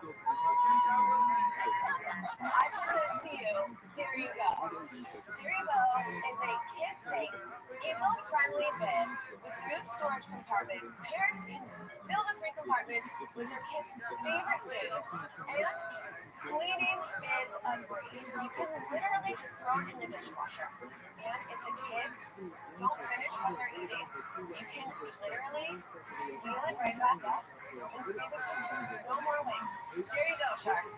Lisa, you show us a favor. So, just give me a second. We like you already. Oh, I watched the show, so I know how it goes. Okay, Robert? Yes? Alright. Thank you. You got you some wine and cheese? Oh, well, listen. Yeah, wine and cheese. There you go. Yeah. Daxel, say bye. Bye.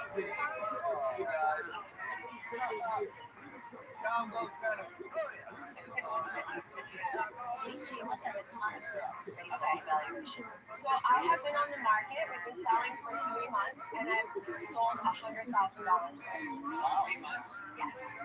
And also, my brand in general is I come from reality television, and yes, were you on America's Next Top Model? I won the All Stars actually. All right, so let's get back to business. Yes. What does it cost you to make each bag? Per unit is $2.68. My suggested MSRP is $22.99. How much did you do for sales? About $23,000. Wholesale, there's actually 3 distribution companies that are actually having a bidding war right now. Bidding over what, though? Just because they want exclusivity. I hustled hardcore. I had the patent attorney, and he did the nationwide, worldwide search. Give me 1 second, Kevin. Second Kevin. Boom. Design or utility, I can't see. This is the design. I have probably spent about $250,000 of my own money. The craziest and coolest thing about this product, I just need you guys to know, is obviously, yes, we have the patents, but also, if you see any other bib on the market, their price point is exactly the same as mine, and it's only one. This is 4-in-1. It's food storage, it's a plate divider, it's got the spork in the back, and it seals airtight. So let me show you guys. No. So, Lisa, can you tell us a little bit more about your background? You mentioned your model. Okay. I was raised by a very sick, bulimic mother.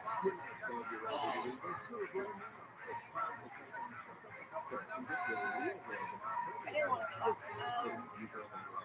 When I was young, I had developed an eating disorder, and modeling didn't help. And I've been a model my entire life, so as far as being like a weather warrior, I'm definitely that person. I got through it all, and I'm now the mom that I never had, and I couldn't be more prouder.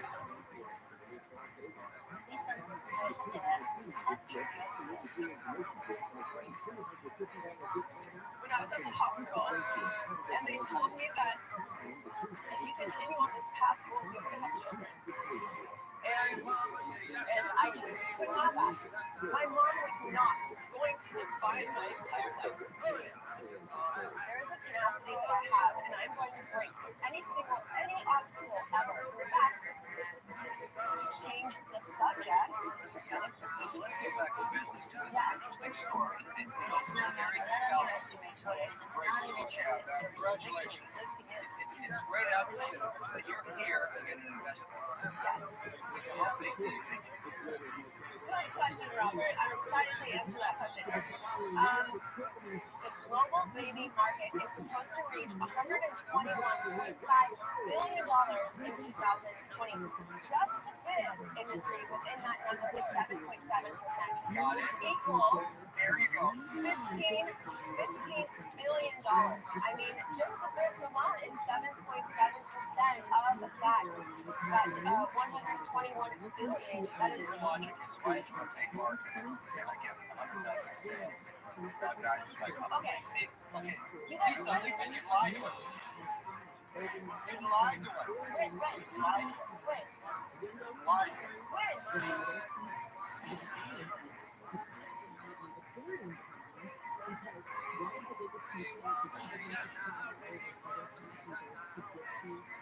All sharks are still new, but Mom takes issue with something Lisa said while pitching her kids' bid company, Dairy Go.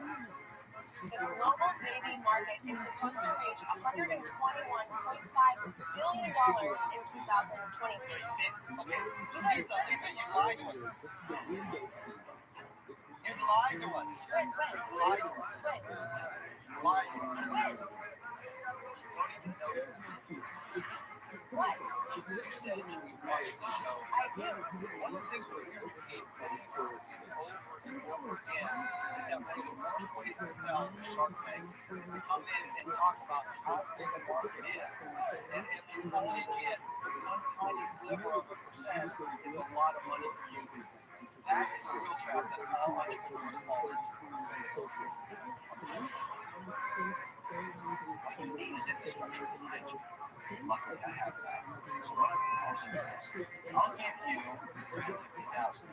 But I'm going to give you $100,000 for 15%, and the rest is debt, because you're going to need inventory. That sounds great. Now you have to make a decision. You want to take it or not? Does anybody want to counter? Does anybody want to go in? So Kevin, I love you. Does anybody want to go in?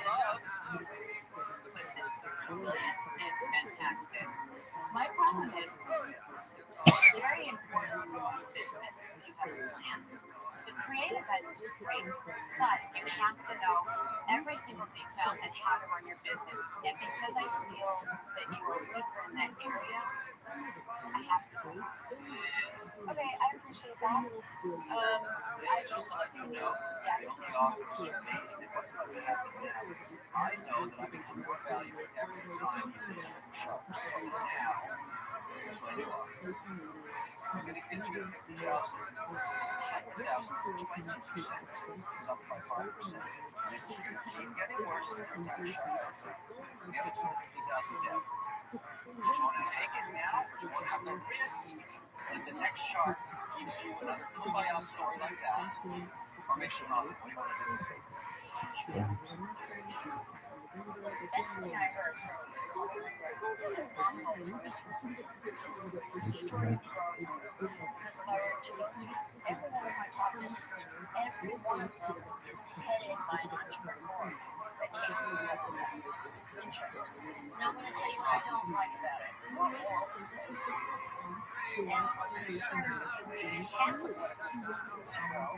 So I think you need a partner that gives you a healthy sort of control. So I'm going to make you a more responsibility.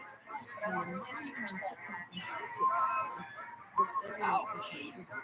50%, 30% more than Mr. One. Because I think you really need someone who's a full partner who's going to keep you on track and get you there. I understand where you're coming from, Robert. I really appreciate your offer. I think I do offers, but I will newsflash. 50% equity. Now my equity is 25%. Lisa, while you're thinking, I love your story. You are a dynamo, as Barbara said. But it's just not for me. I'm at 30%. Oh my God. Wow. Okay. You better just change my You two possibly. I would never get to that business. So I'm going to make you 35%. 150 in cash out of it, and 200 in debt.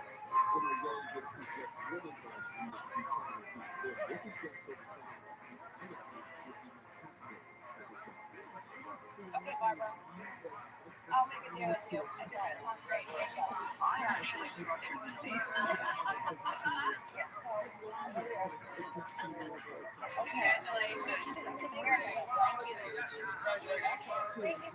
I can't wait to talk.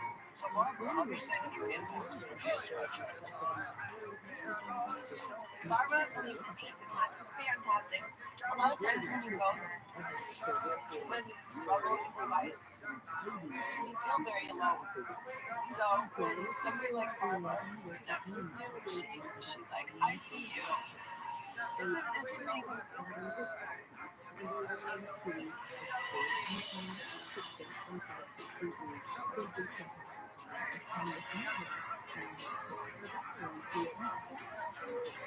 I'm gonna take the news. Hey, Whiskey. Showing them cubes, right? Showing them short. Hey, you are the close to you. In New Jersey. Wait, how the fuck are you gonna be saying showing them short? She's like, you are the rabbi of the world and your king and a prince. Like, I know. I'm not saying my behavior is correct or justified. It just is what it is. Say it here, say it here. Not dickhead about this question from this fucking year. We're gonna have my hand up on the chair, so And it all starts now. Really? Why not? Drink your piss. Be crazy. Bursting in the tank is an entrepreneur who wants to bring a traditional Argentinian snack to the American masses.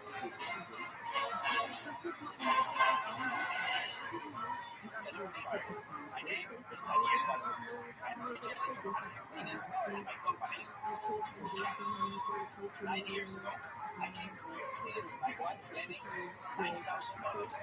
This cricket on my shoulder, I had a dream to transform this thing to my Argentinian culture, the iconic empanada, into a gourmet meal, so delicious, so convenient. The concept of vegan foods is universal. Bring amazing recipes from all over the world, use some of the best ingredients out there, and make them inside delicious, edible croquettes. Plates, no forks, no fuss. Our slow braise, short rib, or chicken jambalaya, or a vegan beef ducky curry. Just use a mission to bring the world together through unique flavors that remind us how delicious our differences can be. Sharks, enjoy the Luchas family today for an investment of $2 million for 8% of all this goodness. It is Luchas time. Better than Luchas. $2 million for 8%. Wow, caramba. I don't want to eat it. I know that valuation is never works.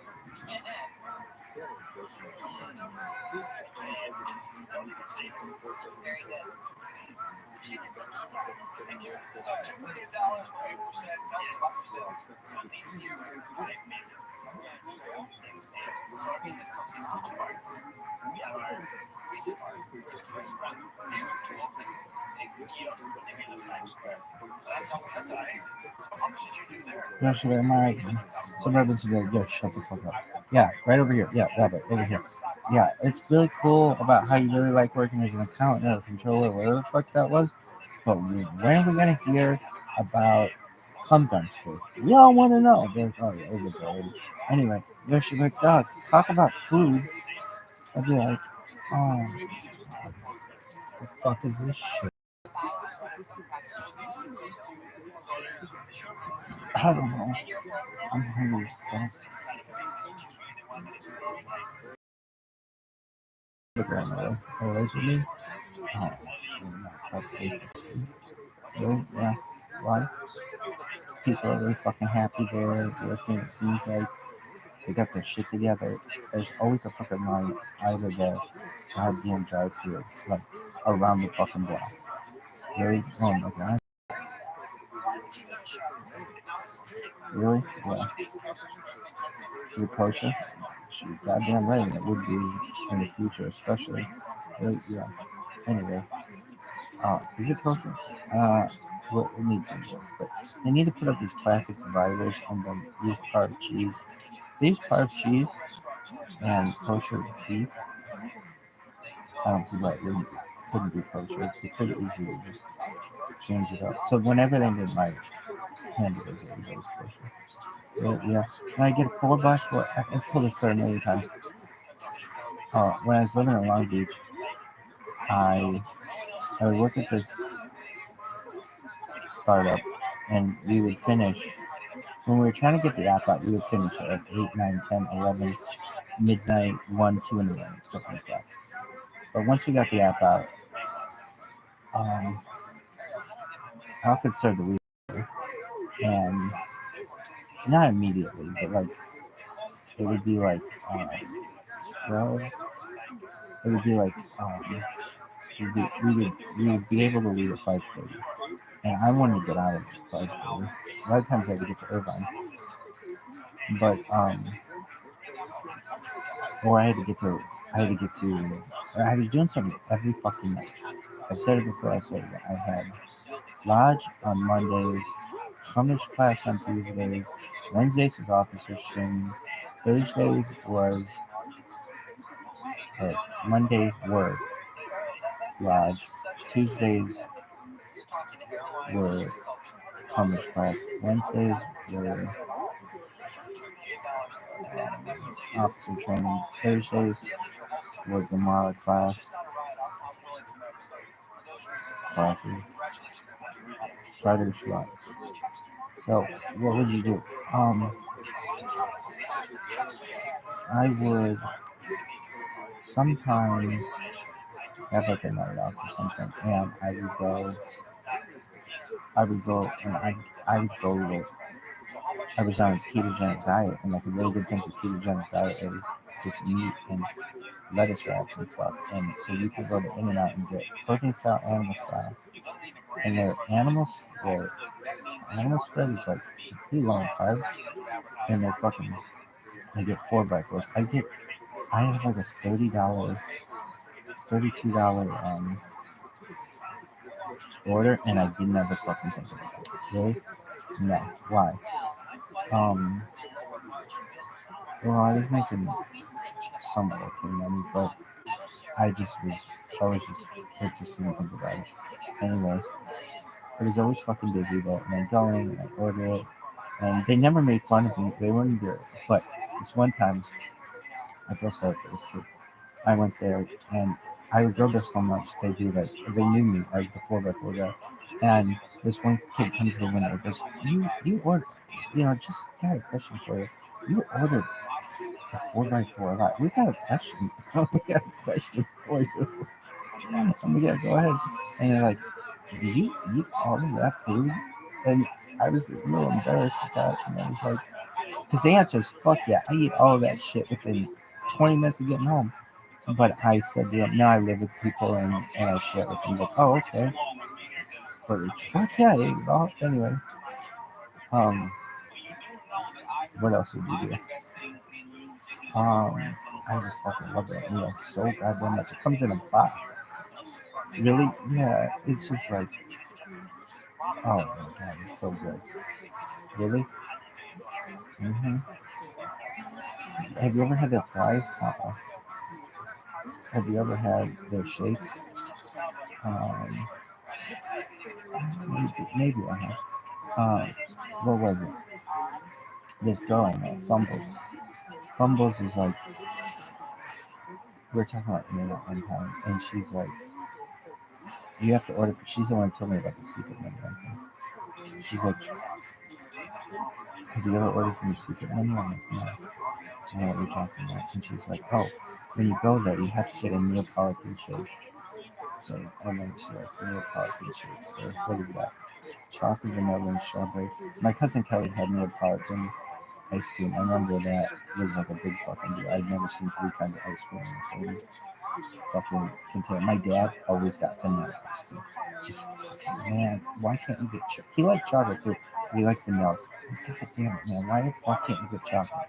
Really, yeah. If you're having a birthday party or something, you're like, oh, let's just get something neutral. We get vanilla ice cream. Actually, more people like chocolate than vanilla. But yeah, people are okay about vanilla. People really like chocolate. Anyway, is that the end of the fucking story? What's the best shake in the world? Allegedly, probably steak and shakes, but arbitrary. I used to allegedly, because from where I am, it's all kosher. Right? Yeah. So I was on a ketogenic diet, and I would go to the store and buy huge amounts of steak, boxes of steak, and these frozen steaks that would be really big and kosher, right? Yeah. Anyway, they'd probably cater to me, right? Yeah. Anyway, I'd buy these New York strips, and I would cook.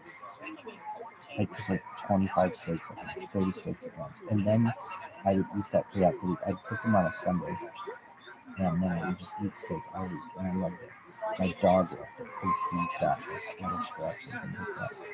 Anyway, but sometimes I would get these sugar cravings, and when I would have a sugar pains, I would get these cravings for sugar, and so I would, in the middle of the night, I used to love doing this. I would take my dog Lucky, and we'd go for a ride in the car. We would go for a ride, and we'd get in the car, and they had a thing between between 2 and 4, between 2 and 4 a.m. they had happy hour. 2 and 4, between 2 and 4 p.m. and 2 and 4 a.m. they had happy hour, half price drinks. And so I could go there and get like 8, I would get 8 drinks, sometimes 12 shakes, I think at times. And I would get all different kinds of shakes, like all Oreo and mint and fucking pineapple and just all kinds of fucking shakes. And just random kinds. Raspberry and cherry and I'd take them home and I would just have these hunger pains and I would just eat them like until I was about to pass out. And then sometimes I did pass out and I would awake and my dog, Lucky, had just gotten to these shakes and gotten them all over the room. I'd have shake all over the room. And Lucky would just be, I'd look at him and I'd be, Lucky, what did you do? There's fucking ice cream all over the goddamn room. And he would just sit there with his little tail wagging. Just passed out basically. Yeah. Yeah, man. I couldn't blame him. Yeah. And then sometimes I had this refrigerator. I had these like mini refrigerators in my room because the kids after I had such great repairs at the university. They would reserve or like reserve they would reserve they had a thing like students would give away their stuff and so you could as an employee get their stuff if you got it like a signature from the rector if it was abandoned. And so they got me 4 refrigerators and I would just fill these things with steak. Anyway, they didn't have locks on them. Or maybe they did, but anyway, Lucky, I would go to work and I would when I lived in this house, I could just leave Lucky in my room and he could run around. He wasn't in a crate or anything. And I would come inside sometimes and he would have gotten in one of those refrigerators because he would smell the steak in there. And I'd come back and he would just be wagging his tail and I'd look and it's just all this steak is all over him. He's such a good man. Really bad for him. I'll tell you a story. One time I had to leave him to go to work and well, I have to say, this one guy, I've told the story before, but I'll tell it again. This guy saved my ass. I was cooking steaks and I wasn't paying attention to them, and the grill was really close to the house and started melting the side. I almost caught the whole house on fire. Unfortunately, I had some salt there, and this guy runs up and grabs the salt and puts it all over the grill and saved the house from burning down. He was a chef. He was I think that's Grace's boyfriend. He was like my hero right there. Yeah, he saved my ass. Anyway, and then one time I forgot to take Lucky in. I would take him out on my lunch hour, and I forgot to take him back in, and he had scratched up the girl. I really felt bad about that. She had a nice house. And she had bought it. Yeah, I thought, I don't know, fuck with the guys. Yeah.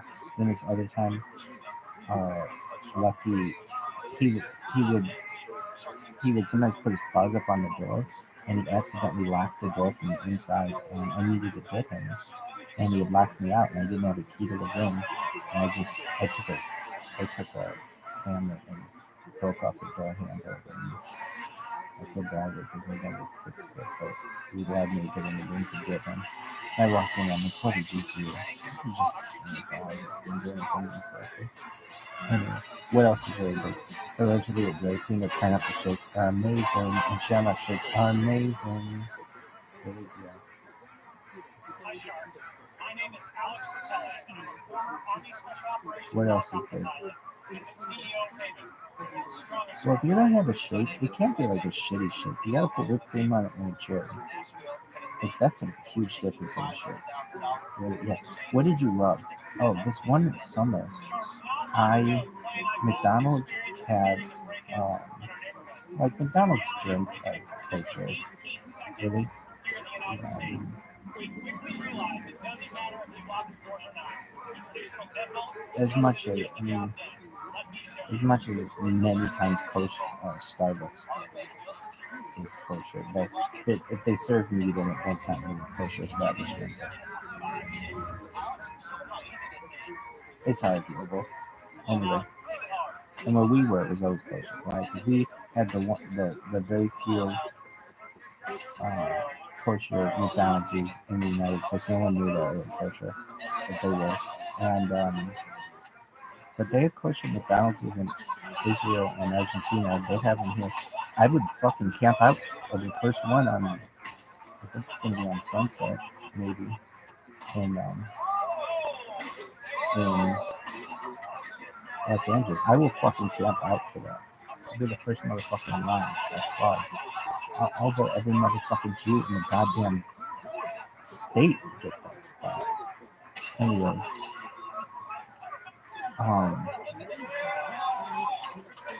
what happened? What was that rest of the show?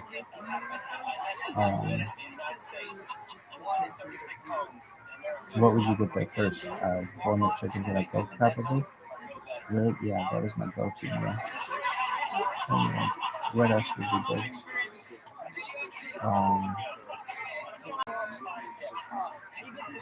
Oh, McDonald's had this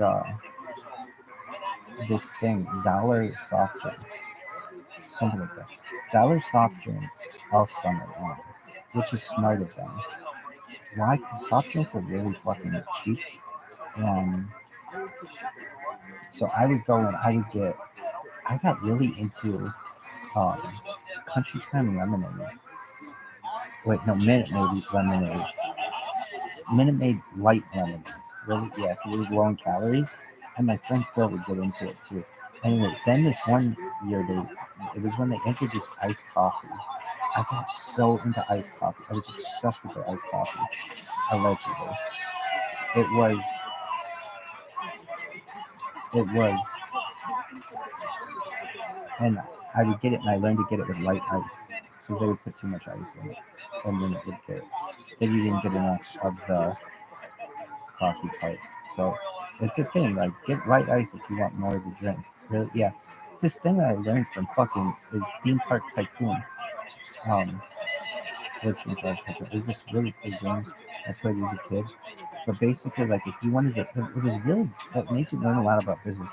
Wanted to fuck people over, but not like you'd have like your theme park, but then you would also have like restaurants and things, and at the restaurants you could like if you or like and fast food and stuff. So if you would increase the amount of salt that were on the French fries, so that people drank more soda. You would increase the amount of ice in the soda, so you wouldn't have to pay as much. Like if you lowered the amount of ice in the soda, then it would be at the end of the month your profits were low. You would like what else did they have like that? I don't know. You could just like you could like do little things to the food.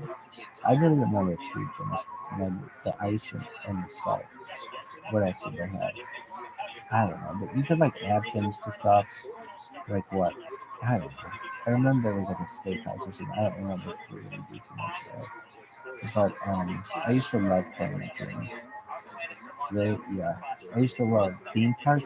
Was it Theme Park Tycoon? No, there's a different. I think it was just called Theme Park. It was some British game. Anyway, that I got, or that my dad got, I think, with his computer or something. I got it with my computer. Anyway, and then there was another game. I think I got it with my computer. Then there was another game, Theme Park Tycoon, which became really big, which I got, where you could like create, you could in the game Theme Park, you could create your own theme park uh, roller coasters, but and you could ride them too. That was such a cool thing. You could ride your own roller coasters, but it didn't have as many features as Theme Park Tycoon did. And there were all these games, Tycoon, Railroad Tycoon. I loved all these games. Railroad Tycoon and Theme Park Tycoon, and Water Park Tycoon, that all kinds of Tycoon games. Anyway, um,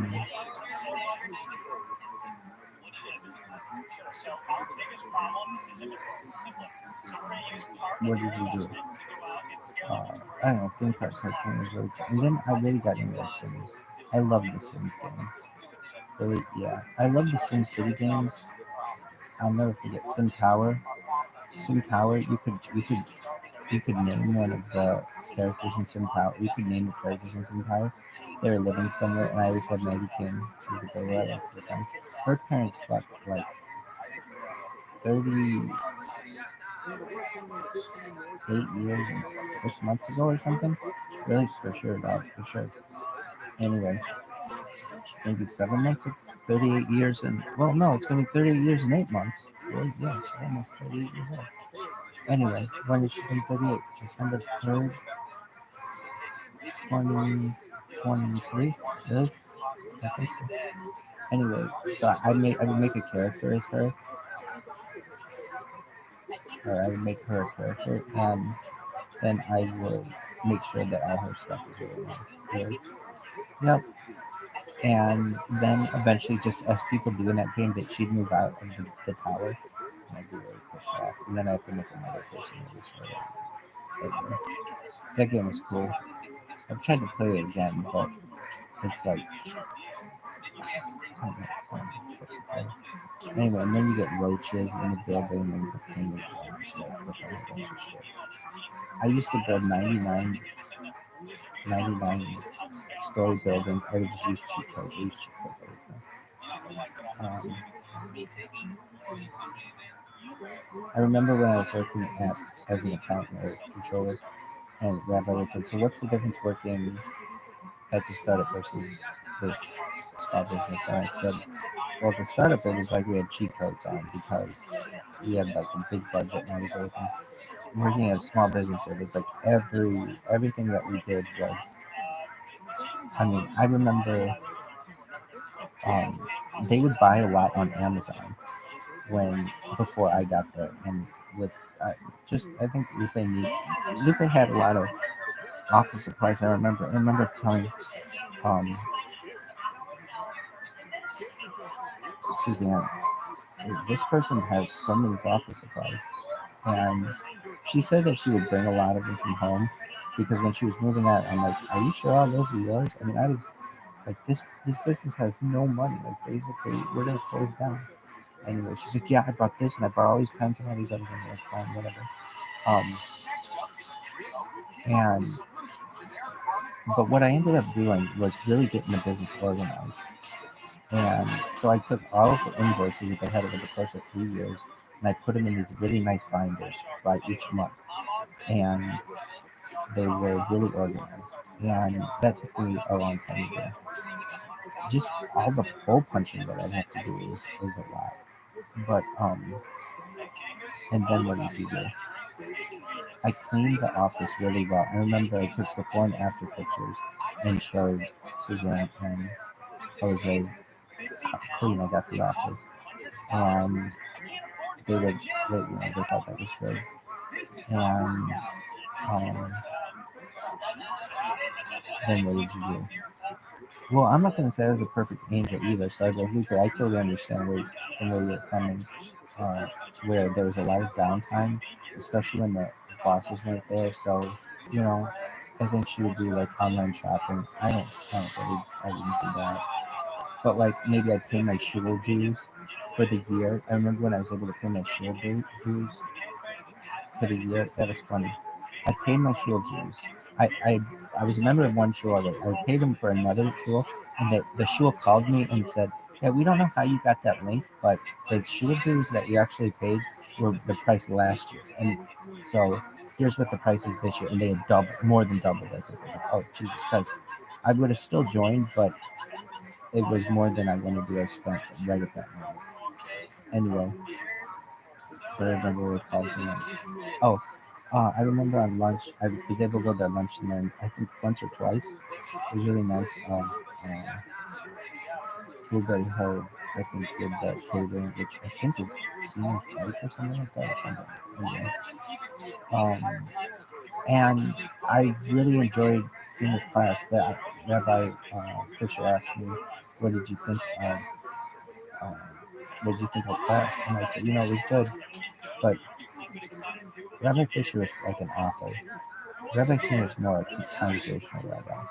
And so I said something like, Rabbi Singer read some things, and he's like, you would have been the person who would have written the things that he would have read. However, he was the one who was there, and he was really beloved, so it turns out, he probably did. Who do you like more? Was it Rabbi? Fisher. Fisher was fucking really good. He taught me all the secrets and the ins and outs, the nuances of being a rabbi. The loopholes, basically. I'm not saying all of them, but a lot of them. But Sino is a better congregational rabbi, so that's what I learned how to, for people to like really appreciate you and like you and build a good community and things like that. So I don't have anything bad to say about Sino. I like you a lot. Even though both of them, I would say, have not. They would be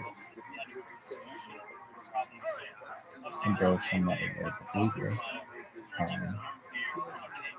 say that. Who's your favorite rabbi? Another Moshe Shlomo? Yeah. I really liked him. Because when I first met him, he told me all the bad things that he had done in his life.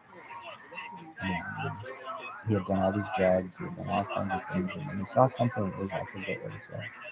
What he saw, but it changed his life, and he wanted to be a his final story. And it hit me at a time when I really needed to hear a story like that. Anyway, what did you like at Savage from that? They had wonderful kosher sushi there. Really, yeah, it was amazing. My rabbi used to talk about this, how sushi had influenced the Hasidic community. It's like, it was never a thing. But then one day somebody was like, you know what, this is pretty easy to make to have kosher, and it become a huge thing. So sushi is huge, especially in the Pacific community. What else do you like? I like the sushi that they have at Ralph's that is kosher, but it's only at the Ralph's in La Jolla, California. Well, they have some other ones too. I think they have one in the valley. But basically, it's not all of their sushi's kosher. But they had, I remember telling the table at Shabbat that I went to this thing. It's called Ralph's Kosher Experience or something like that. It's like in La Jolla, California. I've been there actually twice. I drove down there for this to tell the story about this. What was her name? Or something like that. Anyway, it was the last day that I was going to see my mom here. Last day I've ever seen my mom. And in person. And we were in La Jolla visiting some family. And we went to so part of Ralph's is is kosher, has kosher prepared meals. And they had sushi there that was amazing, and they had pizza there. And I remember my rabbi asked me, "So what did you think of the pizza?" I go, "It was the worst pizza I think I've ever had, but it was kosher, yeah, it was good, really, yeah." Why was it the worst? It was just, um, it was just by the slice, which was fine, but they just had olive pizza. I was like, "Oh, this is all they have." Anyway, but I ate the shit out of it. So yeah, shout out to my aunt. She bought me a bunch of food before we left there, so I just stocked up. What else did we do? What else did we like? What's your favorite Chinese food? I believe it's called Shanghai Diamond. It's in picoftheday. What's your favorite steak? Cat, perhaps? Oh, actually, no. OC kosher, probably. My favorite, well, because I buy like 10 pounds of OC kosher steak, but that's for like an individual meal. And then what's your favorite?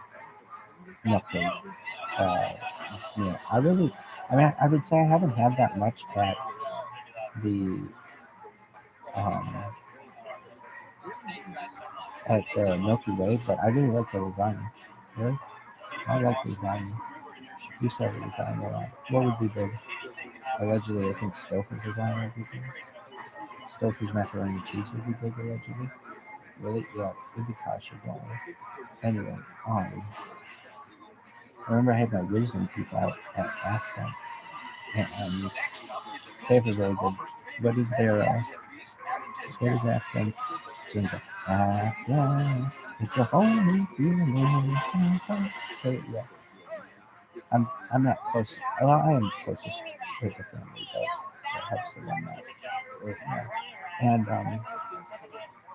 I had I had my wisdom teeth removed, and I remember they told me I couldn't eat solid foods for like 24 hours or something. They wouldn't be careful with it.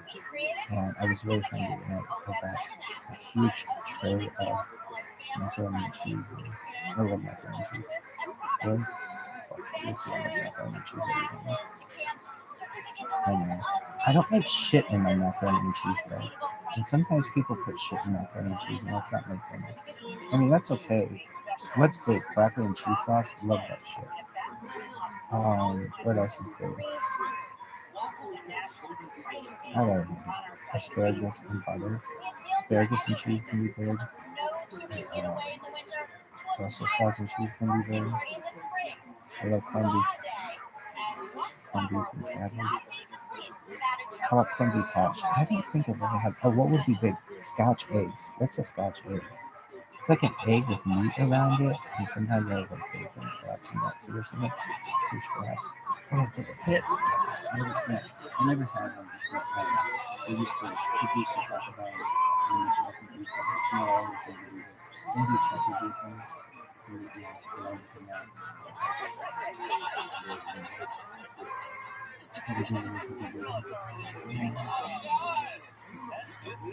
All right, sharks, who's ready to join the unstoppable certificate family on our awesome ride?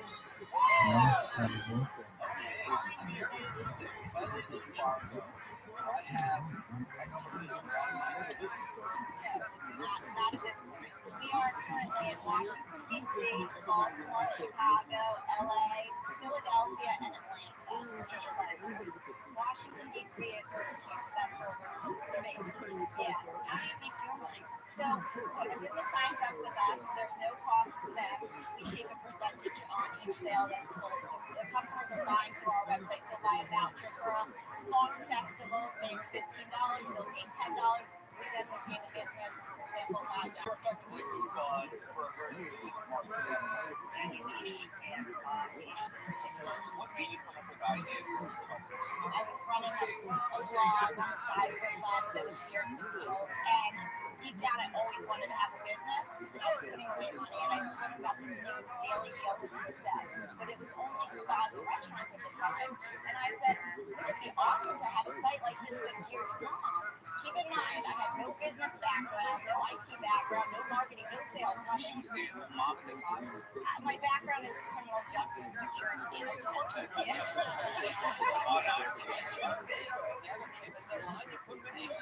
I'm curious, what is your background? My focus is mainly high-level business strategic, financial, jobs that more than 5 million. That's your gross numbers, right? That is our gross numbers. So $5 million worth of tickets to stuff, and you kept how much? Our net income from that number this year projected to be about $700,000. Right. I thought this was big quite a step. How about this? Since we launched in 2010, we projected $30 million in sales. Wow. Have you cut any deals with the toy companies? So that's the other side of the business, is that in the last 3 years we added a new element of business where paid advertising. So that's opened up this enormous revenue for us. We have over 1 million subscribers. I would say about half of those are, super engaged. It's 10% open, 10%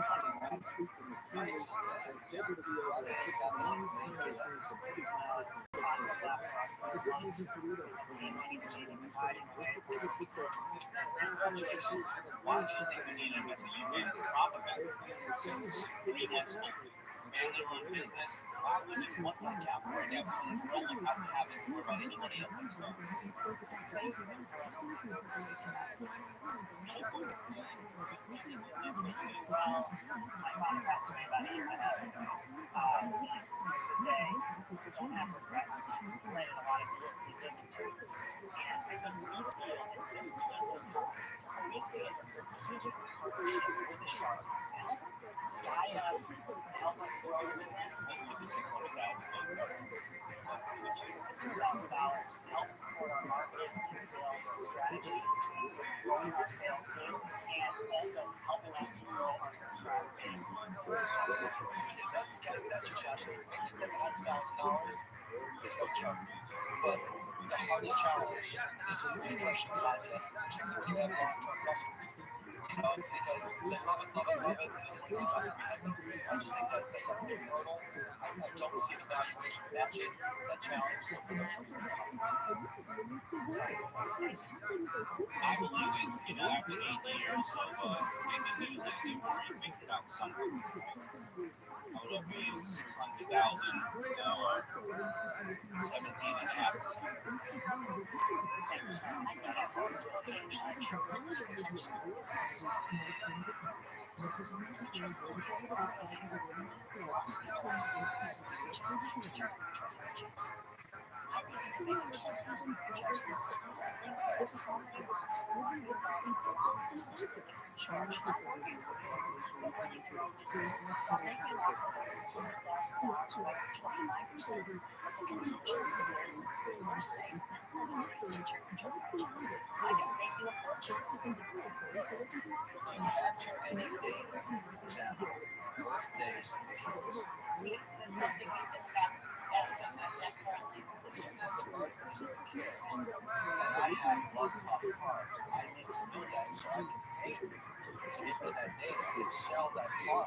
That's why it's a huge opportunity as well. A lot of these are birthday gifts to kids, right? Right, yeah. No, I think there could be a whole birthday program, something that's on my list. There's a lot of opportunity in day one. Right, yes. I don't see a franchise of it's how to control that database because that's what I don't do the deal, but on the exit, here's what I do. Are you done? Again, I have control. I want to make sure whatever happens, I do 3 times a year. So I know how to build this thing up. That there are 2 or 3 companies that think buy this for the database. But if you guarantee me 3 times a year, $600K, if there's an exit, I'd give you the $600K for 20%. I've actually thought of that. Let me tell you, I'm not so stupid. I'm not talking about 600,000, 17.5, all this other crap you're talking about. And I'll share with you, I love you both, but I kind of feel like you should brand It's just my opinion. Just my opinion. I think you have some very good offers here. You're doing so amazing. I feel like you're better off not giving away equity. And so for that reason. So you still have two viable offers? Time to make a decision.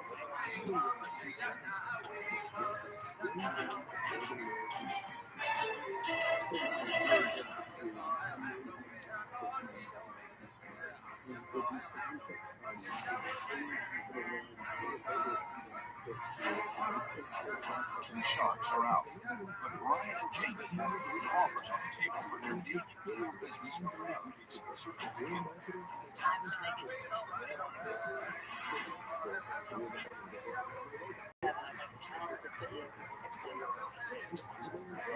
If I give you $600,000 I'll put the shark in the back. I can work with you to make this big. Eventually, you'll want to sell it. You can get your paychecks. That matters to me. I know what I want.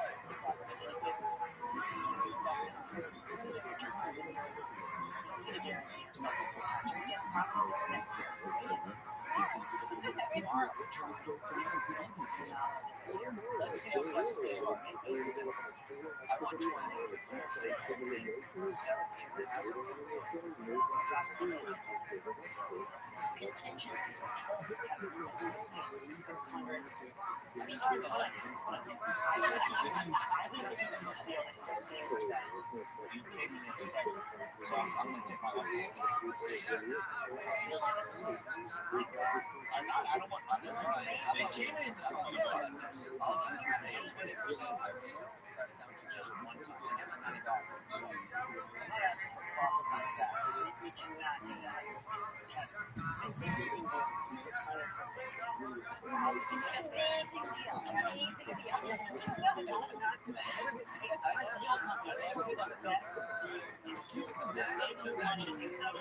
Right, so that's I'm going to take the preference off. It's got to be 20%. 600 for 20%. Let's roll. I like your coaching style. You're honest, you're fair. It's like what a line on the sand. Great deals. Both walk away having given something up. It's a great deal. I'm already trying to do tonight, but I don't want to talk about my preference. I'm a shark. I'm a shark. I know, but we're making money. We're phenomenal premium on this one. Right. 600,000, 20%. Done, no preference. Ready? Let's go. Kevin, 600. We'll do 17 and a half. 17 and a half. Your number, no preference. We'll make you money. We can do this. 20%. No preference. Done. We can do this. This is a great deal.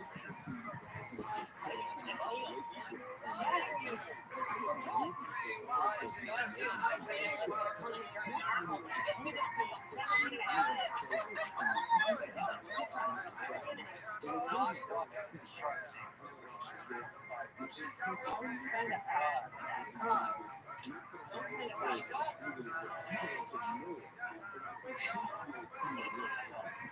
19 done.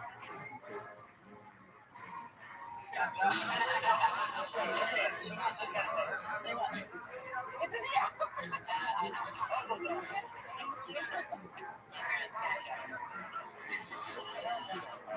Congratulations, guys. Well done.